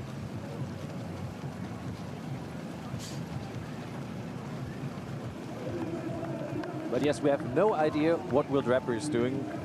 We have the last split from kilometer 36, and then close to where you can see in the back here at the swim exit. There we have our next timing mat, and then we will know how far those two are separated. I mean, great shot here, as you can see, Tristan. But I don't see another bike behind him. I couldn't see anything, so I think it's still the same minute between those two.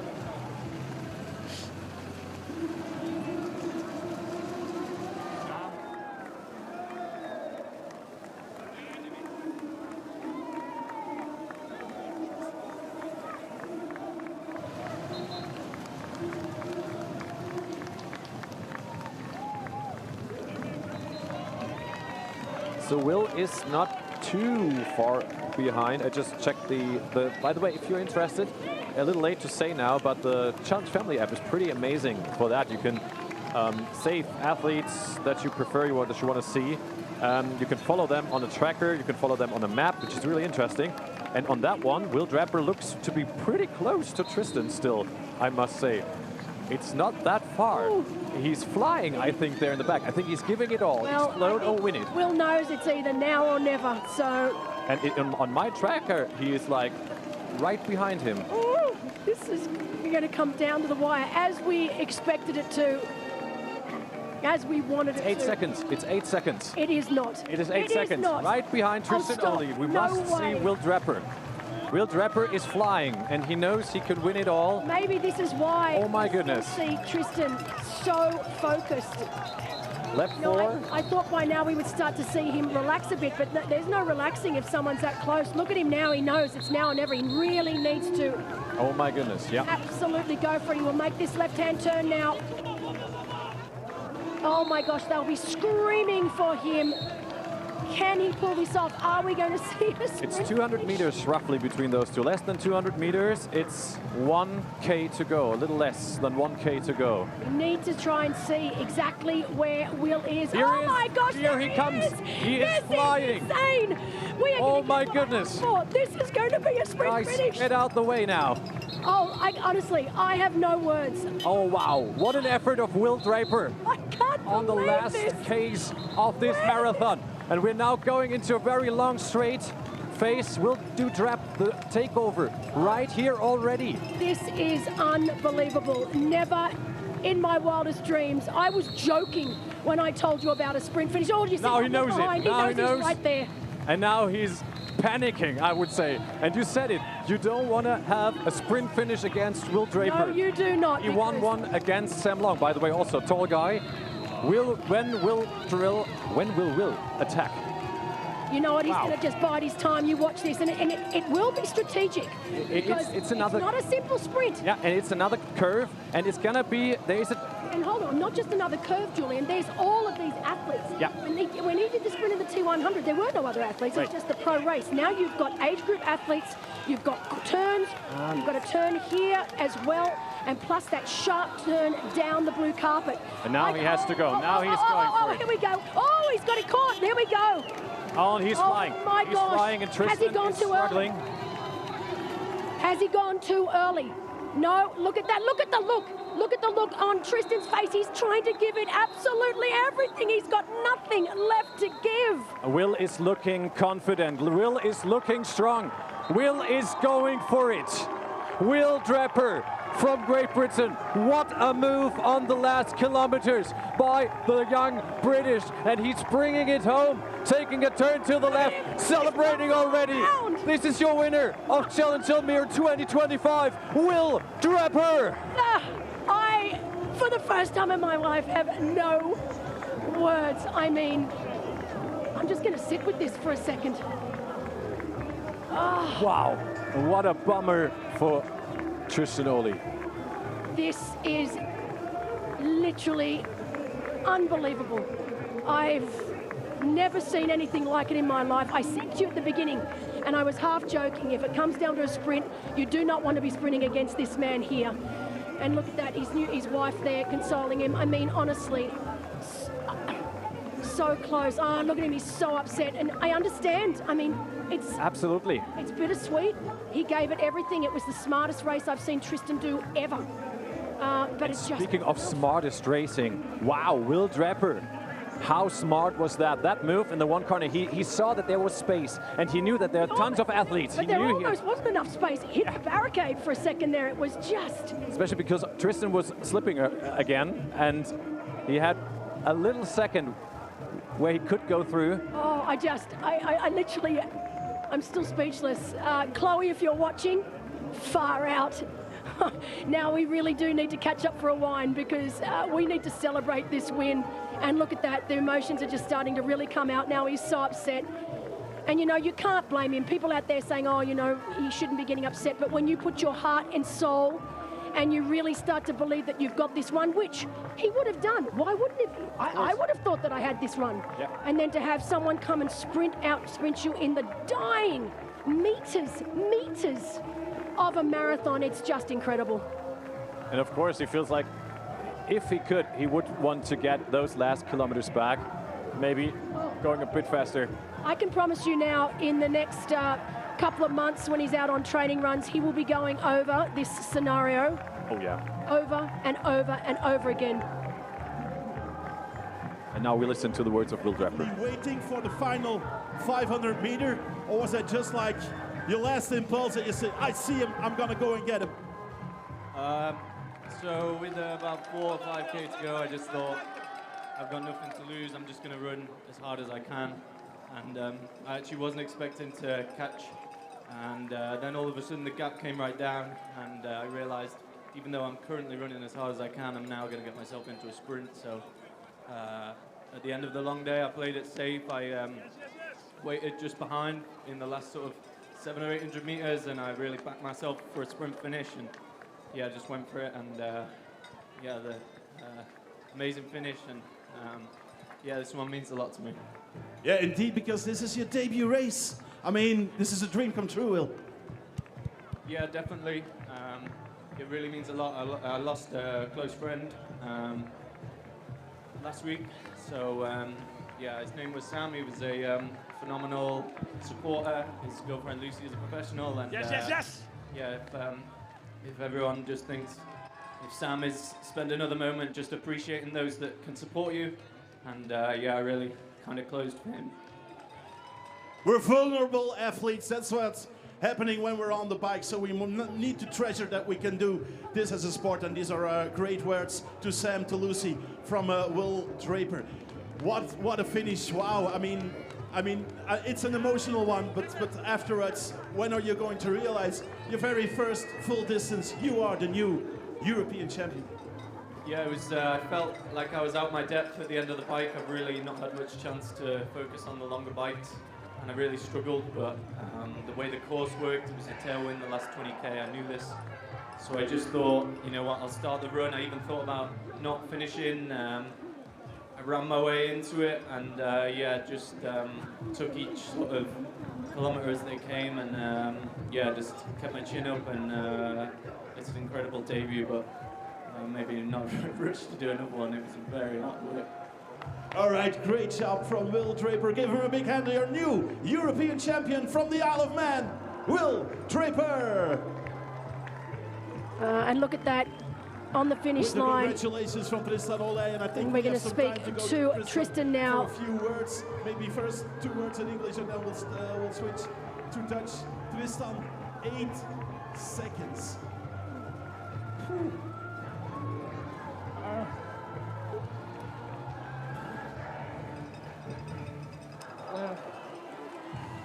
Je mag gewoon kloten zeggen, hoor. Je vrienden en je familie zijn, we zullen meteen in het Nederlands beginnen, die zijn daar, die hebben jou de wedstrijd van je leven zien doen. Je bent gestoten op een fantastische Will Draper in die laatste 500 meter, maar wat een race. Je hebt je persoonlijk record met 10 minuten verbeterd. Ja, ik wist het niet dat hij achter me zat. Ik kreeg verkeerde informatie door en ik liep de laatste 5 kilometer nog lager 3:40, dus ik dacht, met 5 kilometer te gaan was het nog 50 seconden. Ik dacht, hij kan niet dichterbij komen, maar hij laatste stuk gewoon 3:30 moeten lopen en ik dacht, nou, dat redt hij nooit. En met 500 meter te gaan, bij het bruggetje keek ik achter me, toen zat hij achter me. En ja, met het sprinten en ja, het laatste, ik had het was behoorlijk glad, het laatste stuk. Maar hij had gewoon meer over de laatste 500 meter. En ja, balen. Ik had het niet aan zien komen, maar ja, een race van mijn leven denk ik. Ik loop een mega marathon PB. En ik heb de wedstrijd gemaakt denk ik op de fiets ook. Ja, balen. Nu, ja, kut. Het is balen, inderdaad, die tweede plaats. Maar straks kan je met trots terugkijken op een fantastische race. Yes. Op een nieuw PP, op een Nederlandse titel. Met vrienden en met familie erbij. Ja, dat zeker. Maar ja, het is nu even kut. Dan snappen we. Voilà, geef er nog een applaus mee. Uw nieuwe Nederlandse kampioen, Tristan Olij. Oh. Vice European Such champion. Incredibly emotional scenes down there on the finish line. Who would have thought after 7 hours and 41 minutes of racing, it would come down to a mere 8 seconds between these two men. Truly, I mean, Julian, it has to be one of the most remarkable finishes I have ever witnessed in long distance racing. Absolutely, because it wasn't a shoulder-to-shoulder run on the last 5K, but it was out of a sudden there was Will 8 seconds behind, overtaking and taking the win, and that just came all so sudden. Also for Tristan, I guess, because Tristan was, I don't want to say in a comfort zone, but I think Tristan felt pretty secure on his way. And if he had maybe he should have. I mean, I would have if I was him, and he didn't slow down. We could see from his pace. Our spotters out there were telling us he didn't slow down. He was running the same pace. He looked comfortable. But maybe he didn't have known. If he had known, had he gone faster or so? And your face lights up for Robert Cullen. Well, you know, I always like it when you've had an athlete that led most of the day, but then unfortunately wasn't able to hold on. But look at this. Will Grace was able to come from behind. We were told that both Will Grace and Robert Cullen were suffering out there in the dying kilometres of the run. And it was very close between these two. And look at that. Will Grace taking that final spot on the podium, with Robert Cullen coming in 4th place. Incredible race from this young Brit. He was able to rally right at the end. Oh, Great Britain, haven't they had a day in the sun here today, or the rain, or a little combination of both, but incredible racing from these two British athletes, both with the same first name. So Will Draper in 1st, Will Grace in 3rd. I am absolutely blown away by the racing that we've seen. Just so incredibly impressive in less than ideal conditions, let's be honest. And saying that, 7 hours 41:40 is for Will Draper, the 5th fastest time. He was just 14 seconds slower than Jesper Svensson last year. And also, of course, the time of Tristan Olij is the 6th fastest time ever here, so and amazing look at that. results. Wojciech has come from nowhere as well and has overtaken Robert Cullen. Wow. So right now, Wojciech home in 4th position, and it looks like Robert Cullen will take 5th position as long as we haven't missed any other athletes in between. But, you know... No, Sebastian Norberg is too far away. Robert Cullen really started to struggle those final kilometres of the run, but he's rallied, he's brought it home. Home today in 5th position. But Wojciech Kopachinski, brilliant effort from him.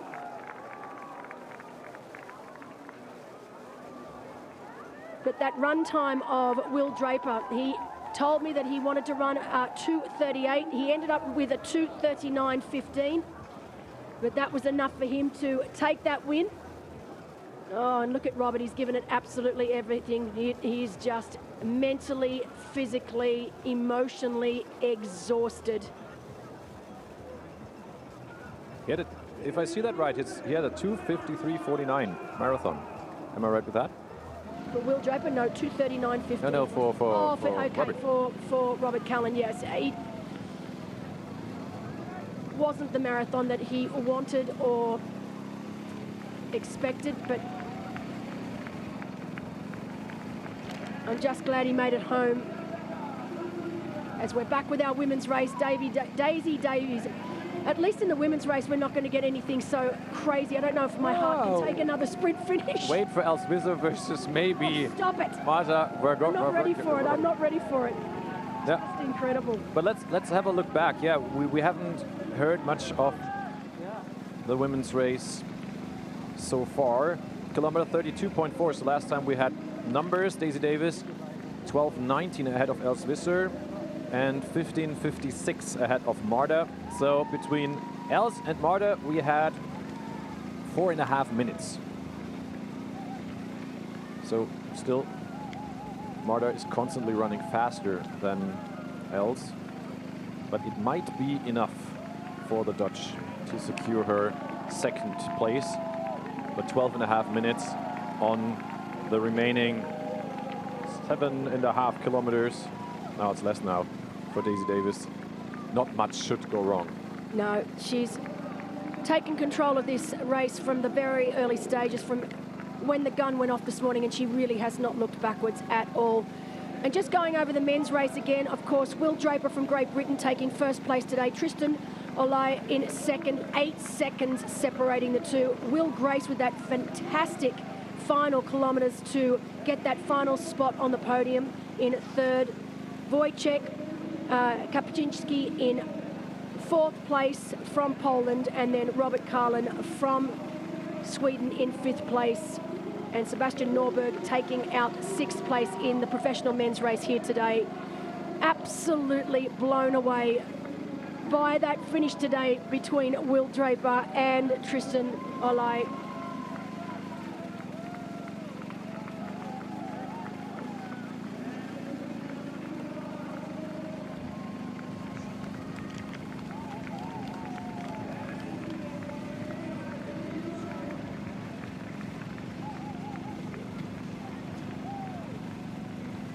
It's less than 5 kilometers to go, exactly 4.8 for Daisy Davis to bring home her very first long distance, and that would also mean her very first long distance win and the European Championship title. Wow, that would be amazing. We will see how this will end in just a few minutes as we send you in a very last commercial.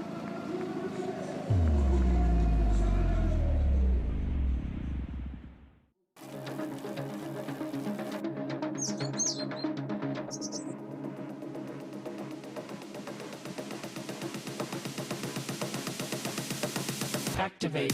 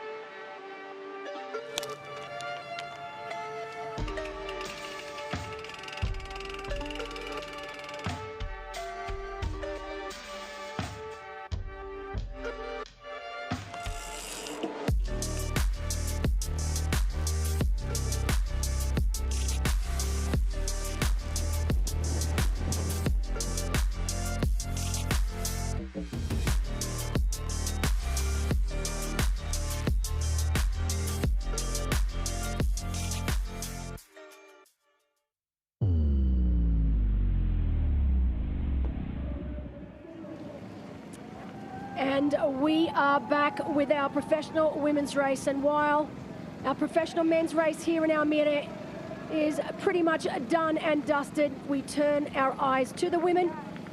And this woman on screen right now, Daisy Davies, took a stranglehold of this race very, very early on, and she simply has not looked back.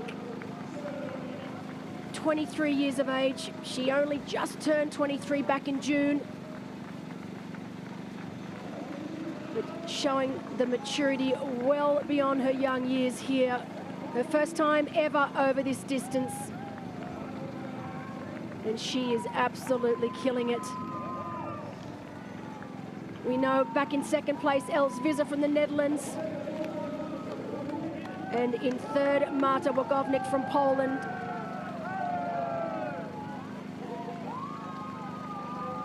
And after the excitement of our men's race, it's going to be good to know that there'll be no sprint finish for first here today. Daisy Davies really does look like she has that first place wrapped up tightly.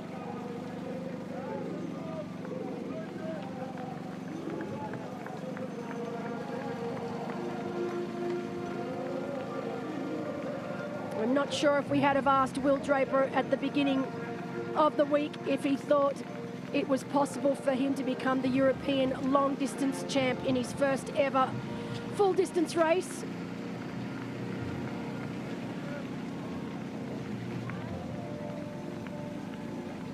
But he certainly did it in the most difficult way possible with that sprint finish.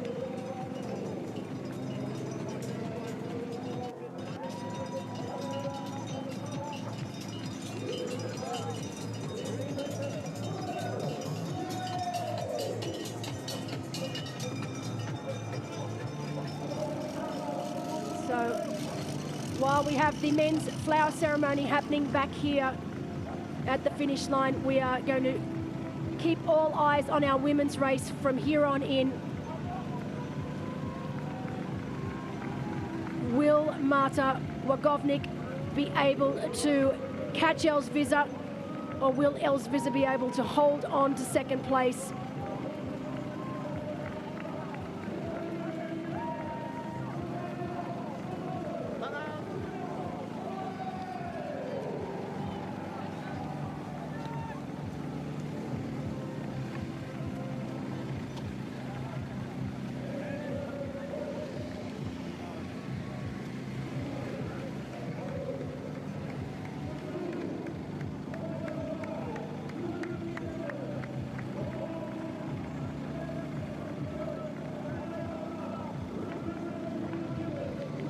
So we know that that lead has really blown out now for Daisy Davies. Close to 13 minutes over Els Visser from the Netherlands. We're waiting to see just how far back Marta Wagovnik is right now. But we know that that will be our podium here today. Our women's race so very, very different to our men's race, where we had a couple of two lead changes in our men's race. We had Robert Cullen leading for most of the day. He was overtaken by Tristan Olai, and then in the dying meters of the run, overtaken by Will Draper.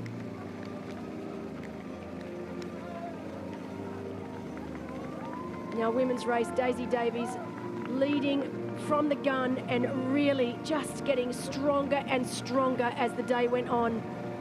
Right now on her final lap, still ticking it over beautifully.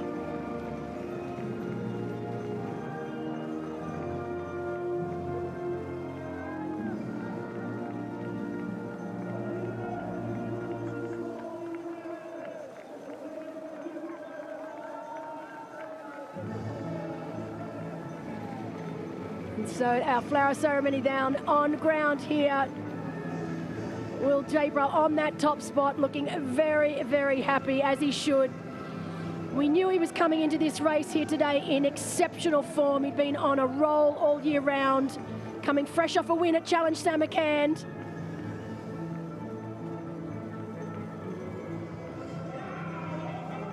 I believe this was his 8th race of the year. So he's done a lot of racing, and I'm pretty sure there's still more to come. He's here with his mum and dad. They will be over the moon. I tell you what, I might need to tell Will that every time he races, his parents need to come with him, because they seem to be a good luck charm. He won his very first pro race back in April at Challenge at Gran Canaria. His mum and dad were there. And now again, very first time over this distance, wins it. Mum and dad are here again. So I think they are good luck charms for the young man. No pressure on them. But No pressure, mum and dad, but you're going to be coming with him from now on in.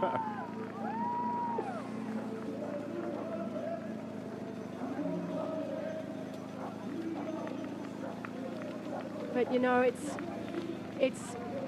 bittersweet. I am so happy for Will, but so upset for Tristan. I mean, it was so close, and it's just, this is the way racing is. It's the way we want it to be. It's the way it should be. I mean, our sport has progressed to such a stage where we are fighting for seconds at the end of a 7.5, 8 hour race, and that's how it should be. That shows that the level of competition is continuing to rise each and every year, each and every season. We are just getting greater athletes, more consistent athletes, deeper fields of athletes, and to see sprint finishes now in full distance races, as crazy as it is, I mean, for the spectators, you could not ask for more. Absolutely. And as we said, especially the way it was set up, like we saw it, not like McCormick and Leda back then, shoulder by shoulder for 20 kilometers, but here, all of a sudden, there was Will. All of a sudden, he was able to overtake and sprint finish. Wow. I don't want to say, on the other side, not too many emotions in the women's race for the win, but there will be emotions, I'm absolutely sure, because as cool as she might look here, Daisy Davis, already in Chamorin, she was emotional, extremely emotional. She's got a great poker face. I mentioned that before, but yes, I have a feeling that as soon as we see her cross that finish line, when that realization that she's just won her very first full distance race at her very first attempt, and the time that she is going to do, I mean, I could only dream about doing those sorts of times back when I was racing. And as I keep saying, the level of triathlon just continues to blow my mind with these young athletes that are coming in, and they're just saying, you know what, I don't care what was done in the past, this is what I'm doing right now, and that bar just continues to be raised time and time again. Yes. On her way to a 2:55:30 marathon, now a little slower, 2 minutes slower than before. If she can keep it up a little, there's a chance to go sub 8:30 in your very first long distance. Not quite sure what's going on down there, but anyway. Going for a swim session here. Oh, welcome to Almere, where anything goes. That's great. It's such a great venue for a triathlon. It really is. Everything is in one place. I mean, as I said, all of us, the team and the athletes, get to stay right across the road at the Leonardo Hotel. It is just so convenient. Literally took us, what, 60 seconds to get to our studio today. It's a little bit longer for the athletes, because obviously transition is that 900 meters up the road. But it's funny, I saw Will Draper this morning, and he looked really chuffed with himself. He was coming back to the hotel as I was heading down here. I said, what are you looking so chuffed about? He goes, I was the smart one. I rode one of the city bikes down to transition to set up my transition area, and then I rode it back while all the other athletes had to walk. I'm like, oh, maybe that was the key to success. Let's tap in the 8 seconds maybe, yeah, you know. You know, that 900 meters walk each way. Yeah. So. But yeah, like you say, the people of Almere are so great. We said it before, 800 volunteers for more than 3,000 athletes on the course yesterday and today. And it doesn't stop when the pro athletes have finished. The party's just getting started. We're going to party until the very end. So each and every athlete. And it's a big party at night later on. There are not too many races these days that I legitimately want to and can make it to the end, the full distance races. Challenge Roth, of course, is the first one, would never miss it in a million years. And this is another one, Challenge Almere-Amsterdam. I am always here till the death, because it's just such a great atmosphere and just so much fun and such an incredible celebration of our sport of triathlon.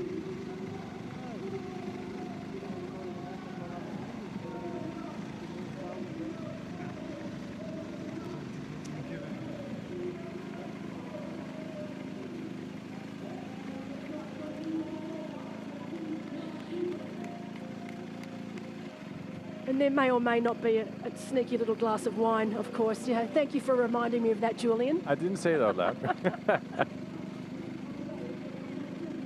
But no, absolutely right. The stand's going to be packed again later on too.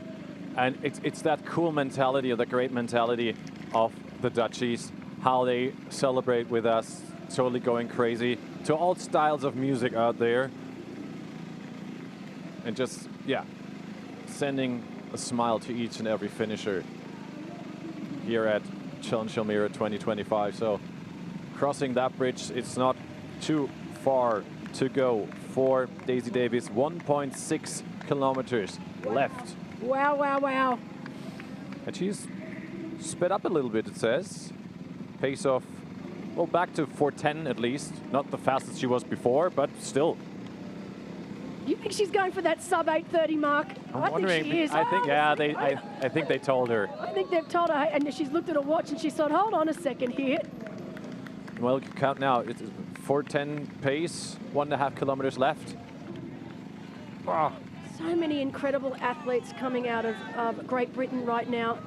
And I think for someone young like Daisy Davies, you look at someone like Kat Matthews, and she's been such an inspiration, because someone like Kat, just, there are no limits, and her attitude towards racing, and I really think that we can see this resonating in other athletes, like these youngsters like Daisy Davies, that look at these women and think, well, you know what, I want to be exactly like you, and they come in with this attitude of anything and everything is possible. You've just got to believe it. And the way that she's raced today, she hasn't held herself back. There's been no limitations. I mentioned it right at the beginning. Ignorance can be bliss sometimes when it comes to doing things for the first time. There's no limits that she's putting on herself. But I love to see young athletes just have a red hot crack and not look back. And that's exactly what she's done here today. Maybe one last look to the chase group. So far we can say Els Visser is defending her second place. She kept up running a little faster, maybe knowing that Marta is getting closer, but still, yeah, less than 4 minutes, 3.5 minutes, but Marta got slower, a lot slower. And you know what's that's the experience of Els Visser, you know, knowing just how far and how hard and deep she needs to dig, and she can do it if she needs to. And that's just years and years and years of experience. And Els Visser, I mean, as I said, anyone that knows her knows that she is an incredibly special human being, and she has that tenacity and that resilience to literally go that extra mile above and beyond her competitors. And she wanted that, and I think she can motivate herself, or at least force herself so much with the home crowd here, finishing on the podium in second position. And you know what's crazy? For the first time ever, 2 British athletes crowned European champion. First time ever at Challenge Almere that we've had 2 British athletes win, and 2 Dutch athletes in second. True, yeah, indeed. Yeah, Marta Wagovnik in the 3rd place. She will bring that home most likely. She has 5 minutes on. 4th place from Austria, Gabi Oppmann. Also, great race from her, I must say. Absolutely. She will be thrilled with that race. Yes, she won a lot of positions. And then Antonia Milovski in 5th position. Again, 1 more 5 minutes behind. But now this is the celebration for Daisy Davies on her very last kilometer. We're at 8:26, so 4 minutes to go to break that magical 8:30 mark. Right now, the numbers say 8:29:12, so she has 48 seconds left then. And that is quite a lot actually for 1K to go slower. So actually she should make it when she keeps that pace up.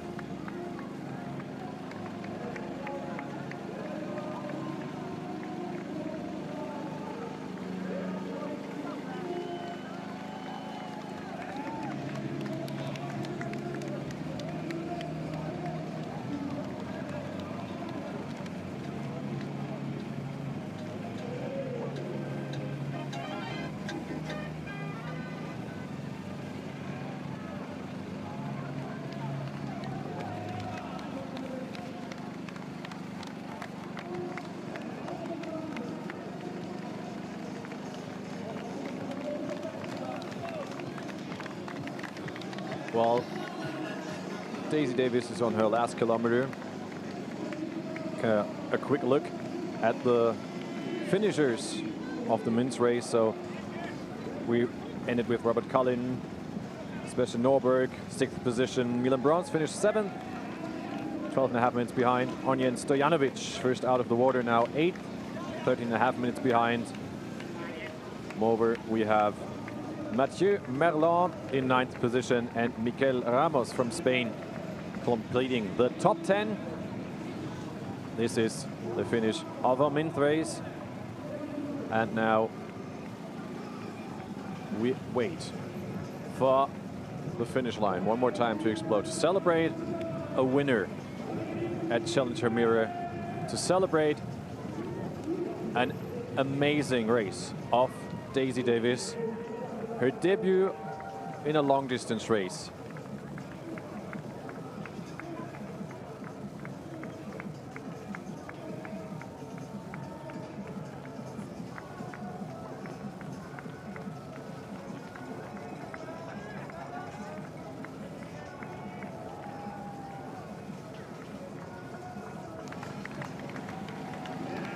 Here she comes. She might miss the 8:30 slightly. Don't say that. Come on, Daisy. It's a minute left. It's quite far for a minute to go. And you can see very, very busy on course right now with all of our athletes from the European Long Distance Championship. She's checking her watch. I know. Come on, Daisy. The Give it all. distance race, so many athletes on course. Could work out. It should almost not be allowed for her to break 8:30 in her very first attempt, let's be honest. I would give her that. After that day, think about that weather. I tell you what, this is going to be really, really close. There's one more curve. I can't watch. I can't watch. It's too much for my poor heart today. The electricity is back. Come on, give it all, Daisy. Oh, she's fighting. Look at her face. Oh, look at that face. I think she knows now. She can see that clock. Come on, Daisy. Come on. 25 seconds. This is the first time all day, Julian, that I've actually seen some emotion on her face. She is gritting her teeth.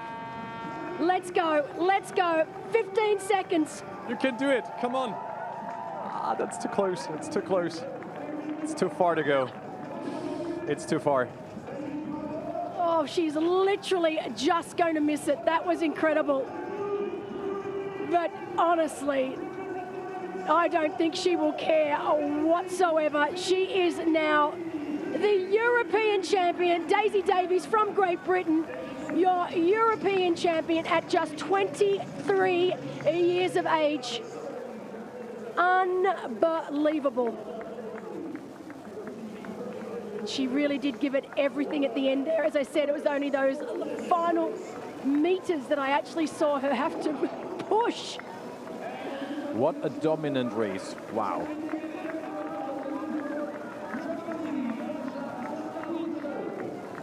I mean, this is a woman that's had some wins before. It's not like this is her first win. Last year, she was the winner of Challenge Wales. She was the winner of Challenge Vubaku.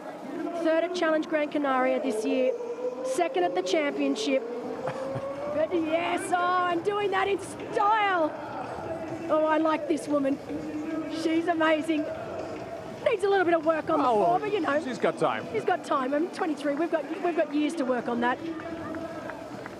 But to now have a win over the... It's like she can't really grab what just happened to her. No, I mean, I can understand that.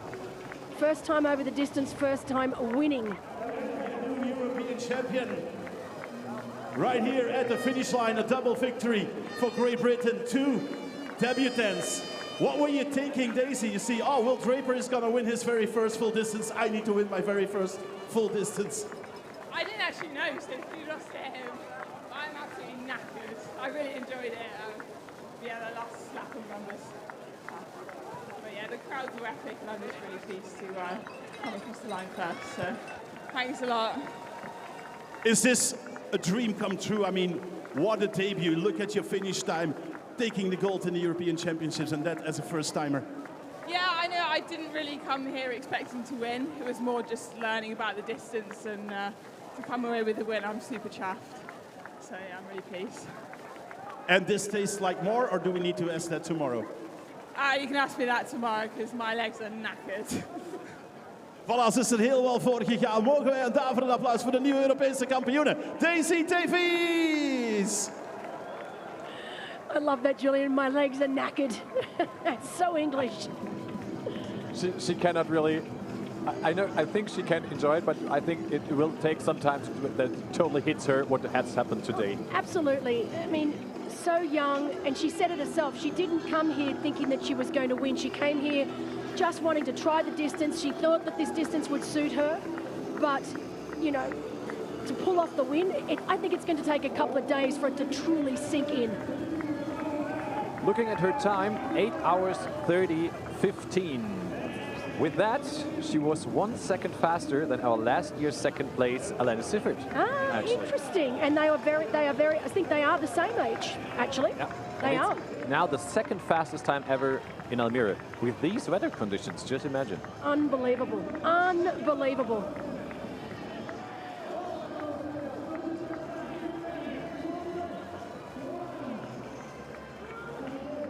And now we're waiting for Els Visser. She was roughly 12 minutes behind.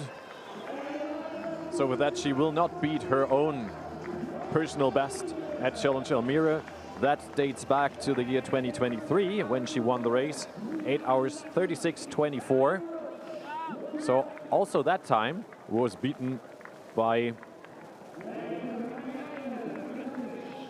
Daisy Davies today.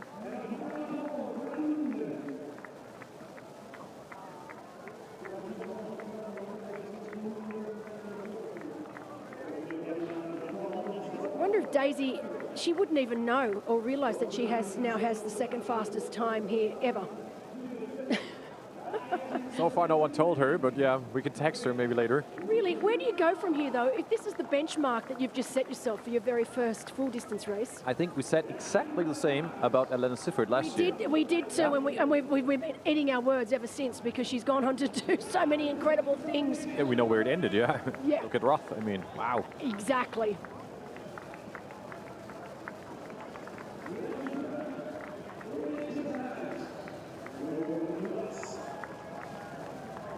Great to see those grandstands packed solid on both sides. Yeah, one more word about Daisy. At 2:56:33 marathon. Wow. That is a lot.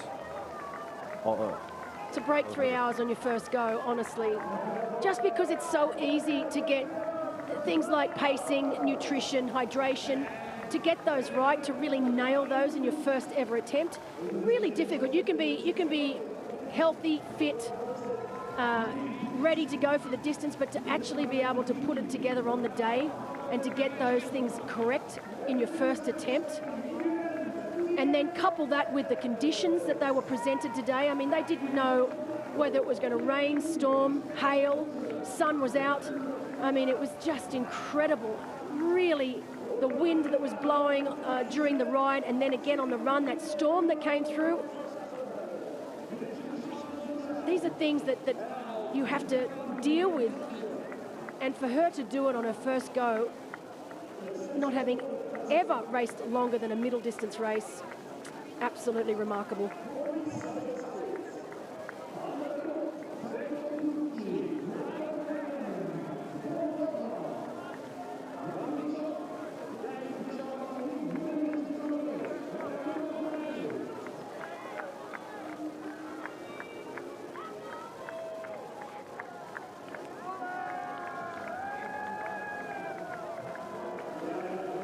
One of the things Daisy just told one of our interviewers down on ground there at the finish line was that the experience in the stadium was the greatest finish line experience she's ever had in her career so far.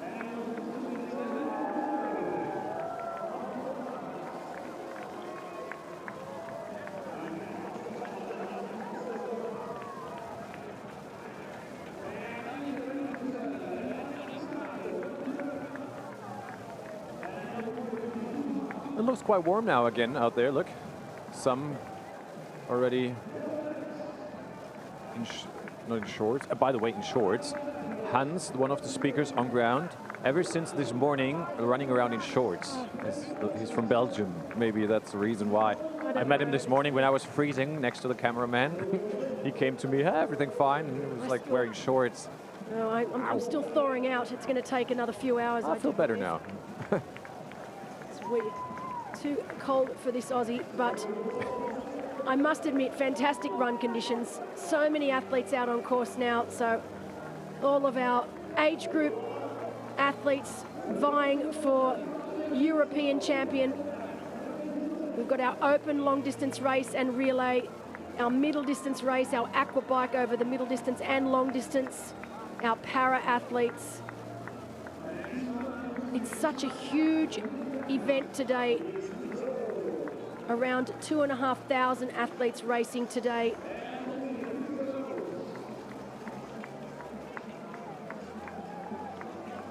Having a look at Els Visser, 1.2 kilometers left for the Dutch former champion of Challenge Almere.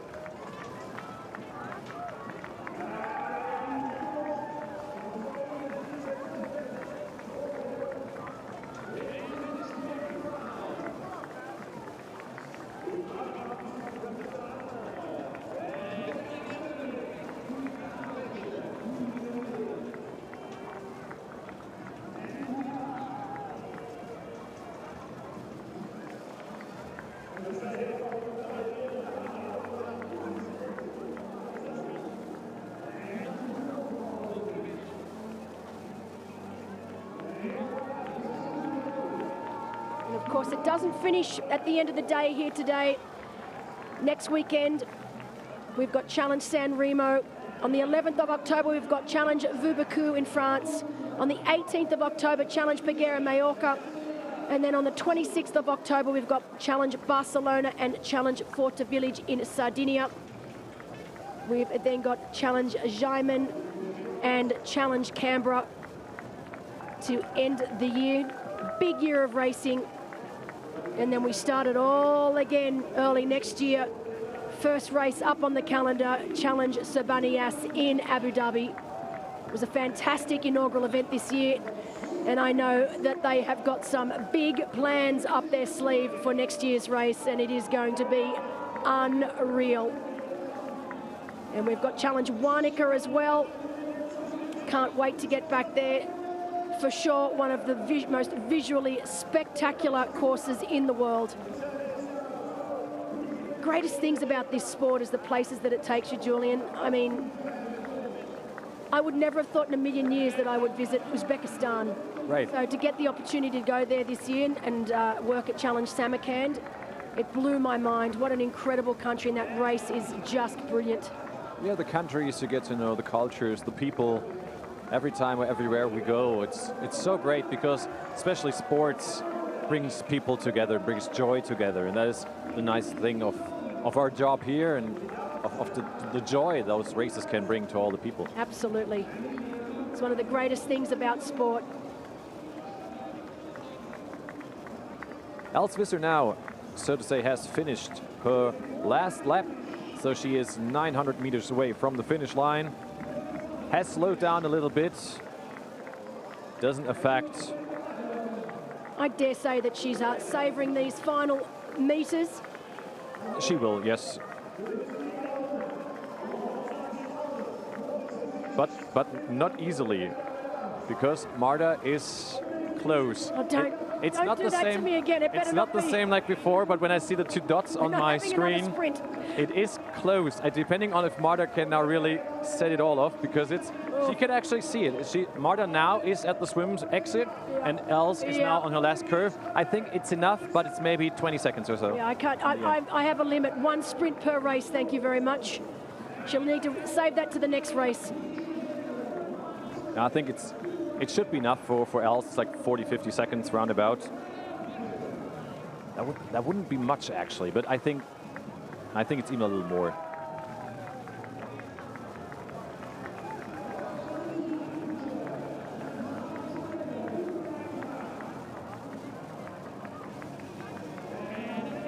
But it's enough for Els to now celebrate. Actually, we should see her right there in the back on the right side. She just has crossed the bridge. So somewhere in the amount of people, there she is making her way. Oh, thank you to the cameraman in this moment. So somewhere there, Els Visser is supposed to be. I see a bike, yes. I do I see her right behind the bike. There she is with the white cap on. I can see her. Come on, Els, you are almost there. Yes, she will make it. And I think for her, it's still a great result. Absolutely, no. Of course, she would have left to win the race, but then again, fair, and she will do that. She knew she was coming into this race, probably not at the sort of fitness that she knew she needed to take the win here today. She made no excuses, though, which is typical Els, no excuse whatsoever. She's been very, very busy. As we see Marta Wagovnik also making her way now towards the finish. Great racing from Marta. Again, first time ever over this distance. I know she will be so happy with that final spot on the podium. Wonderful women's podium here today.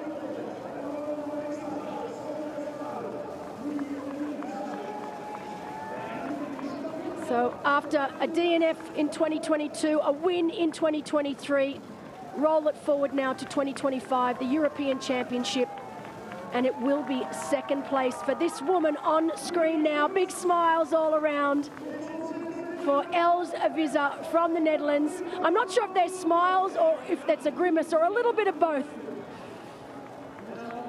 Now she has 3 minutes left. She can now totally enjoy. Our tracker has played a little trick here on us.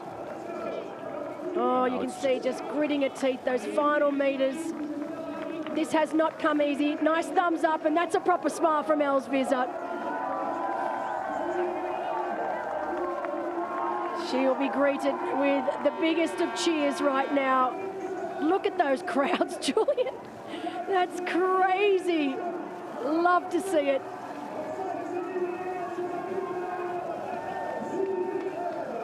And coming home in second place here today, it will be Els Visser from the Netherlands.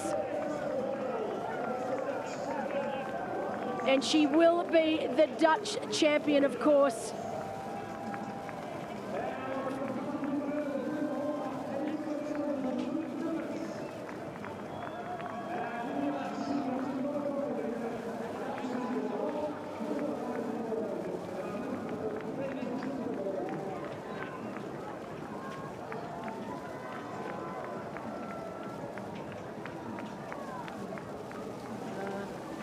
There's her mum and dad. So mum there, two of her biggest supporters, I know. And then a big hug there from our winner, Daisy Davies. So first and second place, Jort Flam, the CEO of Challenge Family, also there to congratulate her. We had Richard Belderock as well, putting her medallion around her neck. And right now I can see the red and white suit of Marta Wagovnik also in the distance. She had such a tough time getting here. 2 planes cancelled. The third over an hour delayed. Finally made it here.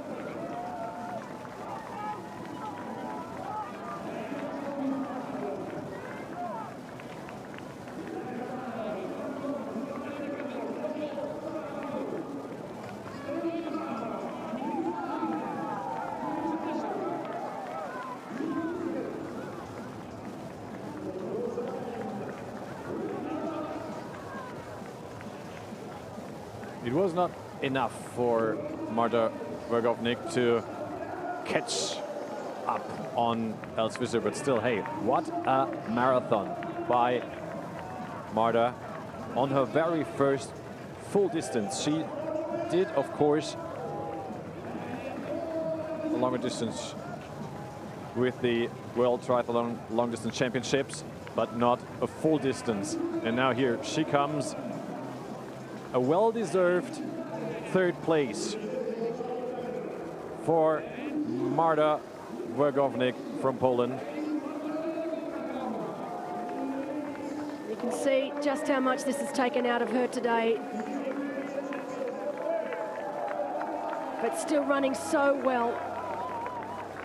I definitely think this is a distance that Marta should concentrate on moving forward. I think it's a distance that will suit her, particularly with the strength of her marathon. As I said, not the smoothest run up to this race, so to be able to come home in third, she will be over the moon. You can see the emotions now. You know, I was writing to her a couple of days ago and she said, I don't think I can make it. I've just had my plane cancelled. She then messaged me the next day, it's just been cancelled again. What is going on here, Belinda? I can't get to Almere. And she truly thought that she was not going to be able to get here in time. And so I think now the emotion of all of that and now finally finishing, coming home in third, realising what she's done. You know, you're physically, mentally and emotionally exhausted at the end of a full distance race. It's the craziest feeling in the world. And I love nothing more, Julian, than seeing this on the finish line. Three girls, these three ladies, absolutely remarkable in every sense of the word. I could not have asked for a better podium if I tried. Wonderful, wonderful women.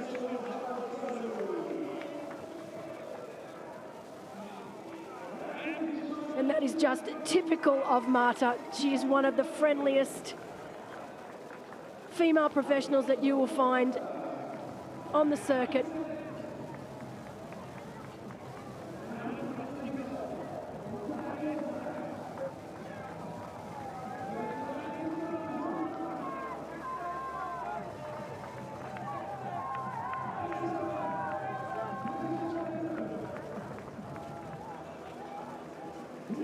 Marta Vagovnik finished in a time of 8 hours 47:27. A marathon of 2 hours 56:07. That was in the end 26 seconds faster than the one of Daisy Davis. Wow. Great effort of the young Poland.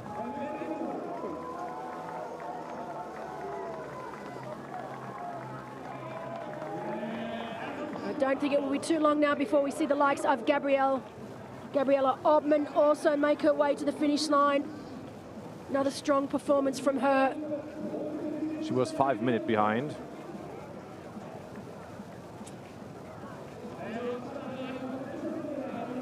So within the next 2 minutes, we should see her arriving on the blue carpet. First on the red one, then on the blue carpet. She has finished her 4th lap. So anytime soon, we will be able to see her.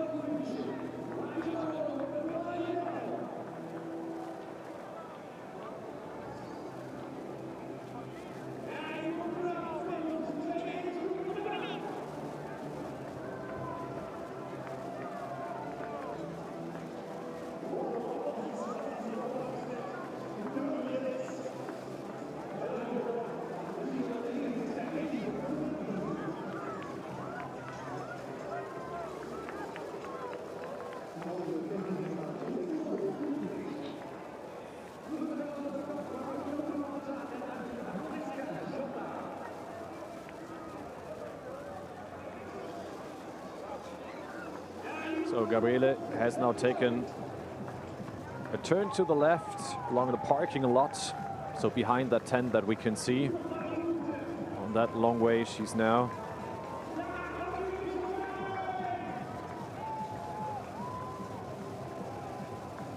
Where actually she is around that corner. She must be here somehow. And I think when we switch to the finish line, we should see her there. Gabriele must be on the finish line any second now, because she has that last turn right ahead, sorry.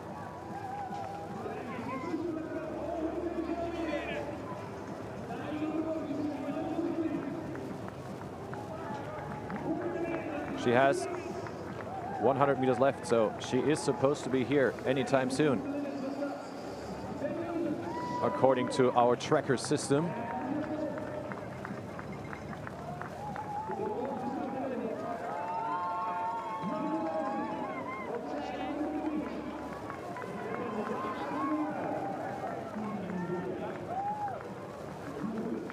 And here she is.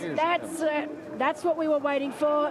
Gabby Obermann from Austria, now across the line in 4th place. Super solid race from Gabby here today. She'll be very happy with that. First time here in Almere for Gabby.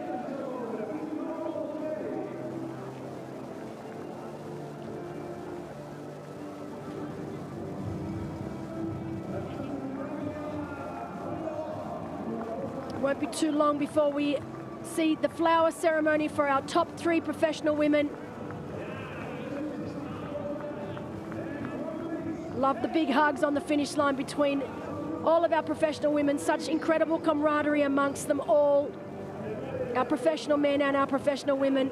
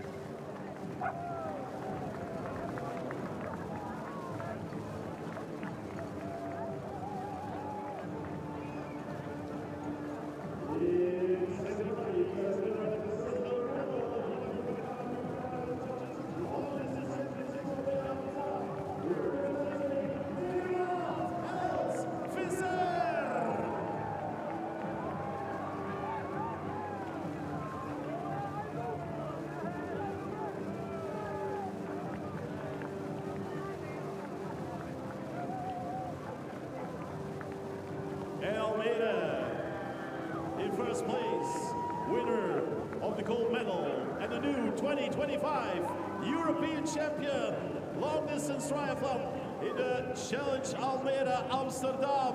Please give it up for Great Britain, Daisy Davies.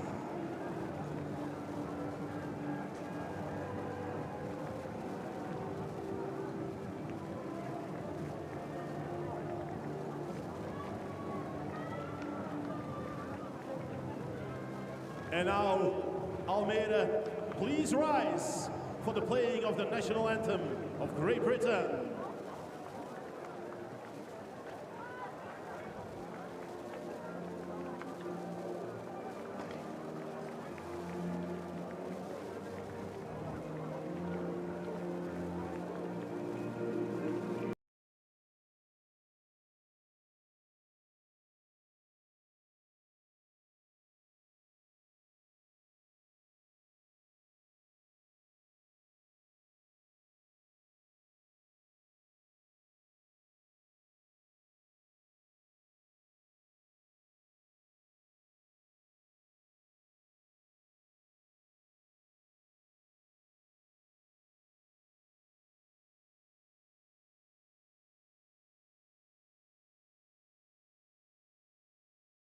The champagne shower ceremony. Run away, run away. All right, give them a big hand. Go on, Almere. The champagne shower ceremony.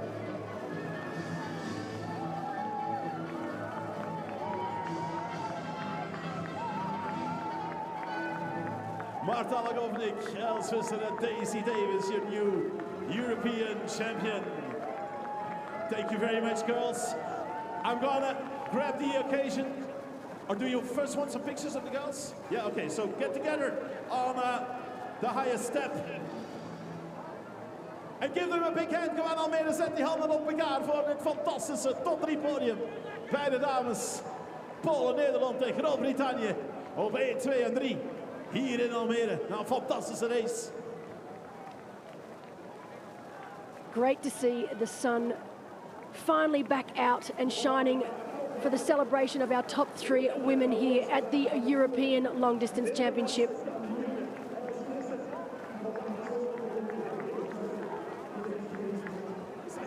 Dat was zo mooi. Ja, ik moest ervoor strijden in het laatste rondje. Ze kwam steeds dichterbij en de gat werd steeds kleiner. Ik dacht, oké, ik moet nu echt pushen om ervoor te blijven. En soms dan kan je ook vechten op een dag, soms heb je die vechtlust niet echt. Maar vandaag dacht ik, oké, ik laat hem niet schieten en ik ga gewoon voor de tweede plek. En Nederlands kampioenen, dat is ook mooi, hè? Ja, zeker. Het is toch altijd speciaal om die titel te pakken, dus heel blij mee ook. Ja. En hoe hard ben jij vandaag vooruitgestuurd door dat gekke Almeerse publiek? Ja, dat was echt bizar. Het is super speciaal om in Nederland te racen. De toeschouwers, maar ook zoveel atleten op het parcours die dan de hele tijd mijn naam riepen en me aan het aanmoedigen waren. En, het is toch een super speciale race voor mij en ik ben ontzettend blij dat ik hier aan de start stond vandaag. En wij waren ook ontzettend blij dat jij erbij was en dat jij de nieuwe Nederlandse kampioene bent. What a resilience, Els Visser!